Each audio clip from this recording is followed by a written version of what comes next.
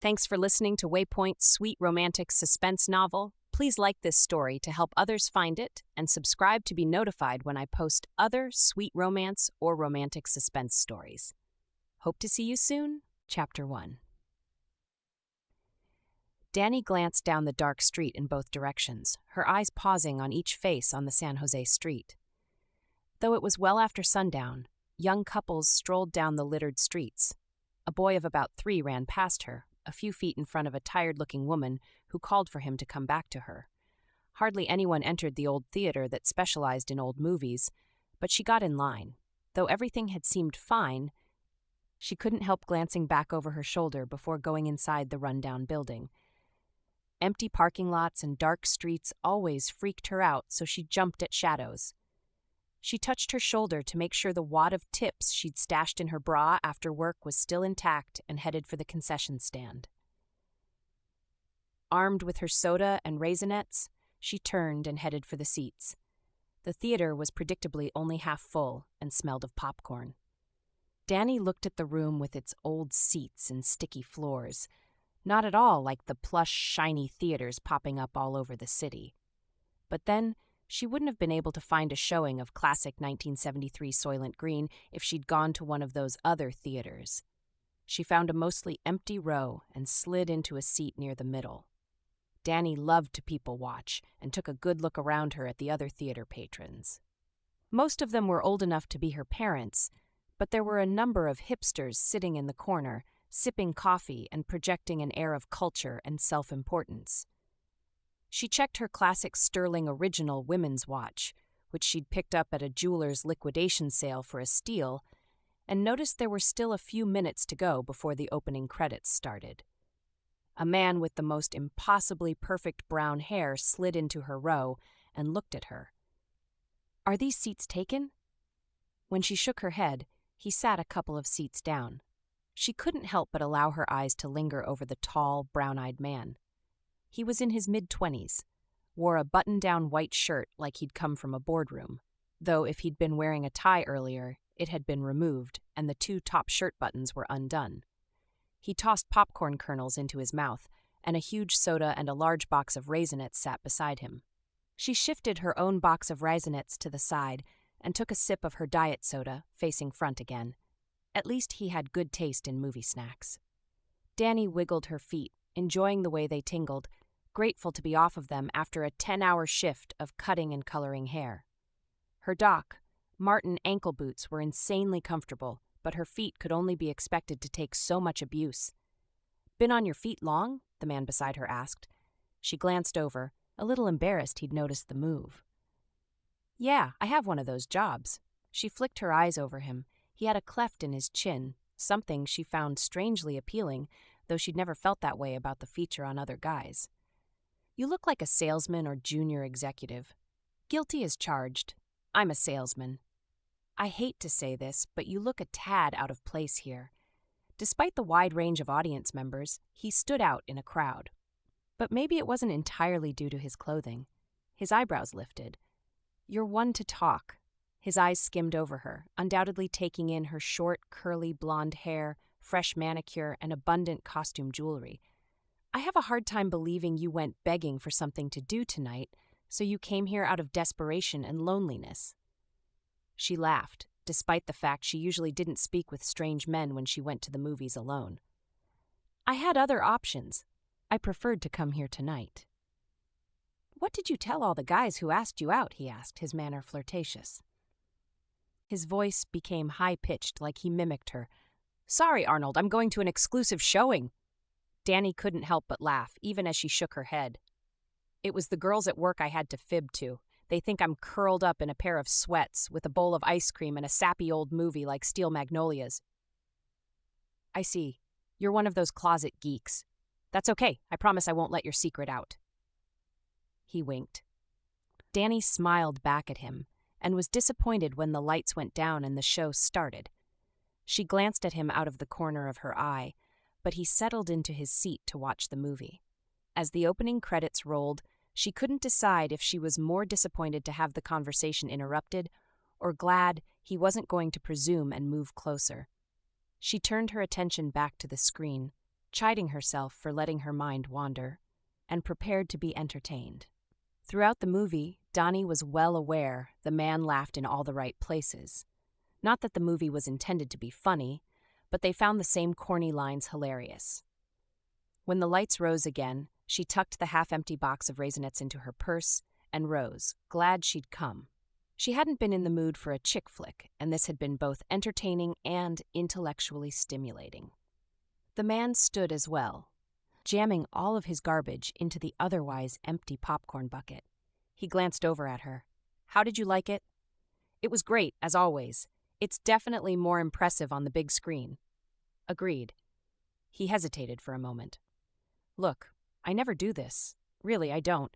But would you like to go next door and get some ice cream or a soda or something? Then at least part of what you told your coworkers will be true." Normally she would have said no, but he was cute and entirely non-creepy, so she agreed. After all, it was next door. It wasn't like she'd be getting into a stranger's car. The street would be full of theatergoers exiting the building. She followed him outside and they strolled down the sidewalk. He played with the ripped ticket stub in his hands. "My name is Cade, by the way." "Danica, but I go by Dani. I like that. Pretty. It fits you." Her smile was her only response to the compliment. "So, Cade, what kind of salesman are you?" "Boats. I work for Silveridge Boats." He dipped his hands into his back pocket and pulled out a wallet, extracting a business card. Dani recognized the manufacturer logo and turned the card to the light to see his full name. "Cade Frame. Why boats?" He shrugged one shoulder. "I grew up in a boat shop and couldn't quite drag myself away from them, though I admit I preferred selling boats to consumers more than selling them to retailers, which is what I'm doing now." They reached the diner, and he held the door open for her, and then followed behind. The diner's decor was decades more recent than the theater's had been, though the orange tables put it a solid 20 years behind the times. They picked a window booth, and a waitress brought them menus. "I'm going to have a late dinner. I'd be happy to buy if you'd like more than ice cream," he offered. "No, a sundae is plenty for me." She looked at the menu and ordered a hot fudge with extra fudge. Might as well go for broke as long as she was being bad, she figured. When the waitress left, Cade turned back to Dani. "So what kind of job keeps you on your feet all day?" He lifted a palm to stop her from answering. "No, wait, let me guess." He put his hand on his chin and pulled a face like he was in deep thought. "High fashion? Retail?"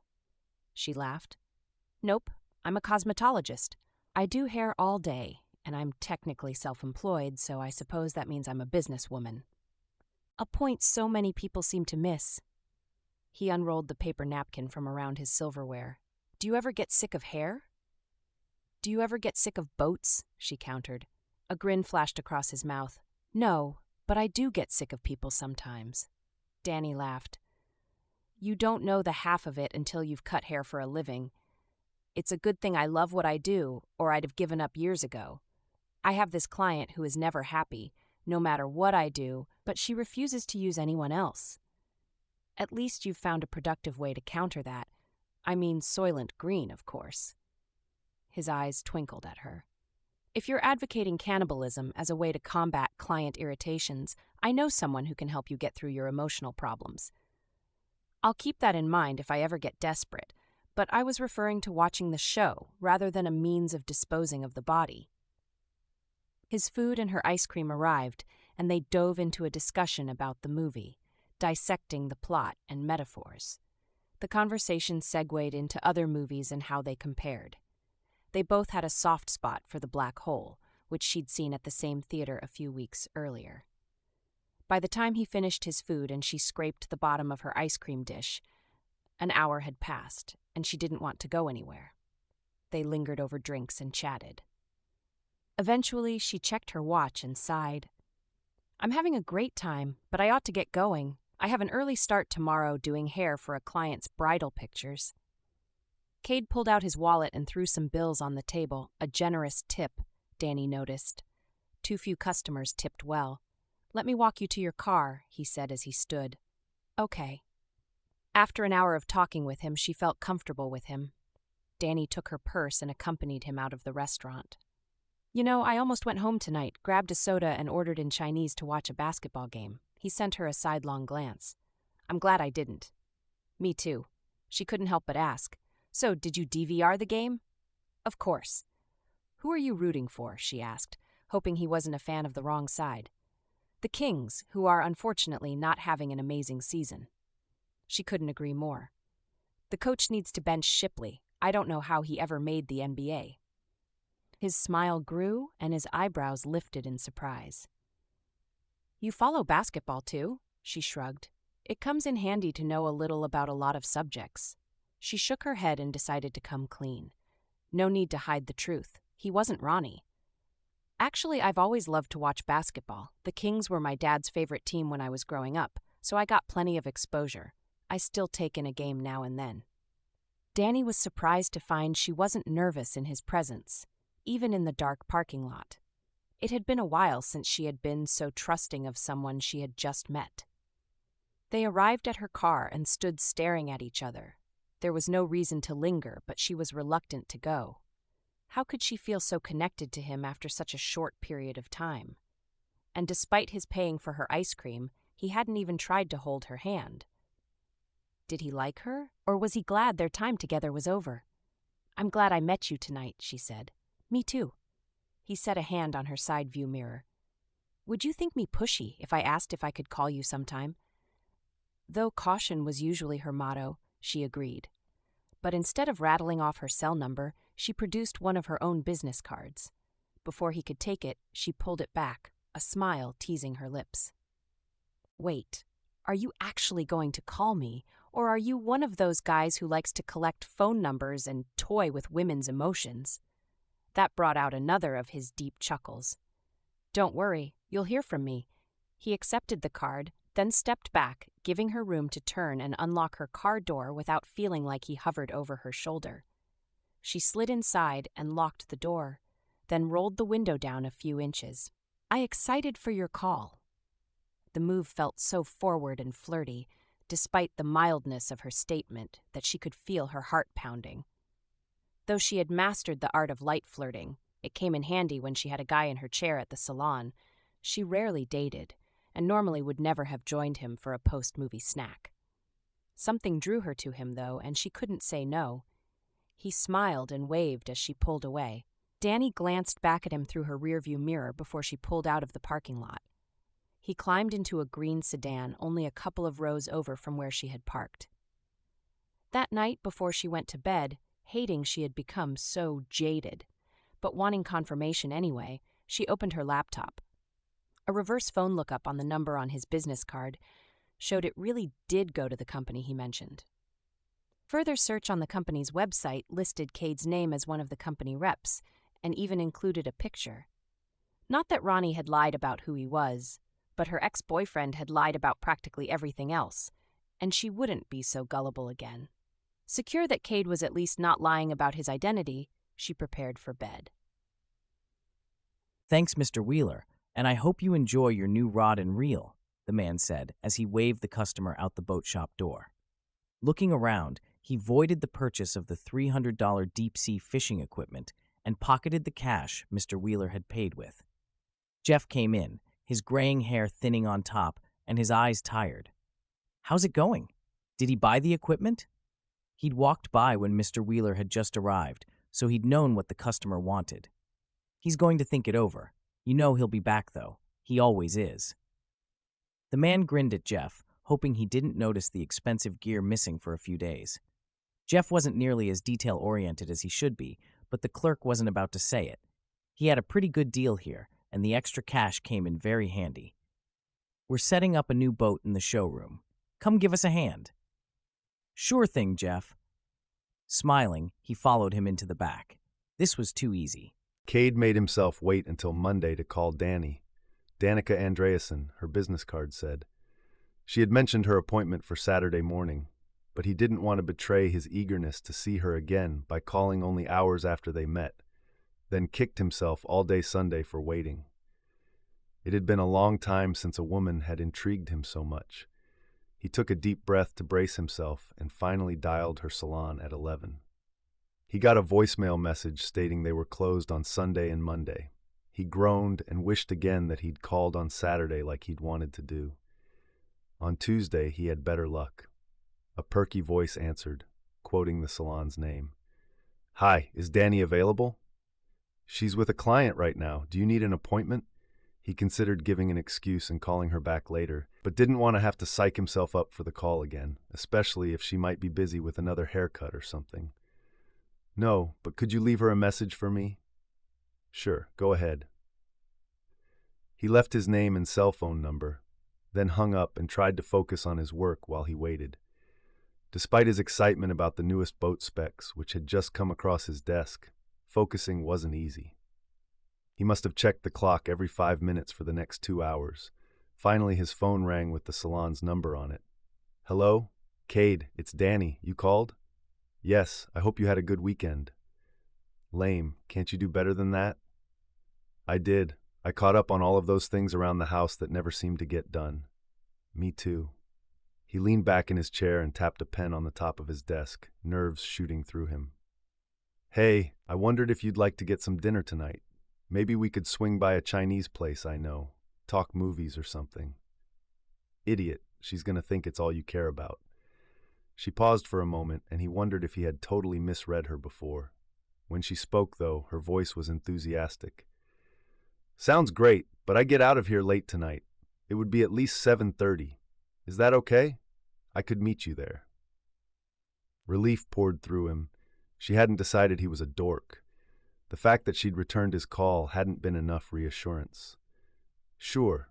He rattled off the address. "I guess I'll see you then. See you." He hung up after he heard the click on her side of the line, grinned, then tried to settle down to work. On their second date, the moon shimmered through the telescope lens, taking on a mystical quality no photograph had ever managed to portray. Dani had never seen anything so beautiful and had to catch her breath in wonder. "Beautiful, isn't it?" Kate asked. "Doesn't it make you think of Neil Armstrong and the moon landing? That must have been the most incredible day." "This is insane." Dani kneeled back on her heels to look at him beside her, his features softened by the night.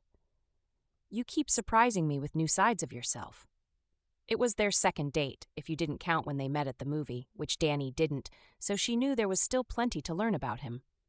"Well, I wouldn't want to become too predictable." He leaned toward her, his eyes intent on hers. Where would be the fun in that? His fingers lifted to brush lightly along her cheekbone as the crickets chirped in the background. Why was she so drawn to this man? Her lips curved as she lifted her mouth to his and spoke in a whisper. "Oh, I think there's an argument in favor of predictability, too. Like right now." They hovered there for several seconds before she closed the gap the rest of the way, pressing her lips to his, unable to stand the sweet tension rising between them. His mouth was soft and warm and so gentle. Unlike so many who rushed to devour, his touch was teasing, sweet and giving. When his hand slid to her shoulder, drawing her closer, she was happy to comply. They lingered over the kiss for a long moment, and when they pulled back, she hummed, "Nice." It had been so long since she'd had anyone she wanted to kiss. None of the few men she'd been out with over the past year had even tempted her. "I'm not being too forward for you?" he asked as his hand caressed her shoulder. She'd never had any guy ask her something like that before, not for a simple, okay, not so simple kiss. "I don't know. We might have to try it again so I can make up my mind. If you need some convincing." His lips curved as they met hers again. Better and better, she thought, as she wound her arms around his neck, though a tiny voice hidden in the back corner of her mind cautioned her to be careful, go slow. She was able to ignore it. She hadn't seen any of the warning signs so far. When he moved away, it was with a murmured, "I was dying to kiss you the night we met." She smiled. "Yeah, you didn't act like it. You were a little skittish. I thought I was better off convincing you to go out with me first." Good call. Dani swallowed back the emotions rising inside her. She'd never felt so connected to a guy so fast before, and she wasn't quite sure what to do about it now. Deciding she needed time to think it over before they took even one more step down the road they were on, she turned back to the telescope. "Have you ever used a bigger scope?" "I have one at home, strong enough to see the rings of Jupiter. Sometime we'll have to head further out of the city, or I'll borrow a boat and we can go out on the water where we don't have so much light pollution. You won't believe it." He checked his watch, pushing a button to make the face light up. "We have a while before the Leonid meteor shower really gets going. Let me show you some other things." He started adjusting the telescope, and she shifted out of the way. "How did you get into astronomy?" Dani wanted to know what made Cade tick, how he was formed, what he thought about things. Maybe then she would dare trust him as much as her heart wanted her to. He took a moment to answer. "When I was a kid, my dad took me to a planetarium, and we looked through one of those huge telescopes, the kind that can see Mercury like it's across the room. It was so cool." I started talking about becoming an astronaut. She could imagine his youthful enthusiasm because he still had so much of it. "And yet you sell boats?" he chuckled. "Yeah, it wasn't long before I decided spaceflight wasn't a great option. I actually get motion sick on planes, so living on a rocket or space station is definitely not in the cards for me. Besides, I'm too tall." "But you still keep up the hobby. Is this your telescope, or did you inherit it from your dad when you moved out on your own?" "No, it's mine." His voice was a bit low and hard to hear. A moment later, he moved away and gestured for her to look in the lens. "Check it out, it's Pisces constellation." She put a hand on the eyepiece, but kept her gaze on Cade. Something wasn't right here, and she had to understand it before she could really trust him. "Tell me about your family. I think we've talked about everything else out there. Do you and your dad still go stargazing together sometimes?" He avoided meeting her eye, looking instead at the grass and a nearby tree. "No, we haven't done it in years. I don't know if he even has the equipment anymore." He brushed at his jeans, as if he'd gotten something on them. "He doesn't know. What happened between them?" She wanted to push harder, but since it seemed to be a sore spot, she turned the focus. "What does he do for a living? What about your mom? Do you have a brother or sister?" "A brother. Jason's in college and works in my dad's boat shop. Mom's always stayed at home. She loved to bake and was involved with some organizations around the neighborhood when I grew up. I swear she knew everyone and was always taking people goodies and staying to chat when they were having a rough time. She always had a smile for everyone and never complained about anything, no matter how rough things got." Both laughter and tears filled his voice, making it husky. "You're talking about her like she's gone." An ache for her own loss rose in Dani's chest. "Did she die?" His head shook for a moment before he spoke aloud. "No, she's still around. Doing well, from what I hear." He picked a handful of grass from the ground beside them and threw it into the cool November breeze. "We're not really in touch much anymore." When she saw the hurt on his face, she lifted a hand to his cheek. She knew that ache. "I'm sorry. Do you want to talk about it?" She doubted he would, but she was dying to know what happened. It was too soon to push for answers, though. They didn't know each other well enough. "Not tonight. Some other time." He grabbed her hand and turned his face so he could brush a kiss on her palm. "Tell me about your family." "It's just me and my older brother, and he lives in Oregon." She tried to keep her voice light and even, but his emotions had touched off hers, and she struggled to stay calm. "My dad died in an accident when I was 7. Mom never remarried. She said she'd never meet another man like him." She shrugged as she held back her own longing for a love that's strong. "She died of cancer when I was 19. Dani had been enrolled in cosmetology school when her mom's diagnosis came back, an inoperable brain tumor. Dani had postponed school and stayed to help out. She never regretted it. It was the best and worst time of her life. She had treatments, but nothing helped. She only lived another 6 months. Dani thought of her brother Trent's trial less than a year later, of how lonely she'd been since his incarceration, and felt her heart weep. She wasn't ready to tell Kate about it, though. "I'm sorry, honey." He brushed away the tear on her cheek. "I'd give anything to have either of my parents back." She tried not to push him about what had happened with his family, but she couldn't help but wonder how he could be happy knowing they were around, but not being in touch with them.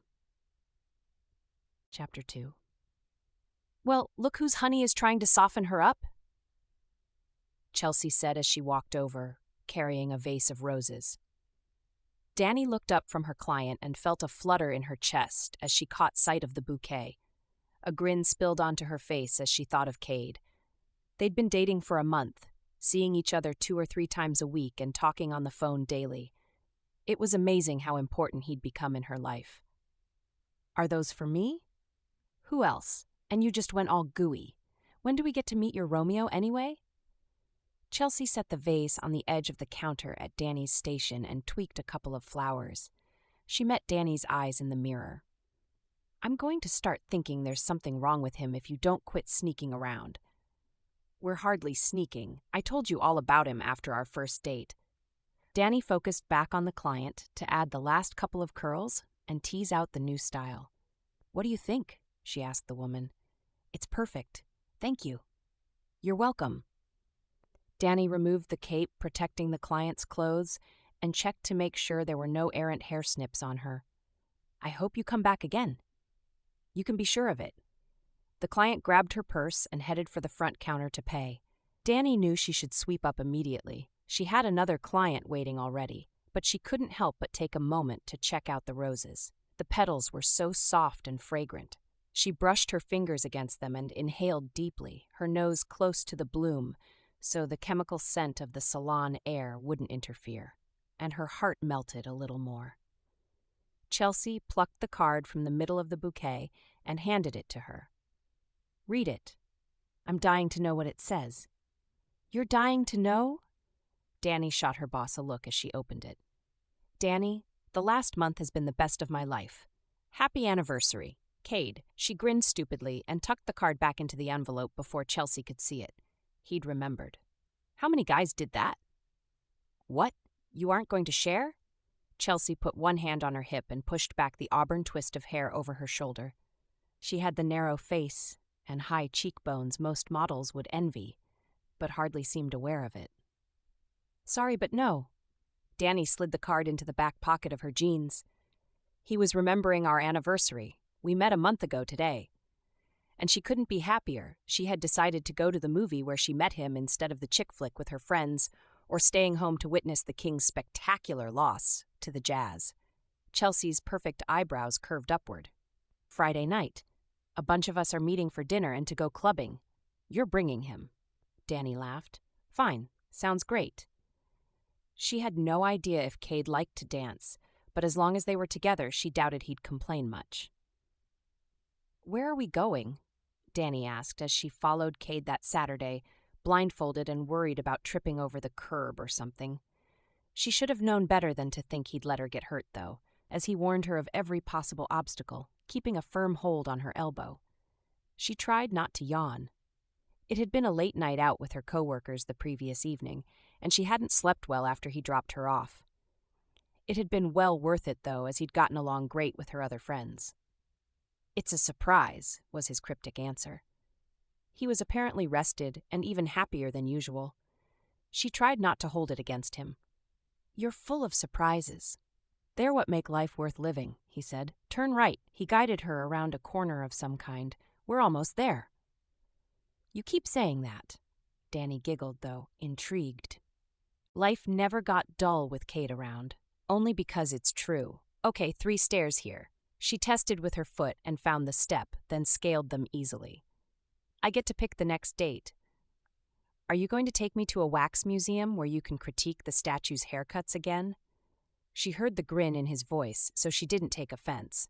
I wasn't that bad. It was just the one statue. Seriously, it didn't even resemble his hair in real life. I don't know what the wax figure experts were thinking. She heard the noise of a door opening, reached out and touched the smooth glass as she walked through. 2, please, Cade said. The sounds of money changing hands and a cash register dinging reached Dani's ears. Where are we? She asked yet again. She could smell the ocean and hear the cry of gulls, along with a lapping sound of water hitting something. Apparently they were closer to the ocean than she had realized. Wait for it. He led back her down the stairs and along the street, which turned to wood under her feet. She could tell from the way the smacking sound of their shoes on concrete changed to clomping. When he stopped her and started to loosen the bandana, Dani held her breath. She opened her eyes and blinked slightly as a dock with a row of boats came into view. The boats appeared to be from different eras and were all different size and styles. Wow! It wasn't what she had been expecting, but she was intrigued and knew if he made such a big deal of it, there must be a reason he'd brought her. It's the San Francisco National Maritime Museum. It's one of my favorite places to visit. I've been coming here since I was 6. He took her by the hand and led her to the Bay Ark, a houseboat which was the first along the row. She marveled at the wood paneling in the living room of the Victorian relic, the reed organ, and fun classic furniture. It was tiny, like IKEA home tiny. She couldn't imagine living in such a space for more than a week or two, but thought it would be fun for a couple out on a long weekend. Cade checked his watch, then pulled out his phone and dialed. "Hey, where are you? Did you get here yet?" Dani was surprised, as she hadn't realized they were meeting someone. What was going on? "Great, we're getting on the Eureka next. We'll catch you there." He hung up and turned her toward the gangplank of a ferry. "Who did you call?" "My cousin. I thought it was past time you met someone from my family since you keep hinting about it, and Kip and I haven't gotten together for a while."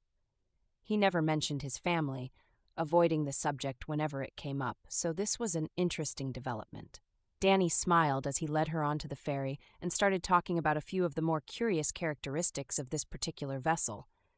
She loved watching the open, earnest look on his face and felt her heart slide a little more into love with him.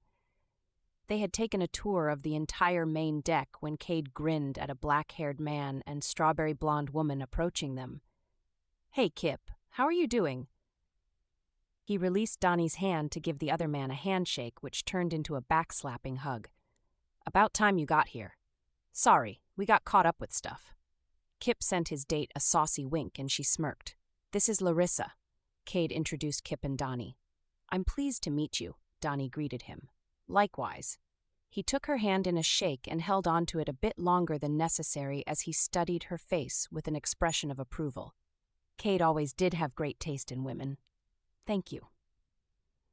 Dani wasn't sure if he was simply trying to flatter her or flirt. She glanced at his date, who didn't seem the least fazed, and decided it must just be his way. "So, how long have you two been dating?" Kip asked. Cade explained when and how they met, and then Kip turned the topic to work. "Things at the shop have been busy lately. Still selling despite the economic downturn. How are things for you?" Cade's smile was tight. "Not as much as we'd like, but we'll manage to hang on until the pendulum swings the other way. Spring orders are just around the corner." He paused, swallowed hard. "How's everyone at home?" Kip's expression softened. "Your dad's doing well. You know him. Always busy, always making plans. Les has moved to part-time, though. He's old enough to retire, but says he can't sit at home or he'll go crazy, so he works half-days a few times a week. Jason works some, keeping his hand in while he goes to school." His smile widened. "And your mom is as beautiful as ever." Cade's returning smile was pained, a bit wistful, making Dani wonder again why he had to ask his cousin for updates instead of keeping in touch with his parents. It was obvious he still loved them. So what had happened to keep them apart?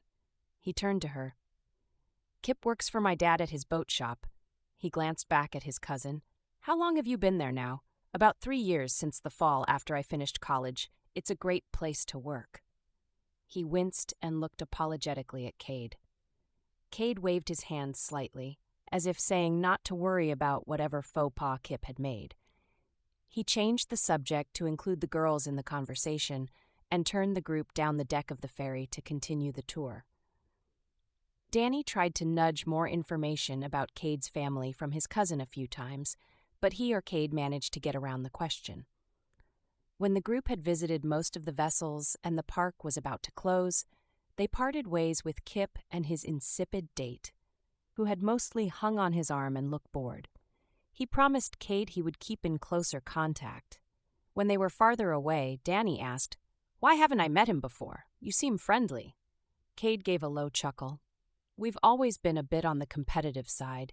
It's like we were always trying to see who knew more, did more, could jump farther, run faster. You know, stupid kid stuff." He shrugged as they waited at the trolley stop. We haven't been in touch often, but he contacted me a while ago, and we've sent a few emails. It was good to see him again. He glanced over and must have seen her shiver because he slid an arm around her shoulder, pulling her against his chest. Dani snuggled deeper into him to block out the cold breeze coming off the water. Thanks for bringing me here tonight.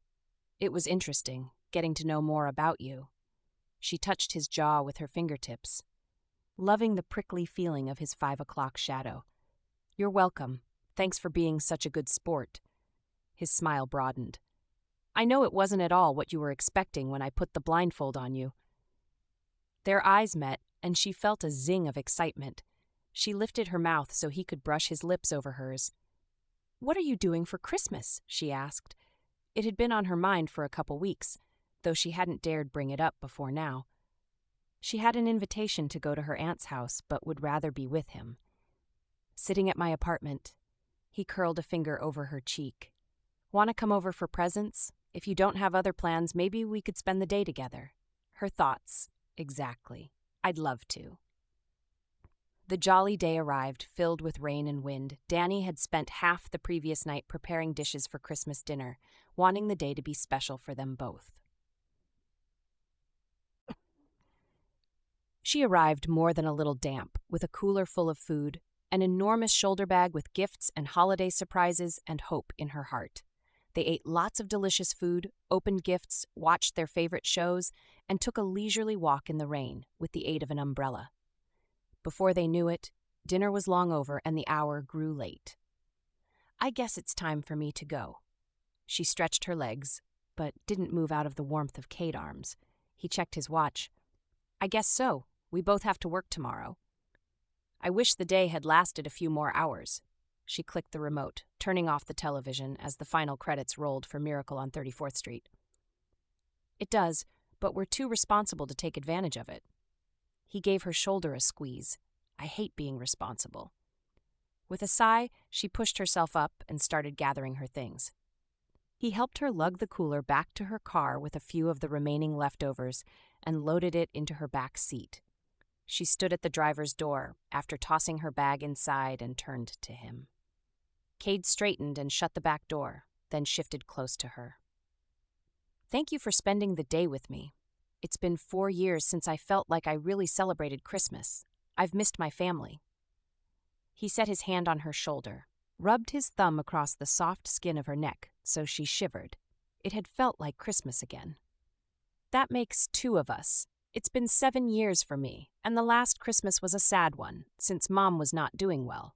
You've perked up the whole holiday season. She felt her face heat as she saw his surprise. Why didn't you get together with your brother? I'm not complaining or anything because I loved spending the day with you, but I wondered. She let out a low breath, but kept her gaze steady on his. When Cade had asked her about her family the first time, she hadn't been ready to explain, but now Dani thought this relationship could turn into something serious. Maybe it already had, so it was time to be frank.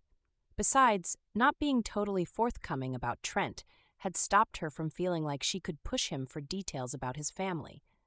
A few years ago, Trent worked as a mechanic in a shop north of the California border. He was assistant manager. He'd worked there since high school, and he loved it. Cade took her hands when she paused, trying to find the words so he'd understand. Someone had been using the place to stash their drugs. One of the guys was a dealer, and apparently he'd been selling out of the garage. He left an envelope there and asked Trent to give it to some guy when he came in. Trent did, and found out it contained drugs after he was arrested for dealing to a police officer. They found a ton more in the shop, almost 10 grand in Vicodin. How awful. Cade squeezed her hands. Tears ran down her cheeks now, and she sniffed to stop her nose from running. She hated that. He didn't know anything about it, told the police everything he knew right from the beginning, but he carried this knife. It was a scary neighborhood, you know? So they got him for having a weapon, too. Everything he did to try to cooperate made things worse. By the time he got a lawyer, it was too late. The real drug dealer must have suspected he'd been made because he was long gone. I don't think they ever caught him. Oh, baby, I'm so sorry. Cade wiped her tears and pulled her in for a hug. When does Trent get out? He's up for parole next winter, but who knows if they'll let him go. She looked into Cade's face and studied it, grateful he seemed calm about her revelation. You've been all alone. I'm sorry you've had it so hard. It's not nearly as hard for me as it's been for Trent. Prison is a horrible place. She shuddered when she thought about stories she'd heard from other people. Trent never told her anything bad, which almost made it worse as her imagination ran wild. Cade held her tight for a long moment, his cheek pressed to hers. I hope you know how much you've come to mean to me. The past 6 weeks have changed my life. Has it only been that long? Dani felt the tug of his fingers in her curls and slid her hands behind his neck, feeling better about it than before. I can't remember what it was like before you. She had vague memories, but he filled her life with hope and banished the loneliness. After Ronnie and the guys she had dated since then, she had started to think there weren't any good guys left, but Cade had proved her wrong. Maybe you'll manage if you try real hard, he whispered as he bent his head to hers. So you'll be willing to put up with me when I'm being a bonehead. She smiled and closed the gap between them, so their lips met. Almost there, Cade said into his walkie-talkie while he watched the icon on his phone move across the screen. He zoomed out on the app tracking her phone's location and checked to see how close she was to reaching the end of the treasure hunt. Cade, are you sure you can't tell me the end point without putting me through all of this? Dani asked. There was laughter in her voice, an edge of excitement. He pressed the speak button again. No way. Half the fun is in not knowing. How many more stops do you think I have left for you? If this isn't it, you better have a really great surprise waiting at the end, she warned. Cade thought her threatening tone was cute, but he wouldn't admit it to her. He didn't have a death wish. Yeah, and if it is, it still better be good. He chuckled and checked her location again. She was less than 20 yards away now.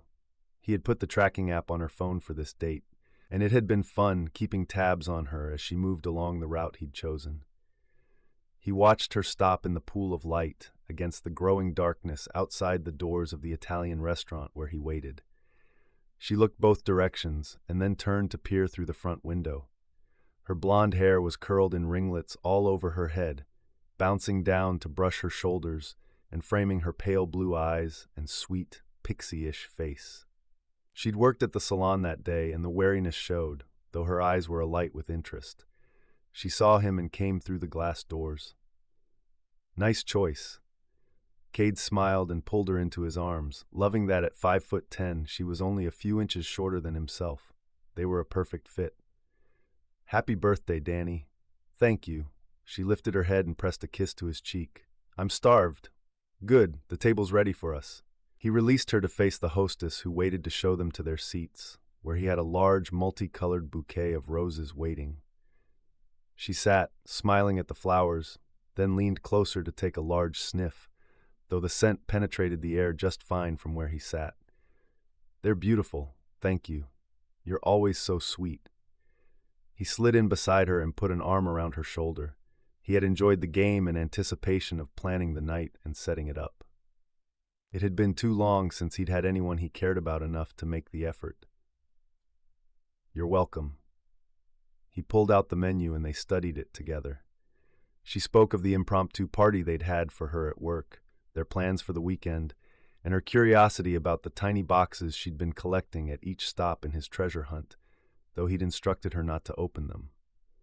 Cade marveled that this happy, bright, bubbly woman wanted to be with him. On the outside, they had so little in common, but when they spent time together, it always felt right. He hadn't felt this close to anyone, hadn't dared let himself grow close, not since he'd been pushed away from his family. After they ordered, he slid a wrapped box to her. Dani glanced at the small stack of packages she'd picked up along the route of her hunt. There's more? Cade grinned. They all go together, but you should start with this one. She opened the box and removed a silver chain bracelet. It's nice. Her voice expressed her puzzlement even better than the furrow growing between her eyes. Keep going. She opened one from the stack and pulled out a silver charm shaped like a box of raisinets. To remember the day we met, he said, and gestured for her to continue.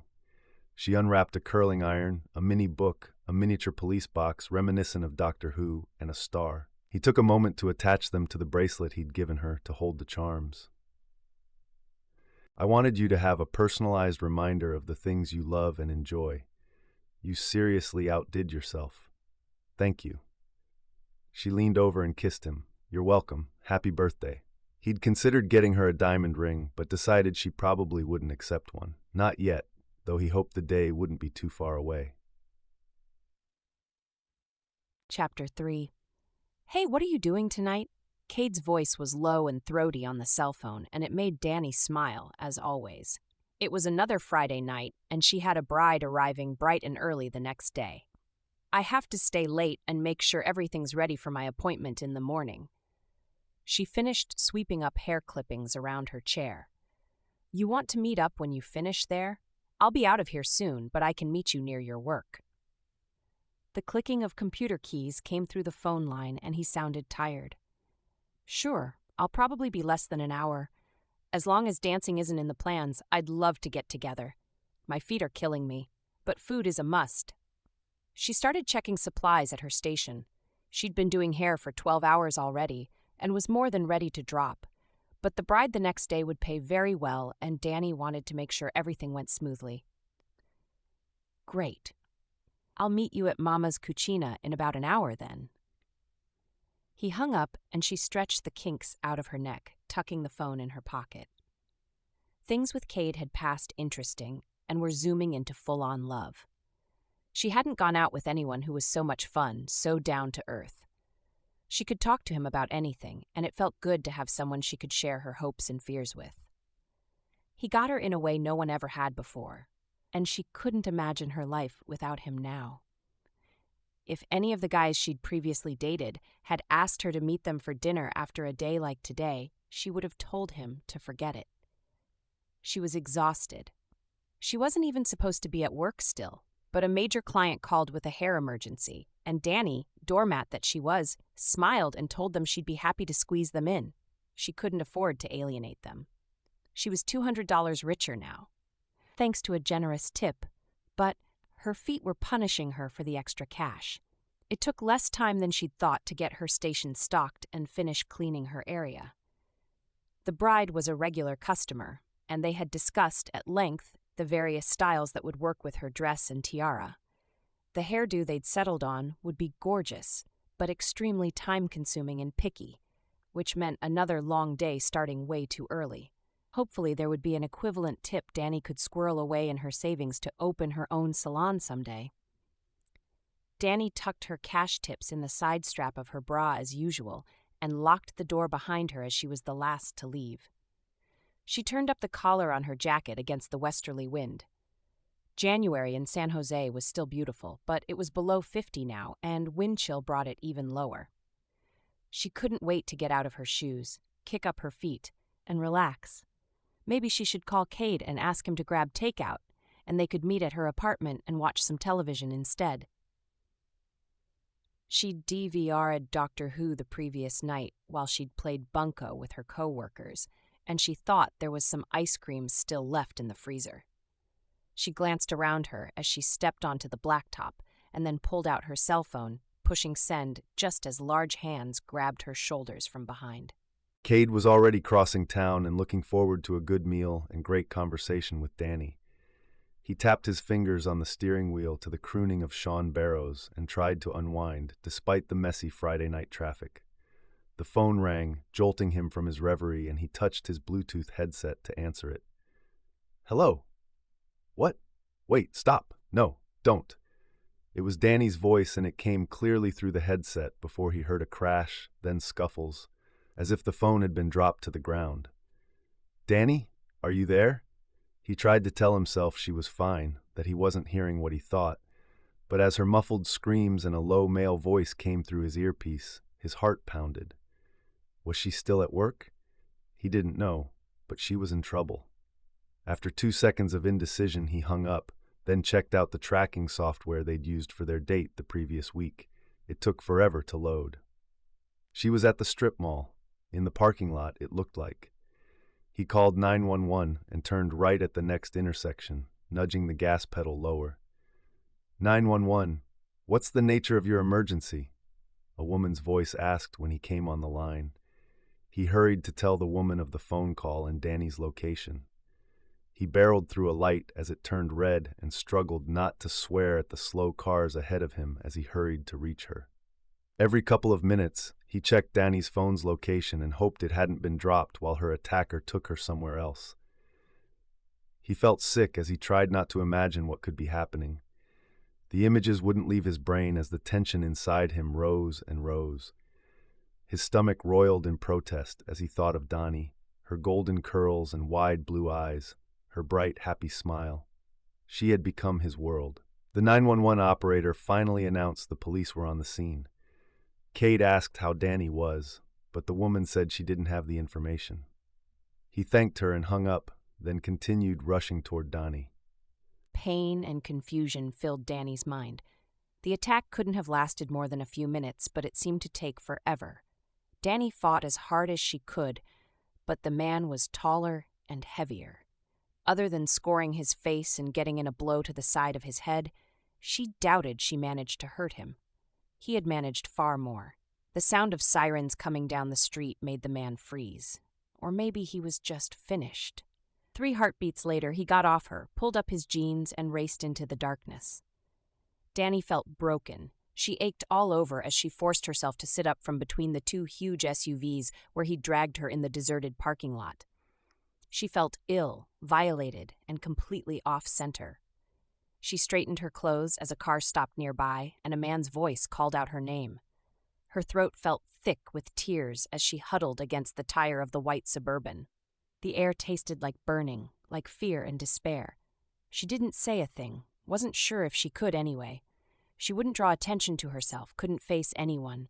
There was nothing she wanted so much as to disappear. Tears poured down her cheeks, and she choked on them, hiding the noise in her jacket cuff and pulling further into herself. The voices continued calling, and a moment later a black and white drove by slowly. Soon they were gone, and she was relieved. She'd never trusted the police since Trent's arrest. Dani wrapped her arms around her legs, burying her face in her knees, rocking back and forth, back and forth. She was dirty and filthy, and her clothes were torn. Her spirit was shredded as well. Her attacker had stolen her purse and the new bracelet Cade had given her, taken it right off her wrist. She felt as if her future with Cade had been torn away, just as surely. How could he want her now? Several minutes passed as she sobbed into her knees when she heard wheels on asphalt again. Cade's voice called out to her. "Dani? Dani? Are you there?" She lifted her head and hope warred with dread in her chest. She didn't want him to see her like this. At the same time, she wanted to be in his arms, wanted to hold tight, be wrapped in his safe embrace. She heard the car stop, the door opened and closed, and footsteps as he walked in her direction, slowly. He continued to call out to her as he drew closer. What was he doing there? They were supposed to meet at the restaurant, not her parking lot. She couldn't think straight. Had they agreed to meet here after all? "I found your phone. Come on, Dani, talk to me. Please be okay." The last part he said almost under his breath, but he was close now. So close. Should she speak? If she stayed in hiding, would the nightmare disappear? If no one found her, could she forget about tonight, believe it was nothing but a bad dream? Then he came around the corner of the car, stopped as he looked her way, and rushed to her, dropping to his knees beside her.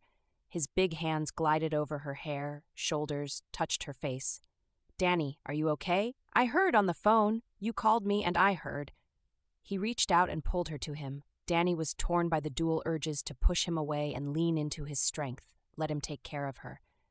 It was Cade. She was safe. At the same time, she doubted she would ever feel truly safe again. She didn't have the energy to push back, to push away, so she buried her face in his jacket instead so she wouldn't have to meet his gaze. "Talk to me, honey." He pushed the hair back from her face, his fingers ghosting over the sore spot where the man had hit her cheekbone. It throbbed, keeping time with the pain in her posterior from when the man had taken her down, the pounding in the back of her head, her feet, and other places the attacker had been less than gentle with. Then Cade's hands trailed along her arms, checking for injuries, causing her to shudder as she remembered the other man's hands. She pushed them away, and he let her. "Are you hurt?" He shook his head.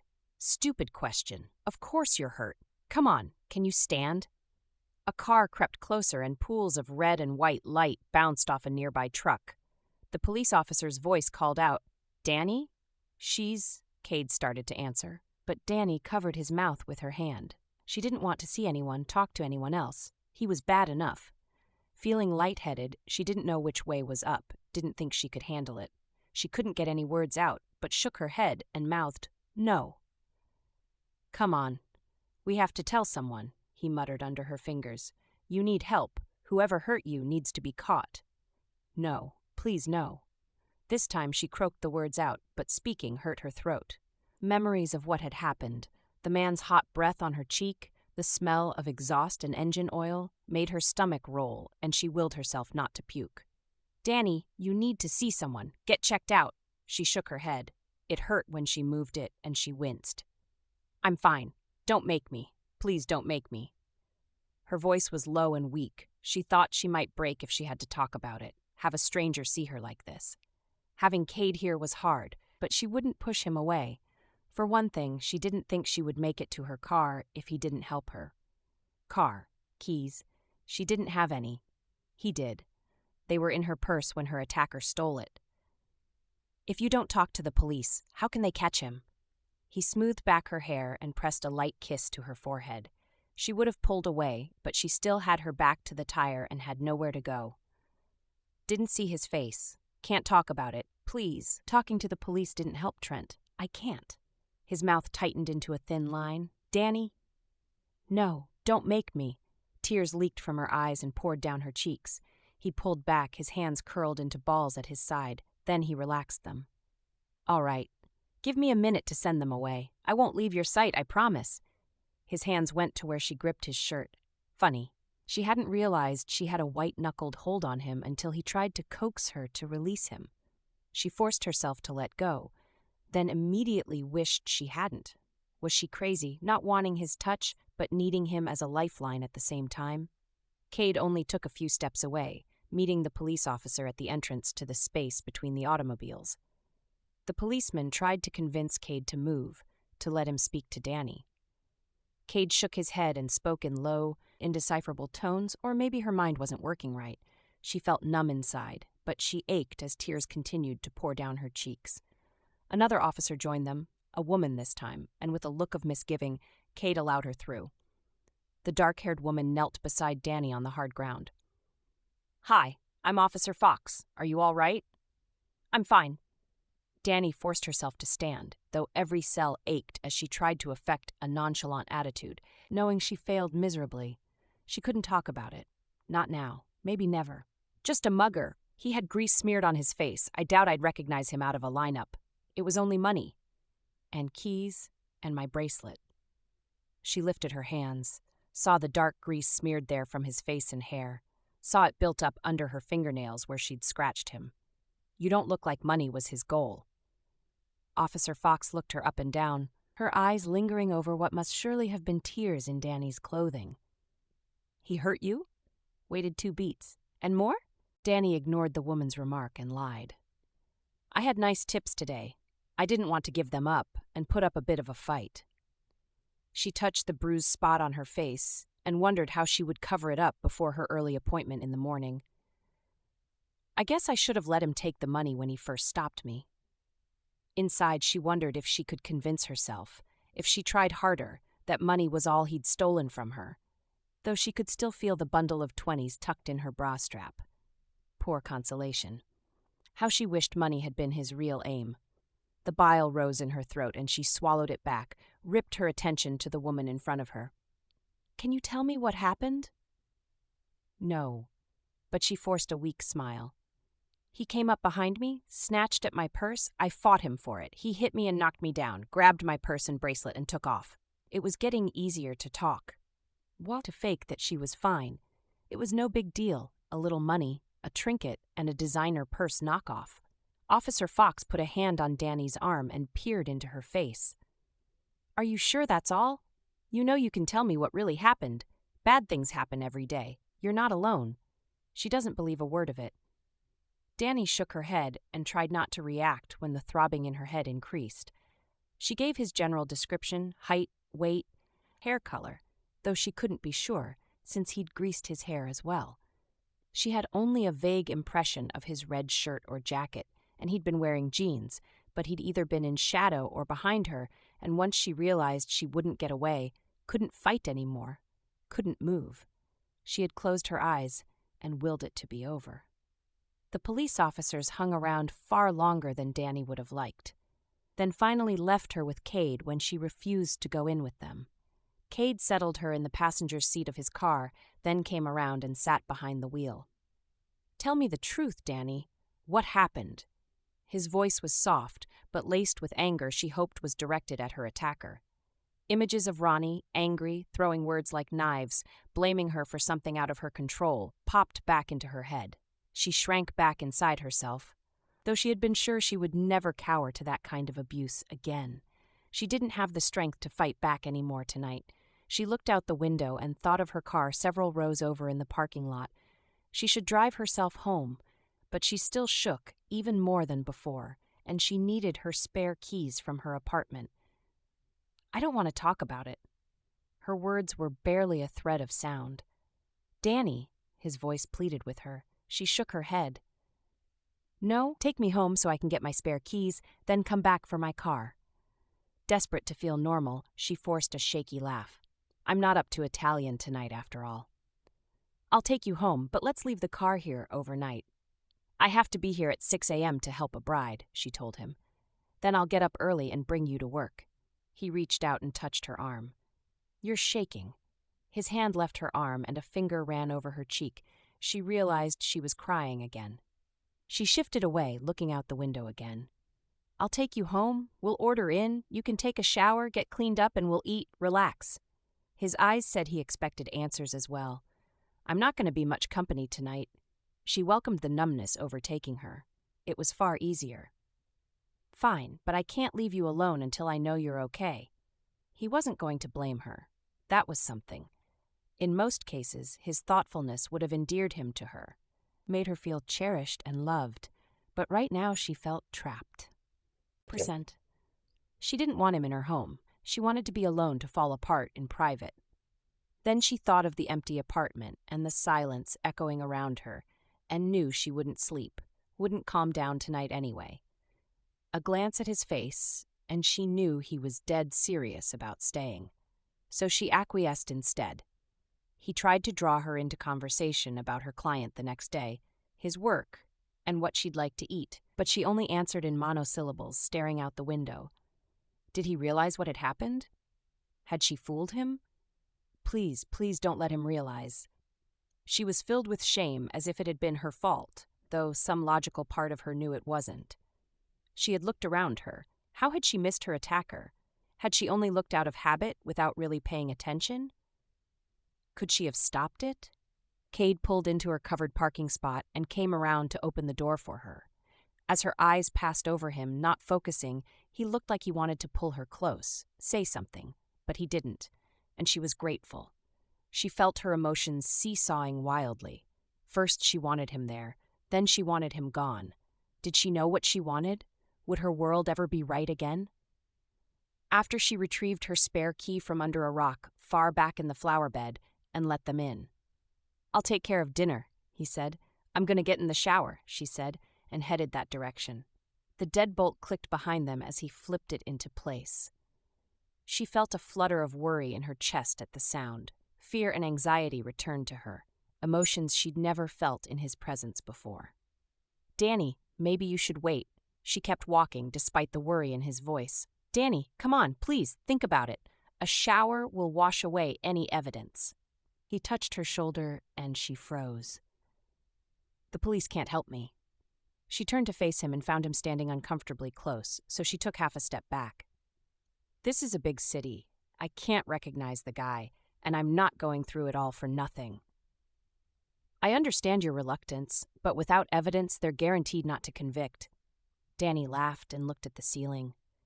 "You actually expect me to trust the system after what Trent went through?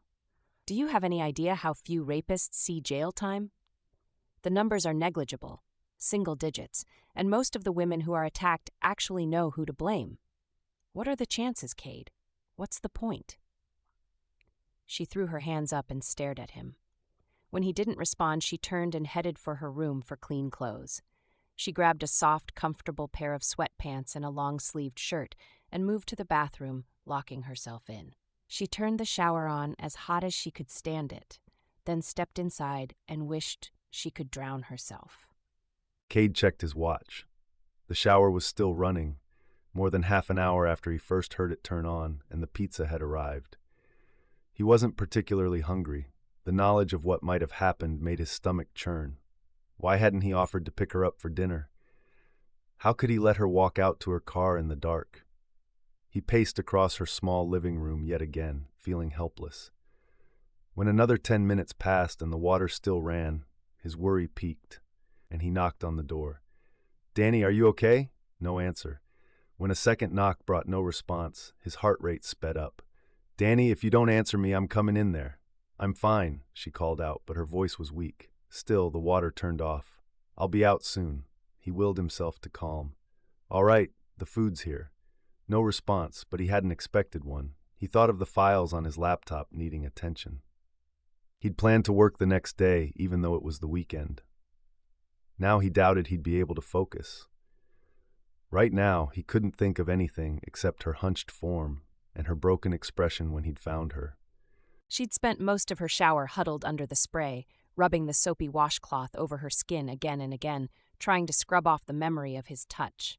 Tears fell and sobs racked her body, and no matter how much hot water she used, she couldn't warm the cold, empty space inside her. She was red and blotchy by the time Cade knocked on the door.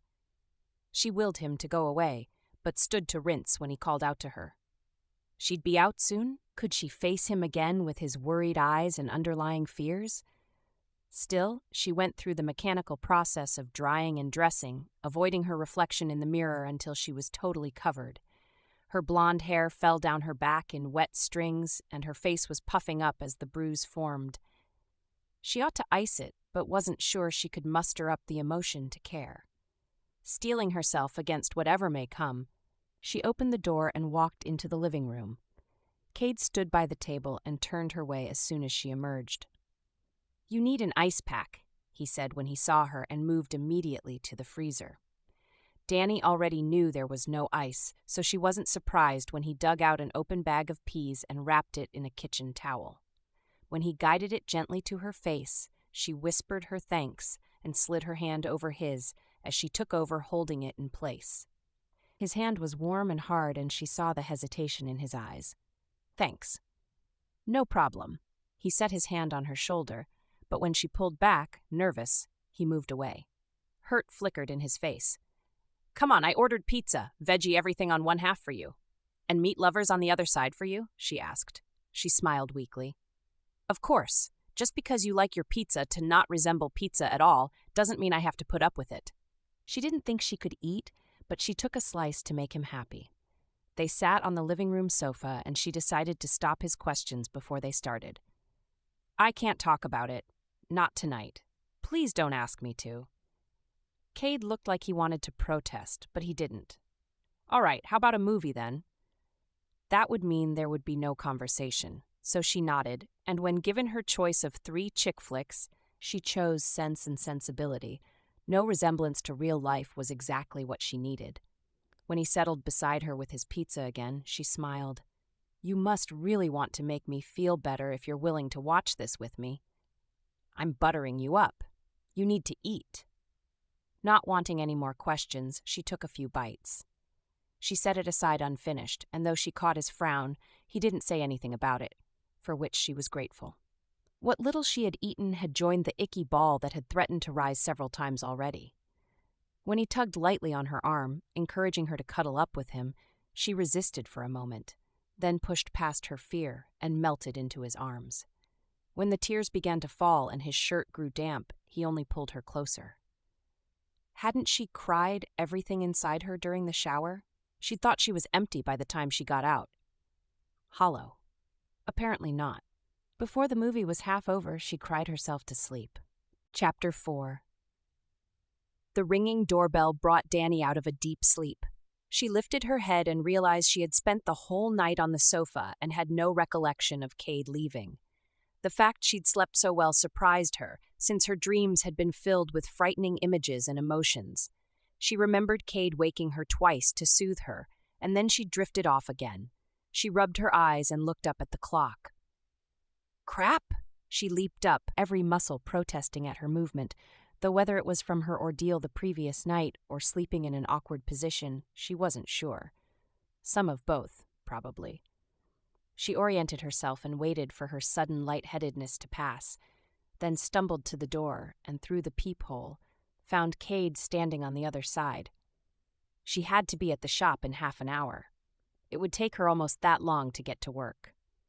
And she hadn't done anything with her wet hair last night. She let him in. Good morning, beautiful. I brought bagels. Cade held up the bag so she could see it, and his eyes skimmed over her. Did you sleep okay? Like a log, apparently. I'm supposed to be heading out the door, and I'm not ready. Come in. I'll hurry and do something with my hair. She ignored the muscle aches as she grabbed the first outfit she set her hands on, as opposed to her usual 20-minute consideration. A glance in the mirror told her a braid was her only decent option for the day. There simply wasn't time for anything nicer. She pulled on socks and slid her feet into cute shoes, which were bound to leave her feet aching again long before lunch. Thank goodness her afternoon schedule was light. Are you sure you feel well enough to work? Cade called through the closed door. I have a bride. I can't not go into work today. Dani yanked open her bedroom door and rushed to the bathroom. Minimal makeup was the only option for now. She could touch it up later. In the light of day, she couldn't believe she let Cade see her the night before, without any primp time after her shower, or this morning with her hair poking out every which way and pillow creases on her cheek. She'd never let a guy see her like that before. Then again, her appearance hadn't been the most important thing on her mind. She combed her hair and settled for a ponytail instead of a braid. Some quick teasing, mousse, and skillful touches from her blow-dryer, and she was in business. She'd take a minute to add some curls after her first client. A few more minutes, far too much of it spent with thick stage makeup to cover the painfully bruised eye, and her face was done as well. Nothing would fix the swelling on her cheek, unfortunately, but it had gone down quite a bit already. Cade stood in the doorway watching her. I had no idea your daily ritual was so complex. You always look so natural. It takes a lot of skill to look like that. Dani wouldn't mention she'd barely skimmed her usual regimen. She caught a glimpse of him in the mirror. He had on fresh clothes and looked like he'd showered, but stubble indicated he hadn't taken the time to shave. When had she fallen asleep? What time did he leave her? Thank you for everything. You're welcome. Cade slid his hands into his pockets, his eyes studying her face, as if looking for scars on her soul. There hadn't been time to process the previous night's events, and she couldn't stand having him watch her with those perceptive eyes. She needed his attention off of her. Did you sleep at all? Enough for now. I was worried about you. When did you leave? 4:45. I cleaned up and grabbed some breakfast for the road. I didn't want to wake you any earlier than necessary. Dani stopped, feeling guilty. She had the twin urges to wrap up in his arms until the pain and confusion melted away, and to hold herself apart, not touch him at all, not let him touch her. She hated that he knew what had happened and might be here because he felt sorry for her. You look like you could use more sleep. She shrugged and grabbed her makeup kit. We better go. I'll be lucky to beat my client there at this point. He ushered her through the living room, verified she had her phone and spare keys, and locked the door behind them. If you call me, I'd be happy to pick you up from work tonight, Cade said after they were in the car, headed for the strip mall. A bag of fresh bagels sat on her lap, and a paper cup of juice was nestled in the console beside her. You should eat.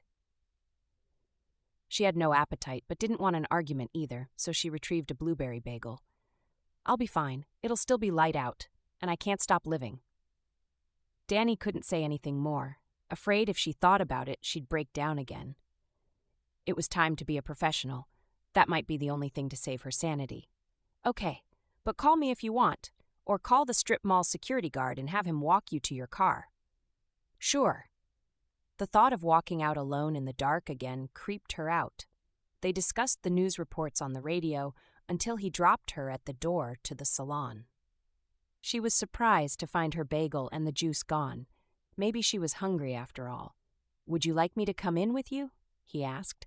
No, Chelsea is already there. And look, she pointed to two women walking toward them through a pool of lamplight on the sidewalk. There's my client. You go home and get some sleep. I'll talk to you later. He touched her sleeve before she could get out, tugged until she met his gaze. Call me when you finish for the day and we'll get together tonight. I think we need to talk. Sure, but she didn't intend to discuss anything and looked away, so he wouldn't know she was lying. She wondered why she bothered to lie. He'd know anyway. Dani got out of the car and waved him off, then turned a full wattage smile on the bride and her mom, forcing herself to pretend. Hi, you must be so excited. I can't wait to see how you look with your hair all done. She grabbed the bride's hand and gave it a quick squeeze, determined to be as bright and happy as usual, and hoped it wouldn't turn out manic instead. Dani returned home that afternoon exhausted, if only from the effort of acting like nothing was wrong. She had been relieved when her last perm canceled, and she'd left as quickly as possible before she could get roped into a discussion. The apartment echoed with emptiness, a big change from the relaxing, peaceful silence she usually felt when she walked in there. She should call Cade. She'd said she would, but she wasn't going to. She hadn't really been left alone with her thoughts, given time to process, and she needed space right now. Tears brimmed and flowed onto her cheeks again, and she let them, moving around her apartment, cleaning and sorting, and putting things into order. She needed something to be in order while her head had trouble focusing. 2 hours passed and her cell phone rang. Cade. She thought about ignoring the call but couldn't bring herself to do it. He deserved better. Hello? Hey, done with work yet? Yeah, my last appointment canceled. I'm back home.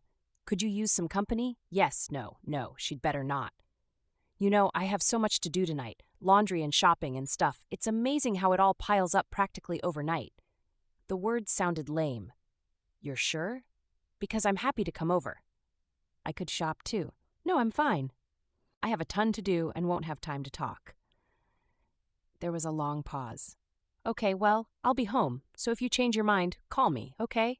Sure. She said goodbye and hung up, then decided everything on her to-do list could wait.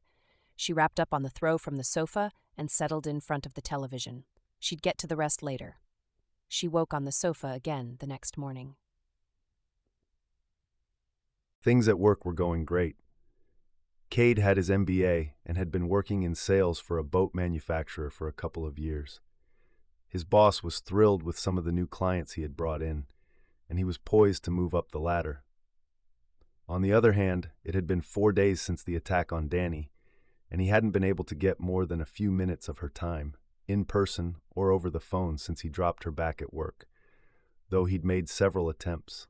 He yanked his attention back to his work yet again, and was entering data in the computer when his supervisor, Mel, walked in. Hey, Cade, we need to rearrange your area boundaries. Royce just quit, and with the economy the way it is, we've lost a number of accounts. Mel threw a map and list onto the top of the desk. Cade picked it up, and his eyes slid down the list. He froze. I'm covering San Francisco now? This was a very bad idea. Yeah, that's not a problem, is it?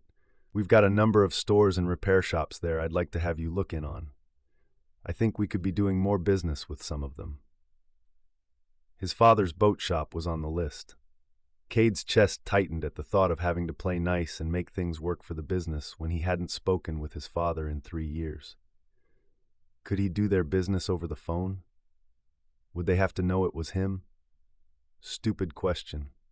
Of course they would know. I have one concern, Frame's Boat Emporium. I think it would be better if someone else handled their account. That's one place where we need an edge to improve sales. I know they're still doing decent business despite the economy, but our sales to them haven't been what I expected. You're one of our best and I want you on it. I know you don't like the whole nepotism thing, but you're our man. Mel turned and headed for the doorway. But sir, Cade gritted his teeth when his boss ignored him and shut the office door as he left. Nepotism? That's what Mel thought had kept Cade from working for his dad. He groaned. They'd be lucky if Jeff didn't drop the account entirely when he found out Cade was his new sales rep.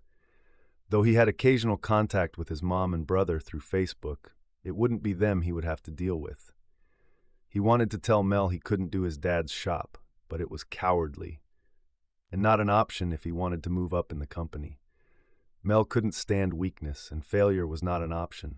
Cade's mind flitted back to Dani, as it seemed to every few minutes. When it came to her, he felt the same way. Failure was not an option. She meant far too much to him. He decided to track her down that night, no matter what.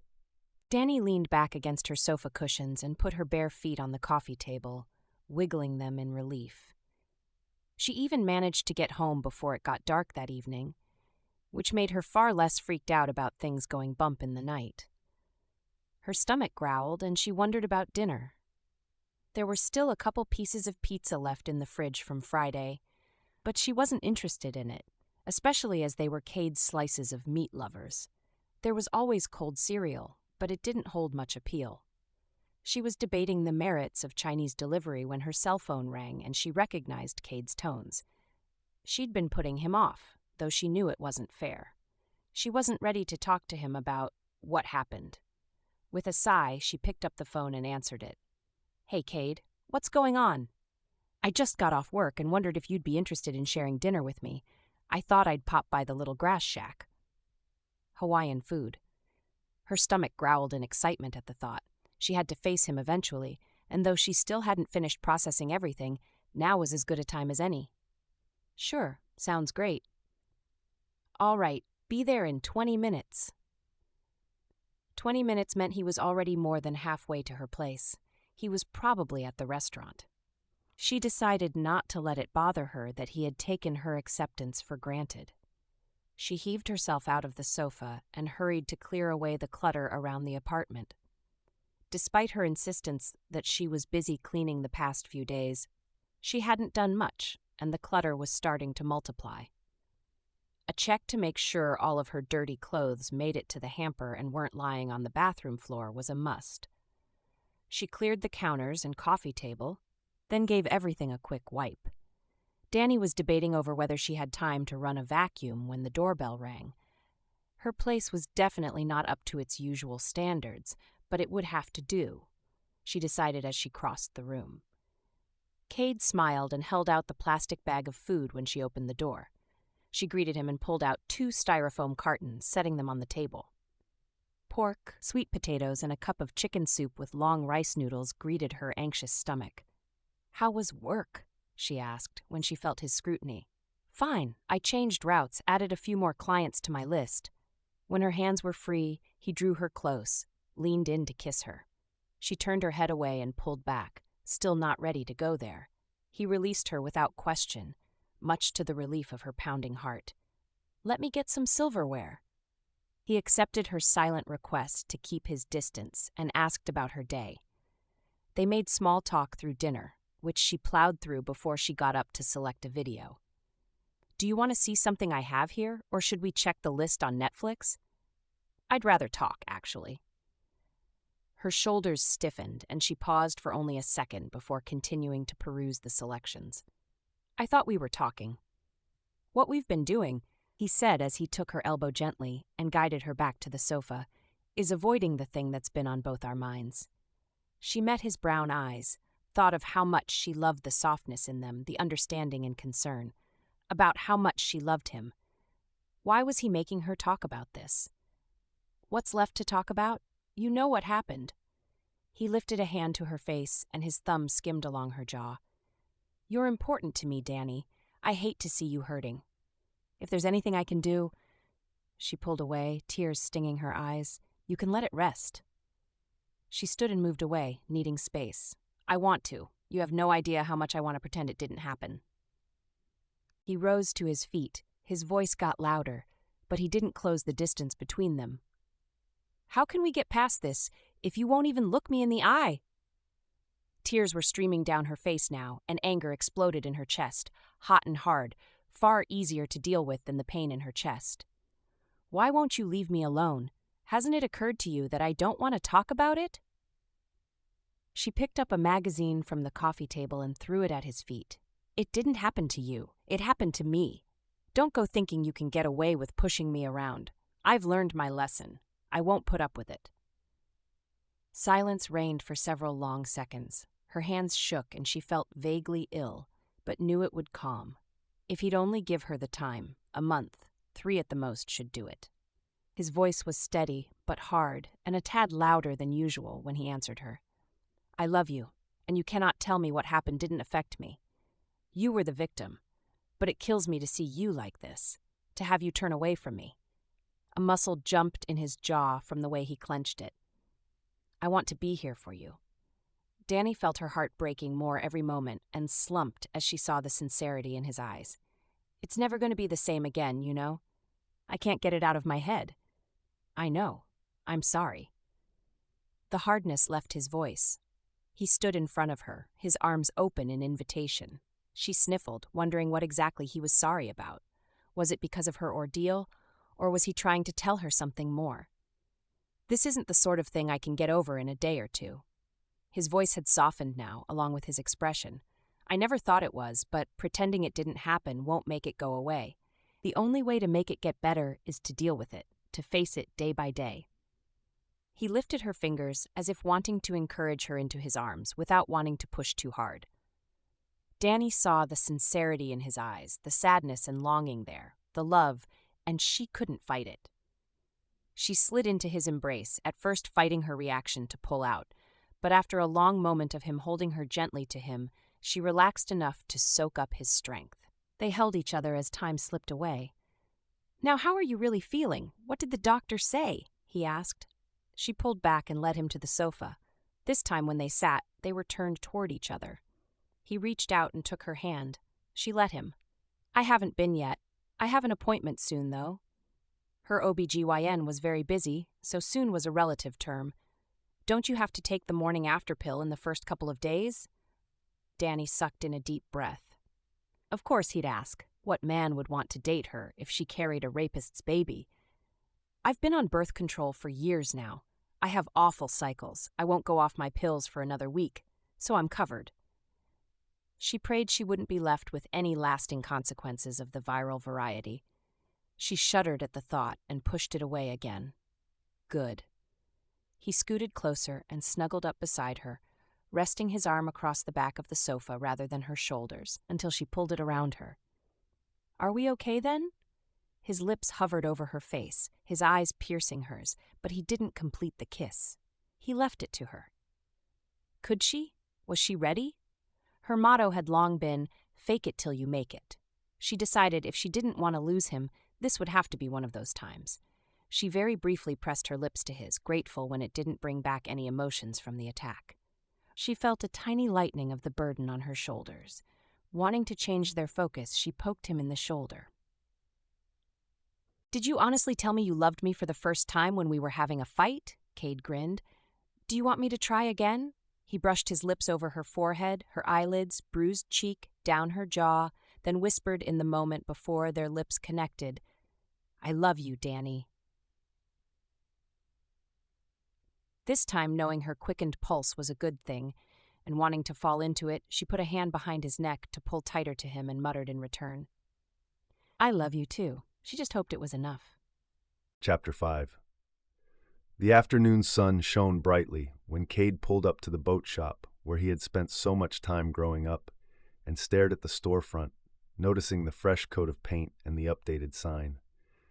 The recession didn't seem to have hurt his father's business much, but then he'd always done well, was conservative in spending, high on service, and had clientele ranging from the small boat operator to small yachts.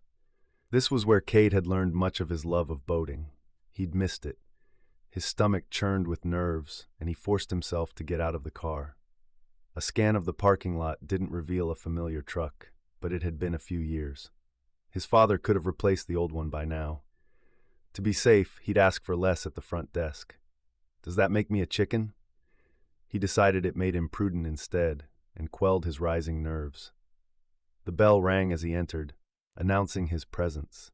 He stepped into the building and checked out the expanded showroom and felt the emotion rise in his throat. A walkway circled the room at the height of most of the boats, so customers could climb aboard without having to go up and down stairs. The room was filled with gleaming sailboats, cabin cruisers, race boats, and displays showing other options that could be ordered from the manufacturer. On the right was the parts center, and a big space set up with boating accessories carrying everything from deep-sea fishing equipment to flare guns to towable water toys. Kip looked up from where he stood at the parts counter and smiled widely. "Cade, you're the last person I expected to see here today." Cade felt his tension lighten at the friendly face. "Yeah, actually, I've become your new salesperson for Silveridge Boats." He tried to act casual, but doubted he managed it. "Who's around today?" "Les is in right now. Your dad's out helping to launch a boat. Come on back." Kip led Cade through the door to the office, where computers hummed and piles of paperwork were stacked on the counters. Beyond the island of office equipment was the repair shop. Several boats were back there with crew working on them. "He's back here with the cabin cruiser. We just sold it and he's double-checking a power issue with the lights." "Hey, Les," he called the man's name loudly as they approached the small cruiser. It was a sweet outfit, Cade thought, and he spent lots of time studying new boats on the market, so he knew the model's capabilities. He looked up as Les's head popped into sight. Les saw Cade, and a smile broke onto his weather-beaten face. Les was half Shoshone, and the wrinkles at his eyes and on his cheeks made him more distinguished and wise-looking instead of weak. There were more flecks of silver in his black hair, and the way he wore it in a tail halfway down his back made Cade smile. "Cade? Hey man, what are you doing here?"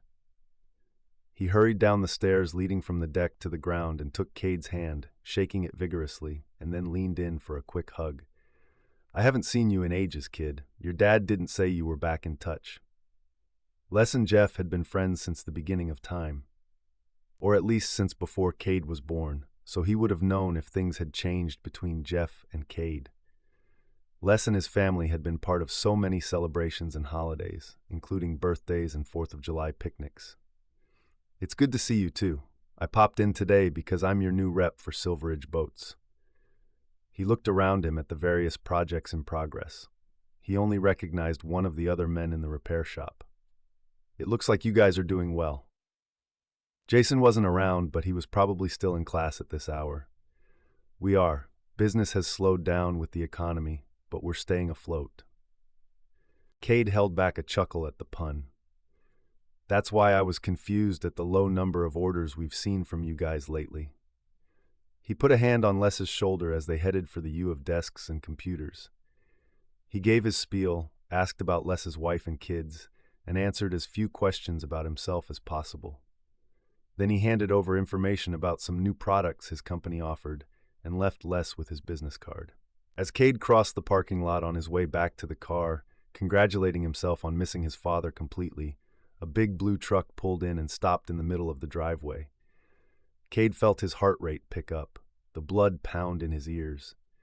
His father sat behind the wheel, staring at him like he thought he might be seeing things. Cade froze in his tracks for a long moment as they stared at each other. Then Jeff pulled into a parking spot. He got out of the truck and went into the shop without a backward glance. Cade felt his throat tighten as he turned toward his car. Pain filled his chest, but he refused to acknowledge it. He would not cry. He was a grown man, and if his father wouldn't forgive him, there was nothing he could do about it. When the shop closed their account with Silveridge, well, he couldn't say he didn't try to warn Mel. The man stood by the outside door to the repair shop and smiled around his cigarette as he saw the silent exchange. Everyone in the building had known who Cade was by the time he stepped back into the parking lot. Those who had known him from before had spread the word to the rest. Cade was far more astute than the most of the jokers working at the shop, so keeping the space between father and son was necessary and entertaining.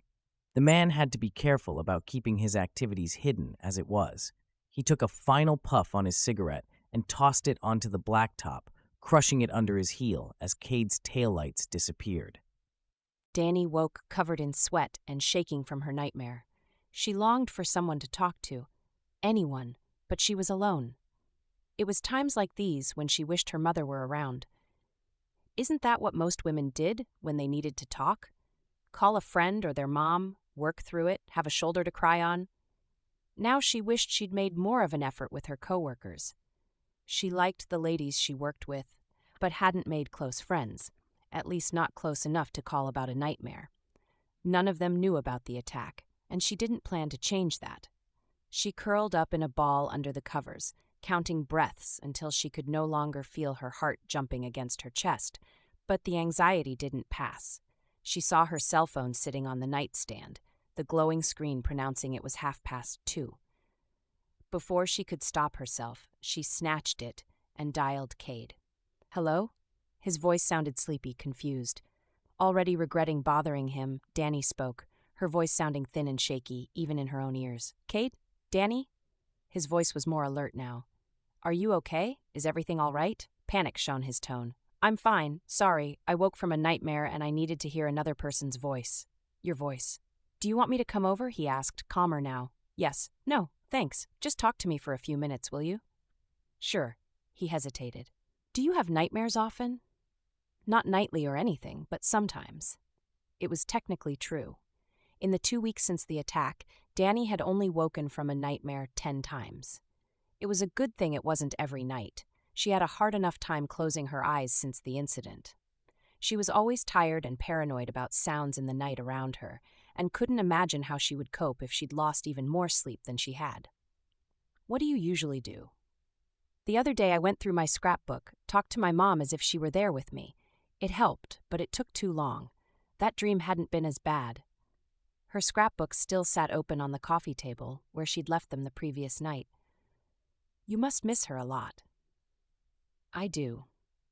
Her eyes strayed to the flash of reflection on the picture frame which held her family picture, the most recent one Dani had, taken before her dad's accident when she was 6.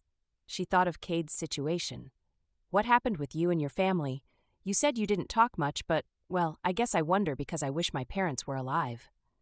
The silence lengthened before he spoke. "Someday I'll tell you. Not tonight, though, okay?" "Okay." She was bewildered. He was so warm and full of love. What could have gone so wrong that years later he hadn't made things right with his family? She decided a change of subject was in order. "So, I didn't catch the news." She'd been asleep before 10. "How did the Kings game go?" "Double overtime.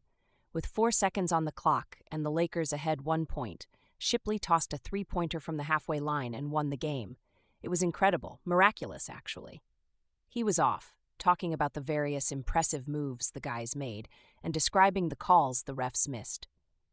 Dani cuddled under the covers and listened to the sound of his voice, already comforted, though a hug would have been so much better. When she started to feel sleepy again, she thanked him for talking to her and said goodnight. "Anytime, honey. Sweet dreams." "Thanks, Cade." "Love you." But she couldn't say it. Hadn't said it since the first time, even though it was true. He had become her lifeline, and she feared becoming too clingy would send him running in the opposite direction. "You're welcome." Silence filled her ear, and she looked down at the flashing time indicating the call was over. She set the phone aside and snuggled into her blankets again, picturing his face. As she crossed the blacktop, Dani could feel the pressure of someone's gaze on her back, drilling between her shoulder blades. She looked behind her in the fading light and saw no one. The sun had set, but darkness hadn't fallen yet, so she hadn't gotten security to walk her to her car, as she'd started to do after dark most nights. She knew she was probably being paranoid, and no one watched her, but she couldn't help it. Laughter floated from a couple passing by on the sidewalk 20 feet away, and the sound of a car horn down the road interrupted the constant background of engines and tires on asphalt. She looked around her again and thumbed off the lid from her can of pepper spray. When she pulled out her keys, fumbled with them for the one to her car door, she wondered if it was time to upgrade to a car with a remote control for the locks. That would eat into her savings for a salon of her own, though, so she'd have to think about it first. Dani fumbled with the door lock getting it open as she took another glance around her, then slid into the car. When she was seated and had locked the door, she released a shaky breath and gripped the steering wheel. She needed to do some shopping, but it would be dark when she came out of the grocery store, so she'd swing by a drive-thru for dinner instead. She could pick up a few things on her lunch break tomorrow. Or maybe she'd have Cade take her shopping. Forcing the fear to the background, she started the car and backed out of her parking spot. Cade smiled as he found Dani standing at the door, fresh-faced and happy on Valentine's evening. At least, if he ignored the strain of worry in her eyes, she would have looked that way. She was always jumpy these days, looking over her shoulder in public even when they were together. It took too much work to appear normal, and it showed in the way she forced her smile, grinning with all of those white teeth shining. It was the way she cooed over the bundle of mixed flowers he'd brought her, and fussed over them as she put them in water. He saw it in the jaunty toss of her purse over her shoulder and the shimmering pink lipstick she always wore when she needed a pick-me-up.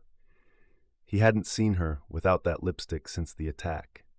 He kept the package wrapped and behind his back until she finished fiddling with the flowers. Then he set it on the counter. "This is for you, too." "If those are cherry cordials, I'm probably going to puke on you," she joked. They'd already discussed her abiding hatred of the traditional chocolates. "Would I do that to you?" He nudged it forward. "Open it." Then he smiled as she peeled back the paper to reveal a box of raisinets. "They make me think of the night we met. Going to the movies was the luckiest decision I ever made." Now her grin became honest, wider. "Thank you." She slid her arms around his neck for a hug, and he maneuvered his mouth onto hers for a sweet kiss. She kept it brief before pulling away, as she so often did these days. This disappointed him, but he pretended not to care. Some days were better than others since the attack, and today must have been rough. "You always think of just the right thing," she said. "Good. I hope you still feel that way when you see where I planned for us to eat tonight." "What? Are we going to McDonald's? What makes you think I would be completely insane enough to consider that a romantic date?" He tugged on a lock of her blonde curls, anxiety zooming through him. Was he moving too fast? Romance? Is that what Valentine's Day is for? I thought it was for candy companies, greeting card makers, and flower sellers. Obviously, you thought wrong. He leaned forward to steal another kiss. This time she softened in his embrace and allowed their lips to linger. Still, he felt her holding back and wished he knew how to fix it. They didn't go out to a restaurant.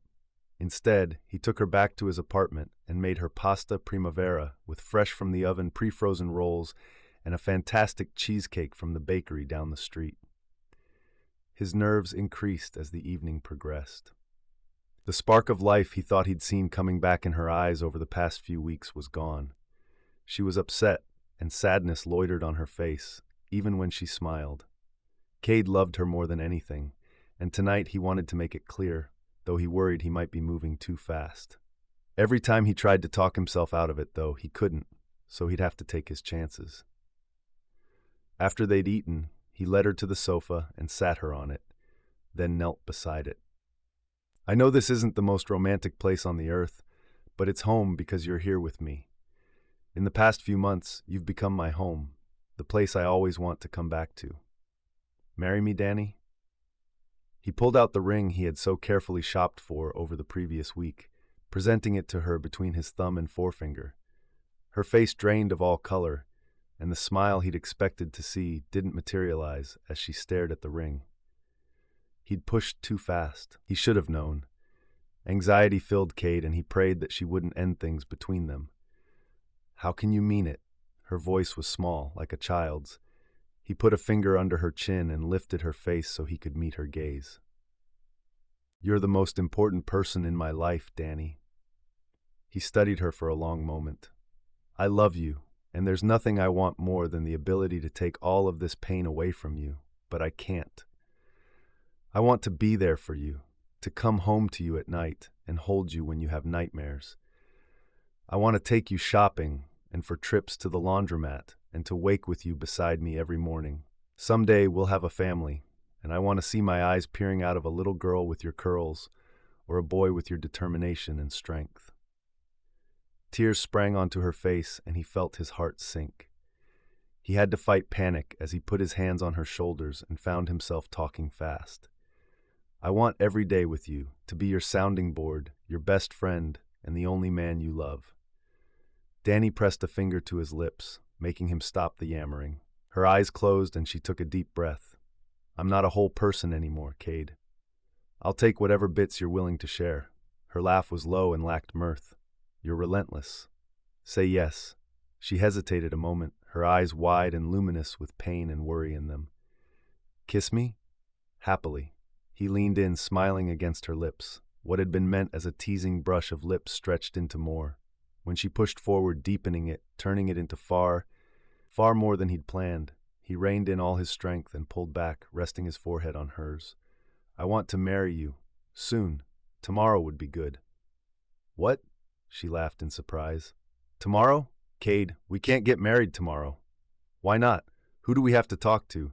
There's no family to invite, no one's permission to ask or schedule to conform to, and you'll be guaranteed that I'll remember the date since it comes the day after Valentine's Day. She looked incredulous, but a smile teased her mouth. But tomorrow? I know, it's soon, really soon, and I know it's sudden, but I want to be with you, she sighed. The only way to get married tomorrow is if we run off to Vegas or something, and I have to work. Hoping she considered the proposal, if not the rushed ceremony, he tried to lighten the moment. I was thinking more like Reno. Vegas is so tacky. She laughed, shaking her head. Vegas is too tacky for you? Because the sofa in your living room is the tackiest thing I've ever seen. His smile turned wry. Yes, well, if we got married, we could use your furniture, and you'd never have to see the ugly sofa again. She rested her head on his shoulder. Are you sure you don't want a regular ceremony to invite family and friends? So is she going to accept the ring then? She hadn't actually said yes. Cade sighed and brushed the hair back from her face. If you want to have your family there, we can wait a week or two. Invite your uncles, aunts, and cousins. She touched his cheek. Her eyes peered into his. I wouldn't want my family there if yours wasn't invited. That caused a pang in Cade's chest. He wanted his family there too. The question was whether his father would allow anyone else to come, though Jason was an adult now and didn't live at home, so Jeff couldn't stop him. Better not to go there. He didn't need the heartache. I don't want to wait until hell freezes over, and getting my parents there before then is unlikely.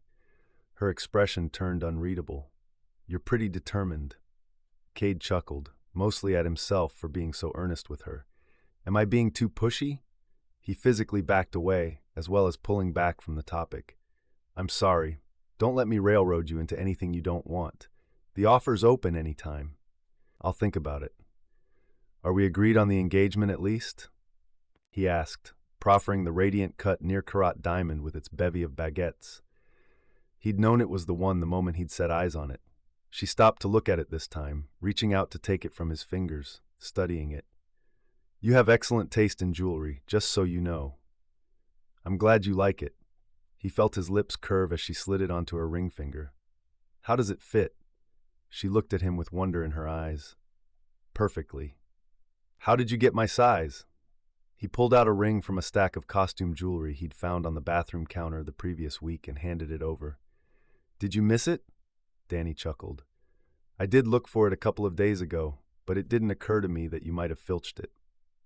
A man has to have some stealth with these things. He held her hand, turning it so the stone caught the light. So do I hear a yes? Yes. She threw her arms around him and pulled him in for a kiss. Chapter 6.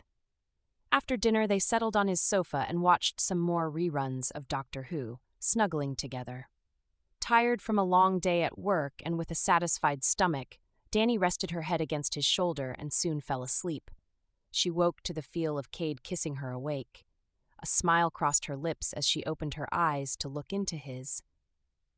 Hey, honey. You slept through the whole show. Maybe you ought to get home to your own bed. His eyes twinkled at her. Unless, of course, you'd rather marry me. We could run to Reno tonight.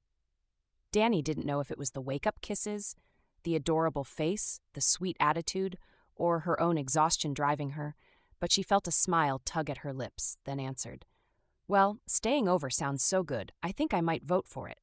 There was a moment of shocked silence, then his eyebrows lifted. Well, if that's how you feel, how about if we swing by your place to pick up a change of clothes, then head to Reno right now? What did you put in my dinner? She asked, half serious. Are you sure there isn't a mind-altering drug in there? He chuckled. Why? Because I'm actually considering your suggestion. And why shouldn't they get married? Who was there to care? The drive was less than 3 hours. She checked her watch. If they left immediately, they would arrive by 1. Then they'd have time to have the ceremony and return for breakfast, though then she'd be dead on her feet all day. Except I have a client in the morning. He groaned softly. Of course you do. What time do you have to be there? 10. She could see him running the numbers in his head. It sure won't leave much time for a wedding night. The thought of a wedding night filled her with both excitement and trepidation. Though she'd been making regular progress toward intimacy in their relationship since the attack, there were certain boundaries they hadn't crossed. And some days were definitely not as easy as others. But she trusted Cade, wanted to be with him, and knew he'd continue to be patient. I'm more concerned about not falling asleep with shears in my hand tomorrow. Those babies are sharp. He brushed the curls back from her face, running his fingertips over her skin. You seem to be falling asleep at the drop of a hat lately. We'll probably get into the car and you'll be asleep again. Dani grinned. I can't help it if I'm efficient. She put a hand on his chest. But maybe we ought to go tomorrow night instead. I finish my appointments at 6 and then have a couple days off. We wouldn't have to rush back so fast. Sounds great. He kissed her quickly, then stood and moved to his computer. Let me see if I can arrange somewhere for the ceremony.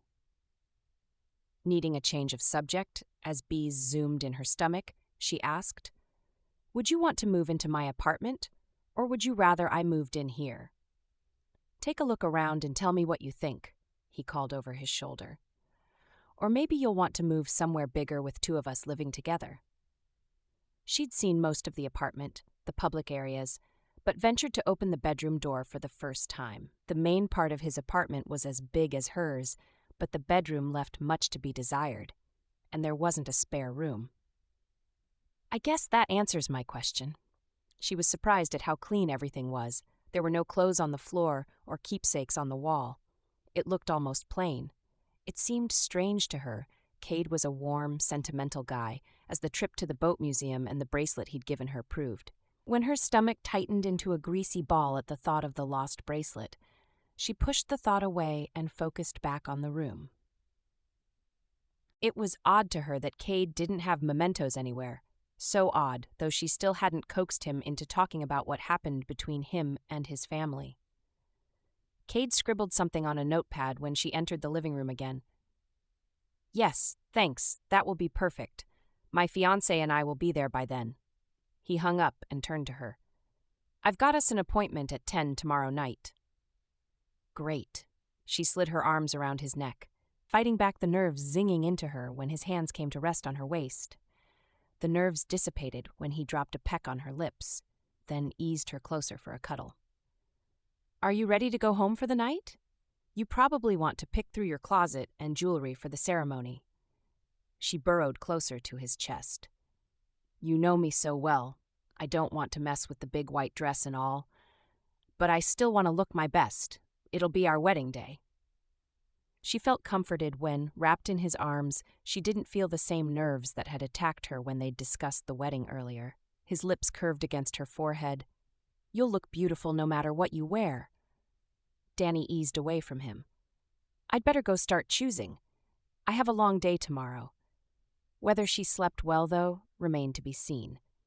This was a huge step, and they hadn't dated long, but it felt right. When Cade left Dani at her apartment, she went into her room and looked through her closet for something approximating wedding finery. She flipped through the dresses, wishing she had time to pick out something new, but knowing it would be a waste of money. Weddings were mostly a big waste of money. Thousands spent on a party for one night when it was the life you built together after the ceremony that mattered the most. She told herself this, even as she felt a pang of longing for a ceremony with family and friends present, for dinner and dancing afterward, for a big, ridiculous cake covered in frosting and sugar roses. But if Cade wasn't going to invite his family, she couldn't invite hers. It wouldn't be fair to ask for everyone she cared about to be there knowing he wouldn't have the same. And if Trent couldn't be there to give her away in their father's place, it wouldn't feel right anyway. Dani settled on a favorite lace dress with a form-fitting white bodice. She picked through her jewelry, selecting the perfect set, then chose an outfit for work the next day, and packed 2 choices in her overnight bag for their trip. Despite the nerves and excitement swirling inside her when she lay down for the night, she drifted off quickly and slept soundly until another nightmare woke her at 5 a.m. The drive to Reno went fast for Dani. After a long day on her feet, she fell asleep in the passenger's seat shortly after they left San Jose. She woke and saw Reno's lights spread across the desert ahead of them. "Hey, sleepyhead, I thought you said you slept well last night?" "I did. Mostly, it was a long day." She turned in her seat to study him in the glow of the dash lights. "I suppose you booked us in a classy little chapel with an Elvis look-alike? And hound dog playing instead of the bridal march." Cade's lips quirked, telling her he was teasing. He reached out and took her hand. "I made hotel reservations for both nights and called in to say I'm taking a personal day on Monday, so we have a couple days before we have to come back." Butterflies rose in her stomach. Good. The thought of their wedding night worried her. What had she been thinking? Was she ready for this? She still felt skittish sometimes when he kissed her.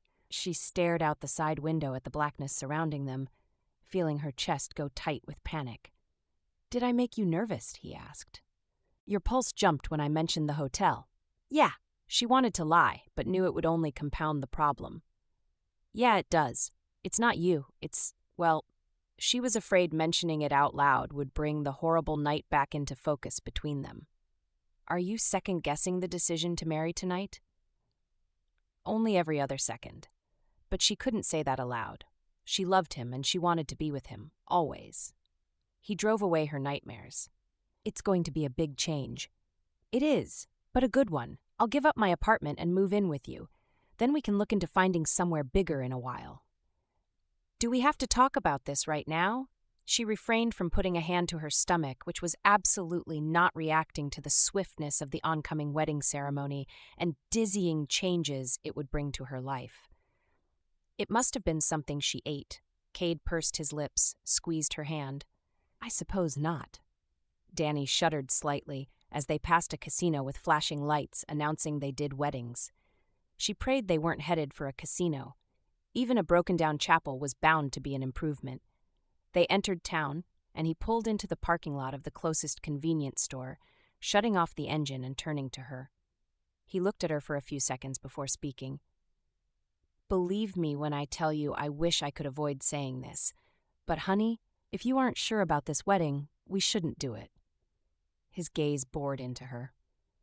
"You're second-guessing," she accused, partly relieved, while the rest of her was awash with disappointment and fear. If he backed out of the wedding when they were this close, would he decide before long that the relationship wasn't working for him? She didn't think she'd make it through this emotional minefield without him. He caught her gaze, held it, his face serious. "Only because I think you aren't really ready for this, and I wonder why you agreed in the first place. And why did I push when I should have known you weren't ready?" He looked tired as he shook his head. "I don't want you to come to me someday and say this was a big mistake and I pressured you into it. We can cancel the ceremony, I can make a second hotel reservation, and we can retreat to our separate rooms for the night if you'd rather. Or we can turn around and go home." The words were right, but hurt laced his words. "I won't hold it against you. We don't have to rush this. There's plenty of time." Dani twisted her engagement ring and considered his offer. It would be a relief to take him up on the separate rooms, but then she'd find herself in the same dilemma again. She didn't want to be alone. She wanted Cade to be there to curl up with. She loved him, and thought she might have fallen head over heels the first night they'd met.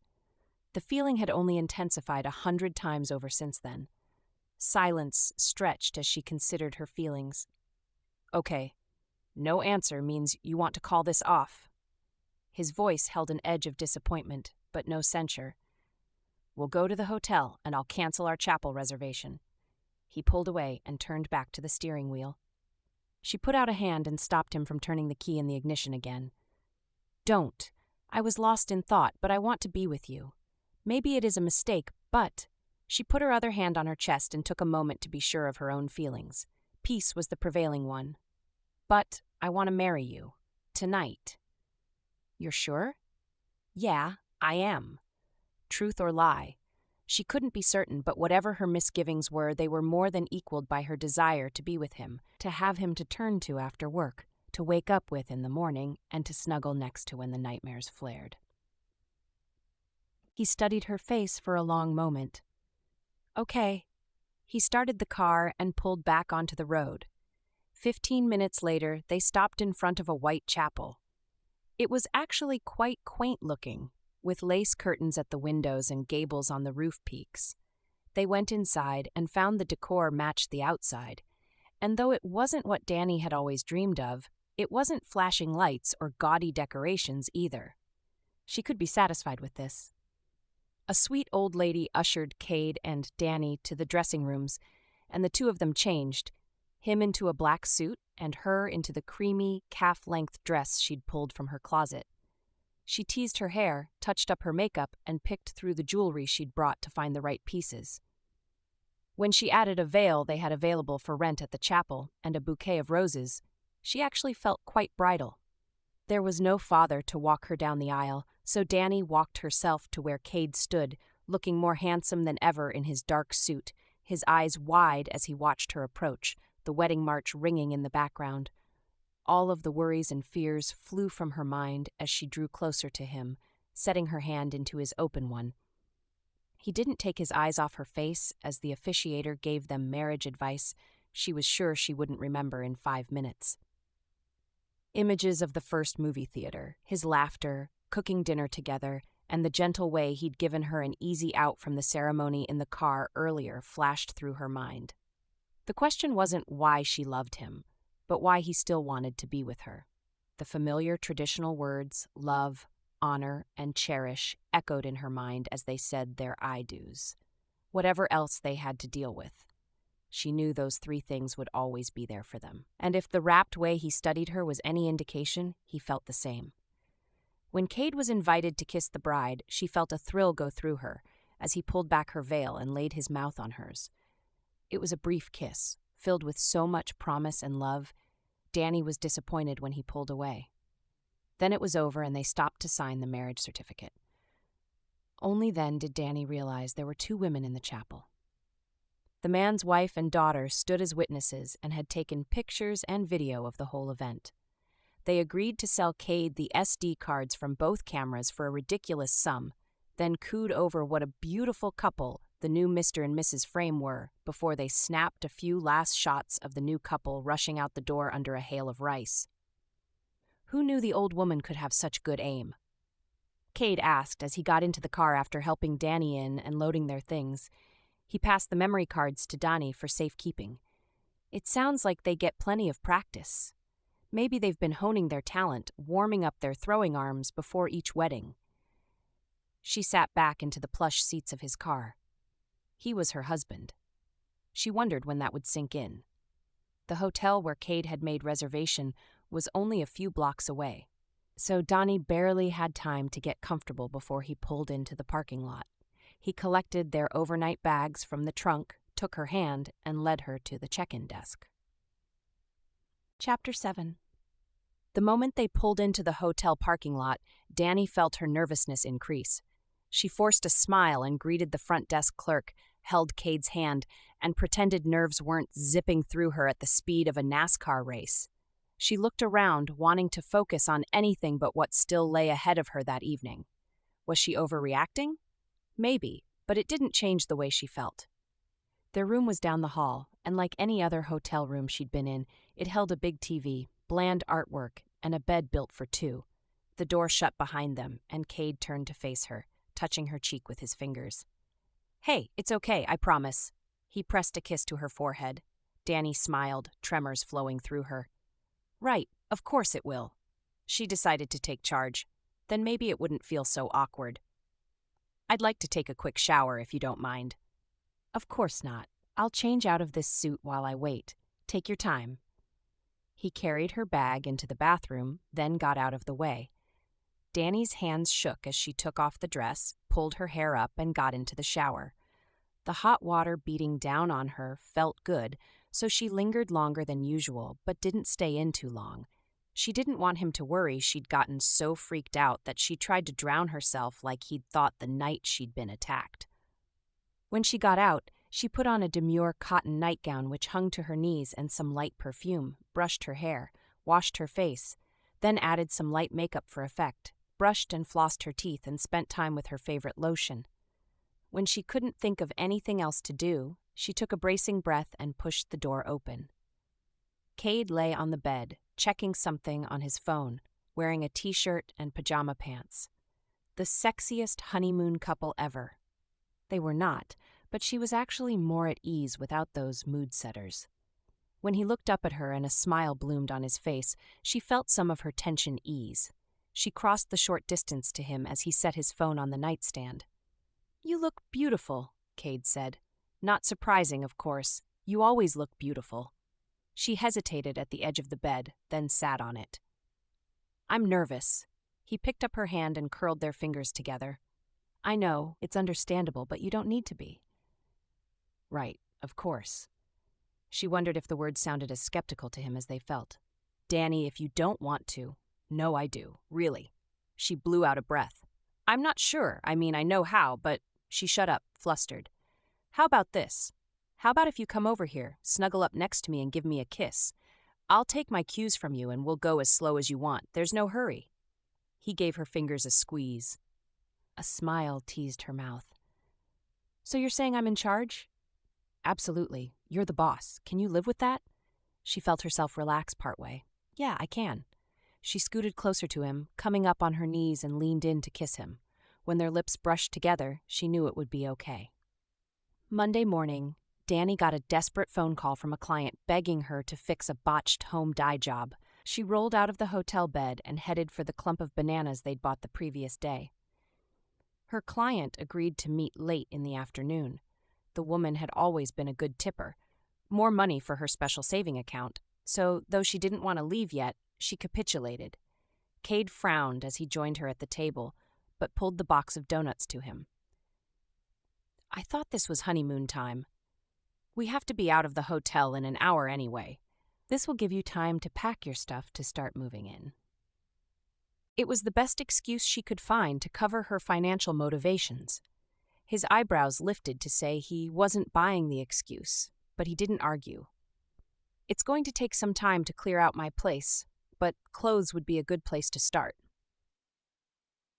Dani didn't know what to expect when she got to her apartment after work. The dye job had taken longer than expected since the client's hair was worse than advertised. Cade had taken her apartment key earlier, saying he'd move a few of his things in and make arrangements to move the rest in later. Her head swam when she thought of the logistics of combining their belongings. Some of it, like the extra furniture, could be sold or thrown away, but the rest would take some time to arrange and sort. She pulled into her apartment parking lot to find Cade's car in her space. Sighing, she parked across the way in guest parking instead, something she hadn't had to do since her roommate had moved out over a year earlier. She walked into her place.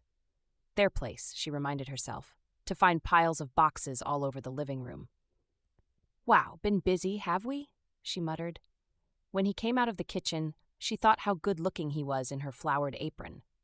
Definitely better than she looked in it. And how unfair was that? "You're cooking?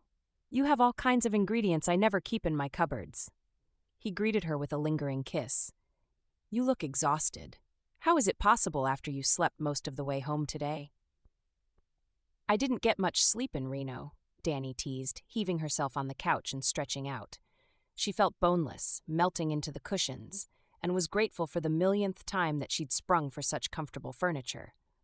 She'd bought it secondhand, of course, but still, good furniture, not just something that looked okay.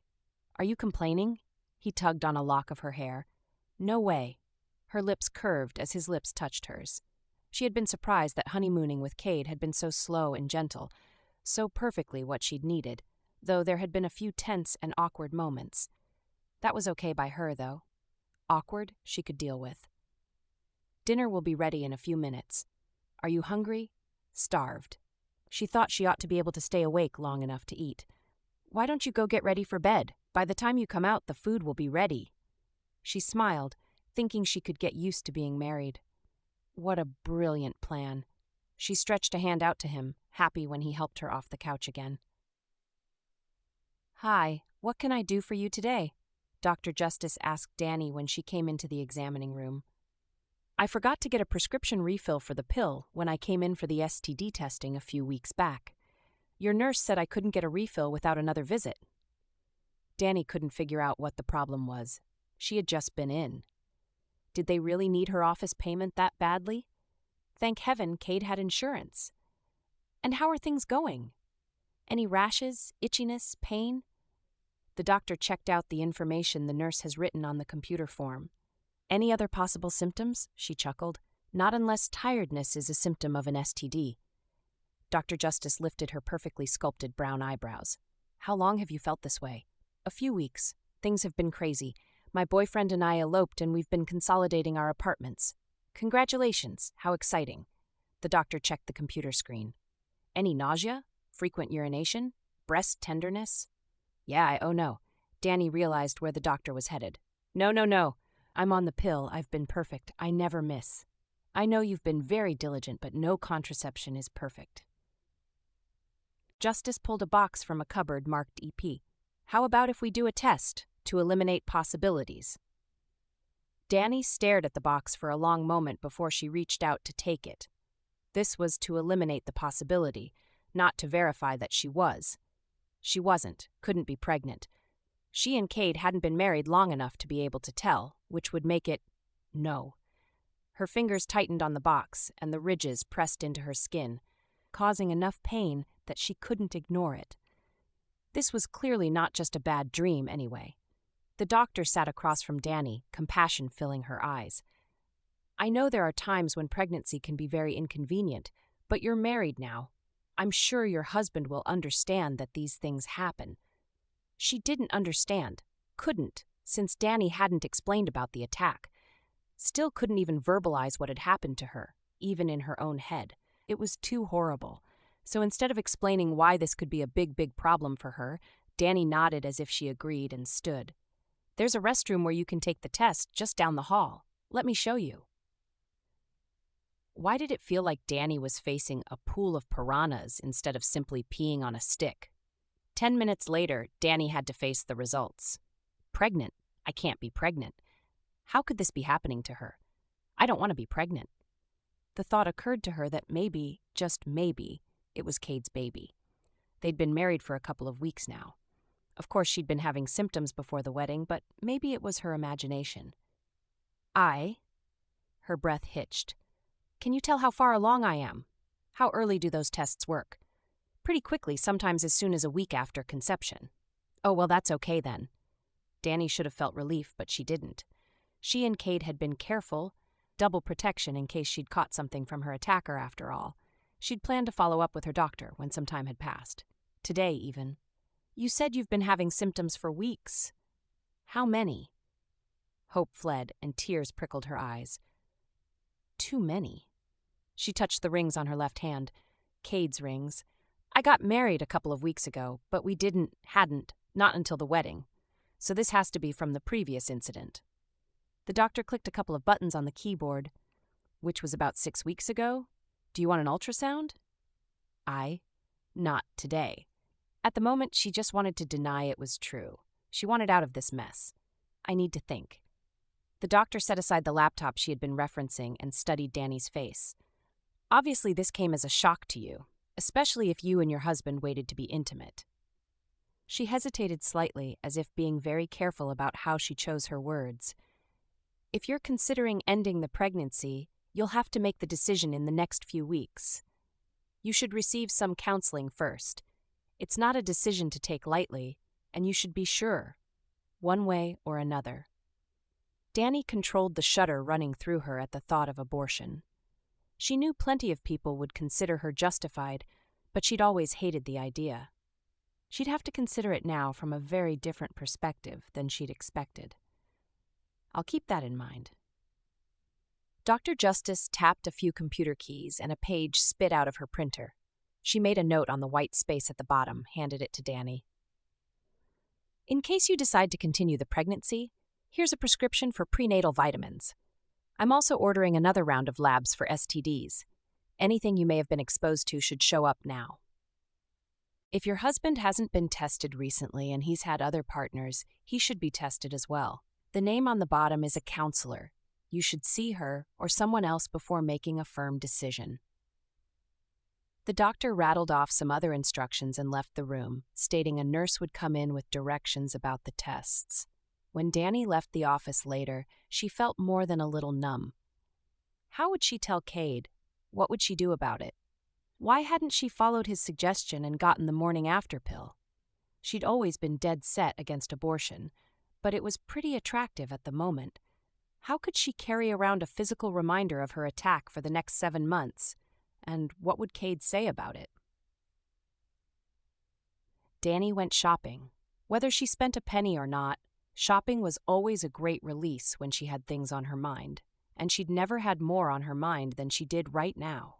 In the past, she had always smiled as she walked through the baby department, but tonight she averted her eyes and walked quickly through, in the stores where she couldn't bypass the section altogether. She dug through women's clothing and turned away when she realized she'd wandered into maternity. She looked at accessories and flinched when she saw mommy-sized purses and diaper bags. And when she realized there were baby toys on the next aisle, she turned and walked out of the discount mall where she usually bought her designer clothes. Was no place sacred anymore? Dani decided to put it from her mind. She needed to get home to face Cade, though she had no idea how she would tell him. Dani had no appetite, but she started to cook as soon as she arrived home. Cade would be another hour, and then they would eat, and she would have to tell him. She wanted to ignore it, to pretend her pregnancy wasn't real, but she couldn't. So she sliced vegetables and defrosted chicken breasts, and when Cade called to say he was 10 minutes from home, she threw her fajita ingredients into a pan. "Hey, babe, smells great." Cade came straight through to the kitchen, leaning over to drop a peck on her cheek as she worked at the stove. "I'm starved. Lunch seems like forever ago. How was your day?" She made small talk with him, skirting around the issue of the doctor's visit. He'd known she was going in to get her prescription refilled, only now she may not be taking it anymore. Her stomach knotted, and she tried to ignore it. "So, did the doctor run the rest of those tests when you were in this afternoon?" he asked as they sat at the table. "Yeah, I should have results from everything soon." She didn't look up at him as she uncovered the warm tortillas and slid one onto her plate. He didn't respond, but she felt his gaze on her. After a long moment, he asked, "Is something wrong?" His low voice rolled over her, a soothing sound which would have eased her if it hadn't caused so much more guilt and confliction. She let a few seconds pass as she considered how to answer the question. "Yeah." She looked up and into his eyes. "I'm pregnant. That's why I've been so tired." He looked stunned, blinking as he took in her revelation. "You're more than 2 weeks along, aren't you?" Yeah, I am." Tears spilled onto her cheeks as it hit her that she was going to have a baby. It hadn't seemed real until she said the words while his dark eyes bored into her. "I don't know what to do, Cade. What do I do?" At first he didn't move. Then he finally slid his chair closer to her around the tiny table and pulled her into his arms. "Hey, Will." His voice cracked slightly as he stroked her curls. "We'll figure it out." Dani cried into his shoulder, grateful to be wrapped in his embrace, though neither of them said anything for several minutes. He felt stiff around her, but he offered her comfort anyway. It was enough. When she pulled back, she wiped her face, groaning inwardly at the mascara that came off on her fingers and the black splotch on his shirt. "I'm sorry. I'm such a mess." "You're entitled. Don't worry about it." Cade pressed the hair back from her face. "Are you okay?" Though she wasn't sure she was, Dani nodded. At least she was back in control of herself for the moment. "What do I do, Cade? I hate abortion, but I don't know if I can stand to carry his baby. And how could we raise it? The reminder. The tears came again. I know, honey. I know. He pressed kisses to her cheek and forehead, pulling her close again. You have time to decide, though, don't you? No need to figure it all out right this minute. When they finally got back to their food, Dani only picked at hers, and even Cade ate half-heartedly. As she prepared for bed, she wondered if the nasty surprises would ever end. The pregnancy never left Dani's thoughts for long, and though she managed to focus on her work, she didn't give it her undivided attention. She and Cade moved around each other, but didn't really talk. Over a week after her visit to the doctor, she found Cade waiting for her at the front of the salon when she finished up with her last client of the day. He stood from a chair by the cash register as she walked over. Hey, I thought maybe we could get some pizza and have a picnic. The food should be ready soon. She smiled. She couldn't help it when he looked so handsome and out of place among the hairstyle magazines. Sounds great. She stretched up and accepted his kiss. Seriously? I've never seen you do more than hold hands with a guy in public before, Chelsea said from her spot at the register, except when we all went dancing. This must be serious. There has to be an exception to every rule. Cade slid an arm around Dani's shoulders. Well, not every rule. Chelsea's grin flashed. Some are for the betterment of society. Here, she considered pizza and decided her stomach could take it, though it had gotten pickier lately. As long as there was no spicy meat on her half, I need to grab my stuff and double-check my station. A while later, they had their pizza in hand and were headed to the park. When they selected a table near a street light, Dani pulled her jacket closer around her. The weather was nice, but the light breeze was cool. Maybe outside was a bad idea, Cade said as he set the box on the table. It's not bad. It's a nice change of scene. Dani flipped the box open and smiled at the veggie pizza slices. I thought a new setting might be good tonight. They both munched down on their dinner, discussing little details of the day, sipping at the sodas he'd ordered for them. When they finished, Cade closed the box and took her hand. I've been thinking about the baby and wondering if you've decided anything. Dani sighed. I've thought seriously about an abortion, but couldn't make it feel right. She thought of the newborn a client had brought in with her that day, about the sweet way the baby had puckered his mouth and the bright blue of his eyes when he'd opened them. I could have taken the morning after pill without guilt if I'd been smart and followed your advice, but this baby has a heartbeat by now. It's alive, and I can't kill it. Cade took her hand in his and gave it a squeeze, but thankfully he said nothing. I don't think I could keep it either. So you're going to have to put up with a cranky pregnant woman without the end benefit, he smiled. First, I want you to know I would have supported you 100% if you'd decided not to have this baby, but I'm glad you're not having an abortion. Life is precious. Second, if adoption is what you want, I'm good with it. But if you change your mind and decide you want to keep it, I think I'd be up for that too. Dani was surprised as she thought he'd be gung-ho to get another man's baby out of his house. You want to keep the baby? I've thought about it a lot, and I know it would be hard. Parenting isn't easy, even under the best circumstances. These are far from ideal circumstances, but if it's what you wanted, if you thought you can handle it, I could support you. It's not the child's fault, and every baby is a blessing. How could he be so reasonable about it? She couldn't imagine it. Do you mean it, or are you just spouting off what you've been taught your whole life? She was relieved. He was on board regardless of her choice, but she still planned for adoption. Cade held her hand and met her gaze firmly. I mean it. But we're young, and there'll be other chances to have a baby, so however you want to play it, we're good. Dani couldn't have imagined Ronnie saying anything that sweet or that sincere, and was grateful again that she'd found Cade. She pulled him close and pressed a kiss to his mouth. You're seriously the best husband ever, you know? His lips curved against hers. I try. Dani paused in the doorway to the bedroom and stared. Cade was reading a book on pregnancy. She hadn't bothered to pick one up yet, and the day after she decided not to have an abortion, he appeared to already be halfway through the book. He glanced up and looked at her over the top of it. Hey, sweetheart, how are you feeling? Fine. She tossed her dirty clothes in the laundry basket. She slid into bed beside him. "Reading for entertainment tonight?" He smiled. "I doubt you'd be entertained hearing about your future swollen ankles and flatulence problems. I'm rather amused, though." "I'm sure." She kept her voice dry, though she found she actually did find his comment a bit funny. She refused to think about what the pregnancy had in store for her. Hopefully ignoring it would help her get through the coming months. "By the way, I picked up some prenatal vitamins when I was at the store today. Did you know you could buy them over the counter? You should start taking them. I put them in the cupboard beside your breakfast bars so you'll remember." Dani grabbed her copy of Janet Rallison's latest and buried her face in it. "Sure, I'll do that. It wouldn't hurt her, and if it helped keep some of the nausea or exhaustion at bay, it would be well worth it." "How was work?"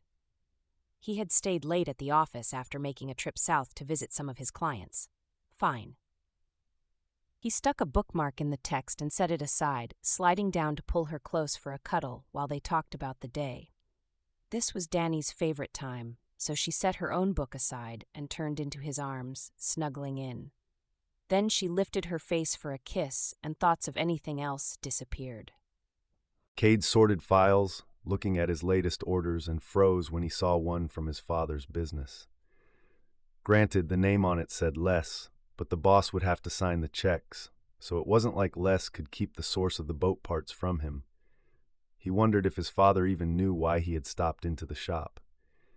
He couldn't see the old man not questioning someone about his presence there. Vigorously, Mel walked in.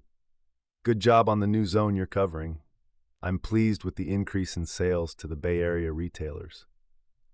"Thanks. It's been good getting to know some of the owners. I hope that in the next few months we'll see another upswing as I stop through and visit them again." It had been nice to be in the stores. He missed the sales and service part of his father's boat shop, seeing the excitement radiate in a customer's eyes as they looked at the floor models and discussed options. He'd loved working with the boats themselves, getting his hands greasy with engine oil and adding custom installations. He's missed his father's shop, but working there wasn't an option anymore, and working for a competitor didn't appeal. In that respect, his current job was as close to ideal as it could get. "Keep it up," Mel said, and continued on his way. Cade hoped they picked up, because though his and Dani's joint living expenses were less than when they had been living separately, they would definitely need an infusion into the bank account before her pregnancy grew further along.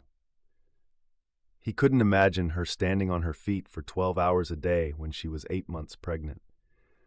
Her pregnancy was another thing that never strayed far from his thoughts. She had to be close to 3 months now, and though she took the prenatal vitamin, he didn't think she'd been back to the doctor. Ignoring her health wouldn't make the pregnancy go away, but it could cause more problems.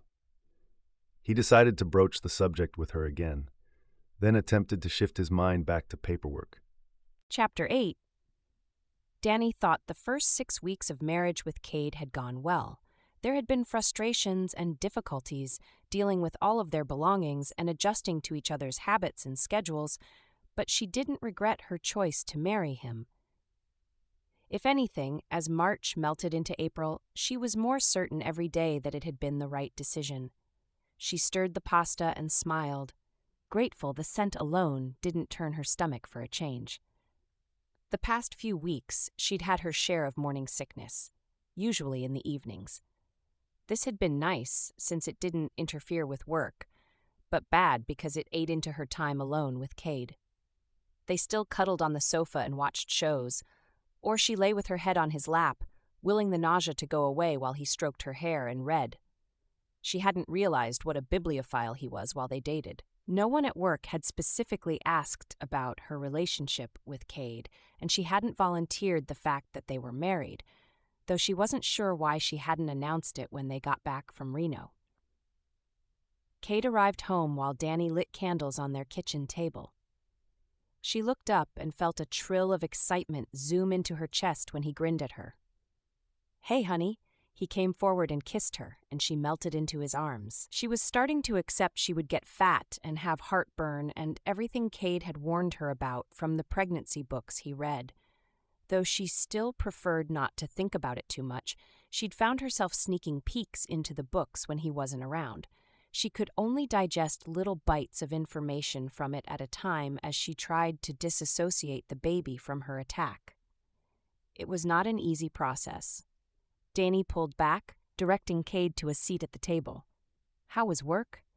It never failed to amaze her that they could be so domesticated, come home from a long day and sit to a meal like any married couple. She liked it, but it seemed kind of surreal at times. Cade stopped beside the chair, but didn't sit yet. Orders from my clients have been steady. How are you doing? He asked, setting a hand on her belly, wonder in his eyes. Fine. She wasn't sure why he was always touching. She couldn't feel movement yet, so he certainly wouldn't. You know, maybe you should go back to the doctor. Cade's expression said she didn't look fine. She knew there were circles under her eyes, and she probably looked as exhausted as she felt.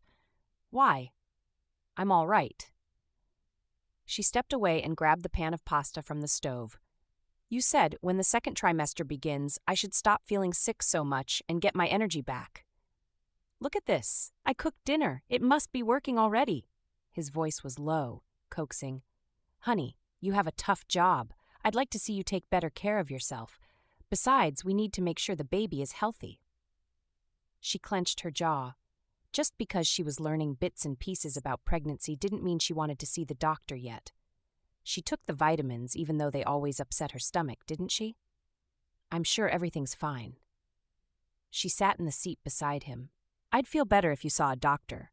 Her hands balled into fists, and she made a determined effort to loosen them. I understand. She hated it, but she understood, and he was right. Dang it.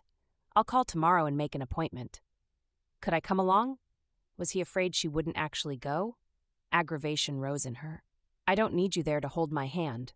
He touched her arm, lowered his voice, and softened it. I'd like to be with you, unless you don't want me there. How could he be so patient when she was so testy? A long moment of silence passed before she nodded. Fine. I'll let you know when it is. Thank you. He leaned over and kissed her cheek, the only part of her he could easily reach when she refused to look at him. Dani wasn't sure how she felt about having him at the doctor with her. She had no idea what to expect, but though she wanted to argue against him coming, she had the feeling she'd be glad he was there once the appointment started. Cade sat at his desk at work, making a list of places he needed to stop the next week. His phone rang and he snatched it up without looking away from his monitor. This is Cade. Cade, buddy, I tried stopping by your place the other night, but someone else lives there now? Why didn't you tell me you'd moved? Kip's voice asked. Cade smiled. Sorry, Dani and I got married, and I moved in with her a while back. I should have let you know, but I've been preoccupied. Kip swore in his surprise. You married her? When? Why didn't you tell anyone? Dude. There was a slight pause, then a disbelieving chuckle. I had no idea things were so serious. Cade saved his file and leaned back in his chair. He'd thought about mentioning his marriage to Kip, posting a note about it online for his brother and mom to see, but decided to hold off when they found out about the baby. Despite his relationship with his father, Cade's mother would definitely want to meet Dani, and he didn't think his bride was ready for that, nor was he ready to explain to her about what went wrong between himself and his dad. We made a run to Reno out of the blue. Nothing was really planned, and with moving and everything, things have been a bit hectic. I'm sorry we missed you. We should get together again soon. He tapped his pen on the desk and smiled as his boss walked past the open door. What have you been up to? Just picked up a new boat, a J640 McKay, Cade whistled. He studied all of the boats on the market, and that one, new on the market, was a 28-foot cabin cruiser with a great engine and lots of extras. What I wouldn't give for a spin in it. It's unbelievable. How long's it been since you were on a boat last, man? Way too long. The boss took some of us out on a new model for a test run a few months back, but it was almost a year before that. Missing it was a visceral ache, but he'd been paying most of his extra cash on student loans and his car, determined to get out of debt and stay there. He planned to start a savings account for his own boat soon, but it hadn't happened yet. With Dani's pregnancy, he didn't see it happening anytime in the next year either. Well, hey, take mine out for a weekend. You and Danny can have a getaway.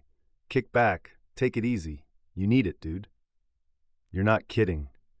He considered the offer, wanted it like Luke Skywalker wanted his lightsaber. I'll talk to Danny, see what she thinks, but I'm all for it. He glanced at the calendar hanging on the wall. Thursday already, and she'd need time to clear her schedule. How about if we plan for next weekend, and I'll let you know what she says. Great. I'll have the boat all ready to go. He turned the conversation, ending it with a legitimate business question in order before hanging up some time later. How do you feel about boats? Dani looked up from where she plated their dinner. Cade stood on the other side of their kitchen table, his hands in the pockets of his chinos. I think they're boaterific. Why? His lips quirked at her comment. I talked with Kip on the phone today, and he offered to let us borrow his boat for a couple days. If you can clear your calendar for Friday evening and Saturday, we could go next weekend. Stay through the following Monday. It could be like the honeymoon we never took, if shorter than I'd wish. He slid in behind her, placed his hands on her hips, and pressed kisses to the side of her neck. He knew all her weaknesses. Is there somewhere to sleep on board? She shivered slightly at his attention, but refocused and continued what she was doing. Mostly. It's not big, we'll definitely have to snuggle, but snuggling's what honeymoons are all about.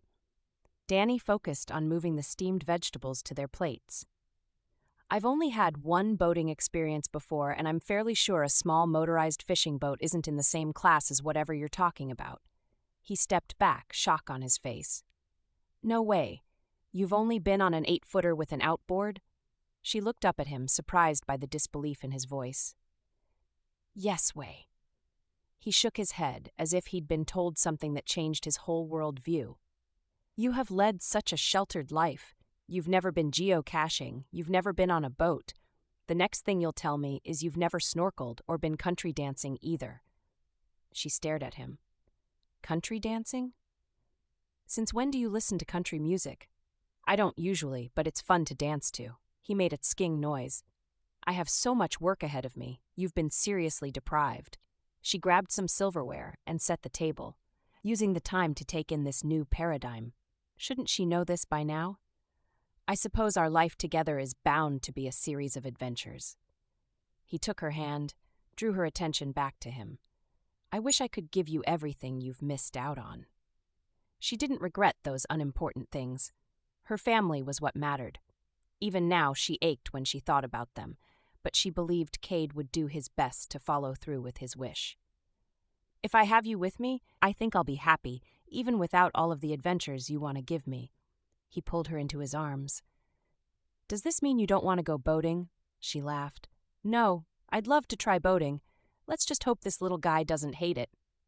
She touched her stomach, then slid her own arms around Cade's neck and accepted his kiss. There are 100 boats here. How can you possibly find the one you're looking for? Dani asked as she trailed along behind Cade at the pier. She had a bag over her shoulder and dragged a wheeled suitcase big enough to carry her. Cade, by comparison, lugged a large cooler and had 2 grocery bags hanging off of each hand. I have the address. I didn't realize boats have addresses. Here we are, Cade said as they came up to a blue and white boat in a marina in San Francisco. This is Kip's smallish boat, huh? Dani asked as she looked up at the cabin cruiser. She hadn't expected anything half so nice. Well, compared to a lot of the ones my dad sells in his shop and the one my parents own, it is smallish. Cade shrugged, then climbed on board. Wait there for a minute while I take care of these. Surely you don't water ski behind this, Dani said. He hadn't talked much about his family, but he'd mentioned family water skiing trips. No, it's not built for skiing. My parents have a small speedboat, though. When we were growing up, those who wanted to stay dry climbed on the cabin cruiser, and those who wanted to ski rode in the other one. Cade returned for her, taking the luggage and then helping her. So tell me how this is done, Dani said when she joined Cade. He lifted a compartment at the back of the boat, exposing an engine. This is the bilge. The blower has to run for a couple minutes before we start the engine. She watched him switch things on. Cade disconnected the cabin cruiser from the pier and climbed back in. You ready? He asked. Let's go. She moved to stand behind him as he sat in the captain's seat, started the engine, and engaged the gear shift at his right side. Cade pushed the handle forward as they pulled into the marina passageway and headed through the maze of boats, past the shoals, and into the open sea. Though Dani was curious about everything below deck, she stayed topside until they had maneuvered past the sandbars that kept the marina water smooth and had left the ubiquitous seals in their wake. She reveled in the sights, sounds, and smells of the ocean. She had always loved it, from the shore, but had the feeling that she would love it every bit as much from the boat. Once they had left the shore behind, Dani gave herself the grand tour and investigated the small cabin with a bathroom and couches and a table that made into a queen-sized bed. She put away the food and then dug into the cupboards to see what Kip considered necessities for his boat. She found a flare gun tucked in one of the benches at the table and pulled it out. Several flares rested below it, so she brought one with the gun back on deck. "What's this for?" "In case we get stuck in the middle of the ocean. I've never needed to use one, but I've played with them a few times." "How does it work?" Her natural curiosity got the better of her. Cade stopped the boat and allowed it to drift for a few minutes while he showed her how to load the flare and set it off. Simple. "Huh. I hope we never have to use it." She removed the flare and took it back below deck. This all fascinated her. "You want to try driving?" he asked when there were no other boats nearby. It looked easy, so she took the seat he offered and let him walk her through speeding up and putting the boat in reverse. The theory was a lot like driving a car, though the feel of the engine and the constant motion of the ocean below them was a bit disorienting.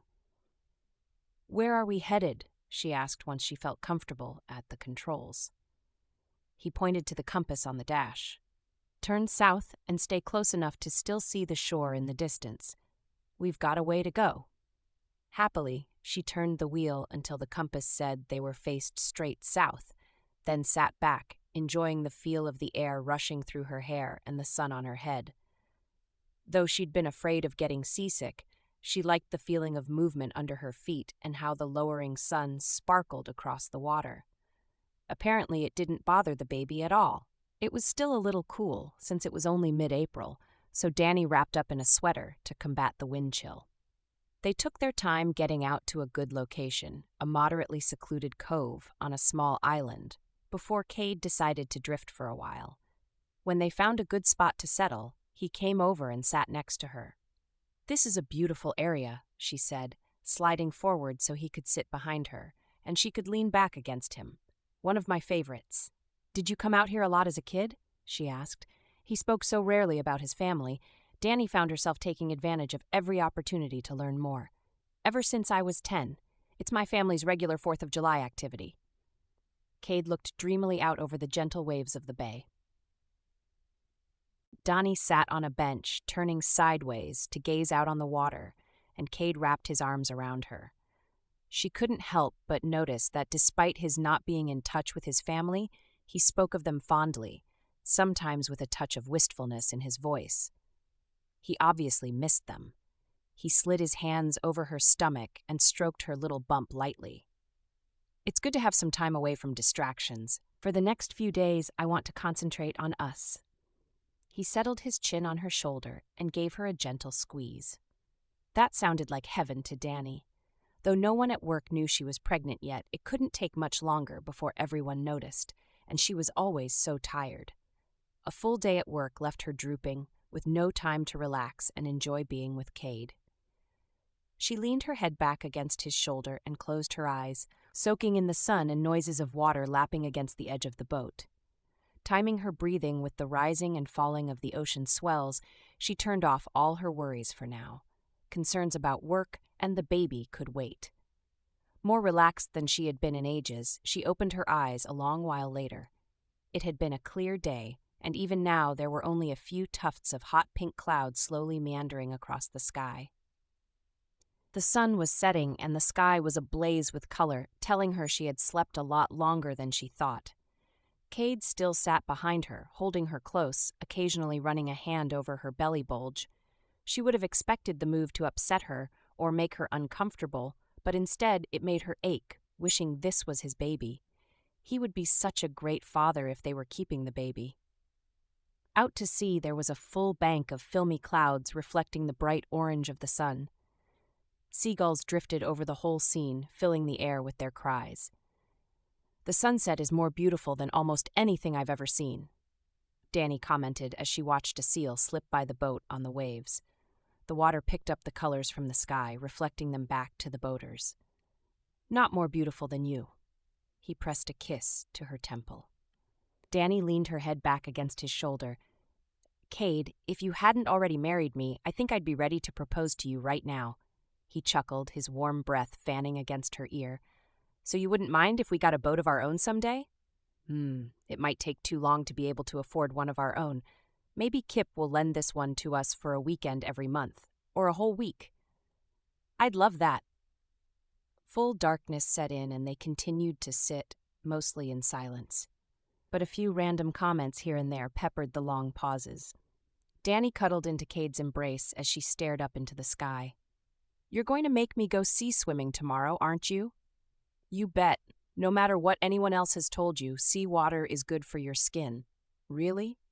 She smiled, knowing he made it up. "Cross my heart." After dinner, they sat on the deck, letting the conversation drift from one topic to the next, staring up at the sky. "I don't think I've seen so many stars at once in ages. Look at the Milky Way." Dani enjoyed the feel of his arms around her and the way his cologne mingled with the scent of the ocean. It had been years since she'd viewed the Milky Way so clearly. Cade pointed out a couple of constellations, the Seven Sisters and Vega. "You know, there's a beautiful story in Chinese mythology about a cowherder falling in love with the seventh daughter of the Emperor of Heaven. She was a weaver of clouds and rainbows, beautifying the night sky. The cowherder played a trick on her and convinced her to marry him. One day, the emperor missed the clouds she weaved and sent her grandmother to retrieve her." Prosody rate.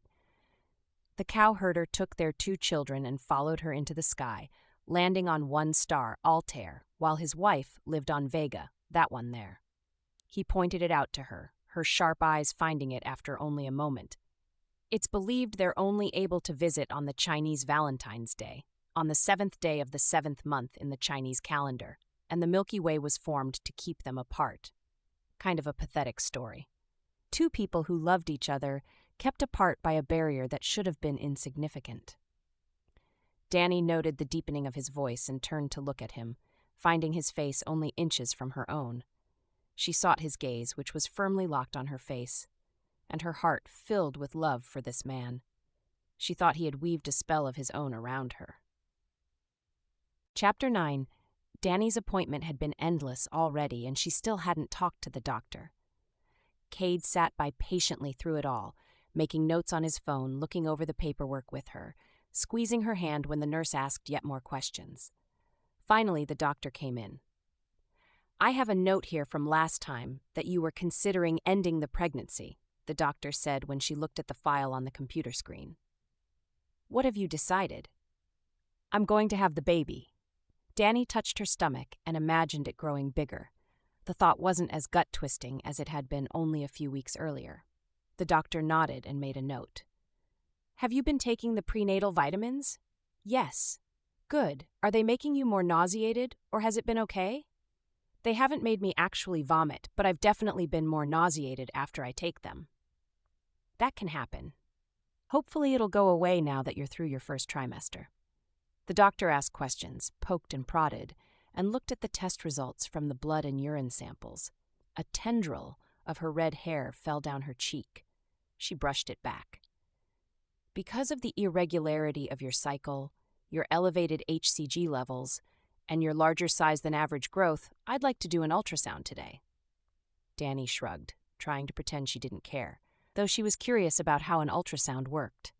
She'd heard about the cold jelly and seen videos of the procedure being performed years before, so she was surprised when she found out they were doing it internally instead.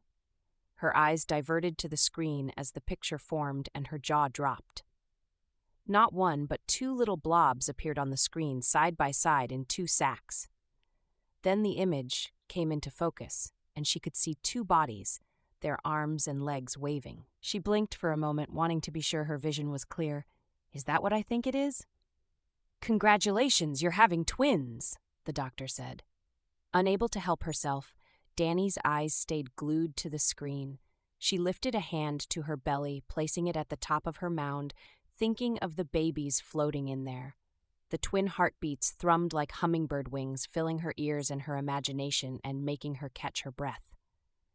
In that moment, the pregnancy went from something which made her sick and irritable, a reminder of her ordeal, to becoming actual babies, tiny humans that she was growing inside her. They moved from theoretical to real in her mind, and with the shift, everything else changed. Cade took Dani's free hand, and with tears in her eyes, she looked up at him, knowing she had to keep them despite everything inside her that had been screaming otherwise only a few minutes earlier. All of the emotions she had been trying to deny flooded back on her, and she returned her gaze to the screen where they were taking snapshots of the babies. 2 of them. Her heart filled and expanded in her chest, and tears poured down her cheeks. She wished so much that they were Cade's babies, that they had been created in the love that they shared, but they were still little people she had made. Twins, Cade whispered into her ear. We're getting 2 babies. His words encouraged Dani. She hoped it meant he was still willing to raise them. Even though she knew it would not be easy, she couldn't imagine giving them up now.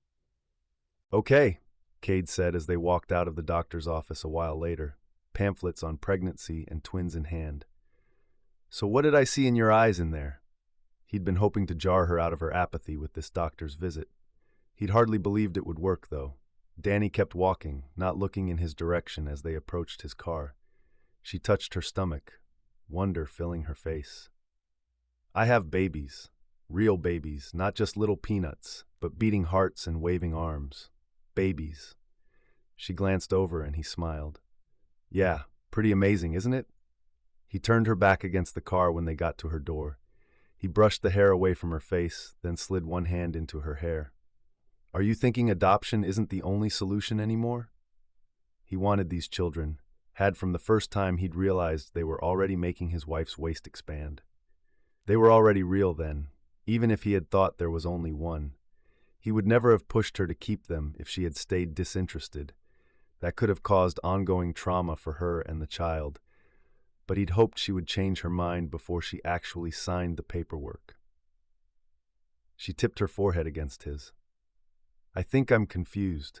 I want to keep them, but I don't want to make any snap decisions. And I don't want you to get excited about possibly keeping them if I might change my mind. That's okay. No one is making you decide right now. He leaned in and kissed her, a gentle caress against her lips, hoping it conveyed at least some of the love he felt for her. I think you're amazing, and I'd love to raise the babies if it's the right thing for us. Dani smiled, ran one hand along his shoulder. One way or another, I definitely want to raise a family with you. She leaned forward and pressed her mouth to his, teasing him with slow kisses. Family. It amazed him that one word could make his heart ache and his hopes soar. It had been too long for both of them since they'd been part of a family. Creating a new one with her sounded just about perfect. Come on, you need to eat, he said when he drew back, wishing they weren't in a parking lot. We'll grab something and take it home. Wonderful. Dani worked on one of her regular clients as mid-May sunlight shone through the salon's front windows. Renee Still had been coming to Dani for 4 years and scheduled her next color touch-up and hair trim 6 weeks out at the end of every appointment. Though the 2 women were only general acquaintances, Renee had discussed her college-age daughter who was in love and talking about marriage, and once tried to set Dani up with her son who attended law school. This time, before Renee had been in the chair for long, she took Dani's hand and studied the wedding and engagement rings.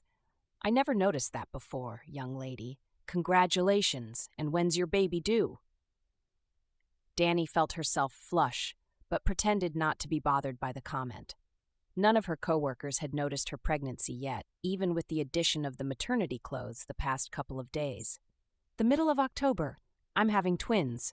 Renee beamed at her. How wonderful. Twins are a handful, but what a treasure. Do you know what you're having yet? No, it's too early for the ultrasound to tell. Maybe by the end of the month. My husband and I are pretty excited about it. She took another snip at the woman's hair, smiling. "Hold on, you're what?" Chelsea asked from 2 feet away. Dani felt herself wince, but hoped no one had seen it. She pretended nonchalance as she presented her hand, wiggling her fingers to show off the diamond Cade had given her. Had it seriously taken them 3 months to notice? Chelsea goggled. "When did you get married?" "Last winter." Dani turned the client and checked both sides of her hair in the mirror, doing her best to act unruffled by the attention. "How do you like the length? Is it good for you, or would you like me to trim it a bit more?" In a few weeks, leaning over the back of a chair would be out of the question. "Dani," Chelsea protested, "I think it's just right." The client played with her own hair and smiled. "Yes, that will do nicely." She looked back over her shoulder, arched her brows. "You didn't tell the people you work with?" Dani pulled out the chemicals for the root job.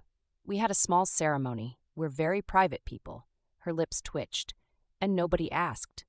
"Give me a break." Chelsea crossed her arms over her chest. "I didn't think you were so private, married and pregnant. Unbelievable. You didn't even let us throw a bridal shower." "A major mistake on my part," Dani joked. "I should have soaked you all for everything you're worth." Renee laughed, and Dani told her she'd be right back. She went to the sink to mix the color. Chelsea followed. "I'm not done with you yet." "I know." Dani donned a pair of gloves and measured out chemicals. "You're going to have to wait a few minutes. I'll talk to you when I finish here." Chelsea huffed. "Fine, but you better show up in the break room as soon as you finish with her." She turned on her heel and stormed off. "Been keeping secrets?" Renee asked when Dani returned a few minutes later. "It's not like this ring is small," Dani commented as she started clipping the top layers of hair. "And we haven't exactly announced my pregnancy to the world yet. You're more observant than most people, I guess." When she'd set the timer for the color to set, Dani reluctantly turned to the employee lounge where several of her coworkers waited. The word had spread through the building, and several people gave her curious looks as they watched her go. Hearing the gossip secondhand was never as good as getting it from the source. "Did I hear something about a baby?" one of the other ladies asked without preamble when Dani walked into the break room a little later. She gawked as Dani put one hand on the top and another on the bottom of her growing belly, showing off her silhouette. It wasn't much to show off yet, but at 17 weeks there was a definite bump. The round of gasps must have meant her clothing choices had done a good job of hiding her changing figure. "Twins, actually. I feel like I'm already as big as a house. I'm surprised no one noticed." "How far along are you?" 17 weeks. "And when were you and Cade married?" Chelsea asked. "And while I'm at it, why haven't you told anyone about this?" "Cade and I were married last winter. We chose to have a simple ceremony without any fanfare, and this bump came along soon after. The pregnancy wasn't planned, but we're excited all the same." It was a question of semantics, she told herself. The bump didn't show up until after the wedding, even if the babies inside were coming along before that. It was no one else's business anyway. "You only met Cade in November. What? Were you married the next week or something? That's so not like you." "Way too impulsive for our Dani," someone else agreed, and a murmur of agreement rose from others in the room. Dani laughed. "It was a bit impulsive. He proposed, and the next day we hopped in the car and headed for Reno. I was pretty nervous about it, but I haven't regretted it for a minute. I've been living with Craig for 2 years, and I'm still not ready to get married," Zelda said. Dani secretly thought that was because Zelda and Craig fought constantly, rather than because Zelda was not ready for marriage in general. "I think I knew Cade was the one after our first date," Dani admitted. "Maybe after our first meeting." She remembered the night, the way she'd felt drawn to him, the light-hearted banter, the way he'd looked in his white dress shirt, tie-less, with the neck open. Now she'd seen him in real casual wear. She knew he always looked good. She grinned to herself, feeling a tad sappy. The girls all took a moment to ogle her ring and pepper her with questions about the babies. The conversation was cut short when Dani's timer went off, and she had to return to finish the color treatment. When she waved Renee off a while later, Chelsea returned to Dani's station as she cleaned up. "Now I know why you've been cutting back on your shifts, taking longer breaks in the middle of the day, and looking peaky long before your day is over. Dani moved around the chair with the broom. Yes, my doctor hates me working here, and probably won't let me stay past June if I'm lucky. She's extra careful about twin births. Chelsea scowled. I can't believe you didn't tell me. Dani shrugged, not wanting to seem dismissive of her boss's offense, but not really having anything to say to make it better. I don't have much family. He doesn't talk to his. Or at least they don't talk much. Cade still hadn't told her anything about what caused the rift. We decided to have a quick ceremony to make it all official, but we didn't want a lot of fuss. Weddings are supposed to be a lot of fuss. That's how you get a truckload of presents. Dani laughed. If you're determined to give me presents, I'll let you arrange a baby shower. Small consolation, but I'll take care of it. Chelsea stood and stretched her lanky frame. I better get back to the front desk. Someone just walked in, and you have another customer coming any minute, if I'm not mistaken. Dani pulled a face. You are not mistaken. I wanted my bed 2 hours ago. She sighed and grabbed the dustpan, grateful it was one of those with the long handle so she didn't have to bend over. Dani took a Saturday off. Other than their boat trip, it was the first time since Christmas she hadn't worked at least part-day, 6 days a week, thanks to some bonus appointments on Mondays, and she was thrilled to put her feet up and relax. I think we need to be looking at a house, or at least a good-sized condo, Cade said, as he brought in 2 plates of steaming eggs. Don't you think it's a bit premature? We haven't even decided for sure if we're going to keep the kids. Why would we need somewhere bigger if we don't? He lifted his brows at her. Haven't we decided? Not that the actual words have come right out, but I could swear I heard you talking about baby furniture the other day. Dani had to smile in chagrin. He was right. She had been looking at baby furniture in magazines and had even been into the baby store at the mall, thinking and dreaming and trying to decide what to do. The trying to decide part was mostly stubbornness on her part, however. Seeing the ultrasound had turned her whole perspective around. She wanted it, badly, but still struggled with the association of her attack. It picked at her every time she thought she'd decided. Giving in to her fears had never been her style, though, so she looked at him and made the choice. Okay, I want to keep the babies. Good. He kissed her. I agree. And as you've no doubt noticed, the apartment's a bit small to add 2 more people, even if they will be tiny to begin with. I'd like to stay home with the babies, at least for a few months, if not longer. She shoveled some of the eggs into her mouth, then closed her eyes in wonder. He was a fabulous cook. She covered her mouth with a hand. What did you put in these? They're awesome. He laughed. That's my secret, and I'm glad you want to stay home with the twins. They'll need their mother. She swallowed. So if I'm not working, how are we going to afford a house or bigger place? This is Silicon Valley, not the backwaters of Oklahoma. I have some savings. I'd be surprised if you didn't as well. Cade looked at her as if to verify if it was true. I've put some aside to start my own salon someday. It's not nearly enough, yet. She actually had 2 savings accounts. The first one had about $5,000. The second held the majority of her tip money for the past 7 years, and with a balance over $30,000 would have made an excellent down payment on a home of their own. It was still woefully inadequate for starting a business, however, and she wasn't about to use the money for anything else.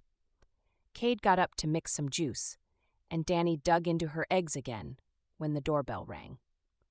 She hauled herself out of the sofa and imagined herself so huge in a few months that she'd be stuck in the chair like a beetle flipped on its back. She opened the door to a pretty blonde. Can I help you? Yeah, I was looking for Cade, the woman said, looking her over. Her eyes narrowed when she saw Dani's pregnant belly. Feeling like she'd been judged and found wanting, Dani opened the door and gestured the woman in. She called over her shoulder.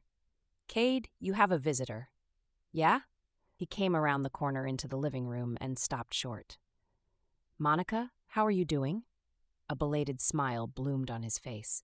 Monica flashed Cade a bright smile. I'm sorry I didn't call first. I heard you'd moved. I was in the area for a few days and hoped we could get together. If you're busy, though. Cade set the pitcher of juice and glasses on the coffee table. I'm afraid you've caught my wife and I having a lazy morning. Did Dani introduce herself? No, she didn't. Monica's eyebrows shot up. I guess the post office lost the announcement about your nuptials. He walked over and slid an arm around Dani's waist. We didn't send any, but if we had, you would certainly have been on the list. Dani watched the byplay with curiosity and a strange sense of jealousy. Who was this woman who thought she could drop in on Cade any time and he'd fall at her feet? Had he done so before?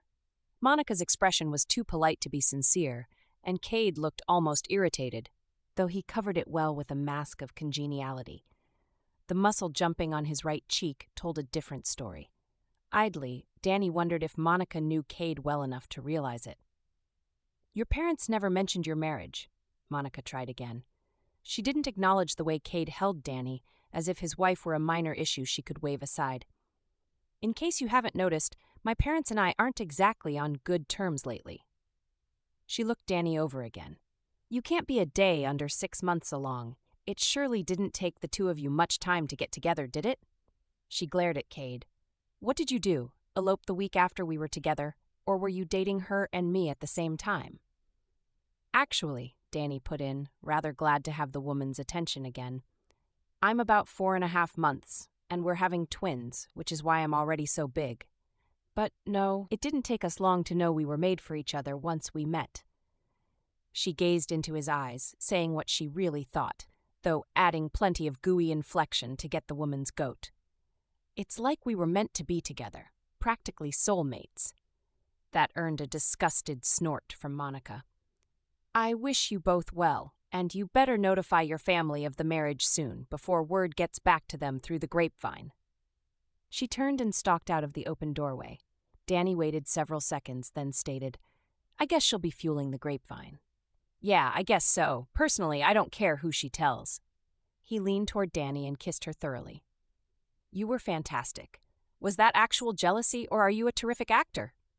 His smugness over her possible jealousy made her want to lie, but since she still felt a bit dazed from his kiss, she came clean. She's beautiful, and you obviously have a history, so yeah, maybe there was a tiny bit of jealousy in there. You know you don't need to be, he grinned. Would you like to finish your eggs before they go cold? Dani nodded. I think I would.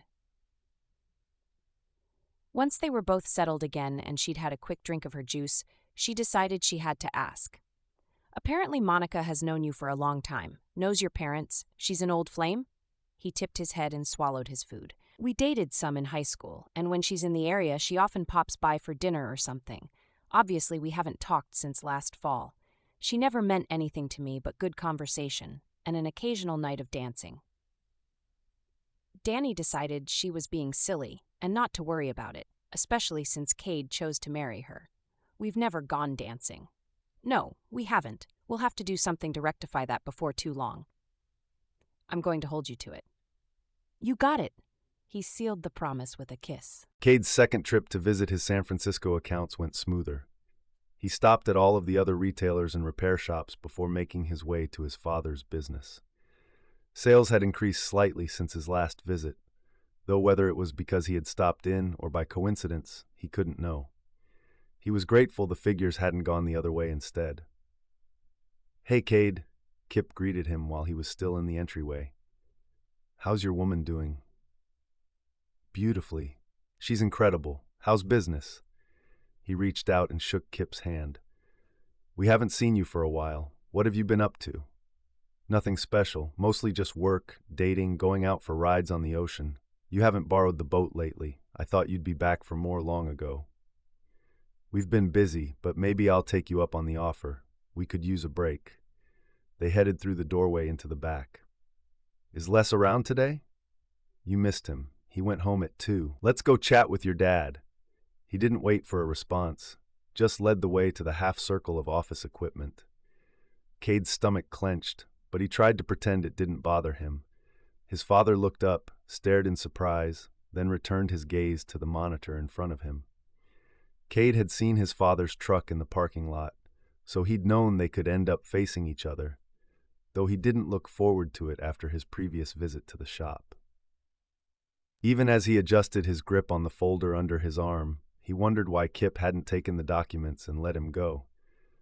The cement floor echoed with every footstep, and Cade could have sworn his heart rate zipped up to light speed. Even his hands started to feel shaky, and maybe even a bit tingly. The last time he'd felt like this was when he rushed to Dani during her attack. Only this was a completely different kind of danger. He thought he ought to smile like the salesman he was when they stopped at the counter and his father looked up at him, expression on the cool side of blank. "Can I help you?" Jeff asked. "It's more like what I can do for you. We have some great new products I think you'll be interested in." Cade opened the brochure and pointed out the first one. Before he could continue, though, his father stood and snatched it from his hand and put out a hand for the other items Cade had brought. "Thank you. I'll be sure to look it over. Is there anything else?" Jeff didn't look back into his son's face. No, not really. It felt like a pit had opened up in Cade's stomach. "Just look it over and have someone let me know if you have any questions." Jeff nodded, then sat and returned to typing. Cade closed his eyes for a moment, then asked, "How's Mom doing?" The clicking stopped. "She's fine. Just fine. Everyone's fine." Needing to get out of there before he broke down, Cade nodded. "Good." He turned and hurried out, not stopping to tell Kip goodbye. As Cade passed his father's truck in the parking lot, he took a fortifying breath. He wondered if he was ever going to be forgiven. Chapter 10. Dinner was eaten and cleaned up, and Dani stretched out on the sofa. The day had been long and hard, and she knew at her next appointment the doctor would have serious words with her about cutting back at work. Dani glanced at her bare feet and wiggled her toenails. They needed some attention, but that was out of the question now. "What are you frowning at?" Cade asked as he put away his laptop. "My toenails need repainting and I can't reach them anymore. I guess I'll have to get one of the girls at work to do them." She kept her fingernails trimmed and shaped and used a buffer on them to make them shiny rather than painting them, but she loved to indulge her fetish for pretty toes. He looked at her feet. "Well, I can't do anything very fancy, but if you only want color, I'd be happy to do them for you." She gave him a disbelieving look. "Right, of course you will. Sorry, permanent markers aren't my thing." He lifted his brows at her. "Give me a break. Where's your kit?" "My kit?"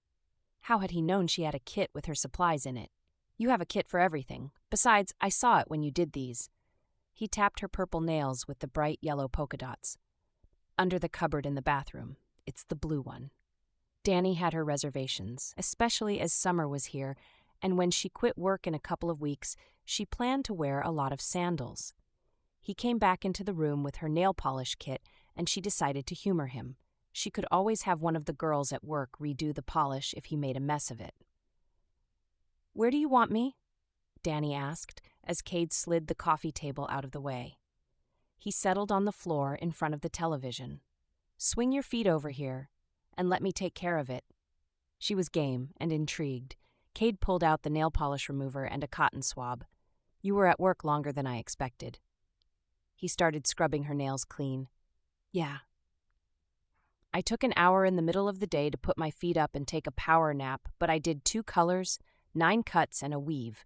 I can't believe I let Chelsea convince me to take one last client."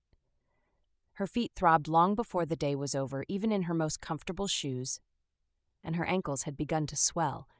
Cade's eyes flickered to her ankles, his fingers caressed one, and a frown formed on his sweet, mobile mouth. "You shouldn't be on your feet so much. Have you given her your last date to work yet?" "June 30th. His frown deepened. 2.5 weeks? "It'll be fine." She held back her irritation, not wanting to vent it on him when he did something nice for her, even if he was bound to do it badly. He finished with the polish remover and pulled out the manicure set, trimmed her toenails, filed them, then treated the cuticles. "Okay, seriously, how did you learn to do this?" She was shocked at his obvious experience, and that it didn't bother him to cut her toenails. Her previous boyfriend wouldn't even touch her feet when they were swimming. After my grandpa died, she came to live with us. I used to give her pedicures. She was 82 and still picked out hot pink and fire engine red." His lips curved as he worked. She said just because her body was slowing down didn't mean she couldn't indulge her spirit, and that part of her would never grow old. She felt her heart melt a little more, as if I needed another reason to be charmed. She asked him about his gran and listened to him talk while he did total foot care, including a quick foot massage when he used the foot lotion. He avoided speaking about his parents or siblings, but waxed eloquent about his gran. She picked out bright pink polish, and he applied it like a pro, waiting for the first coat to dry before adding a second. Then he added seashell decals from her collection, following her directions. She watched him put away her supplies. Everything went back right where it belonged with no prompting from her.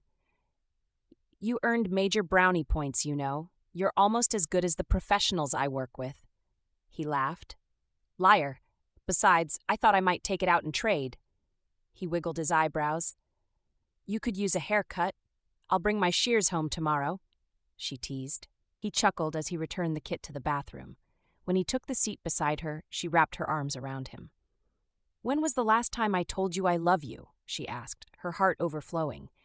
"This morning. It's been ages. I was starting to wonder if you'd stopped since then." He leaned forward for a kiss. She welcomed him closer. "I love you," she muttered against his lips. "Love you more. Not possible. Wanna bet?" She got lost in his kisses and was only peripherally aware when his phone started to ring. It wasn't a tune she was familiar with, so she knew it couldn't be her own phone. He shifted his head away, disoriented. "What? Hold on." Dani threaded her fingers together behind his neck and pulled him back to her. "Let it go to voicemail." "Can't. Sorry." He put his hands on hers and separated them, then dug into his pocket for his phone. Anxiety slid onto his face, and his voice was tentative. "Hello?" A moment later, his expression fell, and he grew pale. "Is he going to be okay?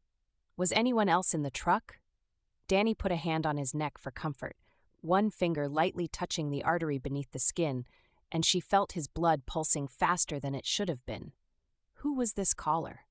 He'd recognized the music right off, and Dani couldn't recall ever hearing it before.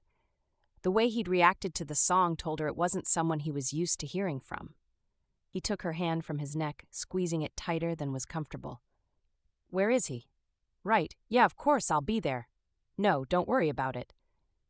He glanced at Dani. "I'm bringing someone with me for you to meet. We'll leave here in a few minutes, so expect us in about an hour. Yes, I'll drive carefully. I love you too, Mom." He hung up and looked at Dani, sadness and worry in his eyes. "That was your mom? What happened?" She tried wiggling her fingers in his grasp, hoping to get circulation back into them, but couldn't take her eyes off his face and its changing expressions. Her strongest thought was that finally she might get him to talk about his family. Cade seemed to realize how tightly he squeezed her hand and released it. "My dad was in a bad accident. They're not sure if he's going to make it." His voice caught. Dani scooted forward and kissed him lightly, feathering her hands against his cheeks as she studied his eyes, gauging whether it would be safe for him to drive. Deciding it was, she nodded. "Then I guess we need to get out of here." In 5 minutes they were in the car, heading north. His hands gripped the steering wheel with white knuckles, and his foot rested a bit heavy on the gas pedal, but she didn't say anything about it. She set a hand on his knee. "It's going to be okay, Cade." "You don't know that?" "You haven't spoken to the man in how many years?" "It's only been a few hours, thus actually. His business is on my route of retailers at Silveridge. I dropped some brochures by, and he was so cold.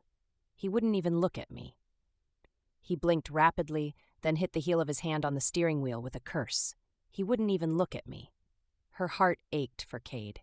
He was usually so strong, never let on anything bothered him. He'd even given her a great pedicure when he'd been the one in need of TLC. Why hadn't he told her about seeing his dad earlier? Didn't he want to share things with her?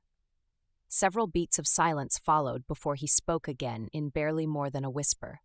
"I don't think I could live with myself if I didn't get a chance to try to work things out." His pain filled the car. "What happened?" Several minutes passed, and Dani decided not to keep trying to talk to him if he didn't want to. Then he broke the silence. "I have 2 siblings. Had 2 siblings, once." "What happened?" "My sister Chessa died. It was my fault."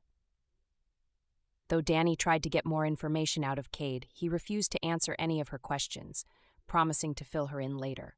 She was starting to wonder when later was going to be. During this life, she wasn't sure, but she could see the stress in his face, and since he was driving, decided to wait to ask him another time.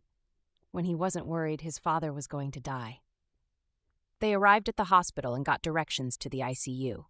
The maze of corridors went on forever, but finally they arrived at the right waiting room. A graying woman stood when she looked up and saw Cade. She took in Dani and her bulging stomach, paused as if in shock, then rushed to Cade, pulling him into a hug. "Cade, I'm so glad you made it." Cade held her tight, lingering over the hug, and Dani thought she saw tears in his eyes. How long had it been since he'd seen his mother? With their obvious love for each other, why hadn't they kept in touch? She was so confused and wished he would open up about what happened. "I had to come," he said.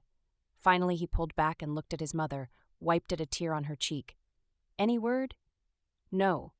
They're still in surgery, but we should hear something soon." She dabbed at her eyes with a wadded tissue. Any makeup she might have put on earlier was long gone. "Where's Jason?" "He and Les went downstairs to grab something to eat. Kip stopped in earlier. He's the one who gave me your number." Her gaze swung back to Dani again. "So is this the person you wanted to introduce me to?" Dani felt weak with the woman watching her. Had Monica spread the word so it reached Cade's parents? The surprise in his mother's eyes said no. She knew nothing about Dani, the marriage, or the pregnancy. That was almost worse. Cade slid an arm behind Dani's back, offering his support. "Mom, I'd like you to meet my wife, Danica. Dani, this is my mom." The woman's surprise was like a shockwave, but Dani pretended not to notice. "It's nice to meet you, Mrs. Frame. Sheila, call me Sheila." She stepped back and sank into a chair. "Wife, you're married? How long ago? The baby must be 7-8 months along." Her eyes switched back to Dani's stomach, then to Cade's face, her expression filled with accusation. "Why didn't you tell us?" "Actually, we're having twins." Cade's arm wrapped around Dani, and he set a hand on Dani's swollen middle, as if claiming ownership, trying to protect the babies from any negative feelings. "They're due in early October." "Twins?" Sheila still seemed dazed. "How wonderful." She didn't look convinced. "Twins do run in the family."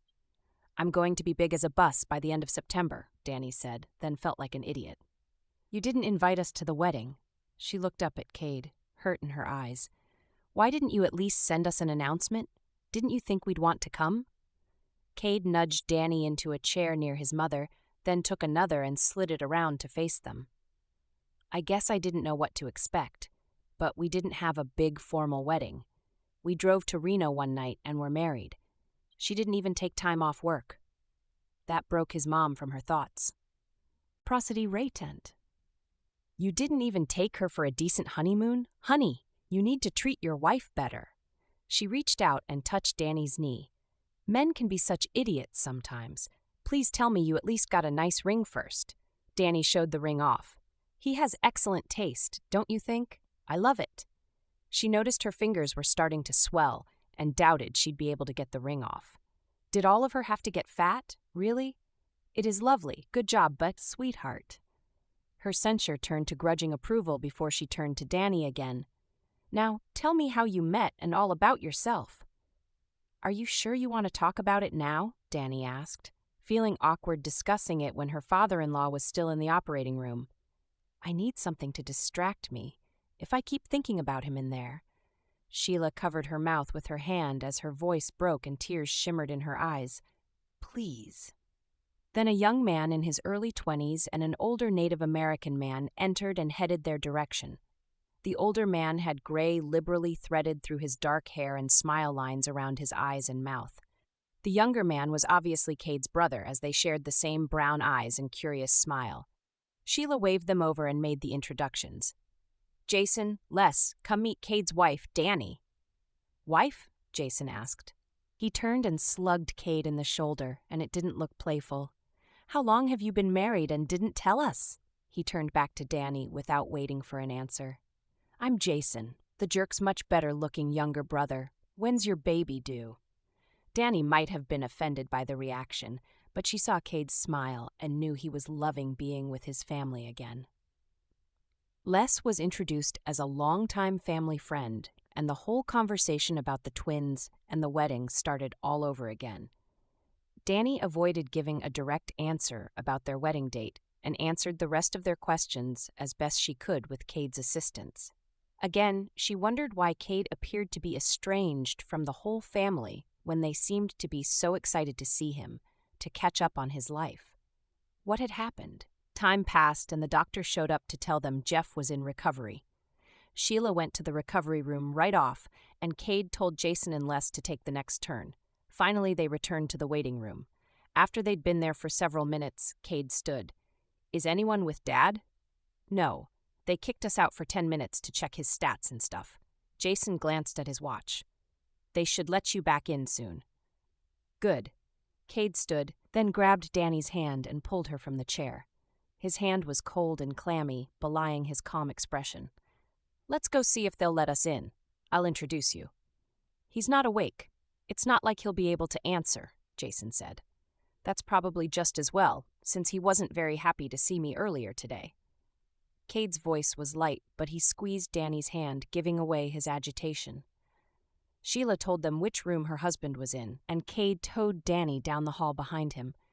He explained to the nurse that he was the patient's son, and she let them in. A heart monitor beeped in the background. Jeff lay on the bed, his head bandaged, his shoulder in a sling, his leg wrapped. Sheila had mentioned he would go into surgery to have his femur pinned in the morning. Even if he woke immediately and there was no brain damage, it would be a long recovery. In the first moment after they entered the room, Dani studied the man who had raised Cade. He had the same facial structure, the same dark hair with a touch of curl, the same nose. If she'd seen him on the street the first time, she might have wondered if there was a relationship. They looked so much alike. Cade squeezed her hand hard when they entered. After studying the patient, Dani looked at Cade when he took an audible breath. He was pale again. She reached up and touched his cheek, drawing his attention back to her. "Are you okay?" He nodded, but didn't speak.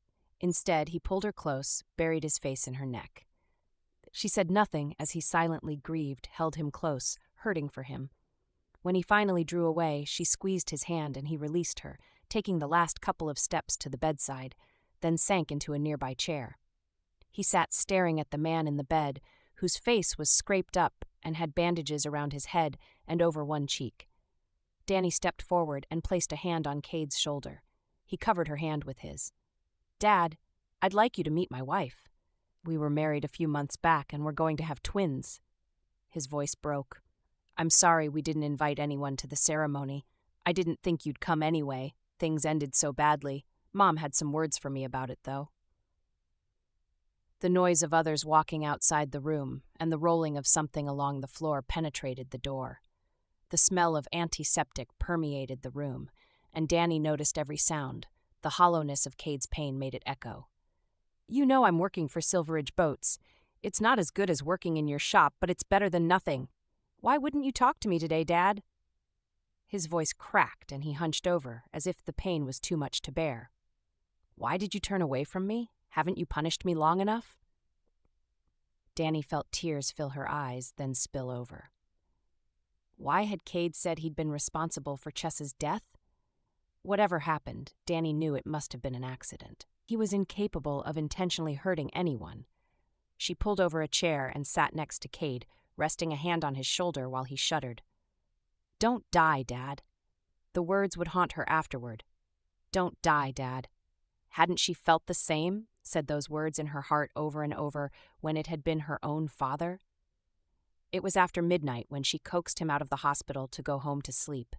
She doubted the night would be restful for any of them. Dani woke to Cade's kiss the next morning.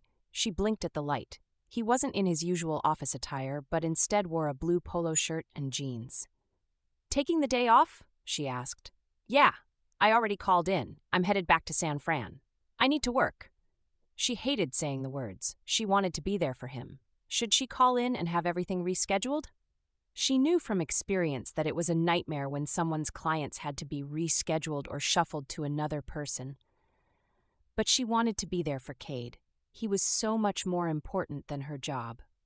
"I see the look in your eyes. Go to work. Don't worry about me. I'll have my mom and Jason." He pressed the hair back from Dani's face. "I'll let you know how things go." "You've been such a rock for me," Dani protested. "I want to be there for you, too." You have been, and you will.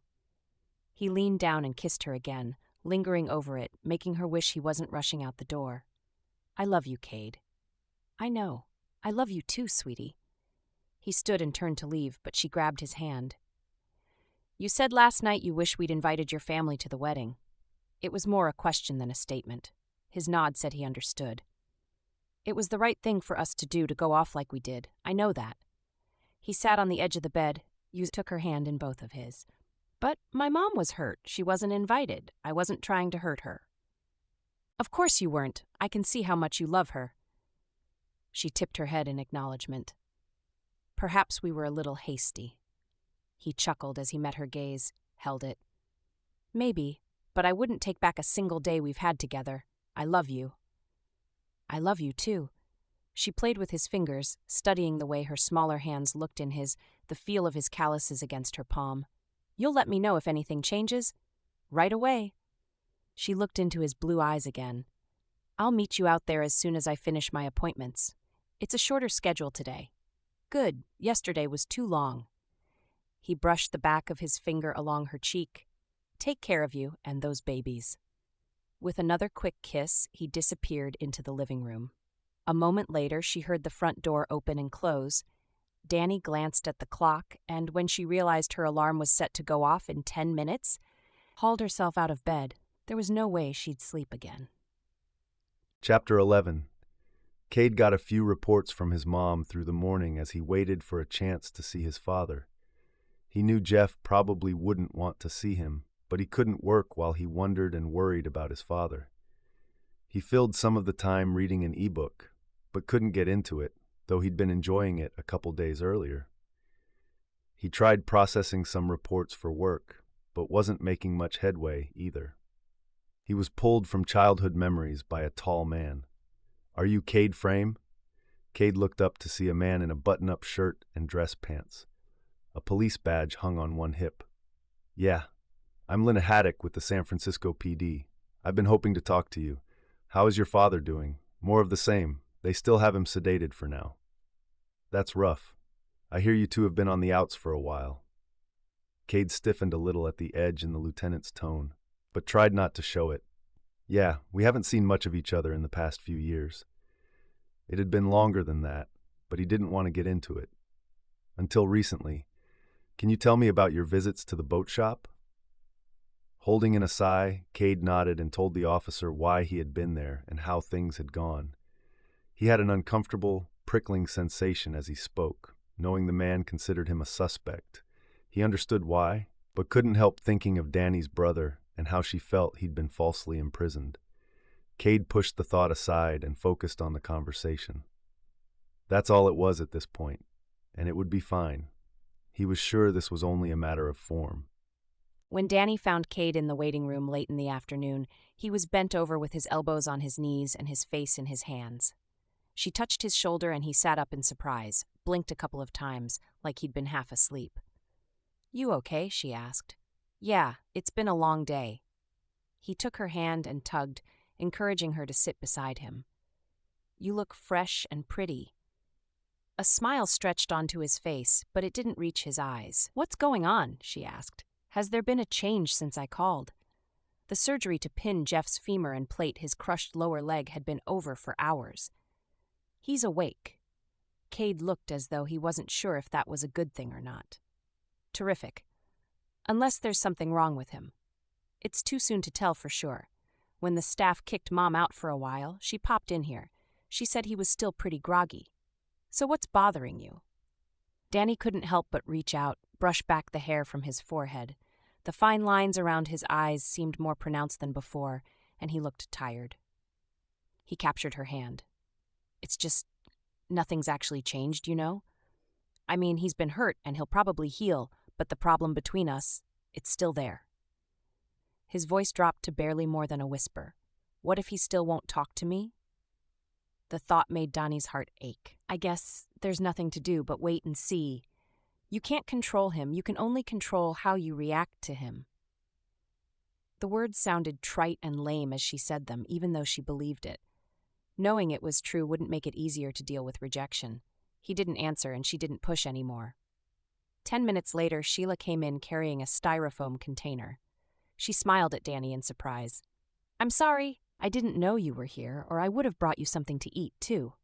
She handed the container to Cade. "I'm not hungry," he said, passing it to Dani. "I ate before I left San Jose," she told him, and passed it back. "When did you eat last?" He didn't answer for a long moment, then took the container. "I guess it was breakfast." "Then it's past time. You need to take better care of yourself," she teased. "You're starting to sound like me." Cade leaned over to kiss her. "I had a good teacher." Dani squeezed his hand one last time, then released it so he could eat. "You're cute together," Sheila said as she sat beside Dani. "I wish I'd gotten to know you sooner."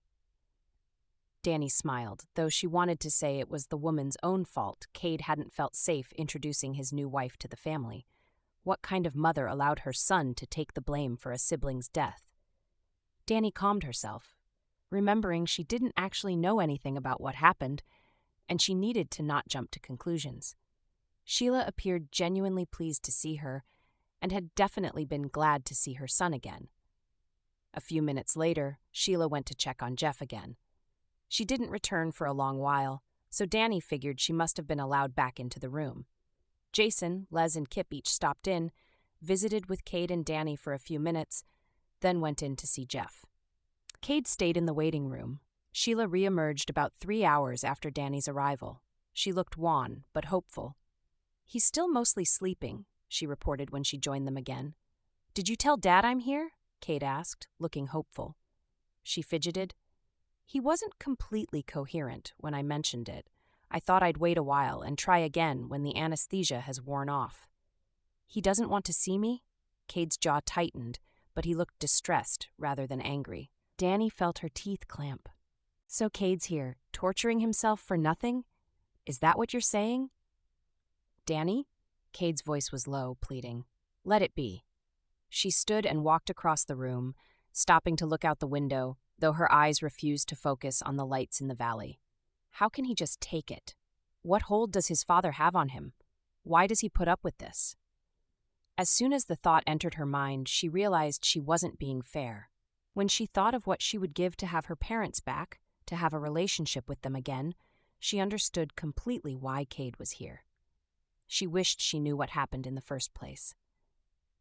"It probably seems very unfeeling to you," Sheila said from close behind Dani. "A bit, yeah. I know it wasn't Cade's fault. I think even Jeff knows it wasn't Cade's fault. If he doesn't blame someone else, though, he'll end up blaming Chessa, and he can't when she's the one who died." It was starting to drive Dani a bit crazy, not knowing how Chessa died, what part Cade did or didn't play in it. She wasn't about to admit it to Sheila, though. Cade would tell her when he was ready, and she would strive to be patient until then, even if it killed her. Dani glanced back over her shoulder and noticed Cade was poking at the food, but hadn't eaten much of the burger and fries. "If you don't eat the entire meal, I'm going to take you home against your will, young man." His lips twitched, like he wanted to smile, but couldn't quite manage it. "You're so big and tough, that's completely likely. I can be scary when I want to." Dani huffed and folded her arms above the bulge in her middle. This time his smile was a bigger. "Yeah, I like that about you." She returned to his side, taking the seat beside him. "Eat before I have to get mean and pull out the weepy female act, and then you'll have to feel guilty about distressing me in my delicate condition." He rolled his eyes, but picked up the burger and started eating. Cade had sent Dani home an hour before he was finally allowed back to see his father. His hands felt damp from nerves as he opened the door and stepped into the private room. His father lay in the bed, his eyes closed. Cade hovered in the doorway, not sure if Jeff had gone to sleep. "Come in, if you're going to come in," Jeff said without opening his eyes. "You're letting in a draft." Cade took another step and allowed the door to close behind him. "What are you doing here?" Jeff's voice was tired, almost sulky, most likely the result of his medication. He'd never had a sulky voice in the past. Cade felt his stomach clench. "I was told you said it was okay." "I don't mean that. I mean here, the hospital. Why did you come?" He crossed his arms over his chest, winced as the IV in his arm pulled against the bag hanging above him. "I was worried about you." Cade wet his lips, feeling parched. He'd been wondering the same thing for the past few hours. I wanted to make sure you were okay. I'll live. You don't have to play the part of the devoted son anymore. Your reputation is secure. The words tore into Cade's heart. I'm not playing a part. Then why are you wasting your time sitting in the waiting room all day? Cade huffed at the end of his rope. Fine, you don't want me here. I'll leave. I don't know why I'm putting myself through this. He turned to leave, then stopped himself. He'd been running away for too long as it was. His father had almost died in that accident, and he was not leaving until he had it out with his dad. Can't you let it go? Look, I'm sorry for anything I did that might have contributed to Shessa's death. It was an accident, and you have no idea how it's haunted me. Jeff's angry eyes drilled into Cade. Married with 2 babies on the way, and not a word to your family about it doesn't sound so haunted to me. And what was I going to do, invite you to the wedding? Would you actually have come? With everything my wife's been through, why would I expose her to your bitterness? I can't even figure out why I'm doing this to myself. Cade rubbed his face, exhausted both physically and emotionally from all the ups and downs. The day had lasted so long already. Look, maybe this was all a mistake. Believe it or not, I'm glad you're going to recover. He turned to leave. He had his hand on the doorknob when his father spoke again, his voice rough. Who said I was going to recover? Cade froze but didn't turn around. The doctor said you'd heal. More or less. More or less means I may spend the rest of my life with a walker, if I'm lucky. You'll live. That's a heck of a lot better than Chessa got. Cade opened the door and walked out. He didn't remember the long drive home, just the numbness taking over him. He prepared for bed on autopilot and slid in beside Dani. When she rolled over and pulled him close, he buried his face in her hair, smelling her berry-scented shampoo. Starting to feel better already, he drifted to sleep. Dani woke the next morning, stretched, and blinked when she saw Cade dressed for work again. You're not going to see your father? He hadn't talked when he came in late the night before, snuggled in beside her, holding in whatever was on his mind. A pained expression entered his face, but he didn't look at her. He focused on buttoning his shirt. No, it's better if I stay away. I have plenty to do at the office. What happened? She slid out of bed and walked across to him, wishing he would just talk to her. He shook his head, shutting her out. I'll tell you later. I'm not ready to talk about it. You always say you'll tell me later. Though Dani was thoroughly irritated by it now, she kept her voice light. Needing something to do with her hands, she tugged on the shoulder of his shirt, smoothing a wrinkle. And I will. He leaned in and pressed his lips to hers.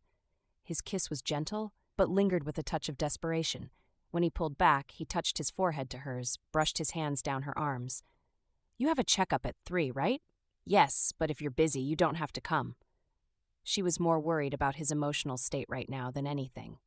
He looked worn out, unhappy. Her heart ached for him. I'll be there.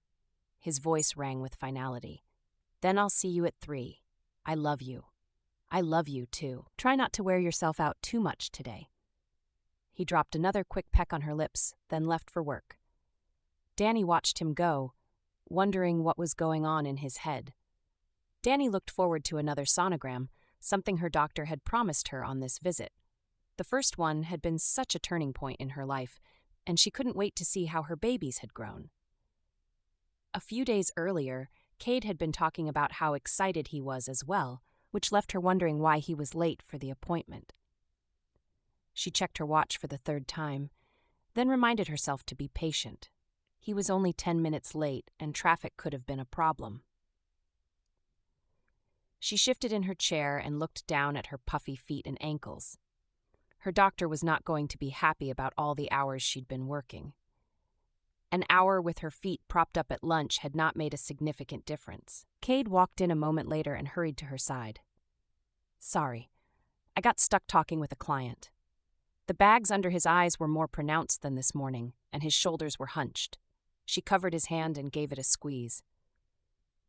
Hear anything from your mom? He shook his head, but it was barely perceptible. No. She hasn't called. Dani wanted to take his face between her hands and kiss away the pain, but this was not the place. The nurse came over and told them they could go back to the exam room.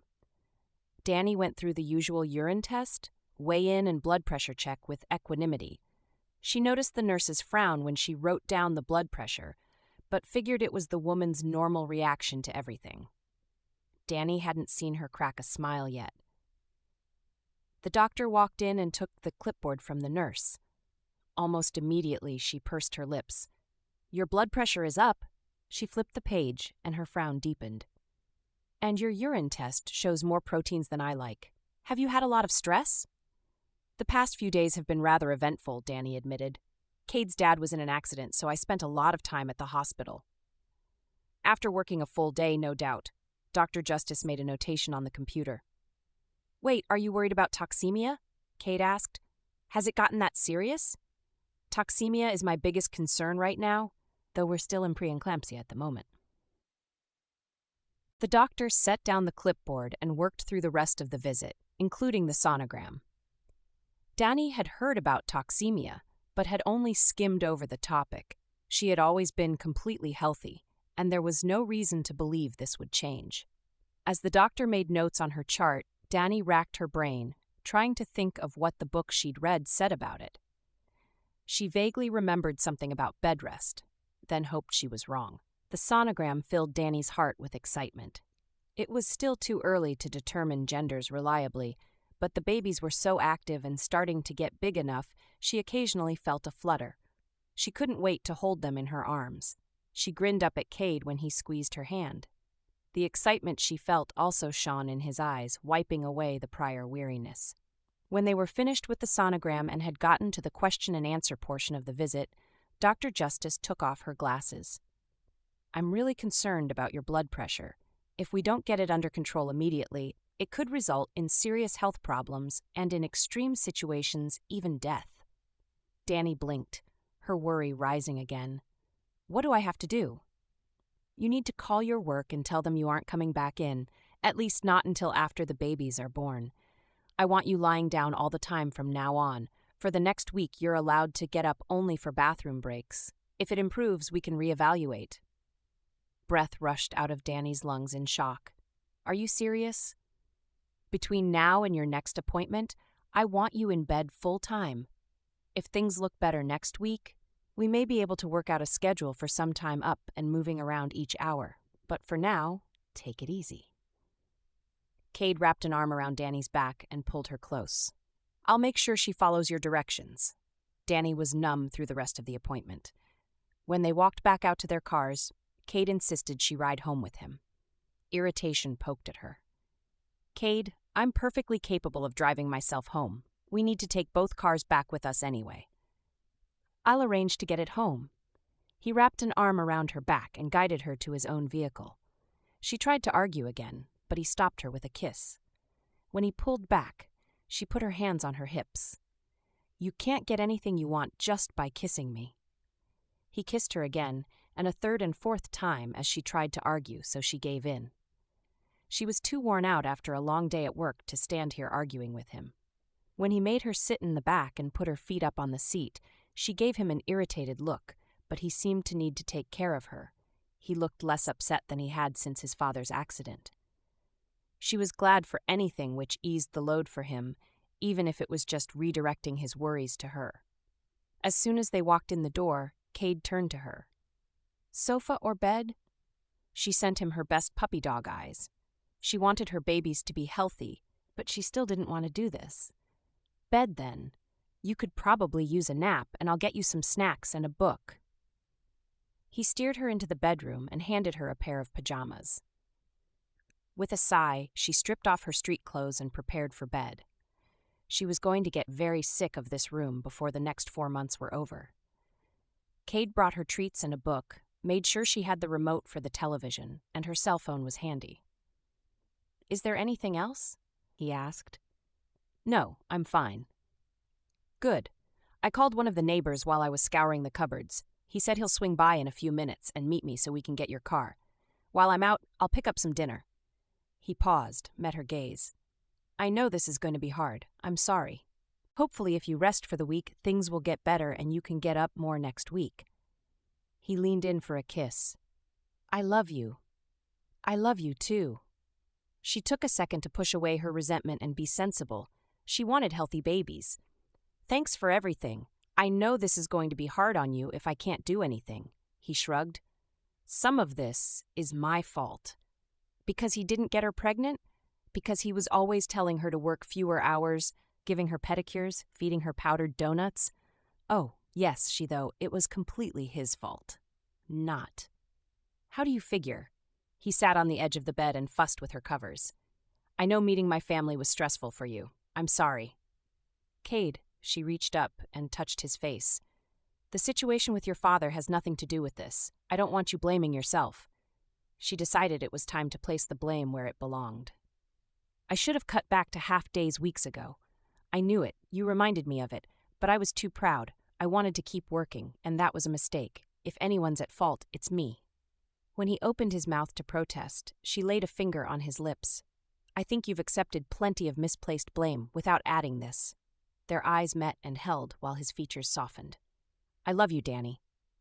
Ditto. Now go get some food and pick up my car. I guess I need to call Chelsea and give her the bad news. Dani thought of her belongings at the salon. She'd have to get Chelsea to box them up. If only she'd had more notice. The doorbell rang. That will be Matt, Cade said. I'll be back in an hour or so. Dani watched him leave and picked up the phone. This was one call she didn't look forward to making.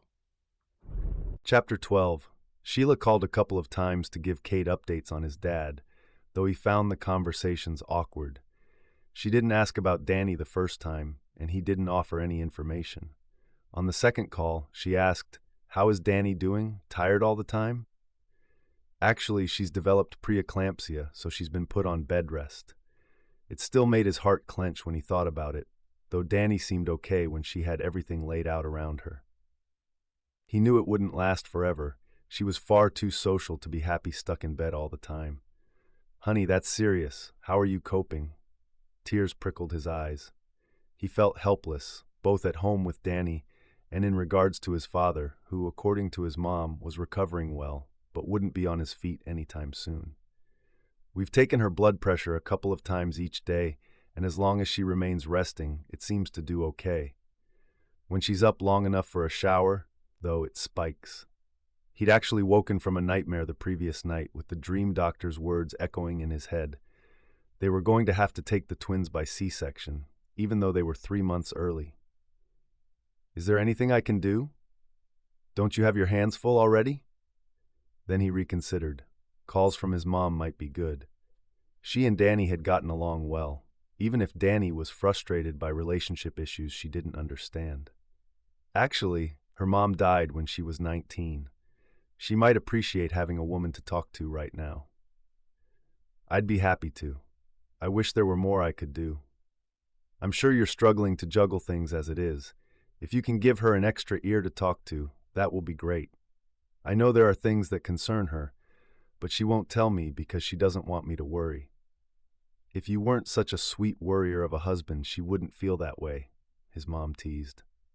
"You're so cute together. She makes you happy. I'd do almost anything for the woman who makes you happy. Thank you." He'd missed the easy conversations he used to have with his mom, and he found her comments very comforting now. Sheila's voice turned brisk. "We'll get through this. We always do. Now, at the end of the day, you go home, take a break, and spend time with your sweetheart. I'll call her as soon as I hang up here." He gave her Dani's cell number, then said goodbye and hung up. He hated giving his mom one more thing to worry about, but it might be good for both women. With a sigh, he returned to his work. Dani had been touched by Sheila's concern and was grateful for the call, but she was beyond bored long before she expected Cade to arrive home. She saw a notebook across the room and wished for telekinesis. Then she snuck out of bed, grabbed it and a pen, and hurried back.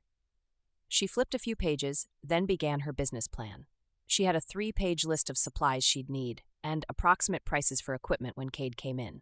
She flipped the notebook closed and set it on the nightstand under the latest Machiner novel before Cade entered the room. "Hey, sweetie, did you hear from my mom?" "Yeah, she was really thoughtful. How was work?" He sat on the side of the bed, then leaned in and gave her a slow, lingering kiss. Not as good as being home with you. She smiled despite herself. Of course, nothing can be better than being with me. She slid her arms around his neck and coaxed him down for some more kisses. When he pulled back, he gave her a couple of highlights from work. She told him which shows she'd watched, and then he went to the kitchen to heat up some leftovers from the previous night's Chinese binge. Cade and Jason ordered their food at the cafe a few blocks from Cade's office before Cade asked why Jason had insisted they meet. "So what's going on?" He'd had a bad feeling at the tone in his voice. "Do I assume you haven't heard from Mom since after, say, 5 o'clock last night? Was this about their mom or their dad? Had something happened?" "Right. It was about lunchtime. Why?" Jason sighed. "We got a call from the police last night. They took a closer look at Dad's truck. It was tampered with." The bad feeling got stronger. "What do you mean? Maybe someone was trying to hurt him?" "It looks like it. It seems like the police are questioning everyone who knows Dad." "Thanks for the heads up, but you could have told me that over the phone, so what's the deal?"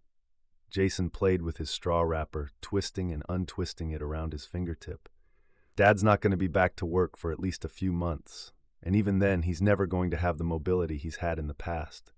I'm still in school. It's too late to withdraw from summer classes without getting an incomplete in them. Les is down to about 15 hours a week, and while he'll fill in some, he's been easing out of things for a while now." "And Kip? He's been there a few years," Cade pointed out. Jason frowned. "He's great with customers, logs more sales than most anyone, but he doesn't have the business sense to run the place." Cade sat back in his seat, seeing where Jason was going. "I'd love to come back. I've always wanted to, but Dad won't have me. You know he won't. You'd be better off hiring an assistant manager to take over. But someone new would have to be trained on everything and probably wouldn't know boats like you do, and you have a fancy business degree." Jason looked up and smiled at the waitress as she brought their buffalo wing appetizer. When she'd gone, he returned to the conversation. "You know the business and how it runs, know the accounts, most of the options and suppliers. No one is as poised to step in as you are." The logic was infallible, Cade acknowledged to himself, except for one tiny detail. Or maybe two. "You're totally glossing over the problems of Dad not wanting me working for him. And this job I'm already working. Oh, and let's not forget the hour-and-a-half drive between my home and the shop, and my pregnant wife who's on bed rest. I can't leave her home alone that much." In any other circumstances, he'd be thrilled to go back. Even now, he longed to jump in and help out, but he didn't see how he could make it work, not if he was going to see Dani at all. "I guess that's why I'm here." Jason grabbed one of the buffalo wings from the plate between them and pointed with it. "If I can get Dad to agree to let you come back to work for him, would you be willing to give up your current job?" Cade wanted to say yes, but held himself back. Getting his hopes up now would mean more disappointment down the road. "He won't go for it. Leave that problem to me. If he won't, then you're off the hook. If he gives in, then I need to know you're willing before I approach him." Things were going well at Cade's job. Mel was pleased with his work, and Cade was developing good relationships with his new clients. Did he take the chance this could end up in a major argument with him leaving the business again in a few months? But how could he say no if his dad would take him back? "I'd have to talk to Dani. It would mean being away from her more than I am already. What would it pay?" Jason quoted his own pay rate, saying he wasn't sure what anyone else made. It was a little less than Cade was making now if he split it down per hour. And then there was still the issue of medical care. His dad's company was small and didn't offer insurance, and the medical bills for Dani and the babies could end up huge if they came too early. Cade's mind reeled, trying to balance the issues. "I'll definitely have to talk to Dani. I just don't know if it's possible right now." But right now was when he was needed most. "Works for me, but don't take too long to let me know what you decide." Jason dug into the appetizer and changed the subject to what was going on with him at school. By the time he got home from work, Cade knew what he wanted to do about the job. The boat shop might not have been a huge multinational company, but he'd always loved it, planned to work there, dreamed of the future. That alone wouldn't have been enough to make him reconsider returning to work if he had to deal with his dad's attitude. The idea of his dad needing him, and that this might be his chance to bridge the gap, was a huge pull, and regardless of what happened in the past, he had to step in and help out now if he was allowed. The two issues were finances, and what Dani thought about it, since he'd either have a lot longer commute or they would have to move. Yes, the starting pay could be lower than he was pulling in now, but he had some savings, which would get him COBRA coverage for a few months until the babies were born and out of the woods medically. And he knew commissions could add up fast. That's how he'd paid for most of his college expenses. He found Dani lying in bed, scribbling in a notebook. "What's going on?" She jumped in surprise and put the notebook down guiltily. "I didn't hear you come in. I thought you might be sleeping again." She often was when he came home. "I didn't want to wake you. What are you doing?" "Nothing important." When he looked at her expectantly, she sighed and explained. "For several years, I've wanted to start my own salon. I figured as long as I'm laid up, I might as well work on my business plan." She gestured to the laptop beside her. "I've been doing research on startup capital and expenses, checking rent in areas where I'd like to open a shop." "Why have you been keeping it a secret?" He leaned over and kissed her hello. "You amaze me more every day. Hiding my talents under a bushel, I guess." She flipped the notebook closed and set it on the nightstand. "Tell me your day was more interesting day than mine." Interesting doesn't begin to describe it. Though he didn't give details, he mentioned he'd met Jason for lunch while he pulled off his tie and changed into more comfortable clothes. He settled next to her on top of the covers. Dani rested her head on his shoulder. "You never told me what happened at the hospital with your dad the other day, or what happened with Chessa." He had promised to tell her later, and it was later. He had been dragging his feet, but it wasn't fair to keep something that was going to affect her a secret before they made a decision about whether or not he should take the job. The time to put it in perspective again had helped, though. Cade took her hand in his and played with her ring. The memory was still painful even after 4 years. Chessa was the youngest kid in the clan. If she had lived, she'd be turning 16 in August. It was spring break and I was home for the week. I'd been missing out on my surfing, so I headed to the coast every day. She loved the beach, so she came along with me. Dani's head came off Cade's shoulder. "Wait a minute, you surf? You never mentioned it." He smiled at her reaction, though the thought of surfboards had been bittersweet pain for a long time now. "I used to. I sold my board a few years ago." Dani's expression said she wanted to dig out all the details, but she settled for, "She was 12? "Yeah, she was only supposed to swim, but on the first day there, she started begging me to teach her how to surf. I didn't see any harm in it, and I enjoyed being with her. She was sweet-tempered, even if she had the will of an ox." He couldn't help smiling at the memory. "And she practically worshipped the ground I walked on." "She would have been 8 when you left home for college. Of course she adored you. You weren't around much to harass her while she was growing into her teeth." He nudged her with his elbow. "Hush and be nice. I wouldn't harass her about her teeth. She had perfectly fine teeth anyway. None of this Roger Rabbit stuff. Some girls get all the luck. She'd probably be very beautiful as a woman." He turned back to her, looked in her blue eyes, slid a blonde curl off her face. "You're very beautiful, so I don't think you have room to talk." "Flattery, every word. I haven't even put on my makeup today. Go on with your story." He didn't believe she was unaware of how beautiful she was. On the other hand, having read several books on pregnancy now, he knew women tended to see themselves as elephants by the time their stomachs reached the size of the one Dani now sported. Her new shape didn't bother him any. He quite liked it, in fact. Chessa swam like a fish since she was 2, but the ocean is an uncertain place, so I made her wear her life jacket. We started out with the beach basics of how to stand up on the board, and late on the second day, I let her paddle out to the water. He still remembered her excited giggles, the high-pitched squeals and chatter as they rowed out side by side. He'd borrowed a board for her so he could go along. They spent plenty of time practicing moves on the water. Then he'd made her come in for the day with promises that she'd be allowed to stand the next morning. Her first ride was on Wednesday. The first time up, she managed to stay standing for nearly 10 seconds. I sat behind her on the ocean and watched, counting as she rode the wave in. She hit the water long before she reached shore, but came up grinning and laughing. We went out again and again until we were both exhausted. He remembered how much fun it had been and had to swallow past the emotion rising in his throat to keep speaking.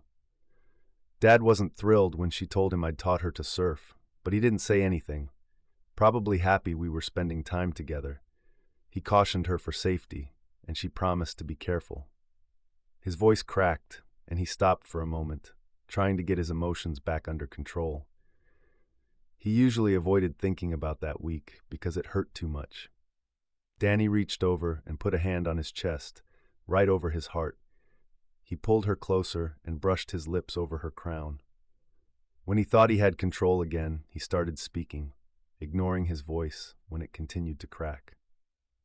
Friday, she made it all the way into the beach several times and grew confident. Maybe too confident? I don't know. I just know one time she didn't make it to shore, didn't bob back up with her life jacket. The jacket came up on its own. It took me a moment to realize she wasn't wearing it anymore, and she didn't seem to be swimming back to shore. Precious seconds passed as I tried to reach the spot where she had gone down, to pull out the jacket and see she hadn't tightened it properly. I dove, but I didn't find her. Tears squeezed from the corners of his tightly clamped eyes. It must have been awful. Dani gasped, and when he looked at her, she took his hand and moved it to her stomach. He'd only felt the babies move once before, and still found it fascinating. After a moment, she reminded him, "You couldn't find her. What then?" He tore his mind from the wonder of the moving baby and back to the events of that day, glad for the short reprieve, which had allowed him to regain some of his composure. I'd called the lifeguard on duty, and he came out to help me look. We searched for probably half an hour and didn't find her. A rescue crew came to help, and finally they found her body. Apparently, she'd fallen and hit her head on the surfboard. The life vest must have been torn loose by the waves, not strapped on tight to begin with, but I don't know for sure that it would have saved her anyway. By the time I got out to her, she might have drowned no matter what I did. Cade felt tears collect in his eyes again, and one trickled down his cheek, but he ignored it as the hollowness that always took over his chest when he thought of that day came back, full force, despite the distance of time. He had loved his sister so much. She touched his chin with one manicured finger. "Your dad blamed you." Yeah, he had to blame someone, I guess. The only other person he could blame would be her or possibly himself for not forbidding it altogether. She was such a bright, exciting girl, always full of fun and laughter, always willing to put her neck out and help any time there was a need. I knew my dad loved me, but I think she was his favorite. Everyone's favorite. It must have been devastating. He trusted me to take care of her. Cade remembered his father's haggard look, the pain in his eyes when he yelled at Cade, told him it was his fault for teaching her to surf. She was too young. We said plenty of things that couldn't be taken back, on both sides. Cade had gone to stay with a friend until the funeral, not feeling welcome in his own home. As soon as it was over, he had returned to school, filled with guilt, cut off all ties to his family, and had never been home since. Not once. Silence lengthened between them for a long while. "Don't you think maybe, after all this time, he might have softened about that?" she asked. I would have thought so. I hoped he had, but he hasn't. He filled her in on all of their recent encounters. If anything, I have to wonder if he's grown more bitter. Thus my shock when Jason talked to me this afternoon. He told her about their conversation. "What did you tell him?" "That I needed to discuss it with you first. The days are bound to be long, and you're already alone so much. I'd hate to leave you more." She didn't respond for a long moment. "You'll be miserable if your dad keeps treating you so awful while you work for him. I don't think it's healthy." Cade considered her words. "If he's that against it, he'll never let me come back, so it won't matter.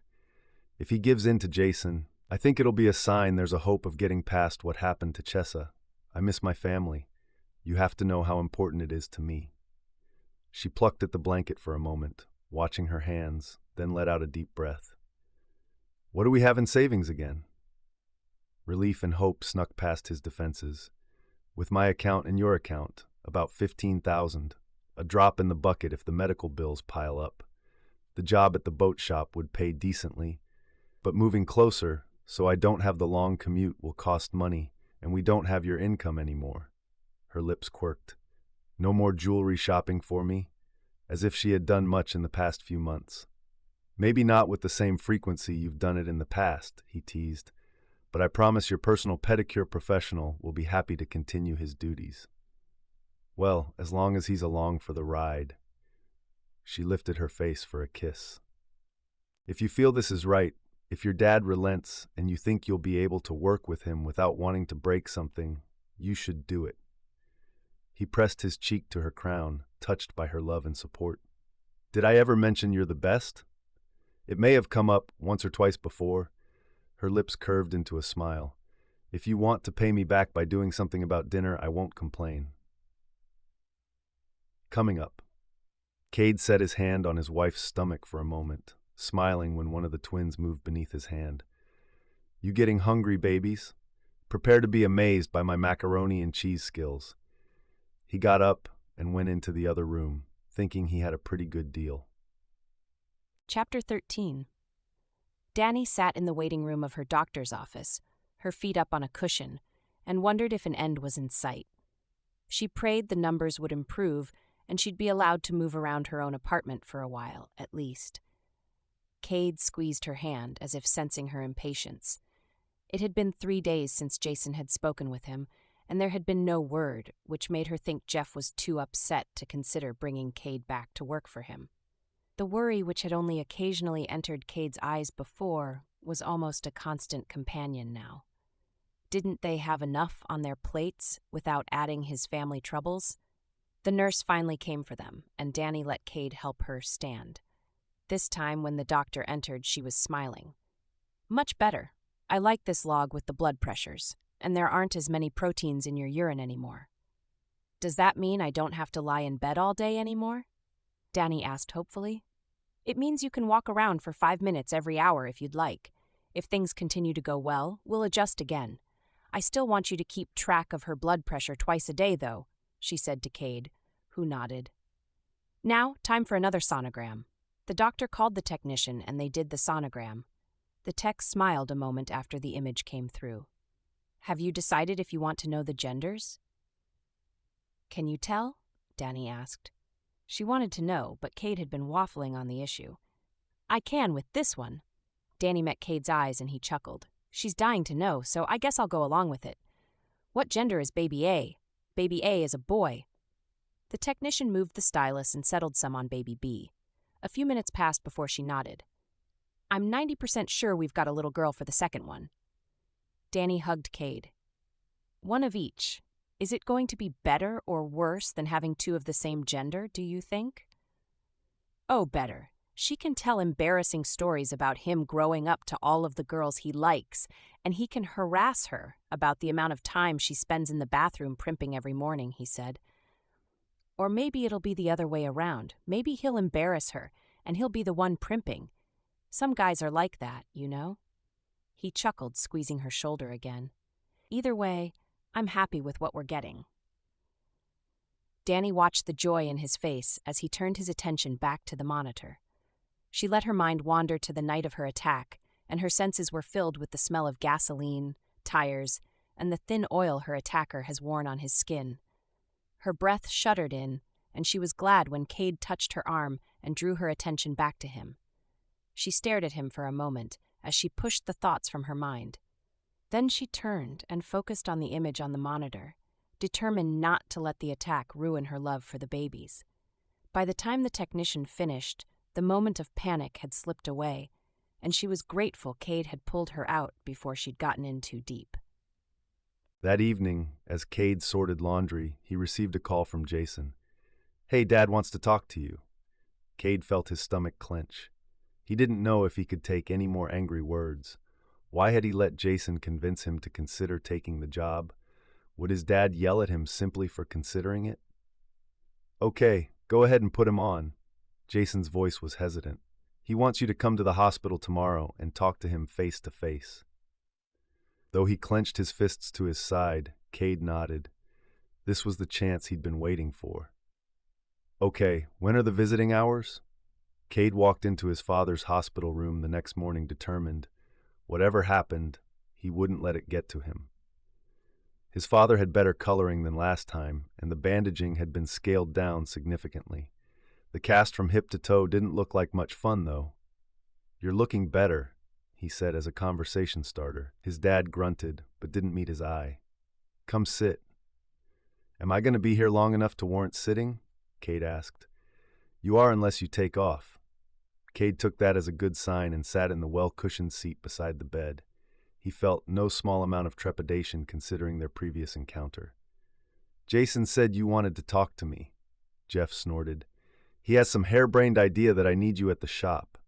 Cade nodded, fighting to keep his voice cool, casual despite the repressed anger, confusion, and ache for the relationship they'd once held. Things sound pretty rough right now. Jeff's mouth turned downward, and he nodded. And something's not quite right with the books. He looked back at his son, considering. I haven't forgiven you for what happened. So I'd gathered, believe it or not. It makes me wonder, though, why would you even think of bringing me back if you won't forgive me? It took him 3 days of badgering before I considered his point. I need someone I can, he paused. Someone who's honest to take care of things. Someone with a head for business and who understands the market. They also have to care about ensuring our clients are happy with their experience and not skimp on the service. You were always good with that. He turned and looked out the window. I've been short-handed since Jason cut back to focus on school and Les wants to spend more time with his wife. This injury doesn't sound like it's going to be temporary, and I can't ask Les to work full-time indefinitely. Though Cade wanted to speak, he sensed his father wasn't quite done. He found he was right when Jeff stared at the wall ahead of him, his voice lowered. You always loved the shop. Cade had to swallow past the lump in his throat. Torn between pride that his father would trust him with the business and frustration at the grudging nature of his father's words. Yes, I always have. Your mom's worried about your wife, doesn't want her home alone so much. Cade had to agree. I'm plenty worried myself. Dani's always been independent. She's had to be. It's hard for her to lie around while I try to keep up with everything around the apartment. She's also pretty social, so being stuck alone so much isn't good for her. Jeff shot him a knowing look. Did you marry a gadfly? No, Cade ground out. He could take all kinds of abuse if he had to, but he didn't appreciate any negativity toward Dani. She's a cosmetologist. It's a social job with lots of coworkers and clients in and out all day. It's a big change to being home alone all the time. The derision in Jeff's face softened and he nodded. Your mom seems to have ideas about that. You talked to her. Cade asked about the pay and was relieved it would be a little more than Jason had estimated. His father seemed to be done, but Cade wasn't 100% sure he'd been offered the job. So you want me at the shop then? Is that what you're saying? Don't make me regret letting you come back. His father said it as if granting a favor at great personal cost, which wasn't too far off. I won't. Relief at figuratively going home again mingled with anxiety as Cade thought of the responsibility he was taking on. The fact that things between them were far from perfect wasn't going to hold him back. I guess I better check on Mom, see what those ideas of hers are. Jeff grunted his agreement. Cade stood and walked to the door. I hope you heal up fast, Dad. Then he walked out. Pulling up to the house where he'd grown up, but hadn't visited in over 4 years, brought a rush of memories for Cade. He stopped his car in front of the house they'd built after his grandfather died. His gran had put some of her savings into the building so they could add an accessory apartment for her, which meant the house was a great deal bigger than his parents could have afforded in San Francisco on their own, despite the success of their business. The flowers along the curved drive were all in bloom, brightening the yard. The rock and stucco exterior looked as good as Cade remembered, which made him wonder if it had been painted recently. He parked his car and walked to the garage door, pushing in the code they'd always used on the outside pin pad, and the door opened for him. The emotion almost choked him as he crossed the garage and entered through the mudroom. With each step, he studied the rooms, looking for changes. There weren't many. Cade found his mom in the kitchen, as he had so many times through the years.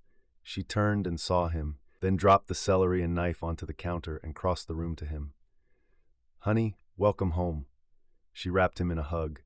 He felt almost like the prodigal son, almost, because he knew he wasn't forgiven by his father, but allowed back out of necessity.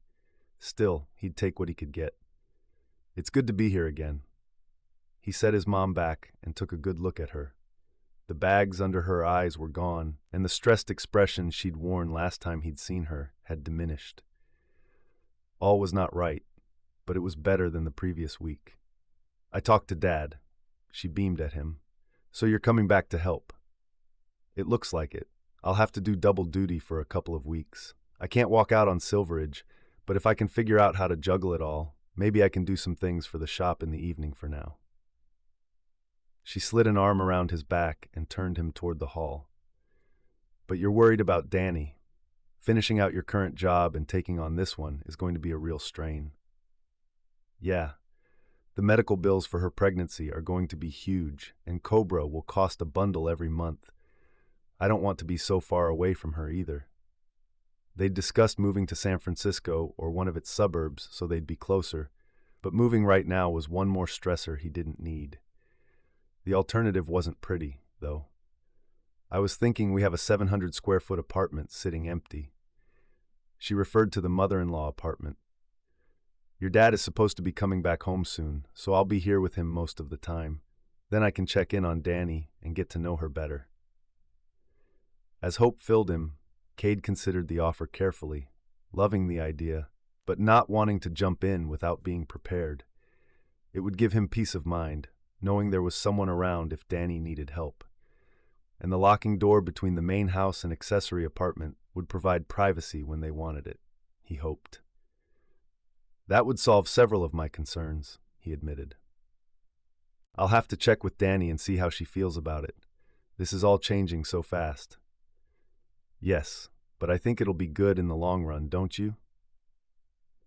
They had reached the apartment, and Sheila twisted the knob and pushed the door open. "I hope so."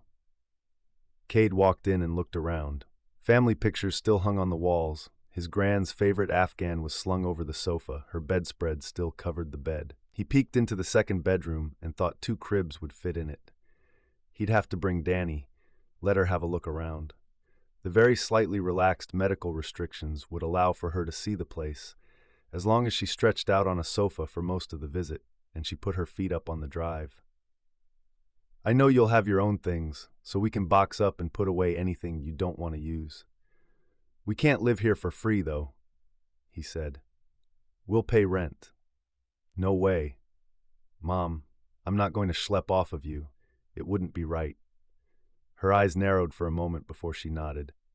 "Fine. You can pay a portion of the utilities." She lifted her hand to stop him when he started to protest. She listed an amount. "Don't argue with me. I'm thrilled to have you here with us. I'd be happy to let you move in for free for a chance to see you again, to get to know your wife and be around when the babies are born. You have no idea how much I've missed you, and I don't want to miss out on my first grandbabies."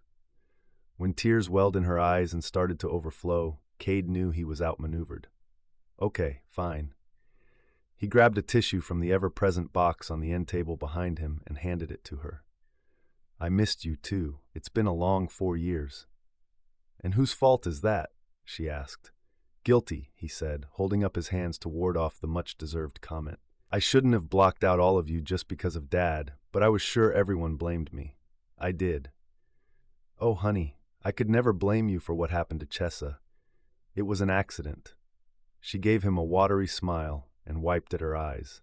"Now, I'll get you a set of keys, and I want you to try the cookies I made today before I take them to your father. It's a new recipe."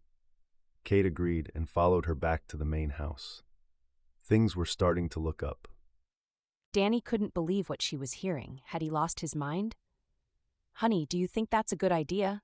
I mean, your dad still isn't very friendly to you and will be living in his house." Cade nodded in acknowledgement. I know how it sounds. Do you? Because what you just said makes no sense. Why would you want to live like that? It's poisonous. It was one thing to work for the guy, and bad enough in her opinion, but to compound the issue by living in his home, where the feeling of not being wanted would linger all the time? Insane. He took her hand, placating. I'm thinking of you. Of me? Because it doesn't sound like fun to me to have you coming home exhausted from work and unhappy because you can't get away from a man who has serious issues he needs to get over. She wished she wasn't stuck in bed because a little pacing around would have come in handy for her nerves about now. And there wasn't anything close by to throw either. Not that she was the type to throw things. Normally. His voice was no longer perfectly calm. Hon, I worry about you being at an apartment all by yourself every day when you're supposed to be in bed. She crossed her arms over her chest and glared. So this is about you not trusting me to stay in bed? No. He stood now, stalked to the doorway, and then turned and came back, making Dani extremely jealous of his mobility, which didn't improve her mood. What if you get sick or need something? His expression and voice pleaded for her to understand. I'll feel better if you're at my parents' place and Mom can check in on you. This apartment is way too far away from the shop. He sat again on the edge of the bed. She didn't know how to respond. How was she supposed to argue with him when he was putting her needs first? He was not playing fair. Still, she wasn't ready to give up yet. Everything about the situation was so full of emotional reactions, and she wanted to make sure he was thinking clearly. The strain of living in his house, even if it is a separate apartment, and working for him could be awful, Cade. What happens if the two of you have a big blow-up again and he fires you? You'll be out a job and somewhere to live. Cade closed his eyes for a long moment. He opened them again to take her hand and look into her eyes. His voice was calm, but there was still a note of pleading in it. When I insisted we'd pay something to live there, Mom quoted me this ridiculously small amount to cover utilities. The place is furnished, so what if we keep this condo? We can just move our personal belongings, the things we'll need right off, and the majority of the food. If we're not living here, the utility bill will be negligible, and we can afford to keep paying the rent for a month or so until we can see how things go. If it doesn't work out, we can always move back here again. The thought of living with Jeff and striving to have the good manners not to throttle him gave Dani heartburn, but she figured it could have been the pregnancy talking. She had a bad feeling about it, but she nodded anyway. Fine, we'll give it a try, but if I say we're moving back, we're out of there in 48 hours. His smile of relief and joy was almost worth it. Thank you, sweetie. He kissed her quickly, then jumped up and left the room, muttering about things he needed to plan. Dani hoped she didn't regret it. Cade stood in the doorway of his father's room yet again. Jeff sat in his wheelchair in the window light, reading. His bed was close by, but Cade imagined he was sick of it, and glad the doctor was allowing him to use the wheelchair, however inconvenient it might be. Cade slid his hands into his pockets. You always did want more time to read. Jeff's gaze flashed to Cade's face, as if he'd been startled. His eyes returned to his book. I've had more than my share lately, and it doesn't sound like it's going to change anytime soon. Nope, it doesn't. Cade entered the room unbidden, knowing he may not get an invitation. I'll be stopping by the shop Monday morning. I have everything arranged with Mel at Silveridge, and wanted to get a heads up on anything I need to be aware of. Jeff didn't look up at his son. I've been in the hospital. How do you expect me to know what's going on? Cade didn't buy the excuse for a minute. I'm sure Les keeps you informed. Besides, I know you better than to think that you accepted Jason's request without a darn good reason. Something must be going on. Jeff shrugged one shoulder. There have been some invoice issues. I'm not sure what it is. He flipped the page, though Cade could have sworn Jeff hadn't really been reading. Besides, I want my grandbabies to be raised around boats. I already work with boats, Dad. It's not the same. Cade couldn't argue. No, nor was it the real reason his father was willing to let him take over the shop. Invoice issues? What was that about? Jeff heaved a sigh and looked at his son. What's going on, Cade? You didn't come here to discuss this. The man had often been more perceptive than Cade would have liked. "I've been meaning to speak to you about Dani. You having marital problems already? Pregnant women can be oversensitive. Hold on, don't be a complete idiot, and it'll get better. Thanks." Cade rolled his eyes. "Things are going fine for us, but I wanted to make something clear. I'm moving back into the house because I want someone there to help her, to check in on her while I'm at work. I've been worried about the health problems the pregnancy is causing. She's already completely stressed out, and I'd appreciate it if you wouldn't let your beef with me affect the way you treat her or bring it up around her.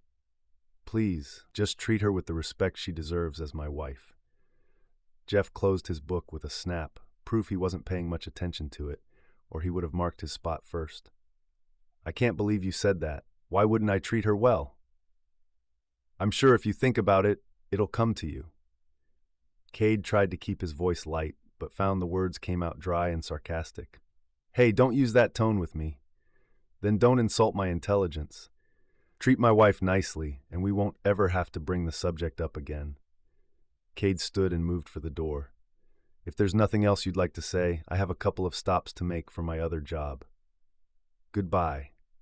Cade headed out, wondering when his father had become so bitter. Was it because of Chessa, or was there more to it? He didn't know, but he didn't have the strength to deal with it right now. Monday morning, Cade didn't go to his regular job.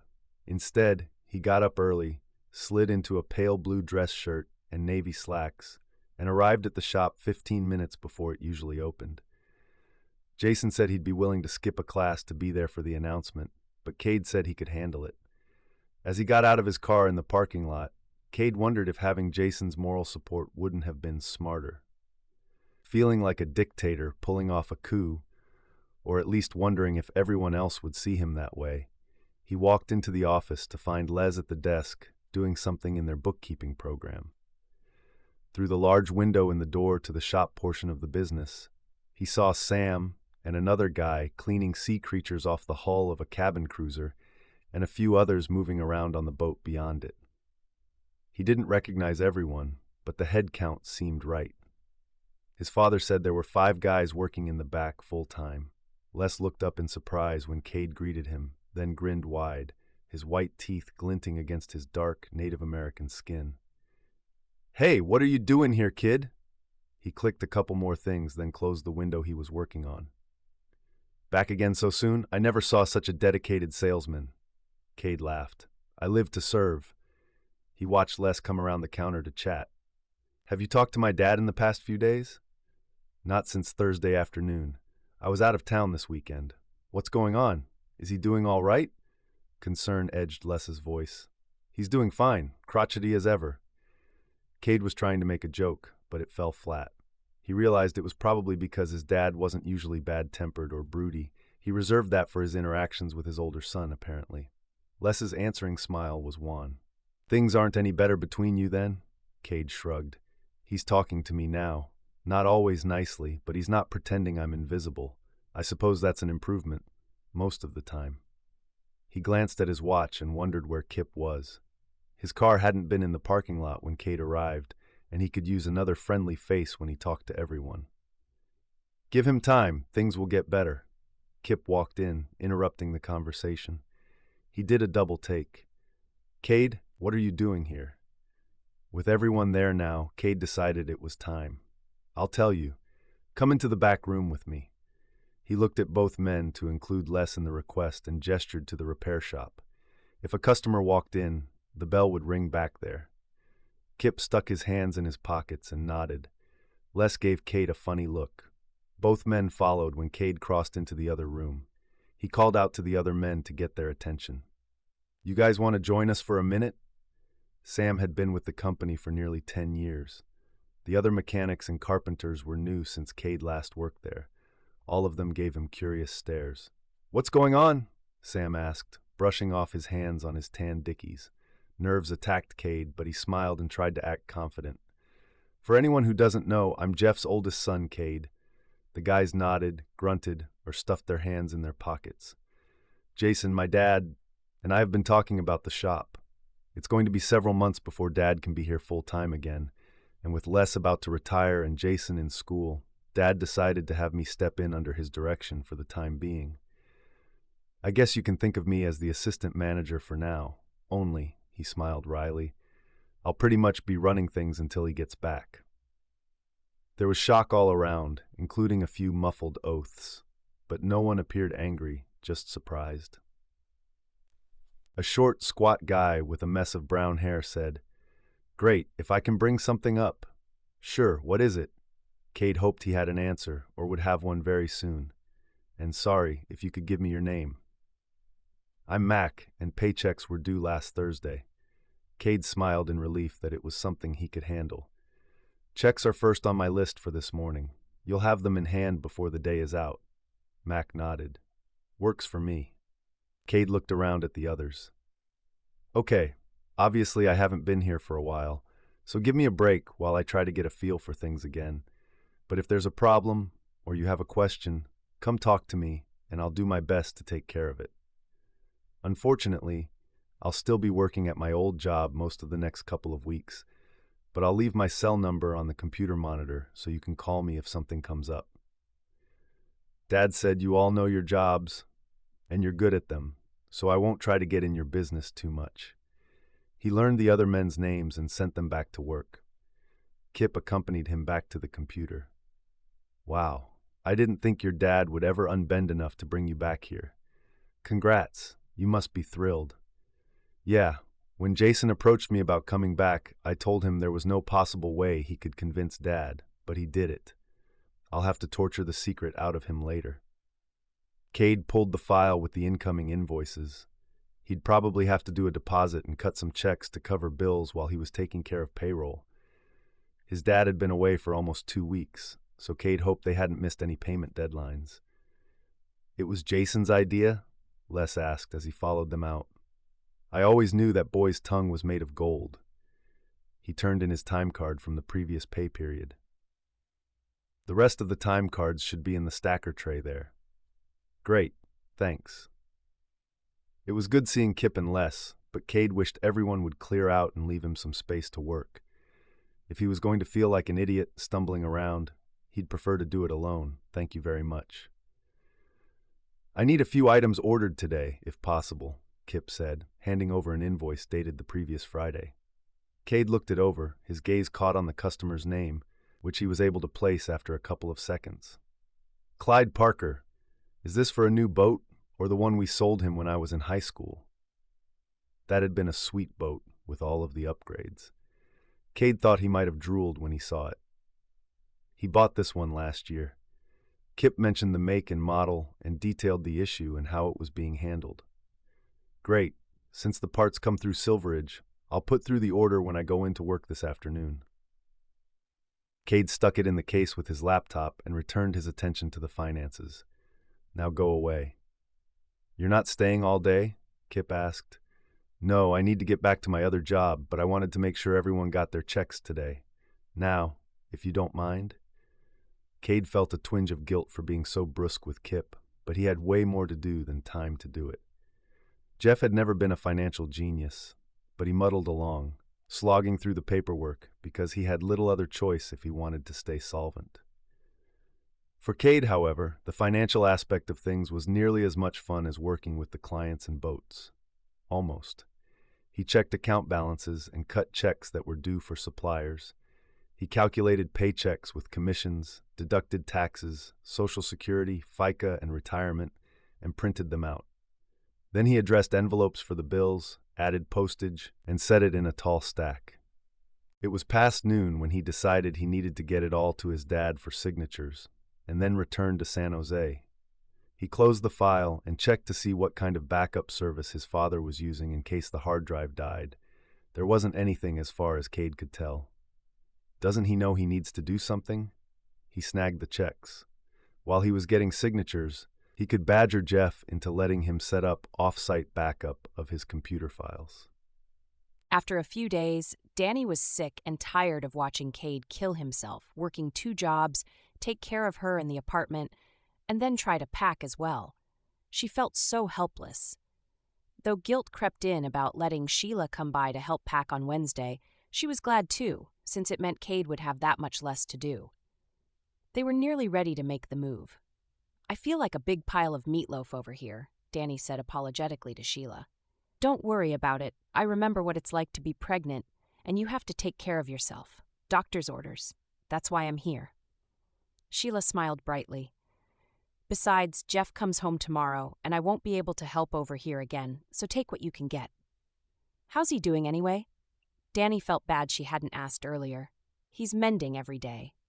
Sheila wrapped the framed picture in extra sheets to protect them as she packed them. "His legs will take time to heal, and the physical therapy is going to be a bear, but his internal injuries are coming along beautifully. I can't wait to have him home." Dani smiled, but she wondered how they would get along. She was predisposed to dislike her father-in-law because of the way he treated Cade, but he had been grieving when Chessa died, and she wanted to be fair about it. She knew what grief could do. Angry words, said 4 years earlier, however, didn't explain why he still held on to the grudge. She knew she wouldn't find answers on how to deal with him until after they'd actually met, and she vowed to set aside her anger and frustration until she'd had a chance to get to know him. Whether it was possible, she didn't know, but she'd wait and see. The first time Dani met Jeff Frame when he was awake was when Cade took her to check out the accessory apartment. If she was going to live in the place, they figured she ought to see it before moving day. The home was way nicer than anywhere she'd ever lived before.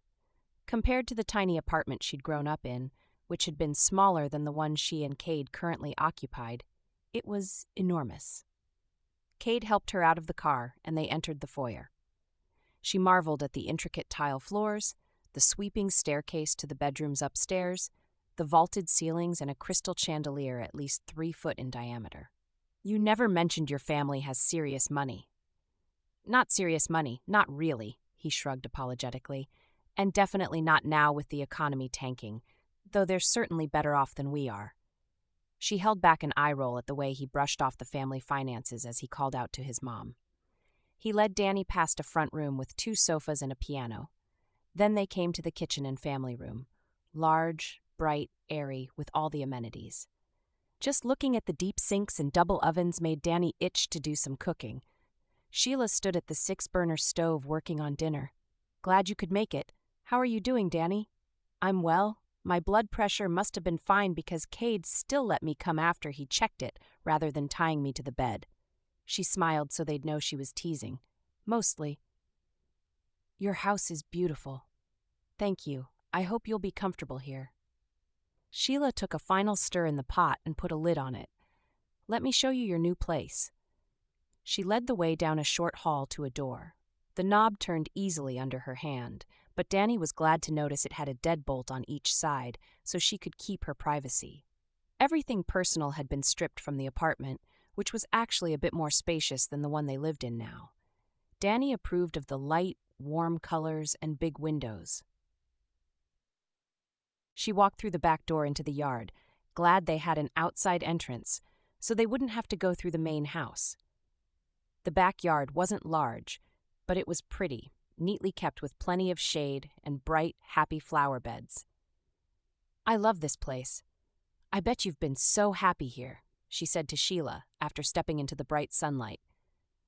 "We have." The man's voice came from behind Dani as she'd circled the corner of the house. She hadn't realized he was there. Dani turned and saw Jeff sitting in a wheelchair in the shade. He looked healthier than before, though he didn't appear too comfortable with his casted legs sticking out.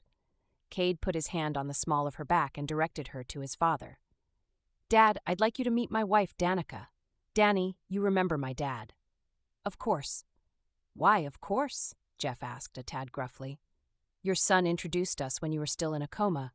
He spent quite a lot of time at the hospital those first couple of days." She should have bitten off the second sentence, but couldn't help herself. He frowned. "I was asleep. It was a waste of time." He didn't seem to think so. Dani tried to keep her voice cool and calm, though she was boiling angry inside. How dare he belittle the worry and fear Cade had gone through? He harumphed. "I suppose the accommodations are satisfactory?" Dani did her best to keep her voice polite, though she wasn't entirely sure she succeeded. Very nice. We appreciate the offer. I know it'll give Cade peace of mind knowing there will be someone here for me if there's an emergency. We should go in and get your feet elevated, Cade said, adding pressure to her back. It was good meeting you officially, Mr. Frame. Dani let Cade direct her to a set of sliding glass doors. She was almost through them when the man responded. Call me Jeff. Dani wasn't sure what to make of his behavior, but hoped it meant he was willing to try for civil and possibly even polite. She could deal with that.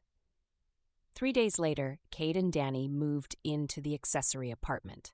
Sheila welcomed them with a family barbecue on the back lawn, and Jason dragged himself away from homework and socializing to help with the move and join them for dinner. Dani enjoyed getting to know Sheila and Jason. She liked how genuine they both were and loved listening to Cade, Jason, and their father discussing business. Even if Jeff was standoffish, it was clear he loved his business. Dani struggled not to be too unapproachable with Jason when he treated her with friendship and respect, but she still struggled when she got too close to strange men. She was relieved when he seemed to sense her personal boundaries and didn't crowd her. Cade had spent hours every night that week doing inventories and looking at files after working his regular job. He fell into bed exhausted after a full day of work, plus taking care of her. It made her feel guilty. She wondered, if he'd known what he was signing up for in February, would he have still married her? Then he leaned over and kissed her. Their eyes met and held. He slid a finger along her cheek, and she felt the familiar zing of electricity that still buzzed between them. All of her doubts disappeared. Sunday afternoon, Cade had finished cleaning up from lunch when there was a knock at the shared door in the hallway. He'd expected his mom, or maybe Jason, but found Kip on the other side. Hey man, you're one for secrets. You didn't mention you'd moved home. Kip sauntered in without giving Cade a chance to extend an invitation, greeted Dani, who lay on the sofa, then sat on one of the kitchen chairs. I've been a little overwhelmed, Cade admitted as he took a chair on the other side of Kip, so Dani would be included in the conversation. We haven't exactly had a lot of time to talk. Back at the shop, and in charge, back at home with your folks, looks like you've got everything that you ever wanted. He leaned into the chair, kicking out his legs. It must be nice to be in your dad's good graces again. I wouldn't say I was in his good graces. More like he's tolerating me out of desperation. Cade tried to pretend it didn't bother him, but must not have done a good job because Kip sent him a commiserating look. Then he turned to Dani. How are things going? I hear you're on bed rest. Yeah, being lazy's not all it's cracked up to be. But hey, it gives me an excuse to sit on the sofa ordering Cade around, so it could be worse. She grinned, then blew Cade a kiss. Kip chuckled. I bet that is a big plus. Definitely. So whatever happened with you and Larissa, I haven't heard anything about her recently. Kip settled in to tell his dating exploits since the spectacular breakup with Larissa. Oh man, you've got to be kidding me. Jason's exclamation distracted Cade from the paperwork he was sorting, and he looked up. What's going on? They're spraying my building for termites tomorrow, and I won't be able to stay there for several days. Jason closed the message he had been looking at on his phone. Cade shrugged. So come stay at home. You can go back and get your stuff, right? Yeah, but I had a date planned at my place, all soft and romantic. He grinned. She's a sweetheart, let me tell you. She seemed like it when I met her. Cade had liked Jason's girlfriend when they'd met briefly a few nights earlier. She appeared to care about Jason, was confident, funny, and got along great with Dani. All big pluses in Cade's book. Yeah? What's her name? Kip asked, coming into the conversation late. Tessa, we've been going out for a month or so, Cade smiled. By the time I reached date 3 with Dani, I knew she was the one for me. How? How could you know it so soon? Kip looked at him with disbelief. A chick is a chick in my mind. Some are smarter than others, but when it all boils down, there's not much difference between them. You have so much to learn about women. Jason shook his head. I think I know plenty, thanks. Kip filled in a few more words on the invoice, then slid it in the incoming basket. I'm headed out. Catch you guys later. Good night, Cade called, then turned back to the tangle of papers in front of him. You're going to kill yourself if you keep this up, Les said, coming over. Cade chuckled. I'm not going to be doing this double duty stuff too much longer. I thought you were staying on, Mac said. He and Sal joined them, grabbing their timesheets. I finish up my other job at the end of the week. It's working both that's driving me crazy. Cade didn't want to talk about it. Anything interesting happened today? Nothing much. Worked on a couple of boats, Sal said. 3 motors for me. Everyone's set and pulled back into the parking lot. You digging through all the paperwork? It seems like it piles up overnight, Mac added. If you need a hand with anything, let me know. He slid the timesheet back.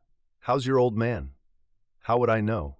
That's what Cade wanted to say, but instead he smiled and told them what his mother had said when they spoke a few hours earlier. He's making headway. It's not going to be easy, but he's pushing hard to get back up and running. The guys said they were glad, and everyone trickled out the door. Jason was last to leave. I guess I'll be seeing you at home then. I'll have to figure out something else for my date. See you? Cade waved over his shoulder, already deep in bookwork again. His stomach growled, and he wished he could be home sampling some of his mom's delicious dinner. He supposed he'd have to wait until he finished up. Feeling an ache, he rubbed the back of his neck and made some more notations, then moved to the next job. Quarterly taxes were due soon, and he was going to have to talk them over with his dad. He wasn't looking forward to the chat. Chapter 15. Over the next few days, a pattern was established. Cade kissed Dani before going to work, leaving her with a cold breakfast close by and the reminder that if she wanted eggs or pancakes, his mom would be happy to oblige. She spent the morning in bed with minimal trips to the bathroom and kitchen and took a moment to put away a couple items each time she got up. At the current rate, she figured the twins would be nearing their first birthday when she finished unpacking. Sheila would check in on her every few hours, bringing lunch and dinner, and inviting Dani to join them if she wanted to get out of her living room. Dani spent a couple hours stretched out on the porch swing in the afternoons, reading. Cade dragged in around 10 at night, though he'd called regularly to check on her. She was counting down the days until he was only working one job. On Wednesday, Dani sat swinging on the porch with her feet up on the seat and a pillow patting her back when Jeff wheeled through the patio doors. They hadn't spoken much when they'd run into each other at meals, and on the rare occasions when Dani had ventured out for a little companionship. Though she still held a grudge against him for the way he treated Cade, she decided to make an effort. "It's nice weather today." "That's a fact. I always loved this yard." He struggled to get the wheels over the threshold, then managed to cross it with a bit of a clatter. "Dang, wheelchair's going to be the death of me."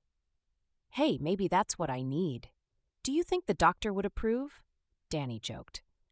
"Then I could be sitting down everywhere I went." "Probably not. Doctors mostly seem to want to make you lie in bed and wither away. Either that or torture you with physical therapy." He grimaced. Sheila had mentioned how he hated his PT sessions, and they were bound to get worse when the cast came off. "I don't appear to be withering much." Dani patted her bulging stomach, thinking that before long she wouldn't be able to flex at the waist to sit up anymore. Jeff eyed her. "Those my grandbabies you're carrying?" "Yep." She wasn't going to explain the details. And if the babies weren't genetically related, did it matter? No one else was likely to claim them. They would be Cade's in every way that counted. "I never expected him to get married and not invite his family to the wedding. What did your folks think of it?" Dani managed to keep control of her tongue, despite his grumpiness and the less-than-kind way he'd asked. "My folks are both dead, and my brother wouldn't have been able to come anyway. Strangely, Cade didn't think you would care about not being invited to our ceremony." She caught his gaze, gave him a piercing look. "I wonder why he got that impression." His wince was barely perceptible, but she saw it as he looked away. "Sheila would have gone." "Yes, I do feel kind of bad about that, but we didn't have a big ceremony. Lots of fuss and fanfare wouldn't have made us any more married."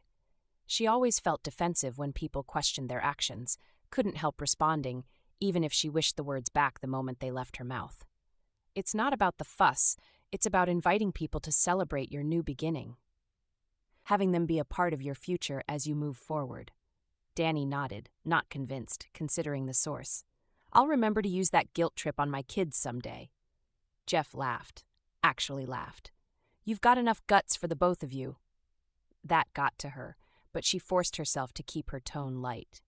You know, if you goad me, I'll have to defend him, and then neither of us is going to be very happy. You're probably right. Jeff rubbed his hands together, as if they were sore from pushing the chair around. How'd you two meet anyway? Far more comfortable with this topic, Dani was happy to oblige and set aside her book. They spent an interesting hour talking about her history with Cade and how Jeff had met Sheila. Cade pulled into the boat shop at 4:45. He'd already been going for nearly 12 hours, and there was no end in sight. He smiled and waved as he saw Tess, Jason's girlfriend, drive into the parking lot behind him. She was driving faster than normal and came to a stop in an empty space with a screech of tires. Cade paused at the glass front doors, holding one open for her as she stomped toward him, her face set and angry, a manila envelope in her hand. "Hi, Tess," he said. "Is your brother here?" was her short-tempered reply. "I haven't been inside yet, but I imagine he is. Having a rough day?" "He's going to have a rough day as soon as I see him." She strode past Cade through the showroom and back into the parts center where Jason was doing something on the computer. "Explain this." She slapped the envelope onto the counter, then stood glaring at Jason, her hands on her hips. Though he knew he shouldn't intrude, Cade found himself drawn to the scene and took that route back to the office. "What are you talking about?" Jason asked. He picked up the envelope, reached in, and pulled out a handful of papers. His jaw dropped, and he quickly flipped through the several sheets. Cade moved closer and saw what had his brother so transfixed. The papers each had 2 or 3 photographs printed on them. All showed Jason with another girl, walking down the street holding hands, sitting at a sidewalk cafe talking, kissing on the beach. Cade tried to decide if he'd be noticed if he tried to ease back into the shadows. "I swear," Jason said after he'd seen a couple of pages, "I don't have any idea where these came from. I barely know Stephanie. We're in a class together. We ran into each other at the library and sat together to study once. That's it. These are doctored." "Right, it sure looks like it. Where did these come from?" Jason asked. "Who gave them to you?" "Someone slid them under the door at my dorm. Does it matter who it was? I thought you said you were busy so much lately because you were spending time here and with your dad." "I have a busy class schedule," she parroted. Her eyes narrowed. "I see what you mean." Tess turned to leave and Jason rushed from behind the counter, grabbing her wrist. "Tess, I promise, this isn't true. I've never been out with her." "Spare me the lies." She looked over her shoulder, as much hurt as anger in her face. "I thought you were different from those other guys. I guess I was wrong." She yanked her hand free from Jason's grasp and all but ran from the building. Jason slumped where he stood, staring after her until her car had left the parking lot. "She's irritated." Cade reached for the stack of photos to take a closer look. "Shove off. I don't need your crap today." Jason walked over, tearing the papers from Cade's hands and stuffing them in the envelope. "And don't you think for even a second these pictures are true. I'd never cheat on Tess. I don't have any idea where they came from." He was inclined to believe Jason, despite proof to the contrary. "You have no ideas? No one who'd like to see you and Tess break up? Another guy who's interested in her? A roommate who hates you?" Jason rubbed his forehead. "I don't think so. I can't think of anyone." He tossed the envelope into the trash. She was special, too. He slumped into the chair and pounded a fist on the counter. "I thought we might make it all the way, like you and Dani." Cade took a moment to formulate a response. His and Dani's road had been far from smooth, but he wouldn't give her up for anything. He walked around Jason and fished the pictures back out of the garbage can. "If you feel that way, then you need to figure out where these came from and who sent them. Prosody, and you need to try again when she's had time to cool down." Jason took the envelope back, stared at it. "Hey guys, what's going on? I was starting to wonder if you'd make it in before close, Cade." Les entered the parts center, Kip right on his heels. "I thought I heard a commotion out here." "Angry customer?" Kip asked. "Woman problems," Jason said, then strode out the front door with the printouts. He crossed to his car and deposited the photos. Kip came to stand beside Cade. Tess break the fancy date he was planning? Something like that. Cade wasn't about to gossip. If Jason wanted to share the conflict with the guys, it was his deal. Deciding he'd already wasted too much time, he headed for the office. Did anyone get the inventory done? I need to make an order. Almost done, Les called back over his shoulder. I'll get it to you before I leave tonight. Thanks. Before the door shut between them, Cade heard Jason come back through the front door. If you need any advice, I'm happy to oblige, Kip said. I'm an expert when it comes to the ladies. Yeah, I'll let you know. Jason's sarcastic tone made it clear he didn't think Kip had anything worth teaching him. Cade decided to ask Jason about everything again later. Right now, they both had their hands full. Cade dragged in from the office after 11. He checked on Dani and found her lying in bed with a book. Hey, couldn't sleep? He pressed the hair back from her face. No, I'm fine, just winding down. Cade smiled. Have you been wound up? Has Dad been harassing you with the history of boat making since prehistoric times? He gave her a gentle kiss hello. He's leaving that to you. She used a paper to mark her spot and closed the book, setting it aside. Did you eat something? I put a plate in the fridge for you in case you didn't. She touched his cheek. You look exhausted. I am, and I haven't eaten. I was going to grab a sandwich, so heating up an actual meal sounds wonderful. He caught her hand, pressed it to his cheek, then turned and kissed her palm. Are you coming to bed soon? Yeah. Will you still be awake? Releasing her, he kicked off his shoes, setting them against the wall by the door. Probably. Why don't you bring the food in so we can talk? Sure. I know I'm always gone lately. Just hang on a few more days for me. I can do that. Cade moved to the kitchen and found the plate of leftovers. He'd arrived at the shop shortly after close, though Les and Kip were still finishing up. He spent the evening wrestling with the bookwork, trying to straighten out the deposit and double-checking the backup program he'd installed the previous week to make sure it was working right. He made a change to another one of their databases so it would also be backed up. He checked the internet history on all the computers and saw someone had accessed the business bank account and the website. They had the password saved on the browser? Really? That was totally not okay, so he changed them and grabbed the cash. Something was wrong with the paperwork, and he wasn't sure what exactly. After looking for a couple hours, he gave up and logged the deposit information, taking the cash and checks with him. He swung by the bank on the way home to drop them off. He'd straighten it all up in the morning.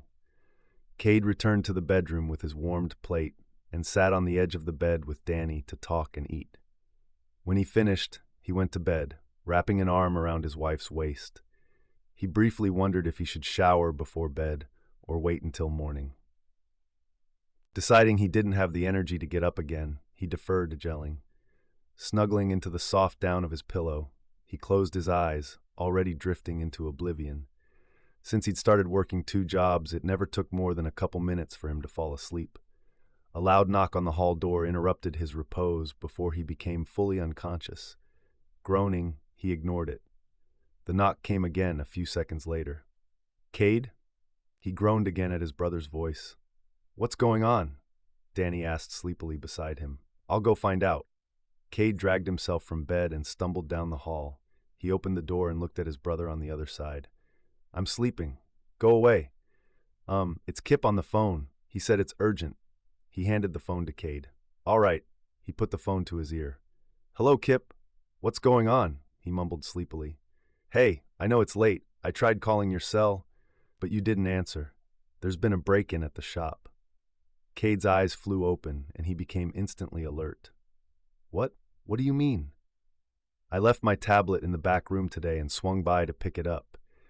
Anyway, the side door had been knocked in, so I called the cops. They're on their way now. What's missing? What did they do? Cade moved to the bathroom and grabbed his pants from the floor. He wobbled slightly as he started changing into them. He was so tired, he could barely stand upright. I haven't been inside yet. For all I know, the burglar's still in there. Right. Fine, stay there. I'll be there in a bit. Cade hung up and set the phone on the bathroom counter while he changed his shirt. Jason came down the hall as Cade was tucking in the t-shirt he'd put on to sleep. The police wouldn't care what he wore after all. You look completely wiped, Jason said. I am. You want to go with me? The shop was burglarized. No way. You want me to drive? Jason reached into his pocket and pulled out a set of keys. I'd appreciate it. Let me tell Dani where we're headed. Cade cracked the door open and saw her eyelids flutter. He walked into the room and sat on the edge of the bed. What's going on? She murmured when he touched her shoulder. Some trouble at the shop. Don't worry about it. Jason's going with me. I'll be back before long. He pressed his lips to her forehead, wishing he didn't have to go. He missed spending time with her, even just holding her close while they drifted into sleep, which was the best he'd been able to do for some time now. Be careful. She touched his face. He took her hand, gave it a squeeze, and settled it back on the covers. I will, sweetie. He was jealous she could sleep so soundly and stay in bed for so many hours when he was running on fumes. He reminded himself he'd have a chance to catch up once he started working only one job. He met Jason in the hall. You think we should stop in to tell Dad before we take off? Jason asked. Cade checked his watch. It was 11:30. No, let's wait. He can't come anyway. No point in making him lie awake at home, wondering how bad the damage is. When we've seen it, we can give him some answers. His dad would be angry not to have been notified immediately, but then he'd want to get out of bed and go to the shop tonight, and Cade didn't want to fight with him at the moment.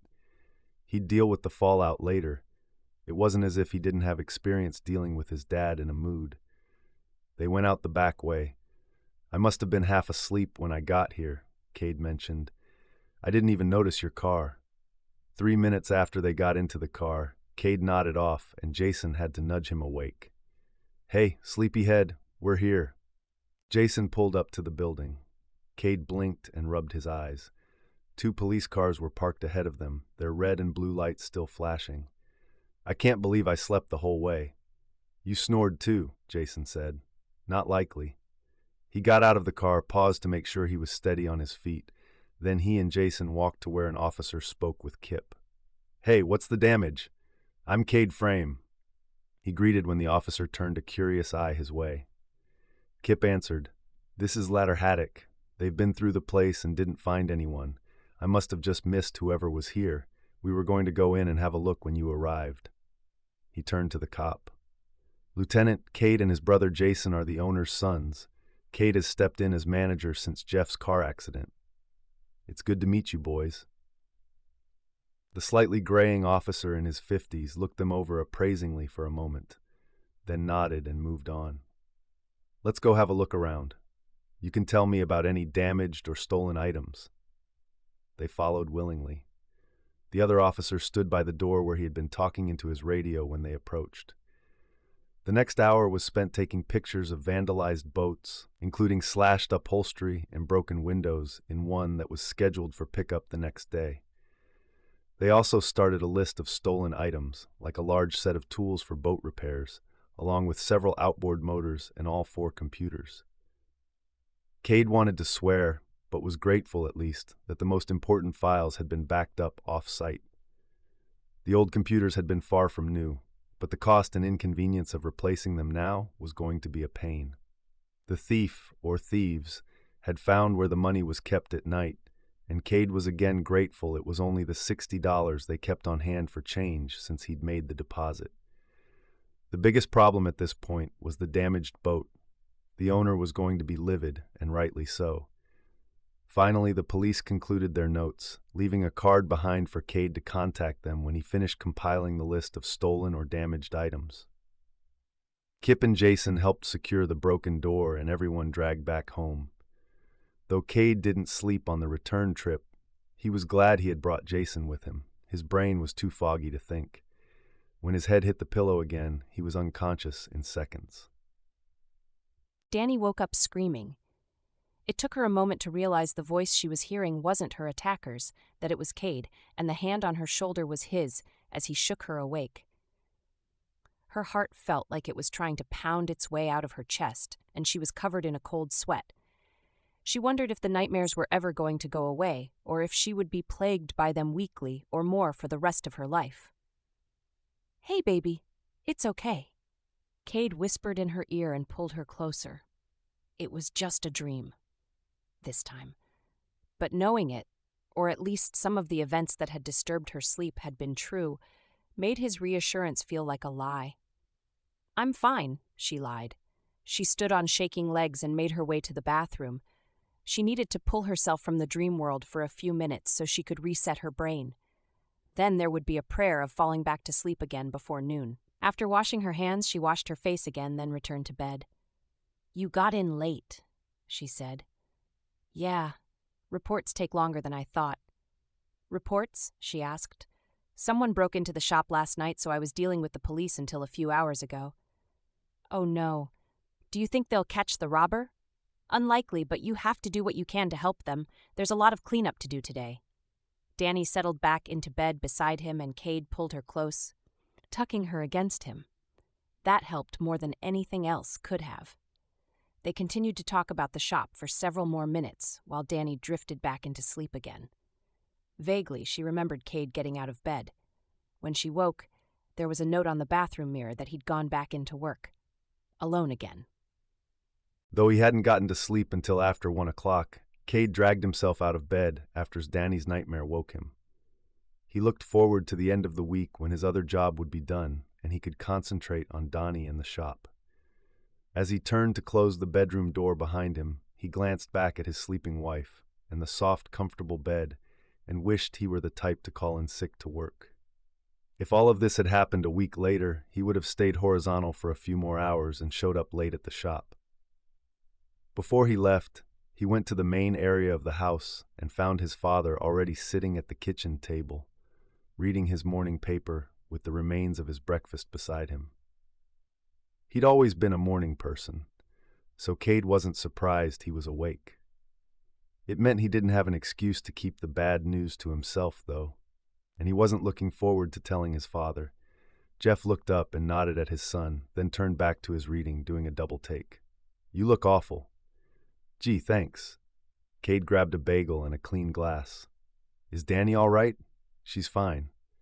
He poured some juice and then reached for the peanut butter, deciding he might as well get it over with.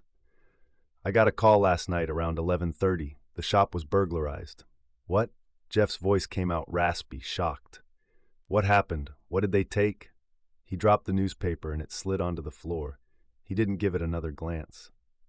"They got away with the money from the register, the computers, a set of repair tools, and I'm not sure what else." Cade started spreading peanut butter on the bagel. "More seriously, in my mind, they damaged several of the boats, broke windows, and other things that will take weeks to repair. Mr. Johnson is not going to be happy about his boat." "Did you get the backup program you wanted up and running?" Jeff's face had grown pale. Cade looked up, worried about his father. "Everything important has been backed up. I'll download it to my laptop this afternoon so we can get up and running again.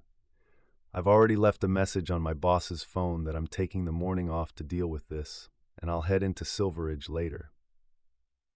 It would mean a late night of paperwork so he could get everything ready to turn over to another salesman at the end of the week, but at least he could do some of it from home. "Why didn't you tell me last night? I should have been there. It's my business." Jeff's face had gone from white to red. His brown eyes were darker than usual, his brow furrowed heavily. "What good would it have done? You couldn't come. You'd have just sat up fuming and worrying half the night, keeping Mom awake. I handled it. That's why you're bringing me back into the company, so I can take some of the weight." He twisted the lid back on the peanut butter jar and returned it to the cupboard, more firmly than necessary. "It was not your place to decide what I should or shouldn't know about my own business," Jeff insisted, wheeling around the edge of the counter. Cade turned to face his father. With everything else going on, he did not need this argument. "I got up early this morning so I could tell you about it and to go take care of it despite my other commitments. It's not like I withheld it for more than a few hours." He wanted to share the blame with Jason, but it had been Cade's decision and he wasn't going to drag his brother into it. "I'll let you know everything once the guys give me a full list of the damaged and stolen items." "That's thoughtful of you." Jeff's voice was hard. He pulled back away and headed for the door. I'll be there in under an hour. No, you won't. Cade set down the glass of juice he had just lifted to his lips and took off after his dad. The man was so aggravating. You aren't supposed to leave the house yet, and Mom can't get you in and out of the car by herself. I don't think you'll even fit in the car with that leg. Jeff didn't turn around, but kept wheeling along. I'm going one way or another. If you're worried about your mom, we'll take the truck and you can help me in and out. I don't know if you'll even fit in the truck. Be reasonable, Dad. If I'm being unreasonable, you'll have to deal with it. I'm going, even if I have to call a cab. Cade rubbed his forehead. He didn't have the strength to argue, especially as it appeared to be futile. Even if he and Sheila refused to help him, Jeff would find a way. It was against Cade's better judgment when he gave in. Fine, I'm going to eat. Be ready when I'm finished, or I'm taking the truck and leaving you behind to wait. He stalked back to the kitchen. Chapter 16. The day was a long one. Cade and his father arrived at the shop shortly before 7 after some tricky maneuvering to get Jeff into the rental truck. Checking the shop's damage again, Cade thought it looked even worse in the daylight. I'll take the office equipment. You start in the boats. Write a full report of anything damaged, Jeff said after they both stared at the mess for several long, depressing seconds. If things were stolen from the boats, I won't know it, Cade pointed out. I'm not very familiar with them yet. He sighed. We'll have to get Mr. Johnson in here to look us over once we clean up a bit. He'll have to give us a list of stolen items. You'll be fine. Start with the damage. Try to clear out the debris and straighten it up so Les can do an inventory. The other guys should start arriving in an hour or so. I'll have them clean up the shop area. It was a sensible plan, so Cade grabbed a clipboard and blank sheets of paper and went to work. He just hoped his father didn't push himself too hard. Friday evening, Cade went home earlier than usual. It was only 8 when he dragged in. He'd finished his last day at Silveridge and looked forward to actually being home with his wife in the evenings from now on. He came in and found Dani stretched out on the sofa in front of the television. He set down the box of personal belongings he'd pulled from his office, then dropped to his knees beside her. Hey, baby, how are you doing tonight?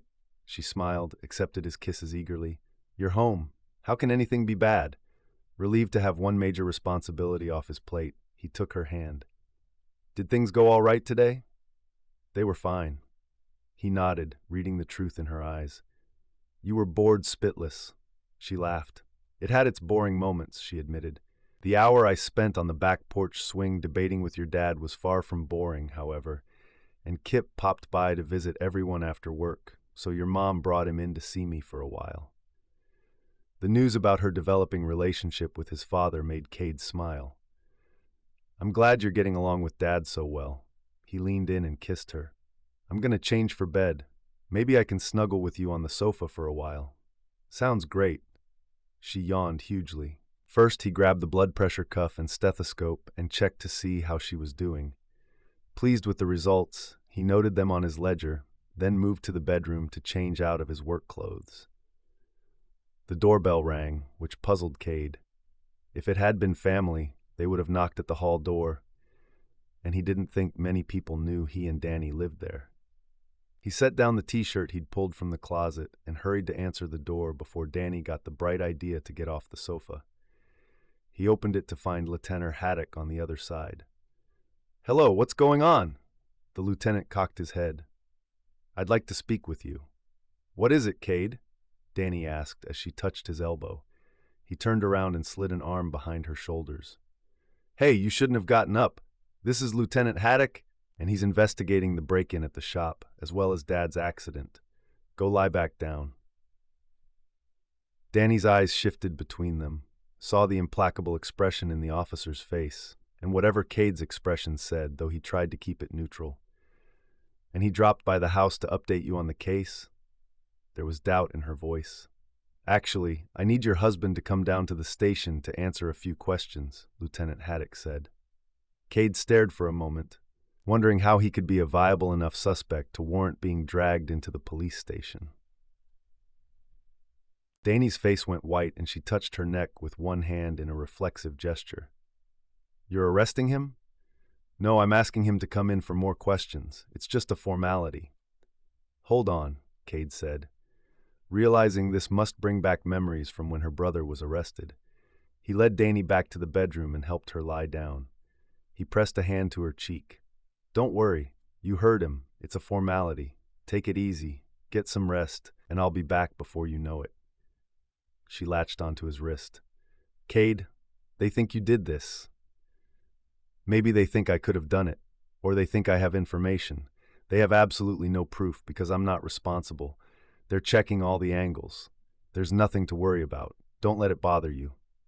He pressed a kiss to her forehead. I'll have my cell phone. Call me or my mom if you need anything and take it easy, okay? She bit her bottom lip. You better be back soon. I will. Just an hour or two. Rest. He infused his voice with all the calming power he could, though he was freaking out inside. She didn't look convinced. He wondered if it was her natural tendency to worry which kept her from believing all was well, or if he showed more of his feelings than he thought. He returned to the living room to find the officer standing inside the door, in full view of the hallway, like he was afraid his prey would try to escape through the house. Checking to make sure he still had his keys and phone in his pocket, Cade headed toward him. My wife is suffering from preeclampsia, which has the doctor worried about her pregnancy. You understand my concern. Of course. The man gestured to the door and Cade preceded him out. It was going to be a long night. The interrogation room at the precinct was what Cade expected. Brown brick walls, a cement floor, a table, 3 chairs, and a two-way mirror.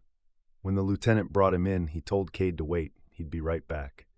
Cade waited for nearly an hour before the man and another officer returned. Sorry about that. I had a call come in, and I'd been waiting for it all day, Lieutenant Haddock said as he took a seat across the table. He gestured to his companion, who sat beside him. This is Officer Clark. He'll be joining us tonight. Though he smiled and greeted them both as pleasantly as possible, considering the wait, Cade wondered if they had genuinely been held up on other business, as they said, or were just letting him sweat it out. Then he wondered if he'd watched too much television. I understand. You're very busy. What can I do for you? Could you run back through the events of the day you visited your father's business before the accident, starting the morning you left to visit your clients, until the call came from your mother? An internal groan was all Cade allowed, though he was sure an irritated look crossed his face. He filled in as many details of the day as he could remember.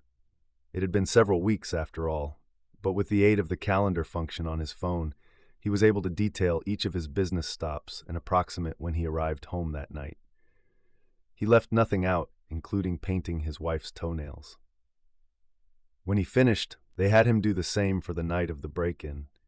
He was way past yawning by the time he finished. Though there was a recording of the discussion, Cade noticed the lieutenant writing notes as he listened, and they rarely asked questions. Is there anything else I can do for you? He asked. Yes, I wondered what you might know about this. The man slid over a printout with only a few sentences on it, put to the lieutenant's attention. Cade Frame has more reasons to kill his dad than anyone, and his anger over the past is certainly the reason for the break-in at the shop. Cade felt pounded by shock, disbelief, and anger. What the heck? What is this? Where did you get this? This came from an anonymous tip on the website and found its way into my hands this afternoon. Lieutenant Haddock laced his fingers together on the tabletop and put on a good old boy smile.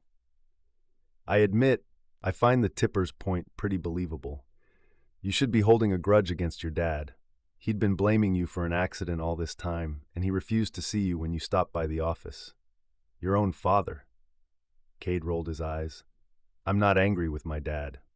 He stopped, considered what he'd said, then amended. Okay, perhaps I wish he didn't still blame me, but Chessa was everyone's favorite, including mine. She was like a megawatt light bulb on a starless night. Losing her was hard on all of us. And I'm thrilled to be back at the shop working with boats again. I love that business. I love dealing with our clients and helping them out. I love making repairs or installing upgrades in their boats.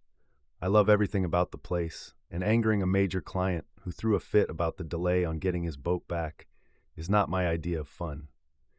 If my dad's accident and the break-in are related issues, you're looking at the wrong man. I'd be happy to give you any help you need, though. I want answers even more than you do." The other officer's brows lifted in disbelief. "We're just supposed to take your word for it? Unless you have actual proof I'm somehow involved, you're going to have to accept it." He checked his watch. It was after 11 now, and he seriously hoped Dani was sleeping, though in her state of mind when he and the lieutenant had left was any indication, that was highly unlikely. "Now, unless you have enough evidence to arrest me, I've had a very trying few weeks and need a night with more than 4 or 5 hours of sleep. If you need to go back and check out the truck, the shop, or anything else I have any control over, feel free. I see no need for you to waste your time with a warrant." "That's very understanding of you," Lint Haddock said. "If we find any real indication the two issues are, indeed, related, we'll take you up on your offer." He stood. "Now, I'll be happy to let you return home, if you'd like to call someone." Of course, they wouldn't give him a ride, just because they brought him out there and stranded him. Cade clenched his jaw and followed them out to the waiting area. After some deliberation, he pulled out his phone and called Jason. Though Cade assured Dani the police officers were just being thorough, she still worried they were going to arrest him for something he didn't do. After what her brother had gone through and his subsequent undeserved prison time, she didn't trust the police to get things right. She'd been up when he arrived back home around midnight, and she'd woken several times, reaching for him to make sure his return hadn't been a dream. Despite his repeated exclamations of relief at being done with his other job and how he would have more time with her, as soon as he'd eaten breakfast the next morning, Cade headed back to the shop. Bored before noon, Dani decided to take her 5-minute break to move to the main part of the house. She needed a little socialization if she was going to keep from going crazy. When she crossed into the hall, male voices came from the parlor. She rounded the corner and saw a man sitting on the sofa. She caught enough of his profile to recognize Lieutenant Haddock from the night before. Jeff sat across from him, though his face was slightly averted from Dani, so he didn't notice her. "I don't care what you say. My son didn't try to kill me or break into the office," Jeff said, his face an emotionless mask. "I know you feel that way. He's your son. But if you blame him for your daughter's death, why couldn't he be responsible for your more recent problems?" Jeff shook his head. "Chessa's death was caused by negligence. It wasn't intentional. Cade doesn't have it in him to have hurt her or me. We've had our troubles, but I won't believe it." The man made a humming noise as he wrote something down. "I've read the reports, but can you tell me more about your daughter's death?" Jeff sketched in a story much like the one Cade had given Dani, though Dani realized Cade had been the only one at the scene, so of course the only information they had came from him. Were there any relationship problems between Cade and Chessa prior to the accident? No, he adored her. Everyone did. It was an accident. The officer nodded, then stood. "Thanks for speaking with me." Dani walked back around the corner so the men wouldn't see her, but she could still hear the conversation.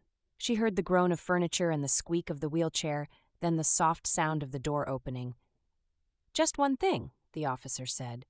He paused, as if waiting for Jeff to look up at him. "If Chessa's death was an accident, don't you think staying angry with your son for so long is unfair?" Silence. The front door closed, and Dani hurried back down the hall to her apartment. She had a few things to process before seeing Jeff again. She hoped he was processing things as well. The doctor's visit was the same old story. He said to stay in bed, get up only to use the bathroom, take it easy. Dani felt she would to explode from boredom if something didn't change soon. Cade had gone baby shopping without her, picking up cribs, clothes, car seats, and the like, with pictures flung back and forth between their phones, and long conversations about the relative merits of one product over another while she looked up reviews online. Dani lay on the sofa at home and tried not to throw things in irritation. Cade went to work every day, talked to people, dealt with paperwork issues, struggled with problems and difficulties, and a police force that thought he was responsible for his father's troubles. Dani sat home and twiddled her thumbs. Bored with scrapbooking before the first afternoon ended, wholly sick of talk shows, soap operas, and planning a theoretical salon, she was starting to wonder if she'd ever see. Cade never appeared angry or upset. He took all of it in stride and rarely snipped at her. Dani felt like tearing everyone's heads off on a regular basis and was constantly miserable from boredom and a feeling of not being able to do anything useful. Knowing she was in a bad temper when he dealt with everything so well only made her more irritable. And then there were the tears. Stupid hormones. After waking from an afternoon nap nightmare, she'd been especially on edge. She sat on the sofa, folding her arms over her stomach as she watched Cade walk around the room, bringing her the remote and books, a tall glass of ice water and snacks. "Thank you," she said, an edge of petulance in her voice. She didn't care. He sat on the sofa beside her, resting a hand on her shoulder. "Look, sweetie, I know this is hard for you, but you have to remember why you're doing this. We need to keep those babies healthy." He pressed his lips to her forehead. "I need you to be healthy."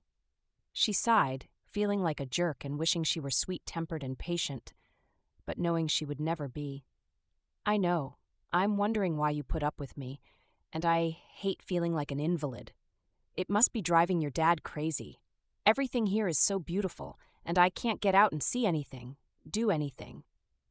And you wish you could be out tearing around the countryside, climbing hills and ducking in and out of shops.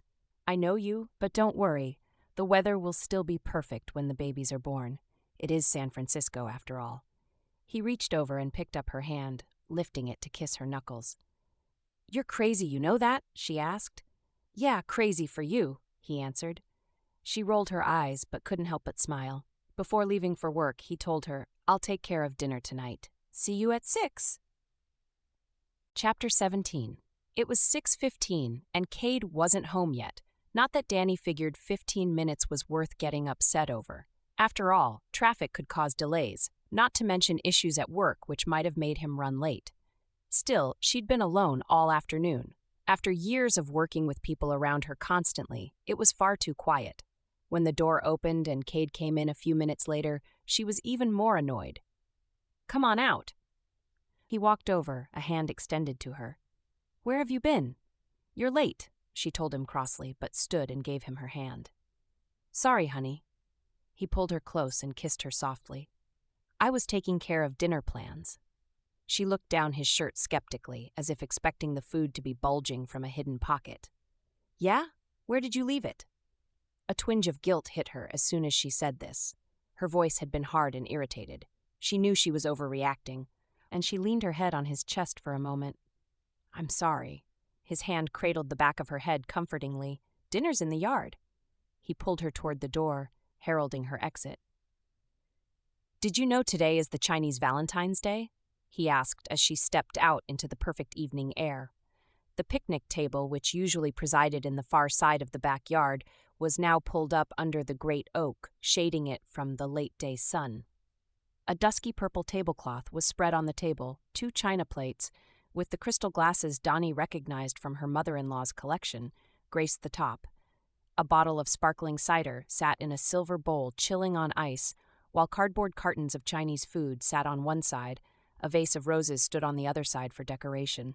She turned to him, even sorrier for the way she'd treated him. "It's perfect." Internal sadness warred inside her with irritation as she dealt with her attitude. Depression was becoming harder and harder to stave off lately. Cade sat her in front of one plate, but before he could return to the other side of the table to seat himself, noticed the tears shining in her eyes. "Honey, what's wrong?" "I'm sorry, I'm being so horrible to you. I don't know what's gotten into me." Cade looked like he was going to brush it off, but then thought better of it. Instead, he sat by her side, his back against the table. "Dani, I love you, and I know you're having a hard time. No, it doesn't make it okay for you to take it out on me," he hastened to add when she started to shake her head. "But it means if you promise to try to stay positive, I'll do my best to understand. I love you." She tightened her hands into fists so she could feel the imprints of her fingernails in her palms and pulled away from him, incredulous. "Don't you ever get mad?" You ought to be furious. I jumped down your throat the second you walked through the door when you were trying to do something nice for me. She threw her hands in the air. Why don't you get mad? He straightened in surprise. You want me to yell back at you? Yes, no, I don't know. She huffed and covered her face with her hands. No, but do you know how big of a jerk I feel when you always take every curveball so calmly? It doesn't matter how awful I am or how out of whack your life gets, you take it all in stride and smile it away with some sweet comment about how beautiful I am or something. Don't you ever want to tell me to quit acting like a baby and deal with it? She smacked the tabletop with her open palm. His jaw dropped and he stood, putting his hands on his hips and staring at her. Yes, of course I do, but one of us has to be strong, and apparently it's not going to be you. Not now, anyway. He sucked in a breath as she winced at the honesty in his words. Do you know how stressful my life is? I'm working 60 hours a week at the shop trying to do half as good a job as my dad did, and I'm hardly ever succeeding. Then there's the stress of knowing I have to provide for this family. You, me, the babies, and for now my parents too, keeping things afloat so everyone's bills get paid. He stood and walked around the table, gesticulating with every sentence as his voice raised a notch to match his fervor. Then there's you. I worry about you like crazy. I know twins could put your health in even more danger. And if you're so troubled now, what's going to happen when you have the babies and they're crying constantly and postpartum depression makes everything worse than it already is? The babies could come weeks early and spend forever in the hospital, and we can't afford it. Our insurance is good, but I doubt it'll cover everything. We'll never pay all of the doctor's bills. Tears poured down Dani's cheeks and she wiped them away, but they kept coming, not allowing her face to dry even for a moment. You feel all that? Why didn't you ever say anything? She sobbed, which made her words barely comprehensible. She sniffed, covering her eyes with a hand. The bench moved as he sat beside her again. Cade lifted her chin and turned her face to his, pulling her hand away from her eyes so they looked at each other again. Because I love you, and I hate to see you cry. Things have been so difficult and I want to make it all easier. I love you too. She tucked her head in his neck, drawing strength from his proximity as she calmed down. Do you feel better now? Yes, believe it or not, I do. Did we just have our first fight? Dani chuckled.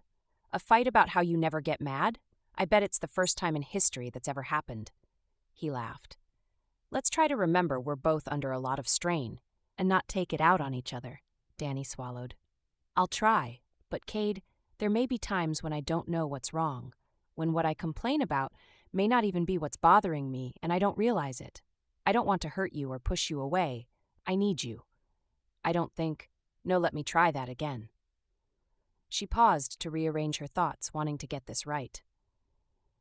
He was the first person she had really let into her life in the past few years, and she couldn't lose him. I know I wouldn't have made it this far with my head still on somewhat straight without you. You've been my anchor in this incredible storm, so please don't give up on me when I get ornery and emotional. I hope someday I can be there for you like you've been there for me. Are you saying you wish difficult times on me? His eyes shined teasingly as he smiled. Not a chance. I wish things could go smooth sailing forever, for both of us. But if you do have a rough period, when the waves are tossing you around, I hope I can be your anchor too. I really don't deserve you. Don't say that, sweetie. He rubbed his thumb down her cheek. You're just going through a hard time right now. It's going to get better. Just think of your waypoint. Focus on that and keep moving toward it. My waypoint, the place I want to reach? She remembered their discussion about that when they were on Kip's boat and thought about that. Of course, first, you have to have a destination in mind, something you can see as possible and work toward. She nodded, thinking that through. A waypoint, the coordinates of her destination. She had planned out a number of details for her future salon, but maybe she needed to take a broader look and figured out how that was going to work and what else she wanted out of her life. Prosody. They sat for a long while, letting their food grow cold while the sun sank behind the surrounding houses, casting shadows around the yard. The neighbor's dog barked and someone came out, telling it to be quiet. The smell of a barbecue drifted from another yard, though they couldn't quite place the location as the breeze shifted, swirling and eddying around them as they sat lost in their own world. "Are you hungry?" Cade asked eventually. "Am I ever not?" Dani asked, looking over at him. He shook his head and smiled. Cade held on to her for another minute before standing. He picked up the Chinese food and took it into the microwave. A minute later, he returned and sat beside her, bringing his glass over to the side where she sat, as if it was futile to even consider letting much space come between them for the duration of a meal. "Now, what was this about the Chinese Valentine's Day?" Dani asked when she had a plate full of food. "Do you remember the myth I told you about when we were on the boat, about the Milky Way separating those two lovers?" "Right, I remember," Dani answered, as she placed some fried pork on her plate and looked around for the sweet and sour sauce. "Well, today's their Valentine's Day, the day they get to sail across the Milky Way and visit each other. With everything we've got going on right now, I thought having an extra day to celebrate the way we feel about each other was a good idea." It made Dani want to start crying all over again. She met his gaze. "That was sweet. Thank you." When they finished, Cade took her over to the bench by their kitchen door. She sat beside him, then turned, putting her feet up over the armrest and placing her head in his lap. They stayed there for a long time without saying a word. Cade ran his fingers lightly over her hair and stroked her face. Dani closed her eyes, enjoying the sensations and coolness of the night closing around them. Finally, he spoke. "Are you tired? I rented a movie." He told her which one he had picked up, something she had been looking forward to seeing, but doubted he cared about. "I'd love to watch it, but you don't want to." She held her finger up before he could protest. "I'd rather spend the evening with you like this. I'll watch the movie tomorrow while you're at work. It'll help fill the long hours. I appreciate your thoughtfulness." "Anytime," he told her seriously before leaning over and planting a kiss on her mouth.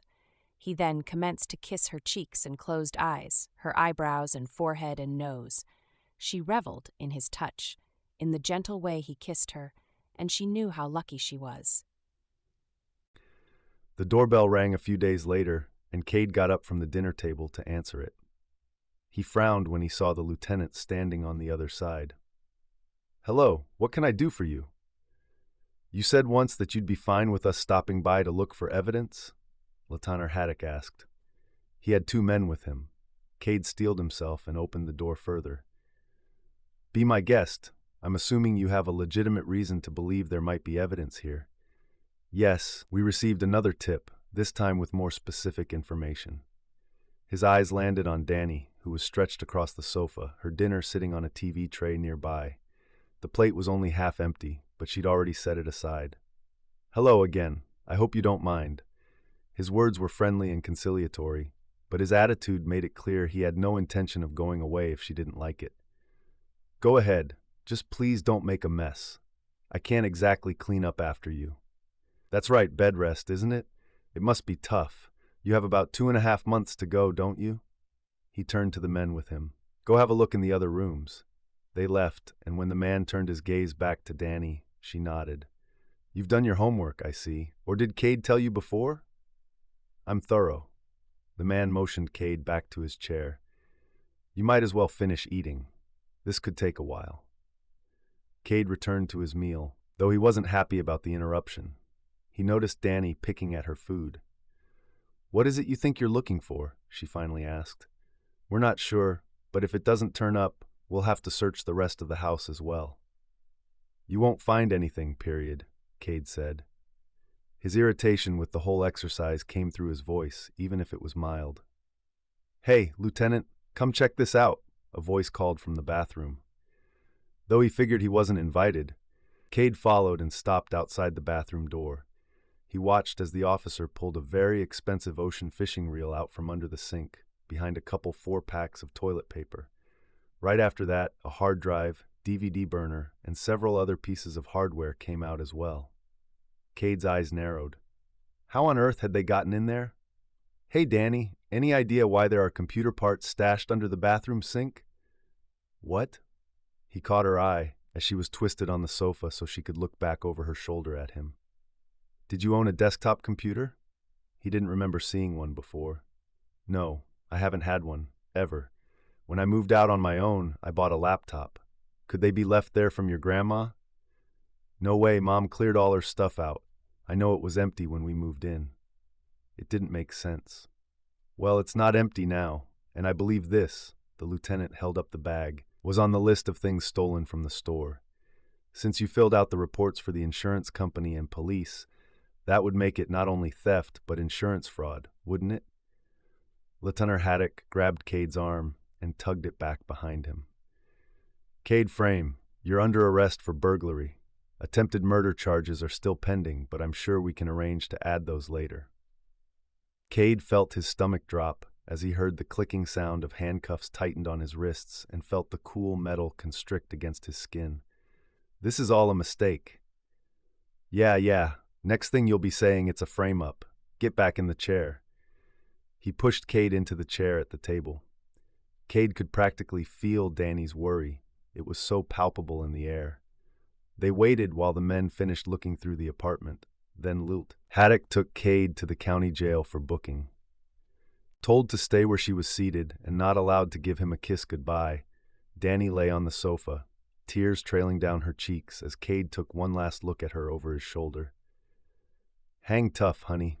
Everything's going to be okay. I promise."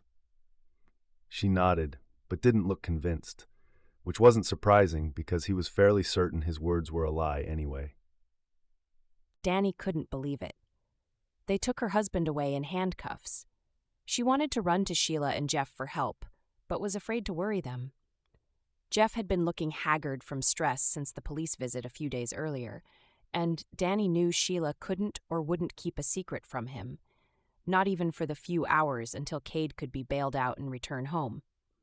She formed a fist and pounded on the back of the sofa, feeling completely useless and wishing she could get up and do something to help Cade. Her doctor would pitch a fit if she went to the police station and waited to find out what the bail was and then tracked the money down. How was she going to come up with the cash anyway? She had over $30,000 in her special savings account, but she couldn't pull that much from the ATM in one night. And what if it wasn't enough? She picked up the phone, found the phone book, and dialed the jail. Maybe they had a set amount she could expect to pay for bail. If she juggled her credit cards and their various accounts, she might be able to pull enough out of the ATM to make it. The phone rang 3 times before someone picked up, announcing the jail's name. "Yes," she hurried to ask. "My husband is being brought in right now on charges of burglary and possibly insurance fraud. Will the bail amount be posted tonight? Could I send someone with the money to pay it, or will I have to wait for him to go before a judge? Please hold while I transfer you." There was a beep on the line, a moment of silence. Then another voice came on. Danny explained the question again and was told the bail amounts would be set in the morning when her husband went before the judge and couldn't be paid until then. The woman stated the time and location where the hearing would be held and ended the call. Despair rose again and tears poured down Danny's cheeks. She doubted she was going to sleep much. After half an hour, she pulled herself together and thought about what she could do. She could call Jason instead of telling Sheila about Cade. But wouldn't Sheila want to be there? As would Jeff, who would at least be allowed to attend the court hearing, wheelchair and all. Should she tell Kip?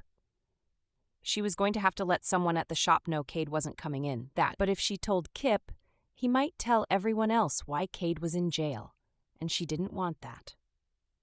She pounded the sofa cushions some more, then decided she was past due for a shower. If she was going to the hearing in the morning, she would need to look presentable. After that, she would set her alarm to wake in time to alert Sheila and Jeff in the morning. On their way to the court, she would call Kip and tell him Cade was being held up and would be in later in the day. She hoped it was true. Her savings account would allow her to post a bail bond for his release and pay for an attorney, but she didn't know how much would be left over afterward. She said a fervent prayer for peace and support, then wiped her face. She decided to take a bath instead of a shower. A little wallow time in hot water would be very welcome. Cade sat in the jury box with several other inmates the next morning, waiting for his turn in court. The jailer in charge of him had said it could be a couple hours before his case went before the judge.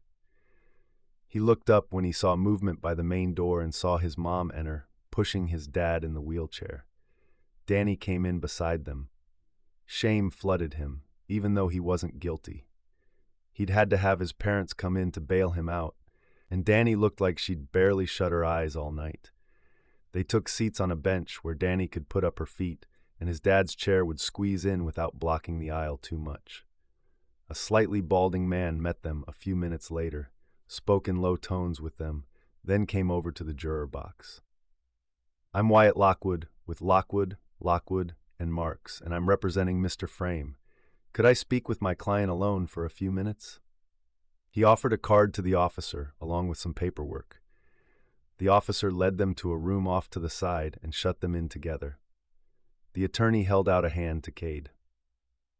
"I'm pleased to meet you, though I am sorry about the circumstances. Your father filled me in on the basic details, and I've read the report the officer filed against you, along with the ones on your dad's accident and the break-in, which is why it took me so long to get here this morning." The preliminaries out of the way, he drilled Cade with questions about the events, taking copious notes. "So who else could have planted the evidence at your place? Think of everyone who had any possible access or reason to be there during the past several days, and who might have had a key to the place or known where the spare was kept." Cade racked his brain, trying to scrounge up names, though he couldn't imagine any one of them breaking into the store and causing so much damage. The list was pitifully short. "Other than my immediate family, a few friends who only popped by for a few minutes earlier this week, my cousin Kip and old family friend Les. Both of those two work at the shop, though, and are completely loyal.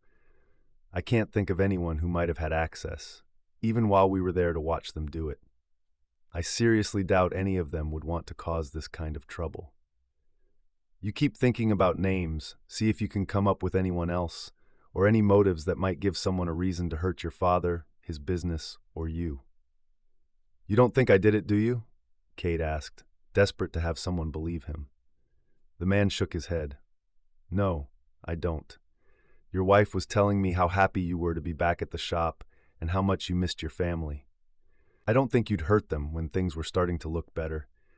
My money is on whoever called in the tip about you being responsible for both incidents. They must be behind one or both of the attacks, so we're going to be doing some serious investigating into anyone else's motives." There wasn't much else to say, so Wyatt rapped on the door, and the jail officer escorted Cade back to the jury stand. Wyatt returned to the Frames and spoke with them for a few minutes before taking a seat beside them. Cade could already see the dollar signs clicking by as the man waited for the hearing.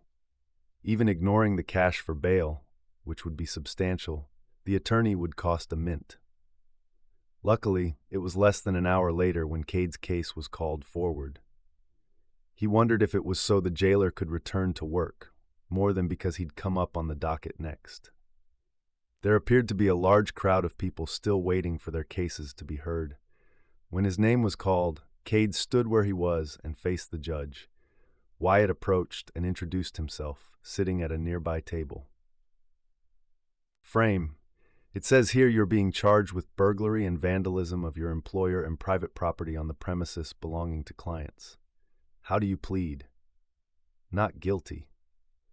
His hands shook, and Cade held them to his side so it wouldn't be obvious.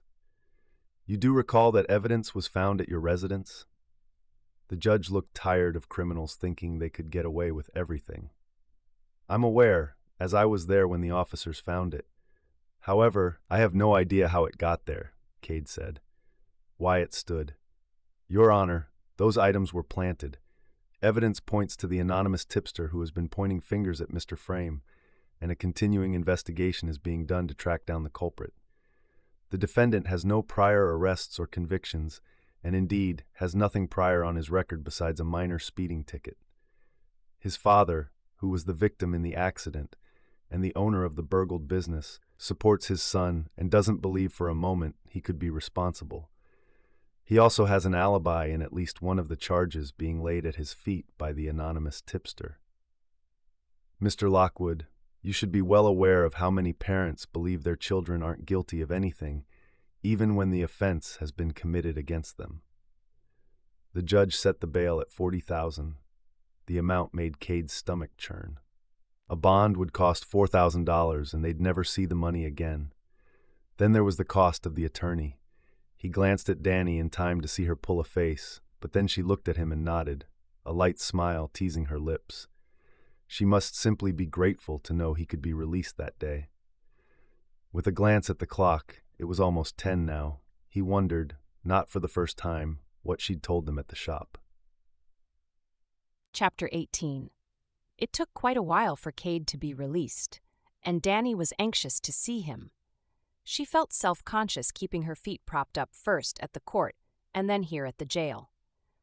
After going to the bank to nearly empty all 3 of their savings accounts to pay the bail, she knew she was pressing her luck, health-wise. Jeff had written a check as a retainer for the attorney and claimed he would take care of things there, which was a big relief to Dani. When it was all straightened out, though, she was sure she and Cade would reimburse him. She could see her dreams of owning her own salon melting away and had to force the thought back. This was more important. She would cope.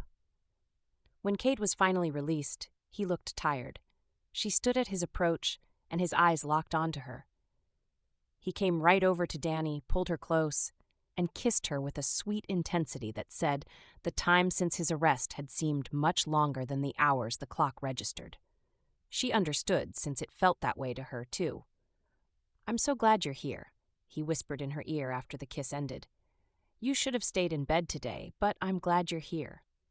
She smiled. "I couldn't stay away. You know me."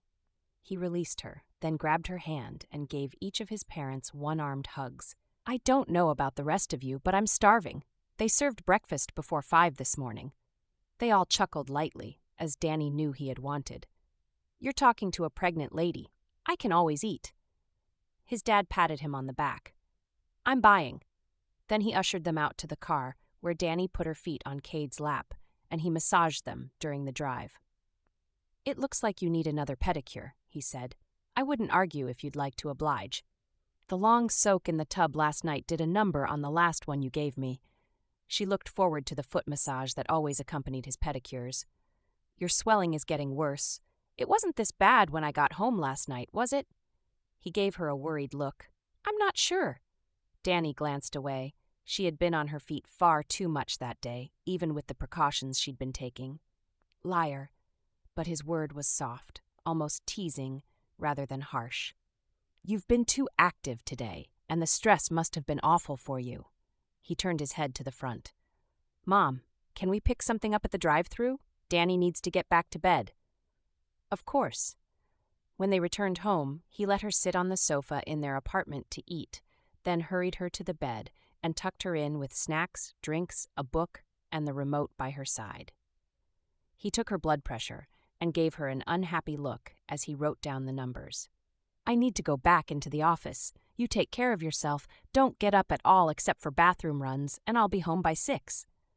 "Sure you will." She missed him already. He pressed a kiss to her mouth, then to her forehead. "I promise. Love you. Love you too."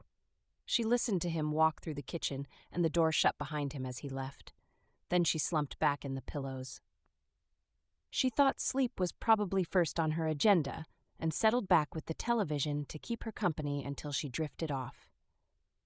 "Where were you this morning?" Kip asked when Cade arrived at work. "I had some personal issues come up that had to be dealt with. It's taken care of for now. Anything interesting happened this morning?" Cade was glad no one seemed to know about his arrest. He knew that could change. It was a matter of public record, but hopefully not until after things got straightened around and the charges were dropped. "Not really. We had someone come looking for a new boat. Looks like he's pricing top-of-the-line sailing rigs. I think I about got him talked into the top flight. He claims he'll bring his wife back with him to settle the deal. We had a speedboat come in for engine repairs, and I received a call with questions about adding some cabinets for another customer. Nothing I couldn't handle." Kip sorted through a few files and found whatever he was looking for. Cade nodded, setting up his laptop again. The new computer system they'd ordered would arrive tomorrow, but they were still using his laptop until then. It was woefully inadequate for running the whole shop. Sounds good. I'll get this deposit out of the way and calculate paychecks. Dad will sign them tonight, and I'll have them for you first thing tomorrow. Great. I'm looking forward to adding a few extra bells and whistles to my own boat. Kip walked around the edge of the counter. Speaking of which, you haven't been out on it for a while. You and Dani could probably use the break. Cade rubbed his face. We sure could, but I don't dare take her out before she delivers. If her blood pressure doesn't come back down before her appointment tomorrow, the doctor may hospitalize her. Mounting medical and legal fees were going to give him an ulcer. Kip looked shocked. How awful. You must be so worried about the babies. What if this trouble made them come out not quite right? Cade flashed him an irritated glare. Thanks for your support. Now, if you'll excuse me. Kip's comments had been getting more and more callous the past few weeks. Cade tried to remind himself his cousin didn't have a pregnant wife and babies to worry about, and probably had no idea how offensive some of his comments were, but it had been hard. Kip blinked, as if surprised by the reaction. Sorry if I said something wrong. I'll go take care of some things up front. He disappeared through the doorway. Cade closed his eyes for a moment and tried to get his irritation back under wraps. He hadn't gotten much sleep the previous night and was seriously worried about Dani's blood pressure. If it wasn't any better by the time he got home, he was taking her straight to the ER. He tried to push his other worries away and focus on the finances. No need to get worked up about it yet if he couldn't decide until tonight. Dani didn't spend the entire afternoon in bed, but she did take the elevated blood pressure seriously. So when she got up to use the restroom an hour after Cade left, she grabbed her book, a blanket, and a few treats, and went to the back porch swing. She'd stay there until her bladder called again. She hadn't been there long, swinging slightly in the shade, her feet padded by a throw pillow on the other side of the swing when Jeff came out. The way Cade was talking about your ankles, I wasn't sure if you'd come out here this afternoon, Jeff said. If I weren't getting up to rush to the restroom, I wouldn't have made it out. Dani stuck the bookmark in her spot and set it on her lap. She studied Jeff's face for a moment.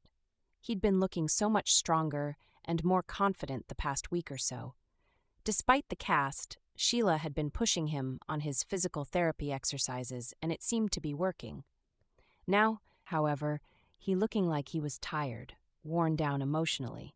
She couldn't blame him, as she felt much the same. How are you holding up? Jeff rubbed his thumb over his chair's cushioned armrests. Worried. How did the stuff get into your place? And who wants to cause so much trouble, to hurt or kill me and have Cade take the fall for it? I feel like I'm missing some huge clue. I think Cade looked worse than me today. Much more, and I'm afraid he'll break. Dani agreed. They all had too much on their plates, but Cade took on the responsibility for righting every wrong and holding everything together. Still, Jeff's comment led her right to a topic that had been on her mind a lot lately. So you really believe he's innocent, despite the evidence to the contrary? Of course. Cade is far too honest for anything like this. That was interesting, considering their history. Do you want to lighten the load, even a little bit?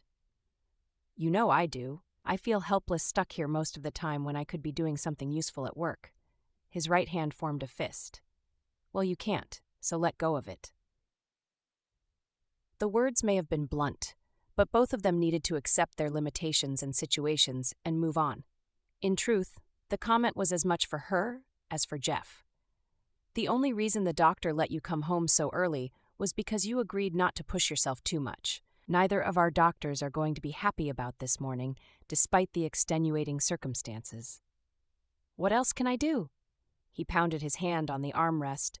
Dani let a few heartbeats separate the knife's edge of his question from the softness of her answer. Tell him you don't hold him responsible for Chessa's death. She watched his mouth open in an auto-response. Then he caught himself. She pressed him. I overheard you speaking with the lieutenant the other day. I know you still love and trust your son. Your worry this morning was palpable. Don't let this issue keep you apart. She twisted in her seat so she could rest a hand on his arm. Chessa's death was a tragedy for all of you, but it was an accident, not because he was negligent. Why do you continue to blame him for it when you know it wasn't his fault? He'd do anything to get back in your good graces, in case that hasn't become perfectly clear to you. Jeff's face crumpled, and he looked away so she couldn't see it. The hitch in his voice when he spoke told Dani he was probably crying. I knew she was taking those lessons from day one. I knew she was impetuous and not always as careful as she should be, and I cautioned her before she went with him. She died because I didn't forbid her going, or barring that, because she didn't double-check the latches on her life jacket. I couldn't blame her, though, because she was dead and it hurt too much to accept she should have been more careful. He paused for a moment. I was angry and more than a little lost and couldn't stand to direct the anger at her, so I pinned it on Cade. He needs your forgiveness, and holding on to a grudge isn't making life any easier for you either, she reminded him. Words matter. Jeff nodded, then wheeled himself away onto the grass and under a tree by a small fountain on the far end of the lawn without saying anything. Dani let him go. She sensed he was getting close to putting the past behind them, and didn't want to push too hard. They both stayed in their respective spots for an hour or more. When her bladder refused to be ignored any longer, she grabbed her things and returned to her room for the rest of the day. She was developing a headache. Cade pulled into the driveway only minutes before 6, double-checking the clock and smiling that he'd made his deadline. He grabbed the laptop and the stack of checks and envelopes he needed to have his father sign, since Jeff hadn't made it into the shop after all. He entered the house through his own door, stopping to check on Dani, who was sleeping peacefully in bed. After a moment's deliberation, he set the laptop on the bed beside her so if she awoke, she'd know he'd made it home. Then he continued into the main part of the house.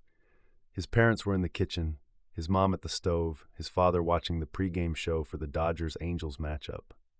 "Hey, honey, how was work today?" Sheila asked, her smile beaming on him.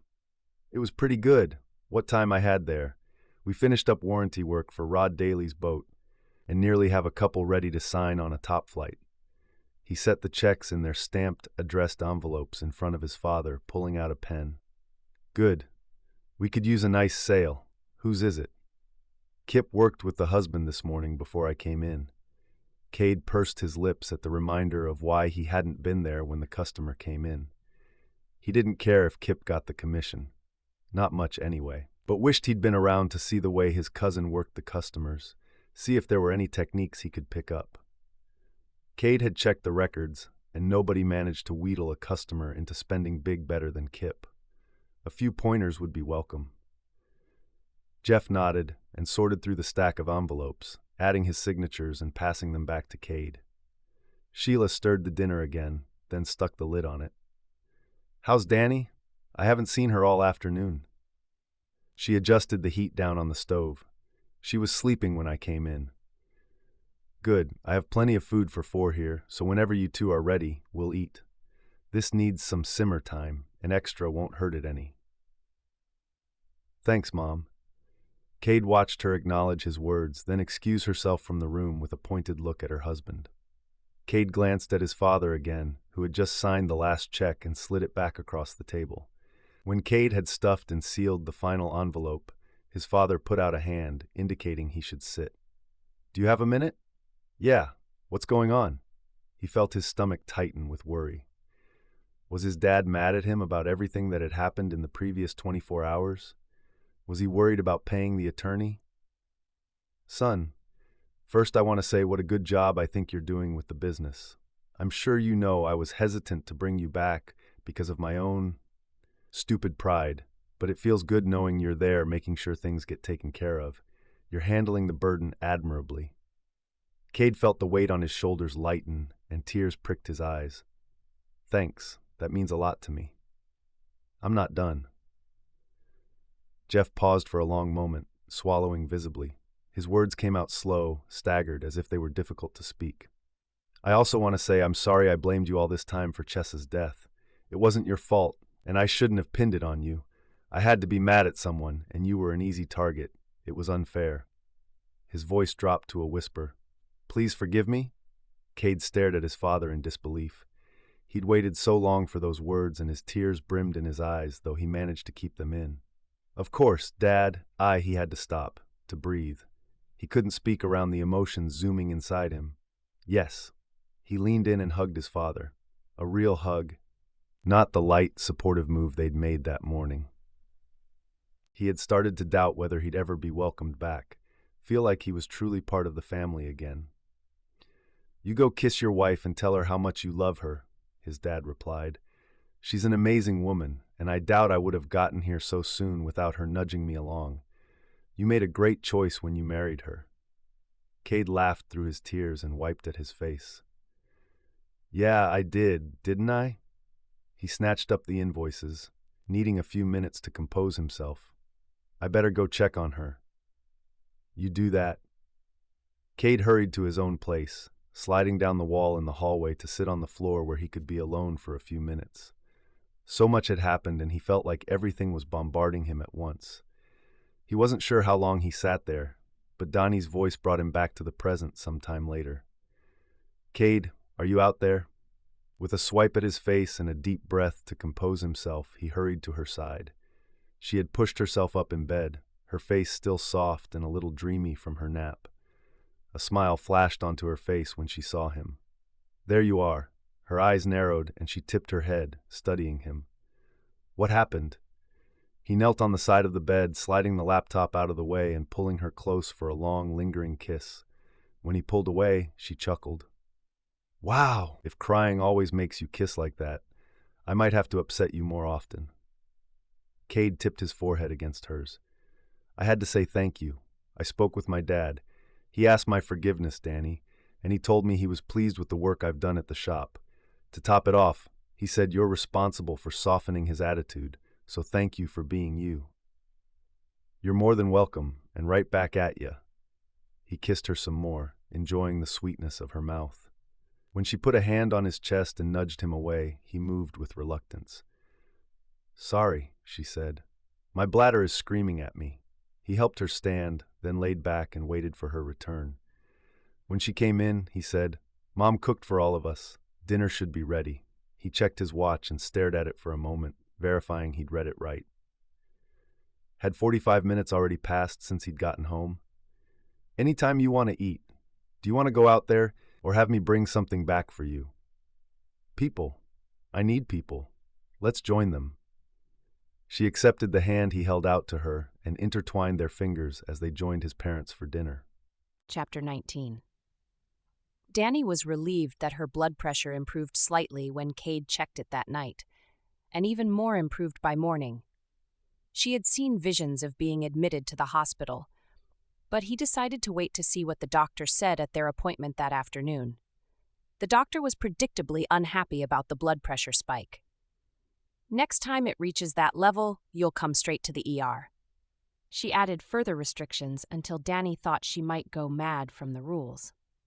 She reminded herself this was for her babies. There were only 2 months to go, and she needed to carry the twins a few more weeks for their lungs to develop more. She could survive this if she gritted her teeth and held on tight. To hedge their bets, the doctor prescribed shots to get the baby's lungs developed ahead of schedule, just in case. Dani accepted the wisdom, even though she hated the necessity. Though she missed her time on the back porch, she stuck to the doctor's guidelines and stopped going outside. She modified her diet, got up only as often as she absolutely must, and ran through cell phone minutes like a speed demon. A few days later, even books and television held zero appeal for her. There was a knock on the hall door, and Sheila called out to her, "Dani, you have some visitors." Though the break from the monotony would be much appreciated, Dani cringed at the thought of anyone seeing her as she was now. She had managed a bath the previous evening, so at least she didn't stink, but her hair hadn't been combed or styled that day, and she wasn't wearing any makeup. Who would drop in to visit on a Wednesday night? Then again, she wouldn't argue with having someone to talk to, since Cade had called to ask if she minded him hanging out with Kip for a while after work.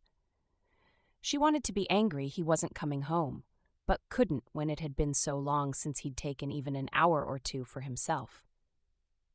"Come in, Sheila."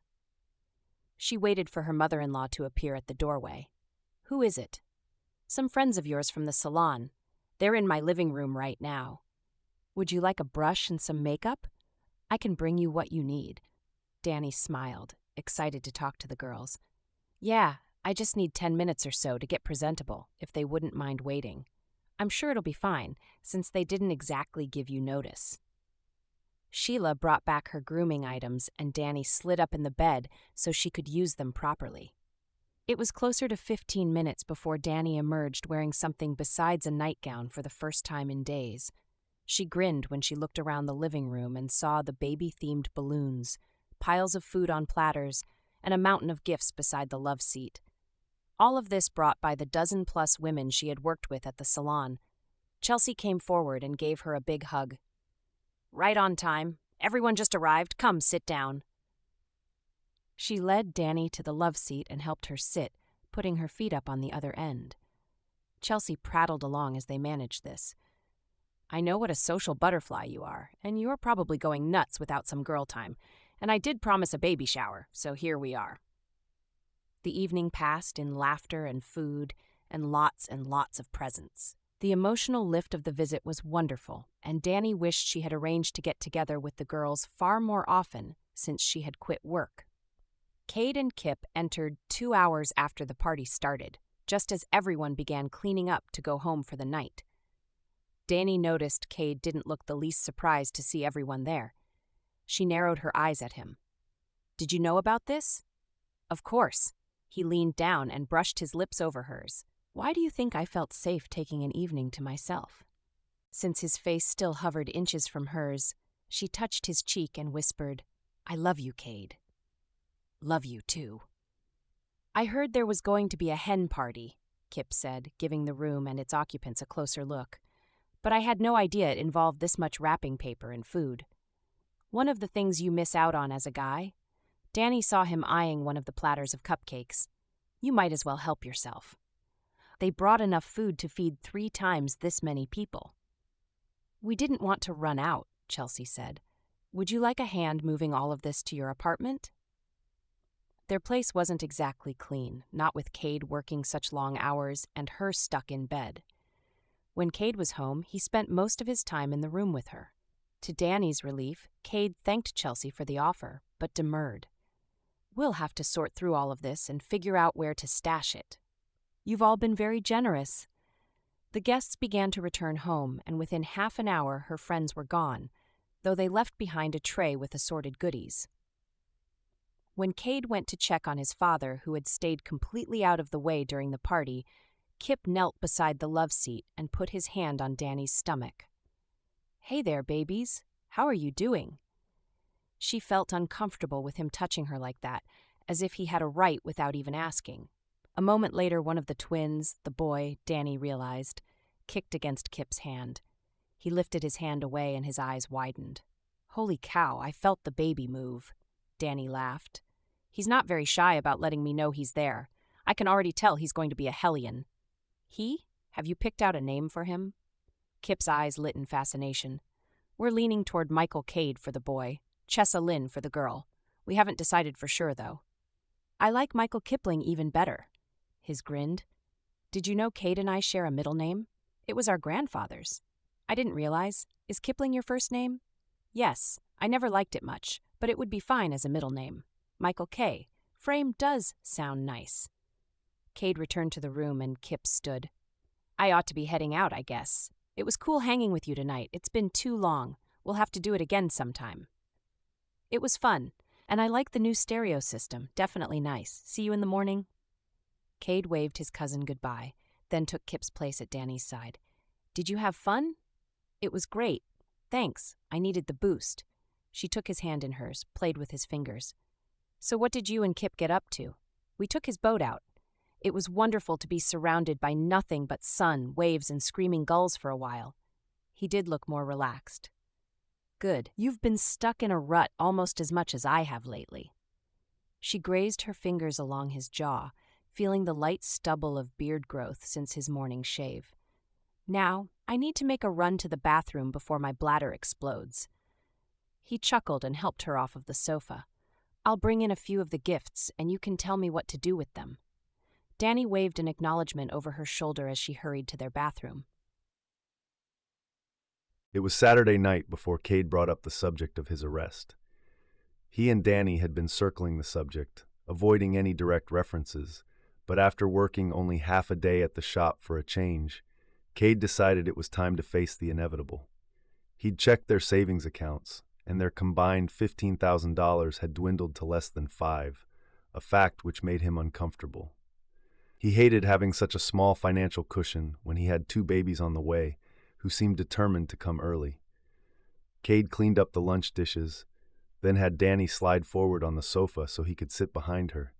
He stroked her hair back from her face as her head rested against his shoulder.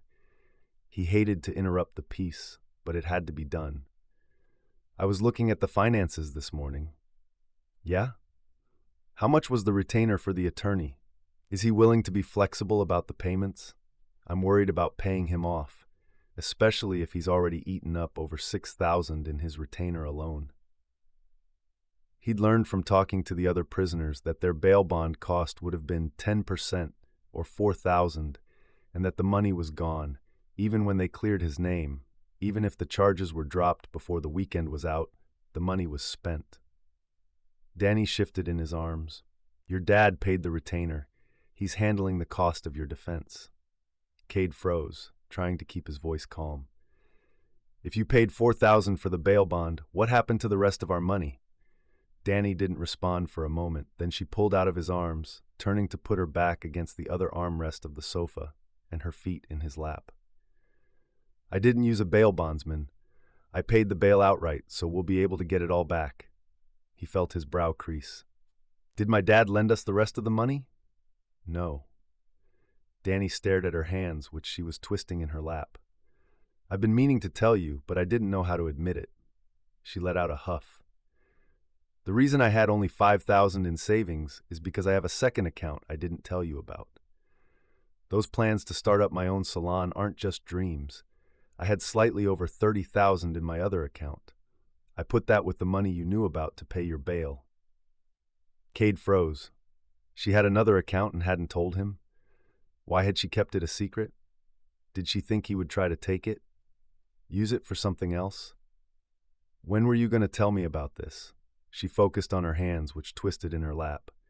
About your bail money, or about the account in general? Start with the reason you kept your extra savings a secret and work forward from there. Dani sighed. I have an aunt named Colette. She was my mom's younger sister, a bright, vibrant woman who saved every day of her life. When she married, she was solvent, secure, and happy. A year later, he left her, draining all of her accounts, robbing her blind. Her mouth moved, as if she were trying to figure out what to say next. She always warned me to keep some money back, to protect myself because no matter how trustworthy a guy may seem, you never know. Cade felt his throat tighten in hurt and anger. She had kept it a secret because she was afraid he'd steal her money?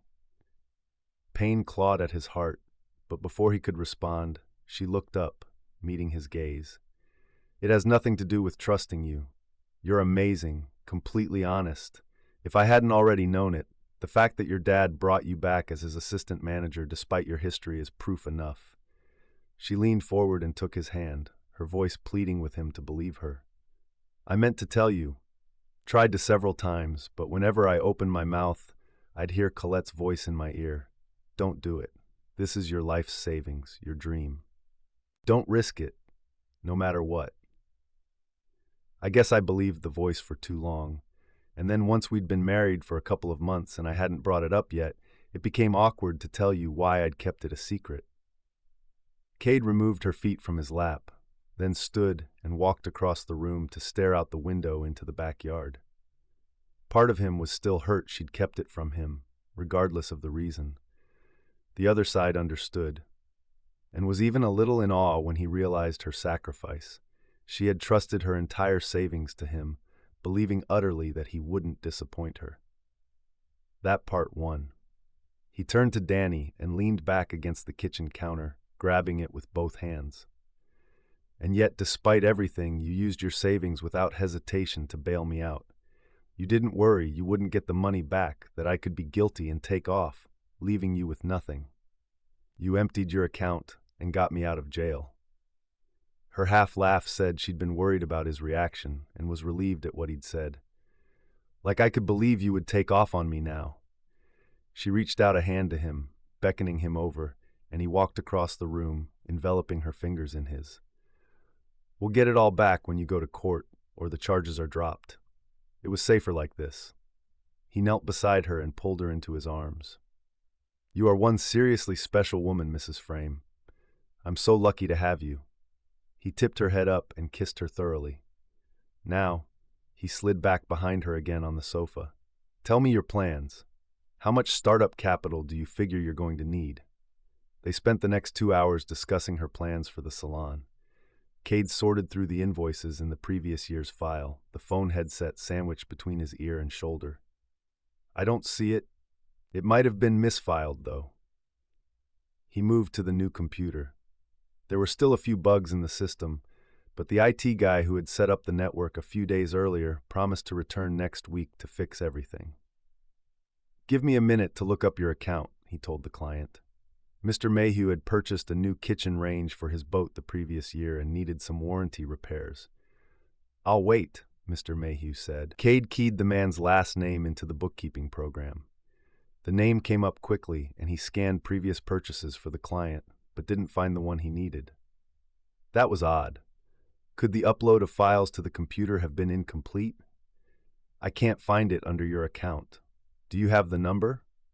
Thankfully, the man had it in front of him and was able to rattle it off. Cade typed it into a search and came up blank. How did it not even go into the system? Mayhew said he'd paid for the appliance in cash up front. All invoices were loaded as a matter of course, regardless of how or when they were paid, to make them easy to find later, so it should have been there. Cade ground his teeth and looked at the pile of forms that had been ripped from their books during the break-in and not returned to order yet. "I'll have to search through files unless you can fax or email your copy to me. It will make it easier for me to contact the manufacturer to have the right parts sent out." All information about items ordered for clients was detailed on each invoice down to the part number for this very reason. He gave Mr. Mayhew the fax number and thanked him for his patience before ending the call. A few minutes later, the fax spit out a replica of the customer's copy. When they ordered parts for customers, they always used the triplicate form, which left them with a white copy to file in the cabinet by year and customer's last name, a yellow copy for the customer, and a pink one for the books. Frustrated by the 100 little things that had to be done every day to keep the business running, and the other major calamities which were eating up his time, Cade decided to take the pink copies home and see if his father or Dani would be willing to sort and refile them all. If they got audited, everything needed to be in order, and it might help one or both of them feel like they were doing something worthwhile. Kip and Les came over as Cade was piling the papers into a box. "What's going on?" Les asked. "I thought I'd take these home and see if I could get a hand in sorting them out and putting the books back together. I couldn't find an invoice for Mr. Mayhew today. He bought a stove for his boat last year. For some reason, it's not in the bookkeeping software." "I remember him buying it," Kip volunteered. "What's the problem?" Cade explained the wild goose chase he went through looking for the paperwork and other data. It was probably misfiled when everything was put back together. "I wouldn't worry about it," Les agreed. "Sometimes that old program acts up. I keep telling your dad he needs to upgrade, but he's comfortable with the version he's using." "What's all this?" Jeff asked when Cade dropped the huge box on the dining room table. "The invoices that got pulled from the books during the break-in. I had a client call about a warranty and couldn't find their paperwork. Trying to find it in this mess could take days." He flashed his father a grin. "I thought in your hours of boredom you might like to sort and reorganize these." "I can't imagine anything I'd like better," Jeff said dryly. "Then again, I could probably do it while I watch Matlock reruns." "There you go. That's the spirit," Cade encouraged him. "So what was the warranty issue?" Cade filled him in on the problem with the stovetop and how he couldn't find the white form in the main file. It wasn't in the bookkeeping software either, which is odd because it's the second invoice I couldn't find in the software. I'd think it was a glitch when I reloaded the data onto the new computer, but the previous time was before the break-in. Jeff stopped and stared at his son. What was the other issue? A motor repair. Thankfully, they had a copy of the paperwork stashed in a drawer on the boat, so I was able to take care of the problem without having to dig through your files. Cade pulled out the metal latches that kept the books stacked and organized and set it within Jeff's reach. We've got to get the guys to be better about filing paperwork. I've had similar things pop up from time to time. Though the words should have come across nonchalant, Jeff's tone and the expression of concern on his face told another story. What is it? Cade asked. Jeff looked at him, his eyes narrowing. Didn't you say Bunker finally came in and paid off his account the other day? Yeah, he brought in cash. He's square. Wasn't it over $500, though? Cade stared at the carefully worded question. Yeah, something in the 530 range. Why? Because there was less than $200 in cash in the pile you brought me, and I didn't find Bunker's invoice in the mess either. Maybe you forgot. But thinking back, there hadn't been enough cash in the deposit to account for the purchase, and he didn't recall filing the paperwork in the cabinet. He'd been bringing the receipts and forms home every few nights so his dad could do the deposits and deal with some of the paperwork remotely using Cade's laptop, which was set up to log into the computer at the shop. I didn't forget. It wasn't there. To be sure, Cade slid his laptop over, booted it up, and remotely logged into the business computer. A couple of minutes was all it took to verify that even the invoice was no longer in QuickBooks, and he'd added it himself, so he knew it should have been there. He switched to the point-of-sale computer and looked up the transaction history, but the cash payment had been deleted. Cold curled in his stomach, filling the space and chilling him. We have a problem. I don't like those words. Jeff looked grim. What is it? It looks like someone is deleting transactions from the register, from the bookkeeping software, and getting rid of the copies so we don't stumble across them. He shook his head, sick at the thought that one of the guys was stealing from them. None of the guys would do that, would they? He stood and moved to the box of pink copies and started sorting through them. After a couple of minutes, he came across the one for the missing transaction, then looked at his father in confusion. They aren't tossing the pink ones, though. Jeff's mouth thinned in a frown.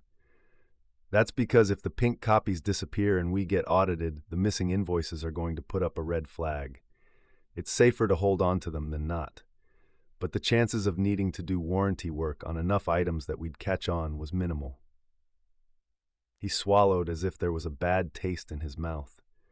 So he knows what he's doing and is covering his tracks, and he has access to the computer program to delete purchases. The thought that someone he worked with was stealing from his father was galling. Some of the guys had been there since before Cade and his father had their big split. They were practically family. Cade's cell rang with Danny's song, and he answered it. Hey, babe. Sorry I haven't made it back there yet. I'm in the great room talking shop with Dad. Danny's voice sounded disappointed. Oh, well, I guess I'll see you when you get back here then. Hold on a sec, he covered the microphone. You up to a marathon sorting session? Danny and I could help you kick this out tonight. Then we can see if there's a pattern. Yeah, sounds good. He relayed the information about needing to sort paperwork, and Danny jumped at the chance to help. A minute later, she came into the room carrying her extra pillow. Cade directed her to the love seat and slid the coffee table over to her. Sheila entered the room as they were divvying up the pile of papers. What are you all doing? She picked up a spoon and stirred the food on the stove. Sorting invoices. You have some extra time tonight? Jeff asked. She walked over and kissed him. Sure. Dinner will be ready in about 15 minutes, and the rest of the evening's free. Cade split the contents of the box, and they all started making piles as they sorted the papers by the numbers in the top corner. Jeff put on his DVR of Matlock reruns, which Cade tolerated with equanimity since it was only one night, He was much more of a CSI guy. They broke for dinner, then returned to the task, staying around for the entire evening. When Dani started to yawn, Cade took her back to their apartment. He settled her into bed with several kisses, then returned to the others to finish sorting. Checks and credit cards would be too hard to cover up, to transfer the funds, Jeff said as he finished binding the most recent book of invoices. If this has been going on for a while, they would have to have been cash transactions. I agree. Cade skimmed backward through the papers until he found the one for Mayhew. And since we still have the pink copies, we have a starting point. Jeff pulled a face. I hate to think anyone working for me would do this. Tell me about it. I remember playing with some of their kids, having them teach me about engines and stuff. Cade began a methodical search forward, starting with Mayhew's. Periodically, he'd find a cash payment and check the computer to see if the money appeared there. If not, he'd set it in a pile with the others, then move on. There were a lot more than he'd expected. It didn't take long to see a pattern. The handwriting was different on most of the stolen money invoices, made to be unrecognizable. Few were more than $300, and none were much over $500. Almost all changes were made to purchases where the client paid all at once, though there were a few minor exceptions. And while most were signed illegibly, there was a smattering from each of the employees, as if the thief had gone behind them and stolen the money. He's been careful, whoever he is, Cade said when he was almost back to the present day. How bad is it? Give me a couple more minutes and I'll let you know. Cade finished the stack and added the totals. He frowned when he saw the amount. In the past year, they've embezzled over $30,000. Who knows how far back it goes? Jeff had been sitting near the picture window, staring into the darkness of their backyard for the past half hour. Now he turned, his face bleak. Tomorrow, I want you to go backward from where we started tonight. Search until you're sure we've found the starting point. I want to know how many years this has been going on. Then we'll call the police. He wheeled away from the window. I'm going to bed now. Good night.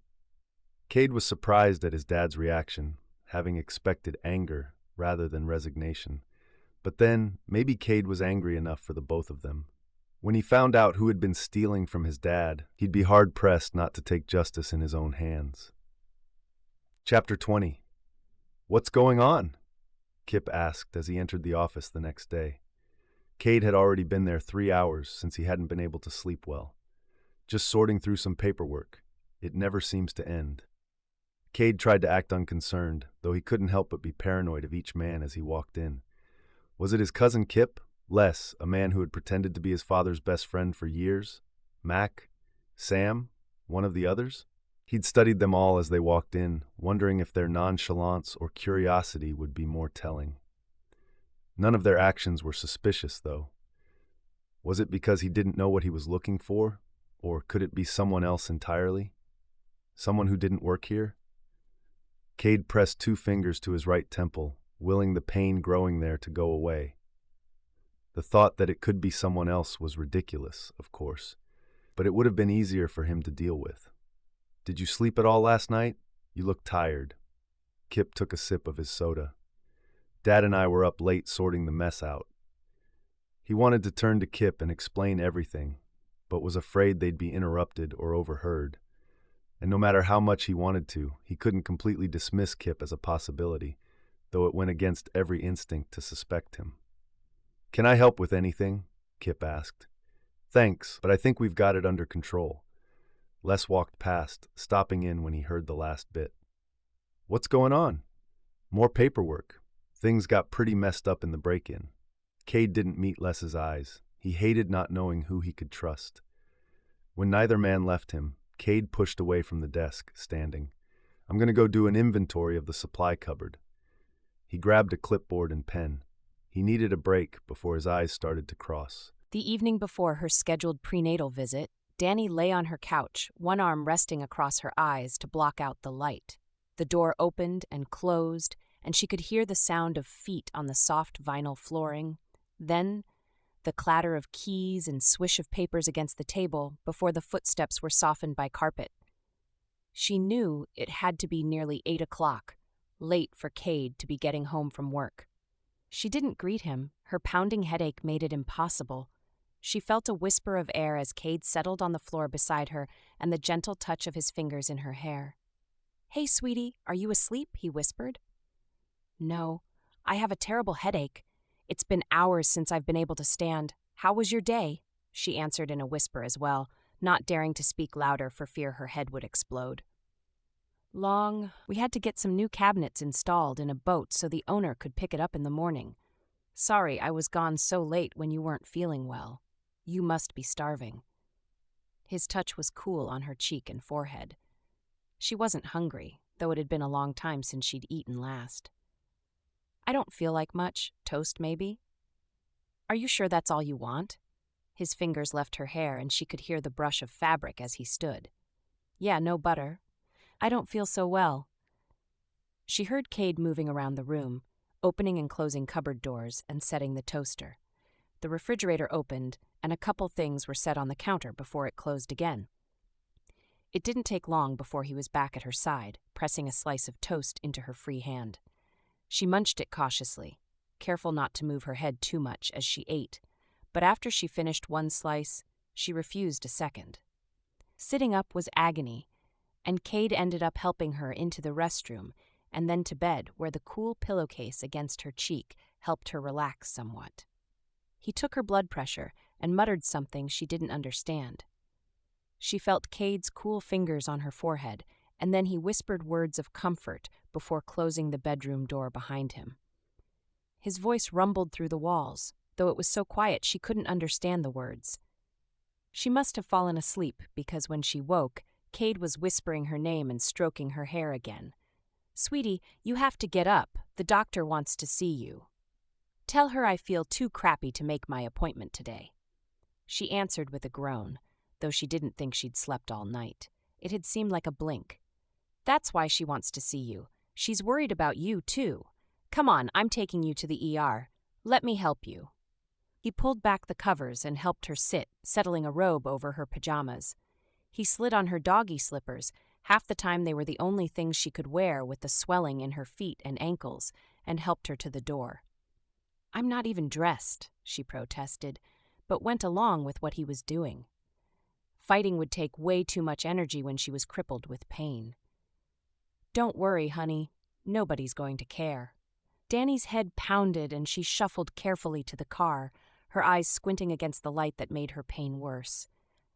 Dani closed her eyes, reclined the seat as much as comfort would allow, and tried to block out the pounding in her head as Cade turned out of the neighborhood. Even in her haze, she could tell he forced casualness when he asked if there were any books she'd like him to pick up for her from a library or bookstore to help her pass the time during the next week. Dani could tell he was trying to make small talk, nervous about why she felt so ill.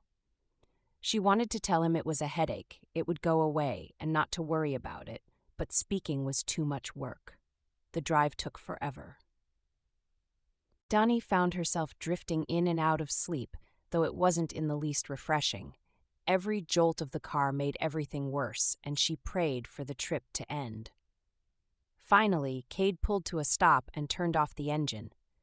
"Hold tight, I'm going to bring back a wheelchair," he said as he got out. She turned to face the window as he walked around the car. "Wheelchair?" She squeezed one eye open and looked up at the building in front of her. The wide, sliding glass doors held a sign with the words emergency room above them. She saw the door slide shut behind Cade and closed her eyes again. The pain wasn't worth the effort. When her car door opened a moment later, she slitted her eye to see Cade with someone in scrubs who held onto a wheelchair. "What's going on?" she asked. Cade helped her shift out of the car and made her comfortable. "I'm going to park the car, and I'll be right in. Doctor, Justice has already been paged and will meet you inside in a minute." Apparently he noticed the distress on her face because he cradled one cheek with his palm. "I swear, I won't be more than a minute." The wheelchair began to move, and Dani's head pounded with the movement. She heard the car engine start and Cade drive away before the swish of the sliding doors blocked it out. She was wheeled directly back to one of the emergency room beds, and once she was lying down, She heard the curtain pulled around it. A few seconds later, she heard the loud grinding of rollers as the curtain opened again. "Hey, sweetie, I'm back."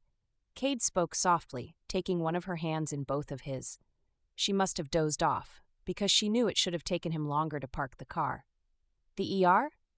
Your preeclampsia is getting worse. Dr. Justice wanted me to bring you straight here." She felt him remove one hand from hers, and then it was gently touching her face, smoothing back her hair and lovingly caressing her skin. "You need to be careful, love. I couldn't stand to lose you." "I'm not going anywhere. I can't be that sick. It's just a headache. I've been so good." The curtain's wheels slid along the track as someone else entered the area. The sound hurt Danny's head.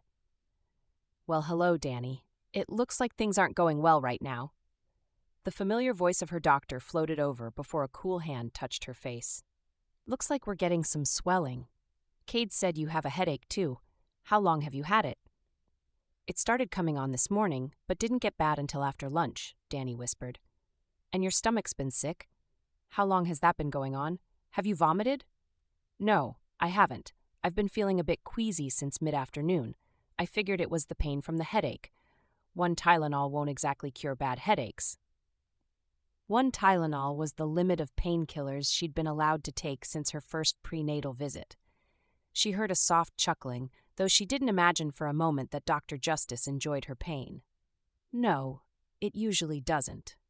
The doctor began moving around the bed, checking things out and asking questions. It wasn't long before Danny found herself transported to a permanent bed in a room a couple floors up. Cade sat in a chair on Danny's right side, holding her hand while a nurse put in an IV with liquids and a painkiller and generally fussed over her. Once the nurse left and Danny was starting to feel the pain melt away enough that she could think coherently, she realized how late it was. "Cade, what about work? You need your sleep." He was always hovering over her, taking care of her, even when he had other places he should be. "Don't worry about the shop. You're my first priority. But things are so crazy right now." She felt guilty she was causing him so many problems and grateful for his support all at the same time. "Hush, forget it." His reassurances and the cessation of pain lulled her back to sleep. She'd argue with him later. Vague impressions of hospital personnel and Cade filled Danny's dreams. Or was that the true part and the haziness the dream? She wasn't sure. Her eyelids fluttered as she tried to open them, dealing with the glare of the lights. Her headache was gone, and Cade sat beside her, leaning on one elbow in the upholstered chair. His eyes were closed as if he'd sat there for days. She was in a hospital bed, so she decided the dreams must have been real. She felt heavy from medications, but she struggled to lift her left hand anyway, brushing it against Cade's forearm. "Cade?" Her voice was scratchy, weak, but he opened his eyes immediately. Whether because of the touch or the speech, she didn't know. His eyes softened, the drawn look to his face disappeared as he smiled at her, taking her hand in his. "Hey, sweetheart, how are you doing?" She considered the question seriously. "Better, I think. The headache's gone anyway." "Good. The doctors agree you're doing better. Your blood pressure got dangerously high and you nearly went into eclampsia. Dr. Justice talked about doing a C-section, but they got it under control in time." "How are the babies?" Danny touched her middle as Michael moved around inside her. He was getting way too big for jungle gym antics, she thought, wincing as he jabbed her in the ribs. "They're fine, for now." He brushed the sweat-sticky hairs back from her forehead. "You, on the other hand, are not doing so hot." "What do you mean?" he sighed. "The doctor wants you to stay here for a while, at least a week, maybe 2, and maybe until the babies are born." Tears prickled in her eyes. "There's still 7 weeks until the due date." "I know." Cade's thumb brushed over her cheek, so gently. "But you've been getting the steroid shots, so their lungs should be developed enough to get by. We're going to try to have the babies stay right where they are for as long as possible, but the doctor doesn't think it will be long before delivery. Now, is there anything I can get for you?" "A chocolate shake? With Oreos?" He chuckled, pressed a kiss to her forehead. "It's 2 a.m. I think someone said the cafeteria is closed for cleaning, but I'll get you one later. Hold on here for a minute while I let the nurse know you're awake." "Okay." Danny watched him go, then closed her eyes. Just for a few minutes, she told herself. Sleep must have overtaken her because she didn't remember Cade's return. Cade stood in line at the little cafe downstairs. It was only 5 a.m., but Dani was up again and insisted she still wanted the shake. Since the nurses didn't have a diet restriction against it, he would pick one up, assuming they'd make one for him at this hour. His cell phone rang, and despite the caller ID coming up unavailable, he answered it. How many people would be calling him this early anyway? "This is Cade. Cade, Haddock. Where are you?" He tried to hold in a yawn and lost. "The hospital cafe, about to order a shake for my wife. Do you always call people at this hour?" "Whenever I can get away with it." His voice was dry, and Cade thought he was probably telling the truth. The officer continued. "How long have you been there?" "Since about 8 last night. Dani's been hospitalized. I gotta tell you, all this mess with the business is not helping her stress levels." "I'm sorry to hear that, and even sorrier to have to tell you the problems are not at an end." Cade rubbed his face. "This gets better and better. I've got information for you, too. What's yours?" Not that he really wanted to know.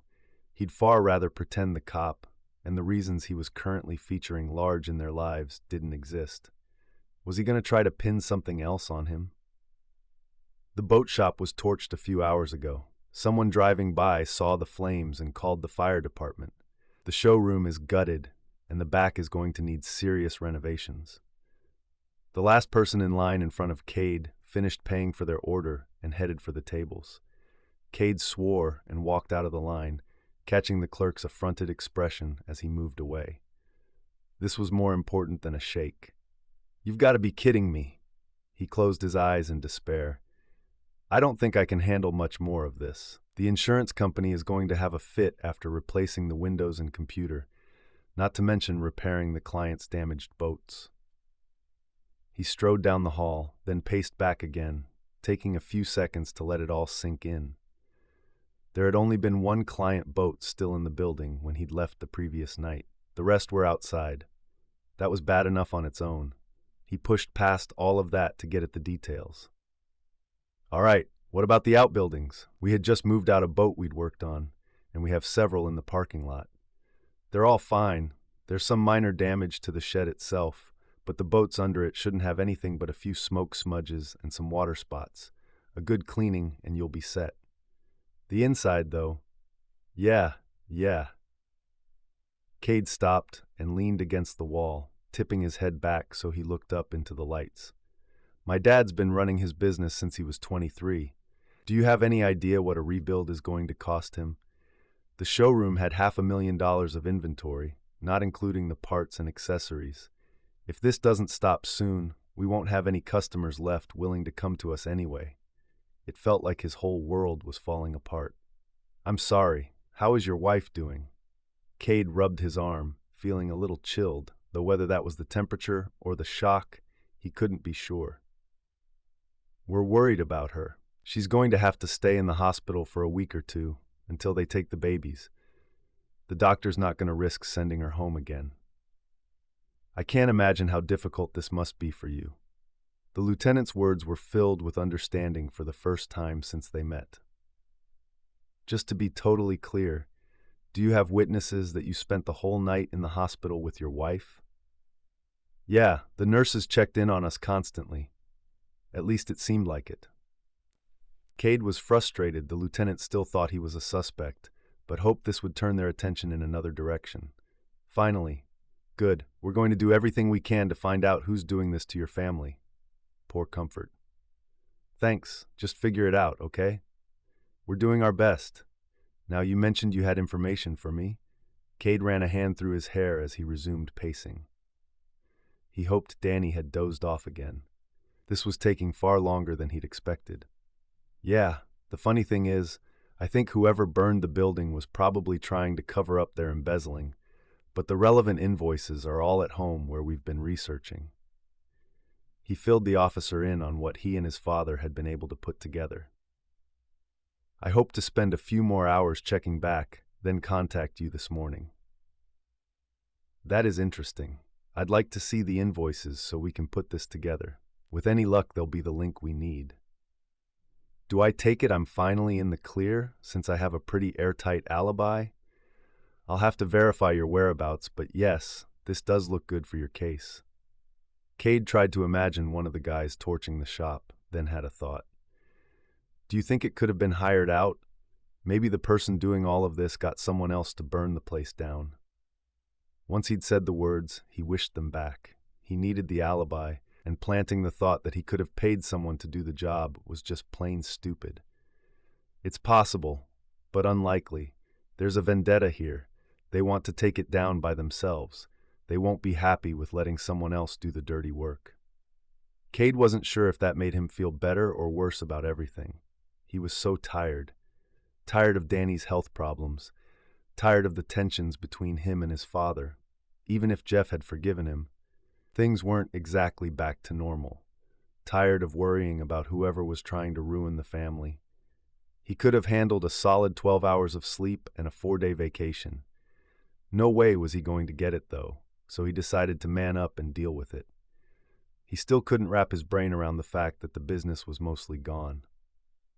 Is there anything else? Not right now. I'd like to see the paperwork you've got at home. If you could arrange to get it to me, I'll be sure to take a close look at it as soon as possible. My parents can get to it at my place. It's on the kitchen table.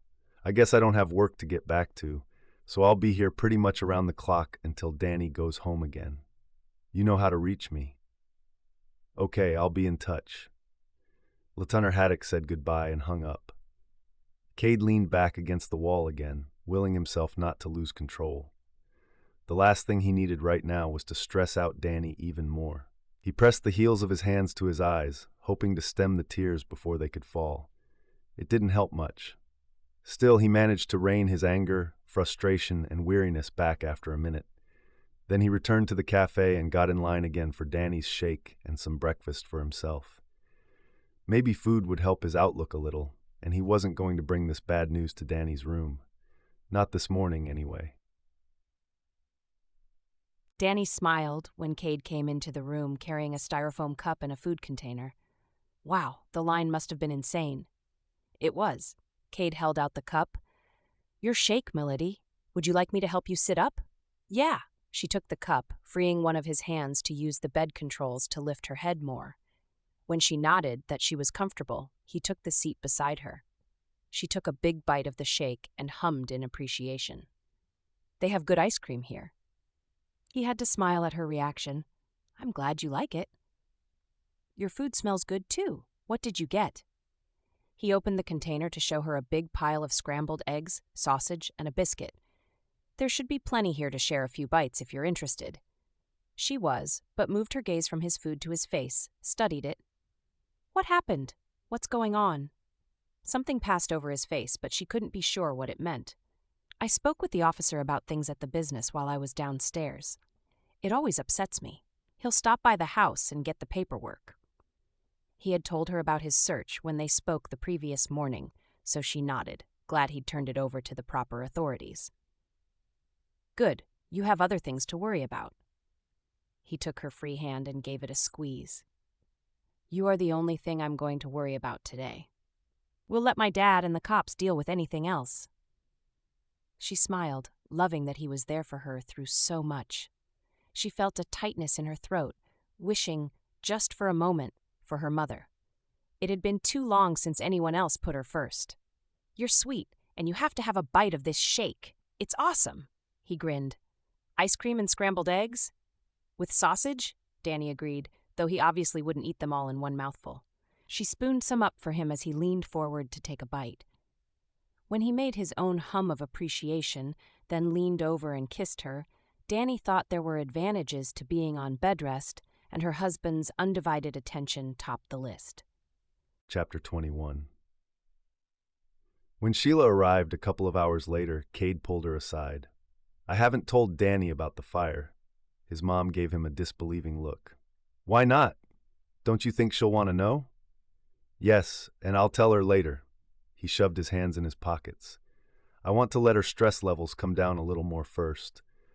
I don't want her focusing on business problems when she should be taking care of herself. The set of her mouth told Cade his mother didn't agree with him. That's your call, but you better keep the television off. The local stations are all playing footage of the fire, he grimaced. She'll want to see the news tonight. Fine. I'll tell her today, I promise. She nodded, approving his choice. Good. Now go home and get cleaned up. Take a nap if you need to. I'll stay with Dani until you get back. Where's Dad? Jason took him to the shop. They'll probably be there for most of the day. She looked tired. How early did you get up? They called us shortly after 4 to let us know about the fire. It was nearly out by the time we arrived. Cade wanted to swear again, but couldn't in front of his mom. She'd tan his hide no matter how old he was. He gritted his teeth, then unclamped his jaw. I'll be back before too long. They returned to Dani's room, and he leaned down to give her a kiss. I'm going home to shower and change. Mom's going to stay with you. She smiled, apparently amused. Can't leave me alone? Afraid I'll get up and do handsprings down the halls? Her words took him by surprise. You can do handsprings? I mean, when you're not 7 months pregnant and on bed rest? I haven't tried since high school, but I'm sure I could still manage a few. I'll have to give it a try again after the babies are born, and the doctor says it's safe. The thought appealed to him, and he dropped his voice into what she'd once called his sultry voice. I'll look forward to it. Love you. I love you, too. At home half an hour later, Cade showered and changed, made a few phone calls, and considered taking the nap his mom had suggested, but decided he could doze as easily beside his wife. Probably better. On his way out the door, he grabbed a few books for himself and Dani to read, and the cards from a favorite board game, Trivial Pursuit, Lord of the Rings edition. Since the erstwhile boat shop wasn't far out of his way, he swung by there before going to the hospital and found his father, brother, and Kip on scene. Cade pulled up thinking he knew what to expect. In his mind, there had been a burned-out shell, black smudges at the windows and doors where the smoke had escaped. Reality was much, much worse. The roof had fallen in and the walls had collapsed. Only the back wall still stood, and Cade knew the city wouldn't allow it to stand long. It was a hazard. A fire truck and several firemen were still on site, along with a cop car, no doubt watching for flare-ups.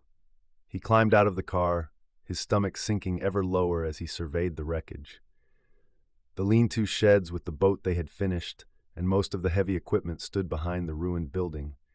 They looked untouched, and Cade said a prayer of thanks and relief. He wished he could believe it was an accident, but didn't. Not for a second. With everything else going wrong, it had to be arson. Jeff must have heard the sound of Cade's feet on the rocks because he turned before Cade reached them. "Hey, son, come to see for yourself?" "Yeah." He joined them in staring at the charred building for a long moment before he broke the silence. "How long before they figure you can rebuild?" "Is there any point?" Cade shot his dad a disbelieving look. "Of course there's a point. You have a thriving business, loyal customers, and your name is trusted around here. You have to rebuild." Jeff shrugged.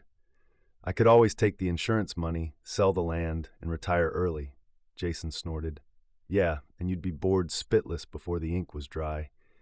You've been going stir-crazy since your accident. Can you imagine another 20 years like this?" Point taken.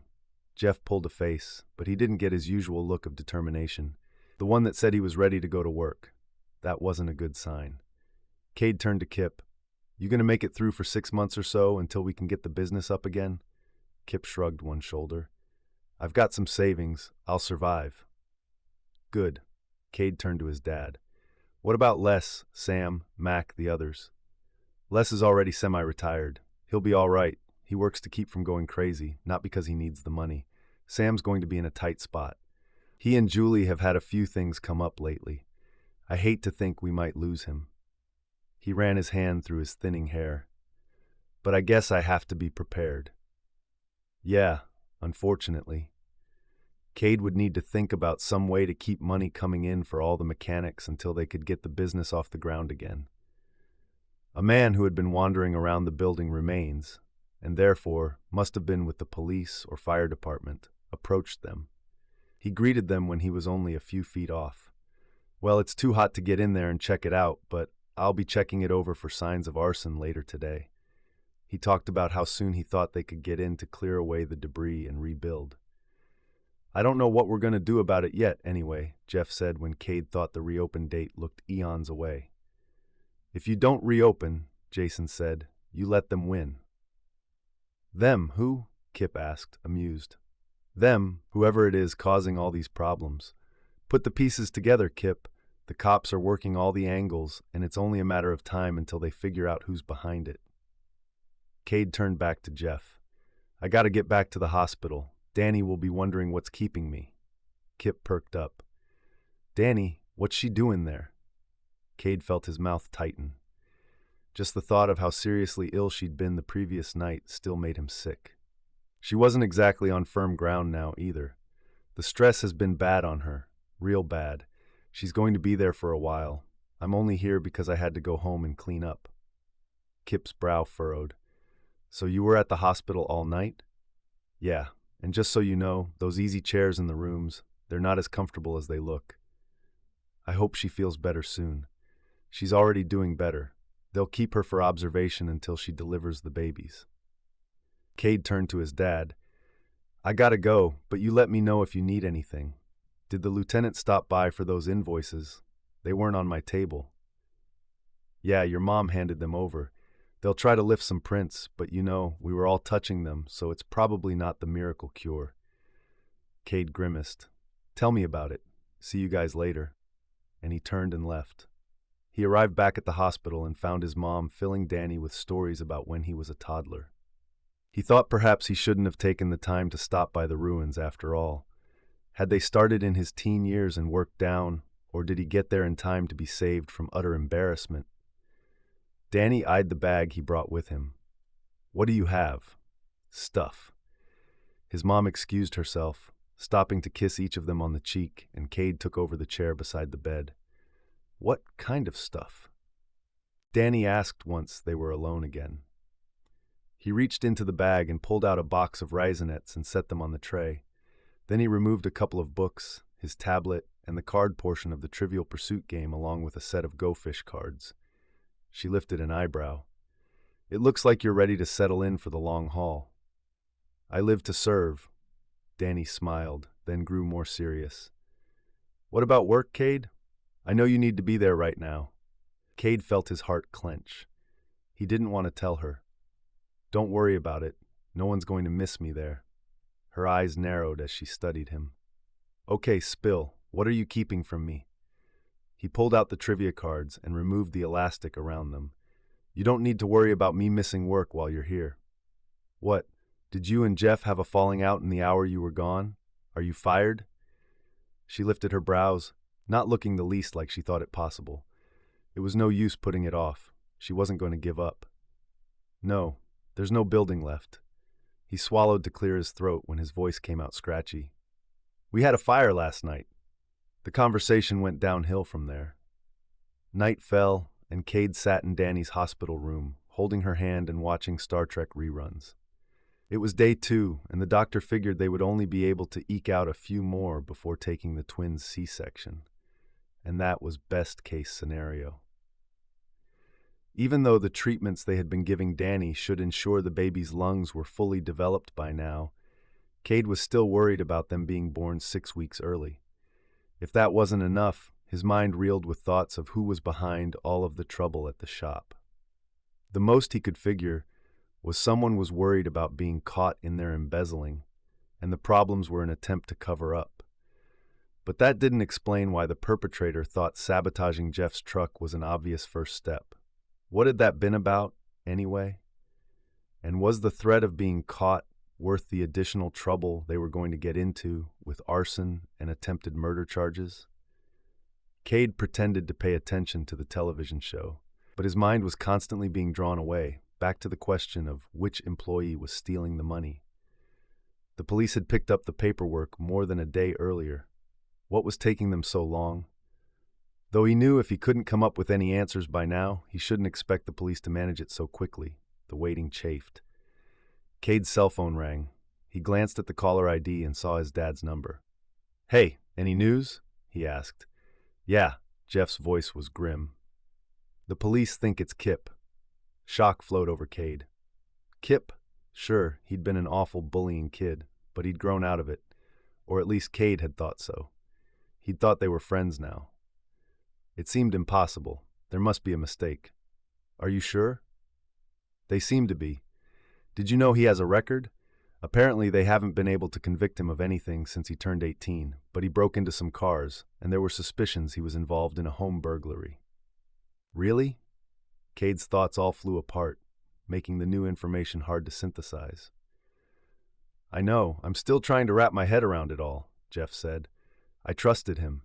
I seriously considered making him my assistant manager instead of bringing you back. A hard lump formed in Cade's gut. And he always did have a competition issue with me when we were growing up. He swiveled his head when he felt Dani's hand on his arm. She tugged him to her, wrapping an arm around his back when he got close, offering comfort. His half of the conversation must have been enough for her to understand what was going on.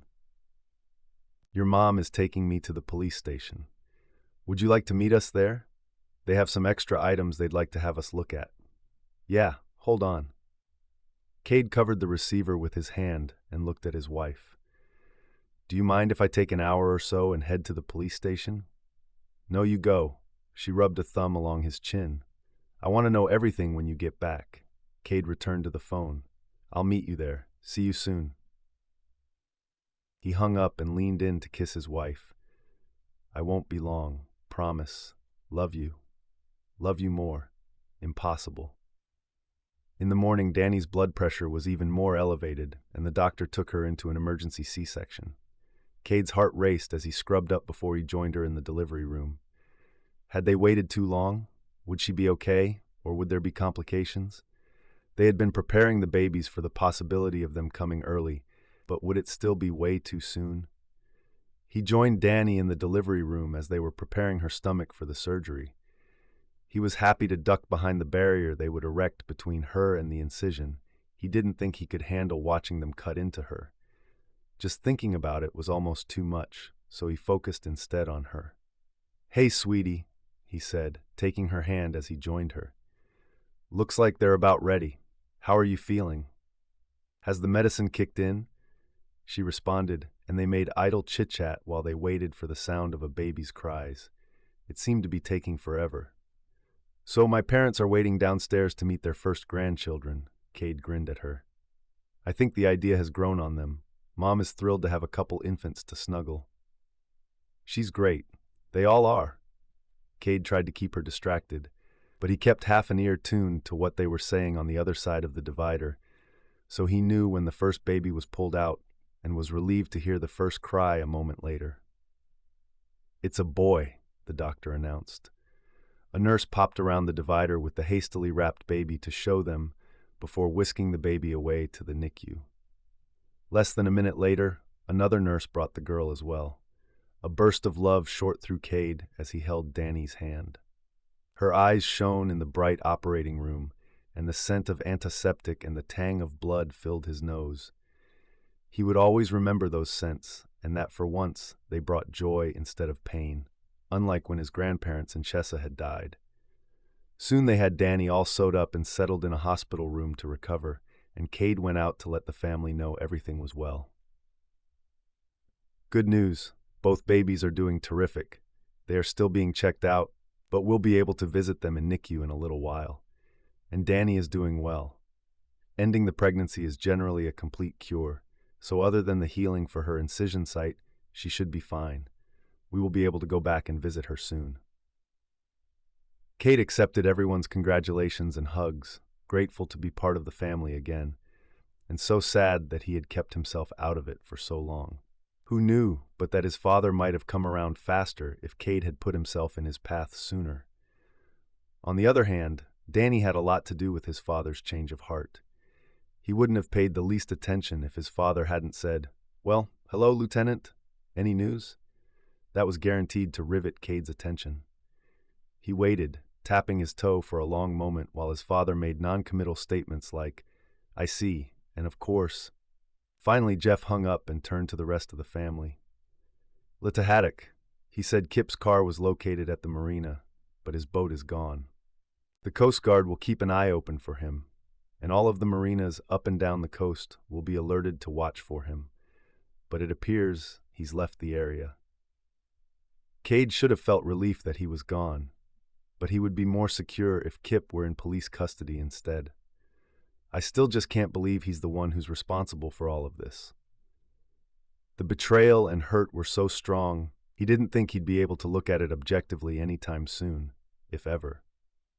The nurse came out and told Cade he could go back to see his wife and babies.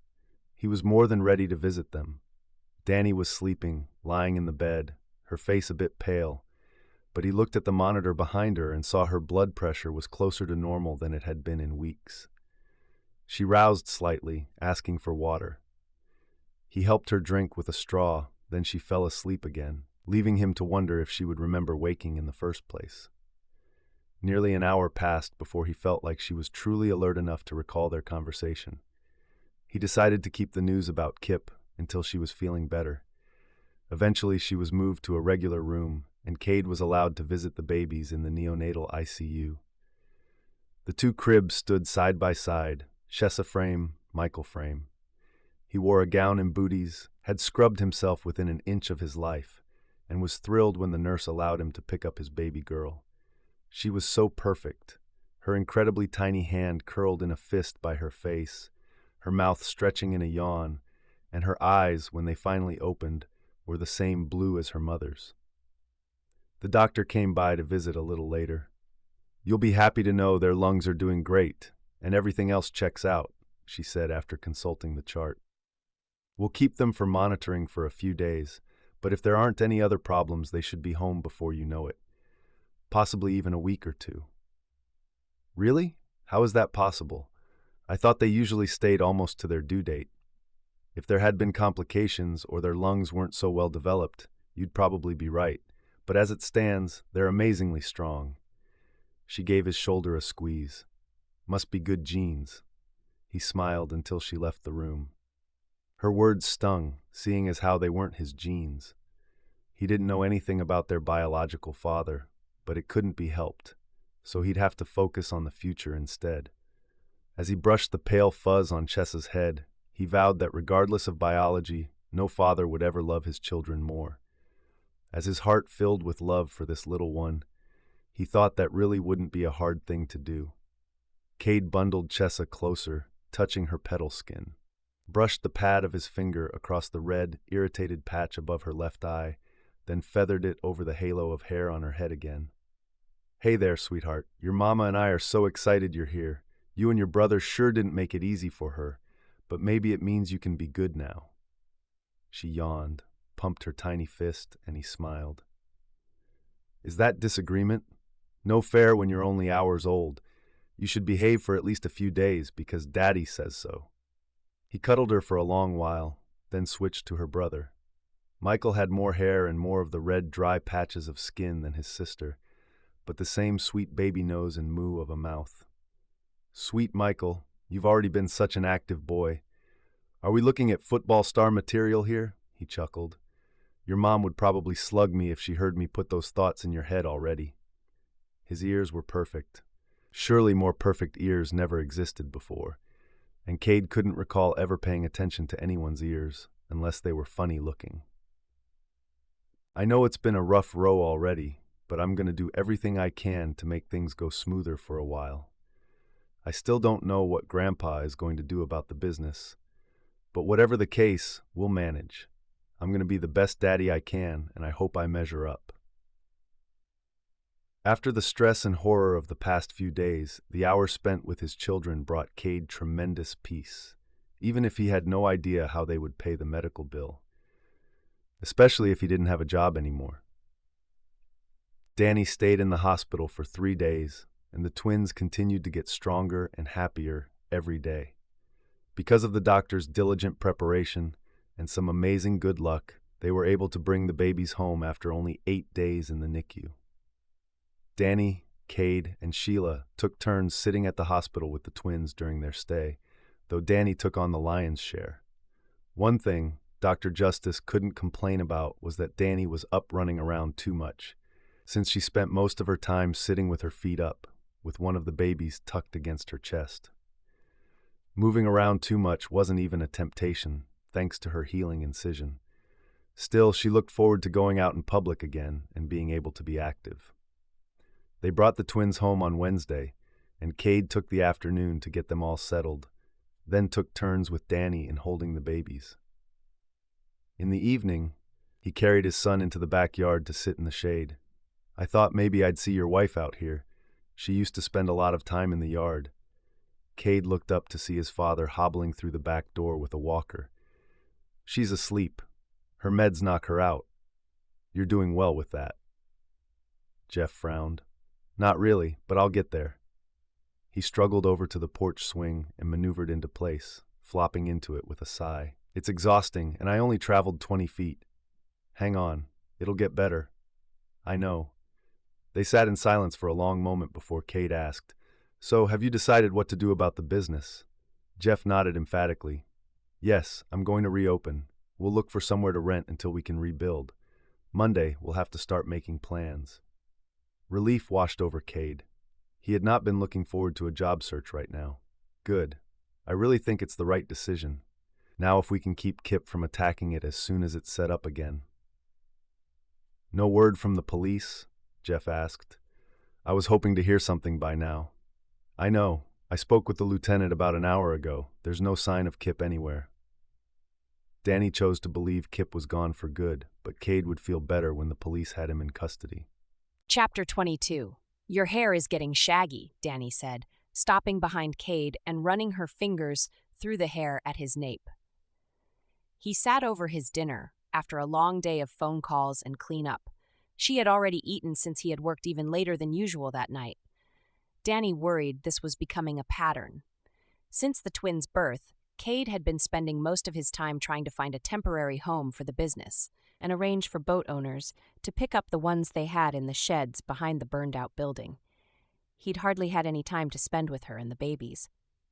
"I've been meaning to get it cut, but you couldn't be on your feet for long, and I've been insanely busy for the past month or so." "Well, I've got time now if you'd like." She trailed her fingers along his shoulder.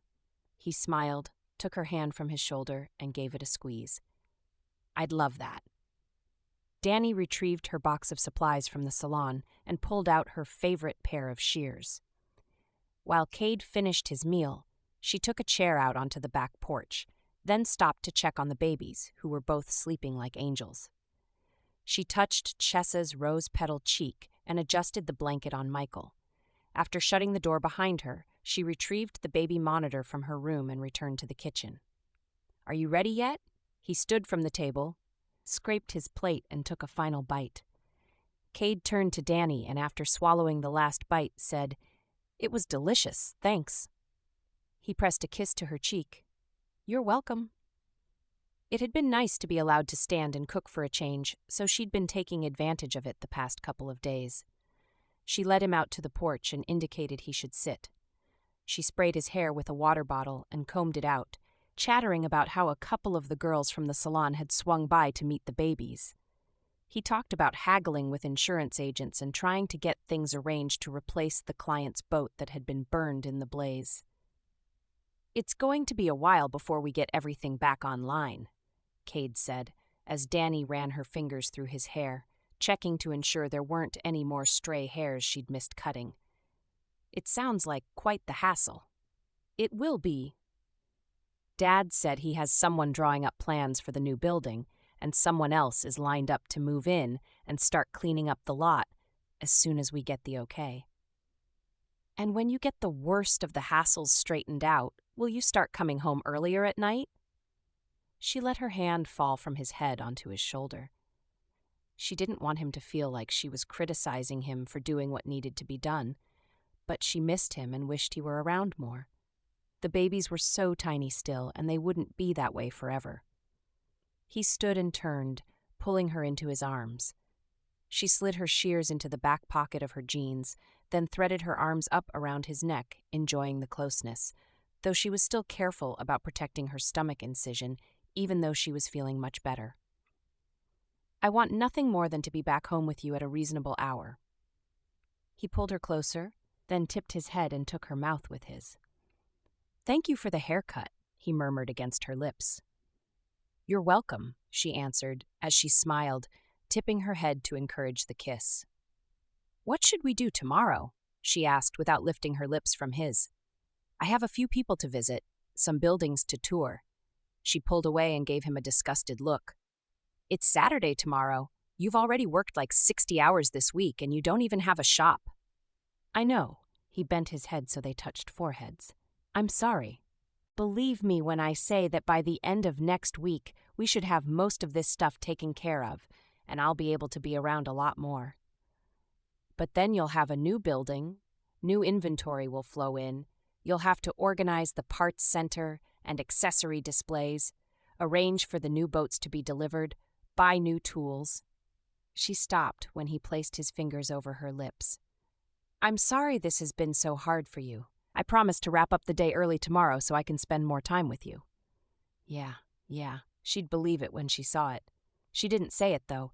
He had enough worries without her pushing him too hard. I'd like that.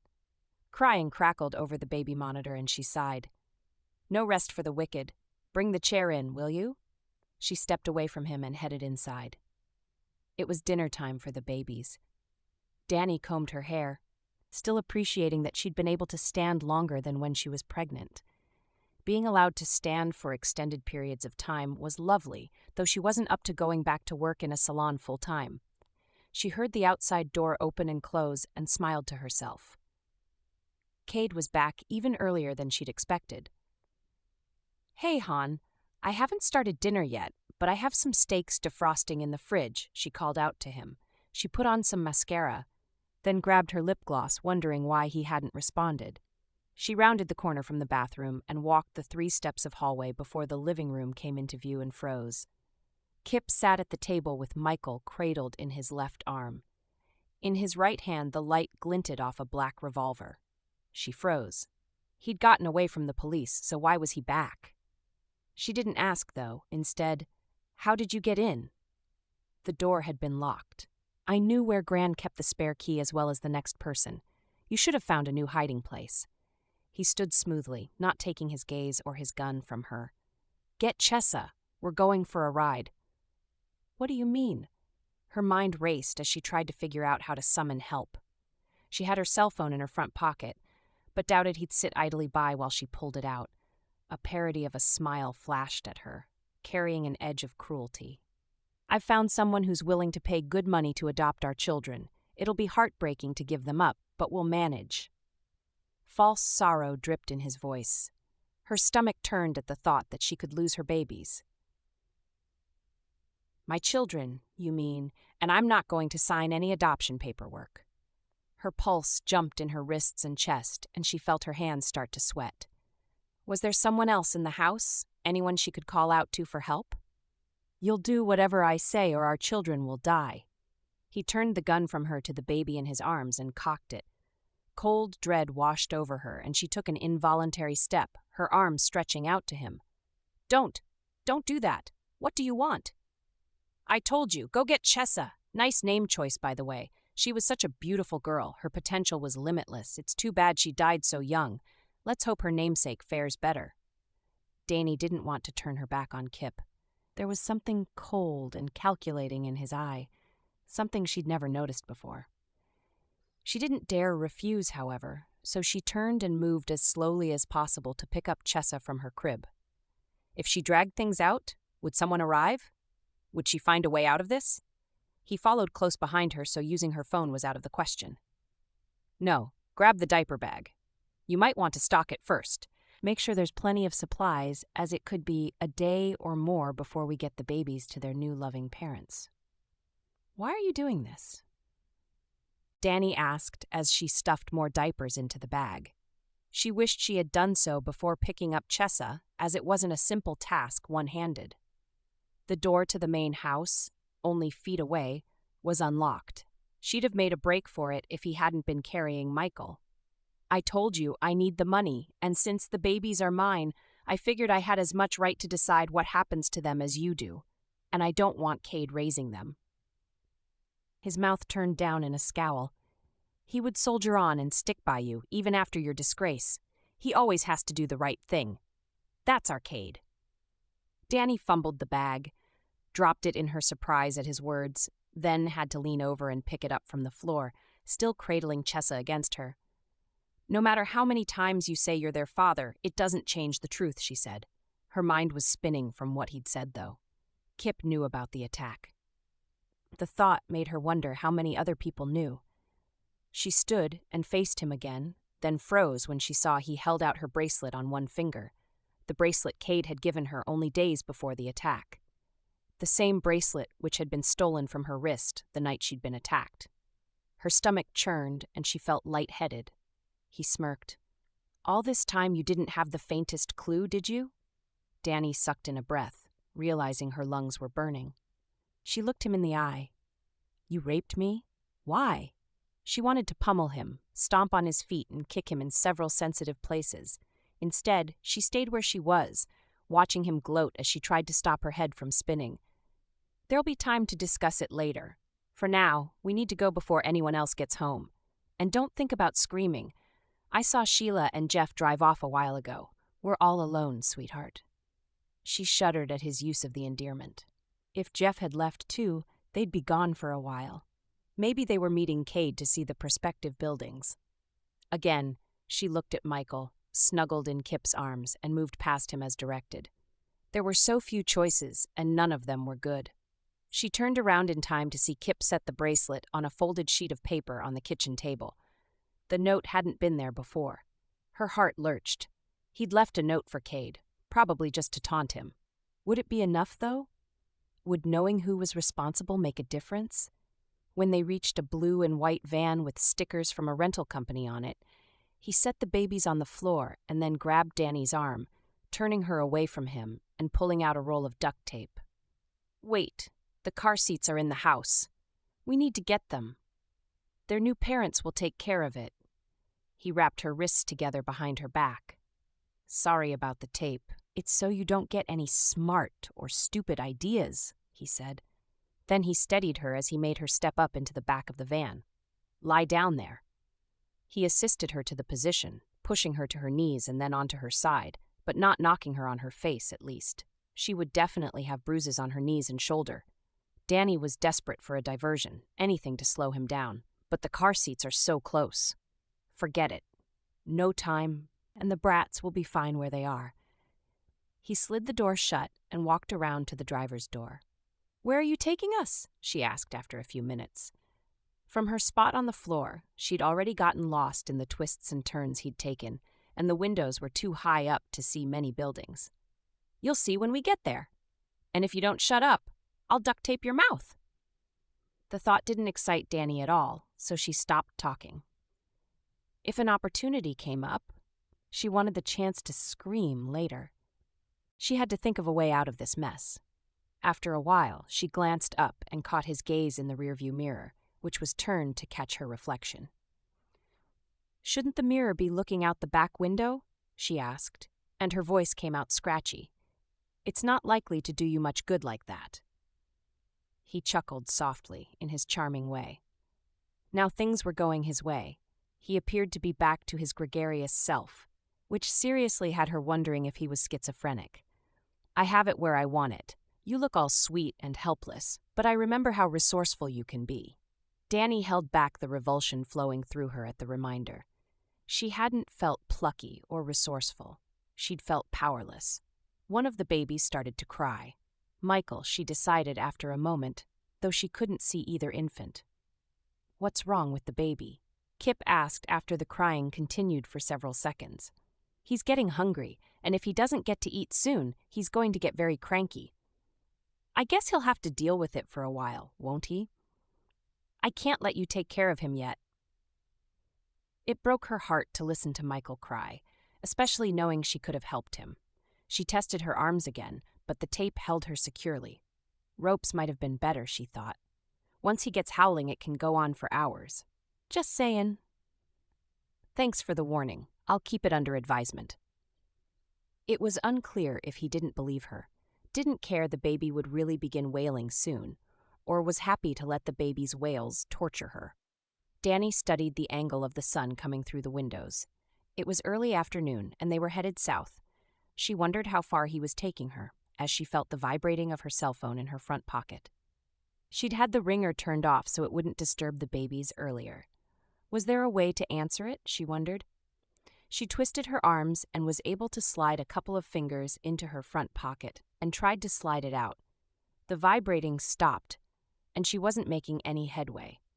She tried again, twisting her arms even more, but it wasn't helping. As she let her hands fall back to the floor behind her, they bumped something in her back pocket. She touched the item and recognized the ball on the handle of her shears from the night before. Could she cut the duct tape off? Her mind raced, but even if she could cut it, she'd never have a prayer of getting out of this if she tried it right now. She glanced across the floor to where the babies lay. Michael's screams grew in volume and distress by the minute. There was no way she could risk it. She tucked the protruding ball back into her pocket so Kip wouldn't see it, and decided to bide her time. Maybe he'd leave her alone for a few minutes later and she'd be able to free herself and use the cell phone. They drove for a long time. From the way the afternoon lights slanted through the window, she could tell they were headed south. The twists and curves of the road led her to believe they were on Highway 1 and taking things a bit too fast for her comfort, especially since he was wearing a seatbelt and she and the babies were not. After a long while, she dared to venture. "You said you'd explain." He let out a put-upon sigh. "So I did. What do you want to know?" "Everything. Why did you attack me? I thought you and Cade were supposed to be so close. He trusted you." "Yes, he probably told you what good buddies we've always been, and never mentioned the way he always gets what he wants, regardless of who else has to suffer. We could have been close, but he was the family prince, while I got the short end of the stick." His face twisted so she could see it from her angle. Even Gran liked him better.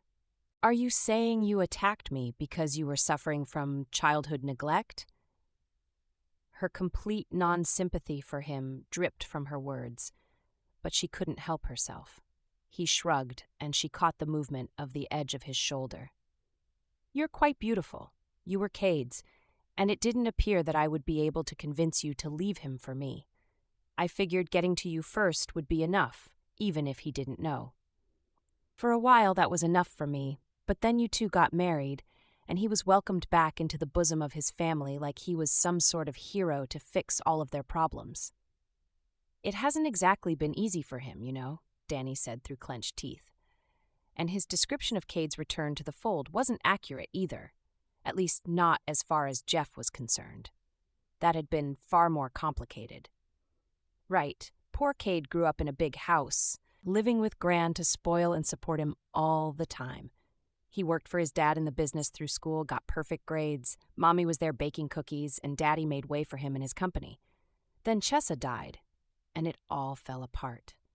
For the first time ever, I thought karma really worked. Instead of him invited for Sunday dinners and working alongside his father, it was me. I was the top salesman at the shop. I was preferred, even over Jason, to take over the company when Jeff retires, primed for the job even. Dani thought Kip had a skewed idea of what karma was all about.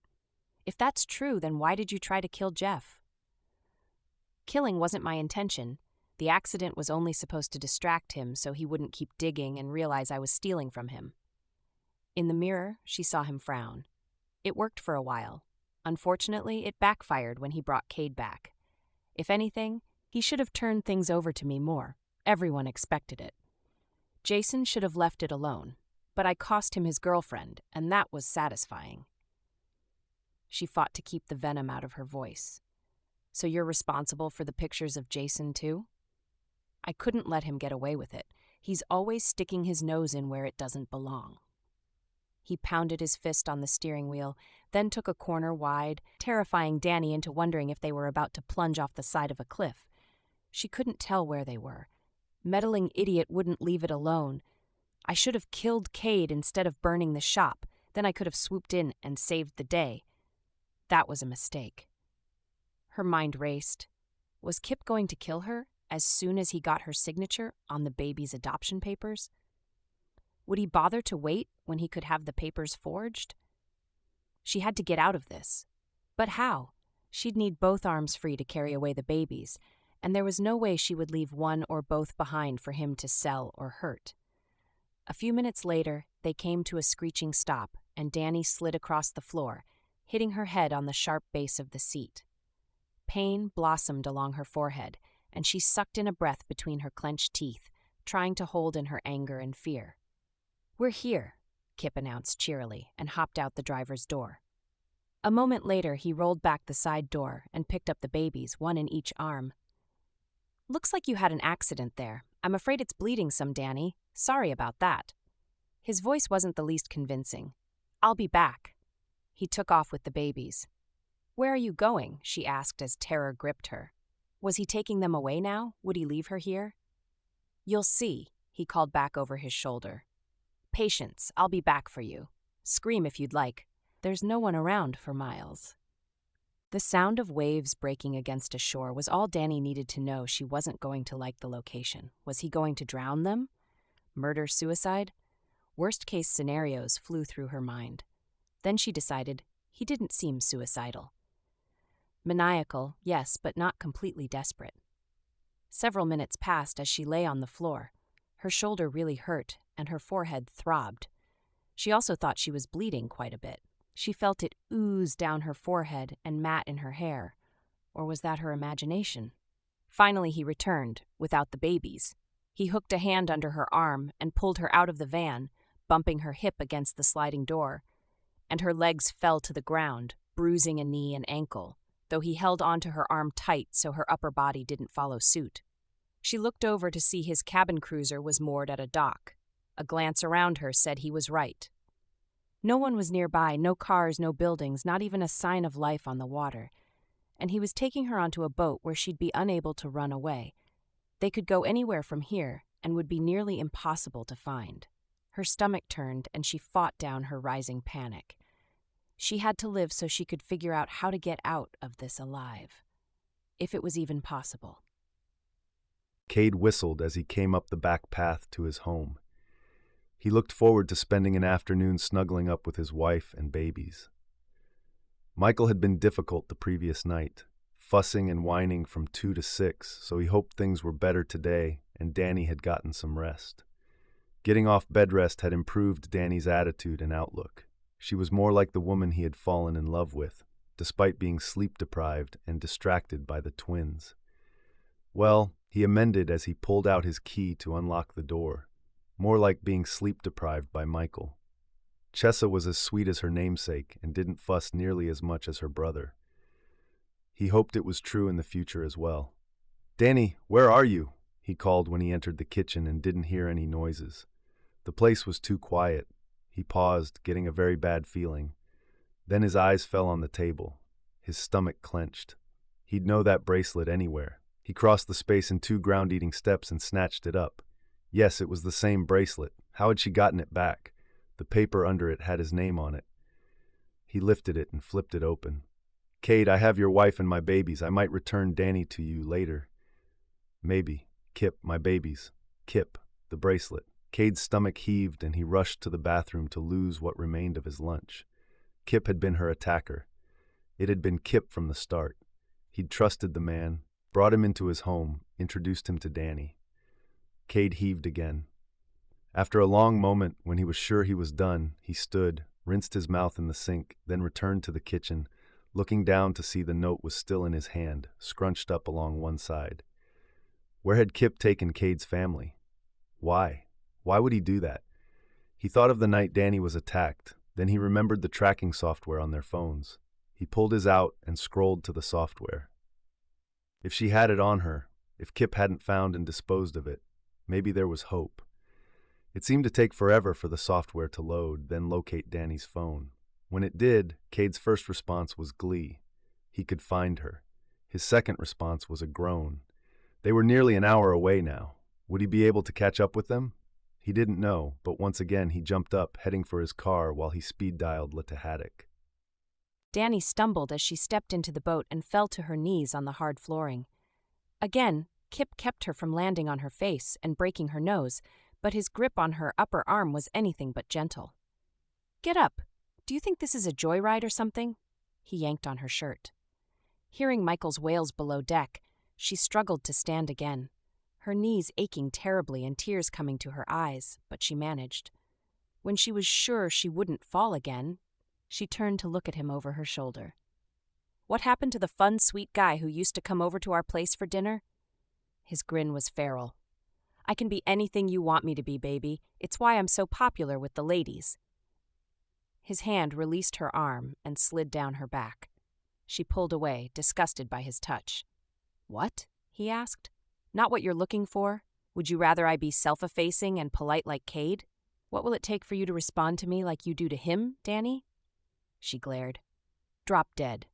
He smiled again. "Someday, I'm sure, but not today."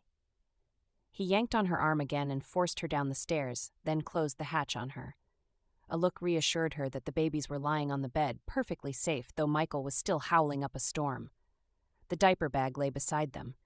She heard the hum of the blower going, the clomping of Kip's footsteps on the deck above as he prepared to take off. A couple of minutes later, the engine started, and she felt the boat move. Hope sank with the movement of the boat from shore. How was she supposed to get out of this now? Chapter 23. Cade raced to the marina where he was supposed to meet Lieutenant Haddock. His heart had nearly failed him when he double-checked the GPS tracker at the stoplight and realized they were on the water. He'd called the lieutenant back and informed him, and the cop said he'd get the Coast Guard searching for the boat. Hopefully they would find the boat before it was too late.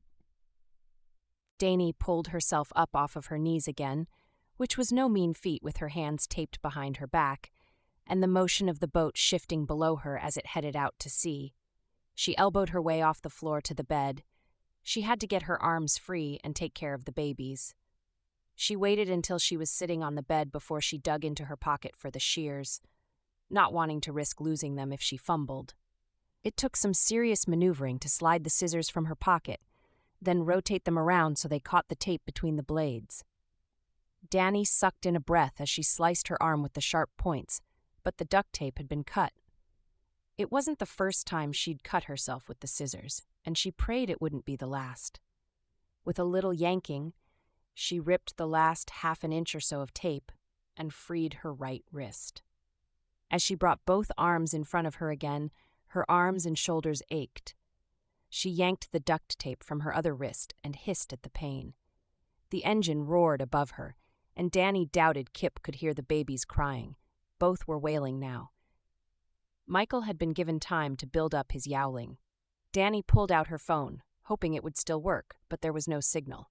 They were already too far from shore. She sighed and put it back in her pocket, then turned her attention to finding a weapon. She considered her scissors, turning them over in her hands. The blades were a good 4 inches long, and they were certainly sharp. But could she actually stab him with them? She thought of what he planned to do, what he had already done, and amended her question. Would she get a chance? Still, a bird in the hand and all that. A cursory look around the cabin showed Kip had already removed the knives and other obvious weapons, so she didn't have much choice. She changed diapers and soothed and cooed to the twins, taking time to feed them both so their tummies would quiet down. Through everything, she kept an ear on any change in the sounds coming from above her. There was no telling how long they would go before Kip checked on them, if he would bother before they reached their destination. As she put Chessa back on the bed, Dani felt the boat reduce speed. After a moment, the forward momentum stopped, though the engine continued to idle. The boat rolled with the waves, and Dani turned to the steps when light poured in through the hatch. She stuck her arms behind herself so Kip wouldn't know she was free, and grabbed the shears in one hand, rotating them so she could use them as a weapon. He came down the stairs, taking in her and the quiet babies in one look. Sounds like Michael gave up on dinner after all. "Have we arrived at our destination?" Dani asked. "No." He crossed the space to her. "I thought you'd want to take care of the twins. I figured you'd appreciate getting your wrists free. I can take Chessa up top with me while you take care of Michael." The look in his eyes spoke of much more than the altruistic reason he gave her. Dani gripped the scissors more firmly and waited for the right moment. Her heart beat 4 times for every lap of waves against the hull of the boat. This was the man who had raped her the previous winter, who had nearly killed Jeff, who had burned down the boat shop, She wouldn't trust him at any distance. "How kind of you." His mouth tipped up at the corners. "I'm not being kind. There's a price." She did her best to hide her revulsion, to stand still as he reached for her. She'd never intentionally hurt anyone before, but she wouldn't be hurt by him again. Not like that. "I wouldn't expect anything different," he smiled. "Smart woman." He reached out, put a hand on her shoulder, and nudged her to turn her around. Dani lashed out, aiming the point of the scissors for the fleshy base of his neck. She hit her target, but he deflected her arm before she could get the shears very far into his skin. He swore long and loud, grabbing her wrist, twisting it until she released the shears with a cry of pain. He brought a fist up and struck her in the cheek. "That was a mistake, Danica." His second blow was a backhand on the other cheek, and as he had released her, she stumbled back, landing on the bed, nearly on the baby's. Her head spun, her sight was spotty, all black with spots of bright white in it. Her whole face was in pain, matching the aching of her body from his earlier treatment. Her sight started to come back, but it was fuzzy. Kip scooped up the shears from where they'd fallen on the floor, still swearing, and climbed partway back up to the deck.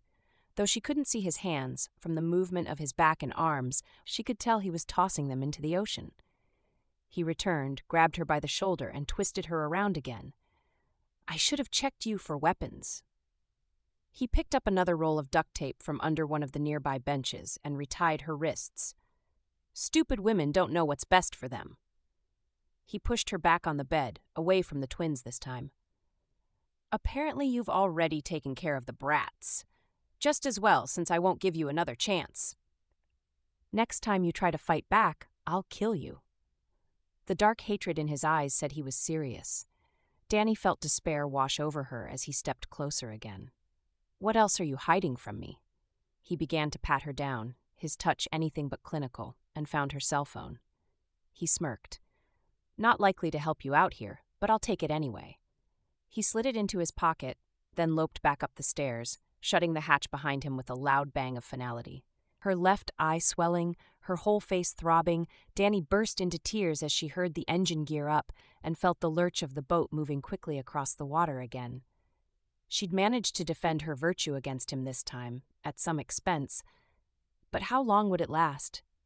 Would he really kill her next time she fought? If it weren't for her children, she'd risk it. She couldn't leave them in this monster's hands, though. A fair amount of time passed as Dani recuperated from his treatment. Then she looked around to see if she could figure out a way to get the duct tape off again. It was hard looking with her arms behind her back, but after a good half an hour and some fancy maneuvering, Dani found a screw sticking out of one wall where a picture once hung. Some of the threads were exposed, so she decided to see if she could use it. She turned with her back to the wall, bent over and lifting her hands to the screw, struggling to start the tear and grimacing every time the screw scraped her skin instead. Several minutes of rubbing finally bore fruit as the rip began. Her arms burned, her head pounded, and her stomach ached from her surgery, but she finally managed to rip the tape enough to be able to continue to tear it on the edge of the cabinets, giving her something to push against for leverage. She was too tired and sore to feel elation when she finally had control of her arms, but hope began to blossom in her chest. Anxious, she started digging through cupboards and drawers, looking for possible weapons. There was a heavy saucepan, which she could use as a last resort, but it would require her getting too close to Kip again, and wouldn't be nearly as easy to hide as the scissors had been. Dani continued methodically around the room and stopped when she found the flare gun. She'd seen and dismissed the flares earlier, but now considered it more seriously.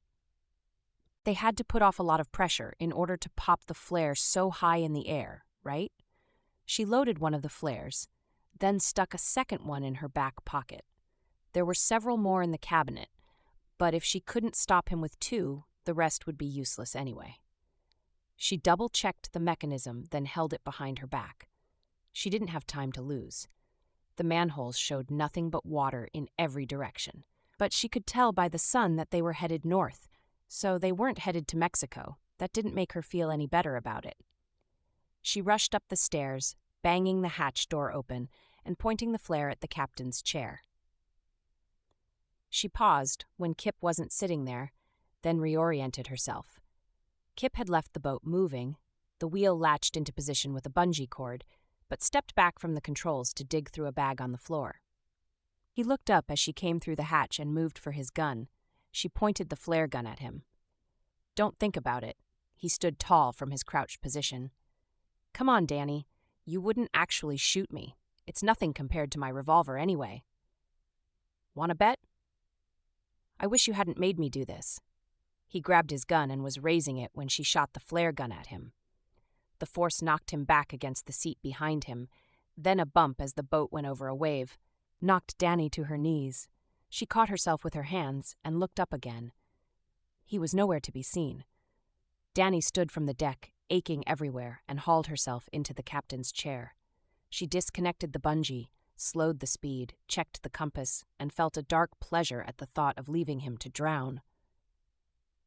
Cade focused on the ocean ahead of him, then back to the dot on the phone screen. They were getting closer every moment, but there was still a mile or more to go. His breath caught as the dot disappeared. No. They disappeared from the map. What happened? Had Kip found the phone and tossed her overboard? Cade didn't think he could handle it if Dani and the babies were gone for good. How would he survive without them? Could the boat be found without the GPS tracking system? Cade pushed the motor harder for the location where the blimp had been last, picking up speed. He wasn't going to lose her. He overheard Lieutenant Haddock radioing the last coordinates to the Coast Guard and felt his gut clench as the possibilities swirled through his head. Dani considered leaving Kip out there to die. She even turned toward shore, leaving him behind. But then her chest tightened when she thought of being responsible for his death. She couldn't do it, no matter how tempting. So she pointed the boat back in the direction they'd come from, slowing so she would be more likely to see him on the return trip. She slowed even more when she figured she was getting close, scanning the waves for any sign of life. Not sure if she wanted to find him or what she would do if he was still alive. There was no way she would put herself or her babies at risk again. When Dani finally saw Kip bobbing in the water, looking half dead, she considered her options. If nothing else, he deserved to rot in jail for the next 30 years for everything he'd done to hurt Cade and his family. On the other hand, she was only willing to take so many risks. She tossed him a life vest as she drifted past him, a good 10 feet between him and the boat. When she saw him grab onto the vest, she returned to the seat and put more distance between them. She thought of her phone in his breast pocket and knew even if he hadn't lost it, the seawater had destroyed it by now. Not that it would matter in this situation. They were too far out to sea to get a phone signal anyway. She considered what else to do. Though there was a radio, Cade hadn't shown her how to use it, but surely it couldn't be that hard. She wasn't letting him into the boat, but she didn't want to leave him to drown either. She reloaded the flare gun, pointed it at the sky, and set it off. Another boat came into view after only a couple of minutes. She stood up and watched, knowing it was far too soon to wave. Another few minutes passed as the distance between them narrowed. A smile bloomed over Dani's face as the boat got close enough for her to see Cade at the controls. She waved to him. He waved back, then pulled up close. "Are you okay? Where's Kip?" "He's in the water," she told them. "I hit him with the flare gun. He's probably hurt." She gestured to Kip, who had maneuvered himself into the life vest and looked a bit blue from the cold water. After navigating his boat alongside hers, Cade looked worried and touched her face gently. "You're hurt and you're bleeding. Are the babies okay?" Dani touched her swelling cheek. In her excitement to see Cade, she'd forgotten about it for a minute. "I'm fine. The babies are fine. Better get Kip first." She frowned and tried to hold in a shudder of revulsion as she thought of what Kip had in mind for her and the twins. Cade looked torn, but Haddock touched his shoulder. "We need to bring him in." The officer talked to someone on the radio, relaying coordinates as Cade guided his dad's speedboat around to where they could throw a rope to Kip. By the time Kip was on board and wearing handcuffs, a Coast Guard boat had drawn near. Cade approached the larger boat, and the Coast Guard sent down a couple of men to take Kip into custody. Then Cade returned, pulling up close to the cabin cruiser, bumping sides, and he shifted onto her boat, a difficult and perilous trick she didn't want to ever live through again. He collected her into his arms, cradling her against him, pressing feather-like kisses to her face and hair. His hands cruised over her, as if assessing her injuries and studying the bloodied spots on her lower arms from her escape attempts. "Where are you hurt? Do we need to take you to the hospital? Are you? Did he?" It was clear he couldn't get the words out for the question he needed answered the most. "Cade." She took his face between her hands, squinting to see him through her swelling eye. "I'm going to be fine. All of my injuries are on the outside." She gave him a very deliberate, steady look, wanting him to understand Kip hadn't violated her again. If there would be emotional fallout, it wouldn't be of that variety, though she doubted the nightmares would go away anytime soon. His relief was palpable. "We'll take you to a clinic for a checkup when we get back to shore anyway. Where are the babies?" Dani took him below, and they each scooped one of the babies into their arms. He kissed and spoke to each of the infants, making promises of ridiculous birthday parties with clowns and pony rides, and Christmas gifts which surely wouldn't happen in the next 5 years. Who gave a toddler a Lego spaceship kit anyway? Dani laughed in relief and joy, as well as finding his promises odd and hilarious. She tucked Chessa against her chest. "Don't you think it's about time we headed back to shore?" He gave her one last lingering kiss, then looked around them at the boat on which they'd spent such a wonderful weekend. "I suppose this place will never feel the same as before." He pressed his lips against Michael's head. "The kids are probably best left down here, but I don't know if I can let any of you out of my sight." "That's okay." Dani grabbed blankets from the diaper bag to wrap the babies in and settled Chessa tighter into her arms. She led Cade up the stairs to the deck. "Lit?" Haddock sat in Cade's boat, which was further away than before. "Everything okay over there?" the cop called out. "Yes, you want to meet us back on shore?" Cade asked. "Sounds good." Lieutenant Haddock said something into his radio again, then nodded at Cade and turned to the boat controls. Cade took the main seat and directed the cabin cruiser to follow the speedboat back to shore. The Coast Guard beat both boats by a long ways, and when Cade, Dani, and the twins joined Lieutenant Haddock at the pier, he announced Kip was already being examined for internal injuries. There was a cut and some major bruising, but they don't think there's anything more serious. As soon as the x-rays come back and a doctor clears him, he'll be booked into jail. "Good. I think we're ready for a break. In fact," Cade said, putting an arm around his wife, "we're going to head home now. I reached my mom, and she's bringing the car seats." "I'm going to need a full explanation of everything that happened," the lieutenant said to Dani. "Can I write it up at home? This time I think we could manage it. I'll swing by tonight to get it from you and clear up any questions I still have." It was nice Kip's route had brought them north again. The marina, where both boats paid to dock, was less than 20 minutes from the frame home. Cade had managed to call his family and fill them in as soon as they got close to shore. They walked back to the parking lot. Cade held Chessa with his arm around Dani's shoulders. She loved snuggling up to him, Michael cradled against her chest. She knew it would be some time before she finished processing everything that had happened and dealt with the knowledge that Kip had been her attacker. Now, though, she would think about her family and be relieved. There was more than enough time to consider the less beautiful things another day. Dani smiled when she looked up and saw Cade coming through the outside door to their apartment. It was only 5 o'clock, and he was home already. She was enjoying his new schedule. Since their adventures on the ocean, he had been better at returning home earlier to be there for Dani and spend time with the twins. She was making a special dinner tonight and had a video and treats hiding in their bedroom. "Welcome home, honey. Thanks." A smile spread over his face as he slid his hands on her hips and pulled her close for a thorough kiss. "Did you have a good day?" "Yeah, Michael was even reasonably good today." The twins' original due date still hadn't arrived, but he was a feisty baby, all swinging arms and giggles one moment, colicky and tired the next. "Bonus," he pulled away. then walked over to the playpen in the corner where both babies lay gurgling up at him. "Hey babies, how are you tonight? Have you really been good for your mommy, or was she just being nice?" He scooped Chessa into his arms, and Dani noticed Michael had fallen asleep again. She grinned as she watched Cade snuggle their daughter close, nuzzling her face, whispering nonsense to her. They'd had problems aplenty, but things were finally coming together. After a short interlude, Cade returned to Dani, still holding Chessa against his shoulder. "I received a call from Latar Haddock this afternoon." "Yeah?" She knew he'd spent most of the day at the new shop unpacking inventory and setting things up again. The old building had come down the previous week and the debris hauled away. The new construction was scheduled to begin before Christmas.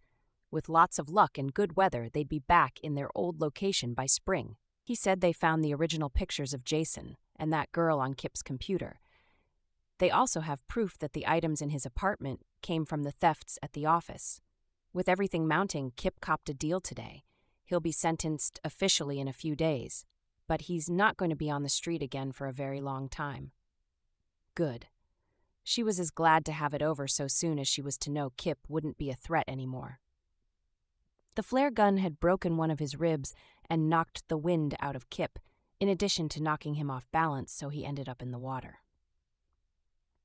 If she hadn't gone back for him, he would almost certainly have died, and though he had been threatening her, she didn't want his death on her conscience, not when there had been a reasonably safe alternative. "Tell me what you did today." She finished cooking while he chatted about his day's efforts and all the headway they were making on the boat shop. They would open their doors the following weekend at their temporary location, and already had a few clients lined up wanting work done. All of the guys had been kept on the books, helping to get the business back up and running, so they'd managed to do it in record time. After dinner, they put the twins down for the night, or at least with the hope they would stay in bed for a few hours. Then Dani pulled Cade into the bedroom. "I have a surprise for you." His eyebrows lifted. "You have a surprise for me in the bedroom?" "Yeah." She shut the door behind them and moved to the bed. "Did you realize today is the 1-year anniversary since we met?" A smile bloomed over his face. "You're right. We definitely need to celebrate." "That's what I thought."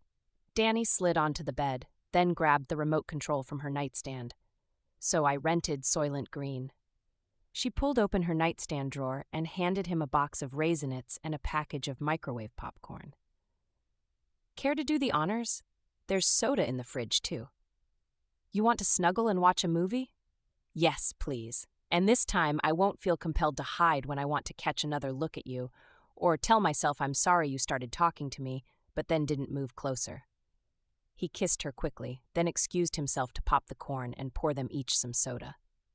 When he returned, he settled beside her and shared the popcorn. "You know," he said as he passed her a small, wrapped package. "Great minds think alike." "Do they?" Tickled, she took the package and unwrapped a jeweler's box. Inside was a new charm for her bracelet. "I thought today could use a little celebration, too. Check under the charm." She pulled out the cotton and retrieved a paper. She unfolded it and found it was a deposit slip for her secret TAP savings account, which now held $35,000. "I stopped by the jail and received my bail money back," he explained. She looked up at him in surprise. "I didn't have that much in it before." "No, but I think we can manage, and I want you to have your dreams, everything you could wish for. That salon is your waypoint." She laughed, sliding her arms around his neck. "You're my waypoint, you idiot." Cade tipped his forehead against hers, keeping their gazes connected. "So you're saying you don't want a salon?" She considered his words. "Someday, when the kids are older and at least in school. In the meantime, what if we use this money for a different reason?" She touched his face. "It's been great living here with your family, getting to know your parents better, but I want a home of our own, Cade. Something that's ours, that we can decorate and change and build onto if we need as our family grows. I found a fixer-upper only 15 minutes away from here. Everything we've been through has taught me something I didn't know. No matter what else happens, I want you in my life. You and those babies are more important than anything to me. I love you, Dani." His kiss was long and soft until he broke it off suddenly. Did you say as our family grows? How many more do you plan to have? His brows lowered in consternation. She smiled, sliding in close again. I don't know, How about if we play it by ear? His lips curved against hers. That's a plan I can get behind. Thanks for listening to Waypoint. Please like this story to help others find it and subscribe to be notified when I post other sweet romance or romantic suspense stories. Hope to see you soon.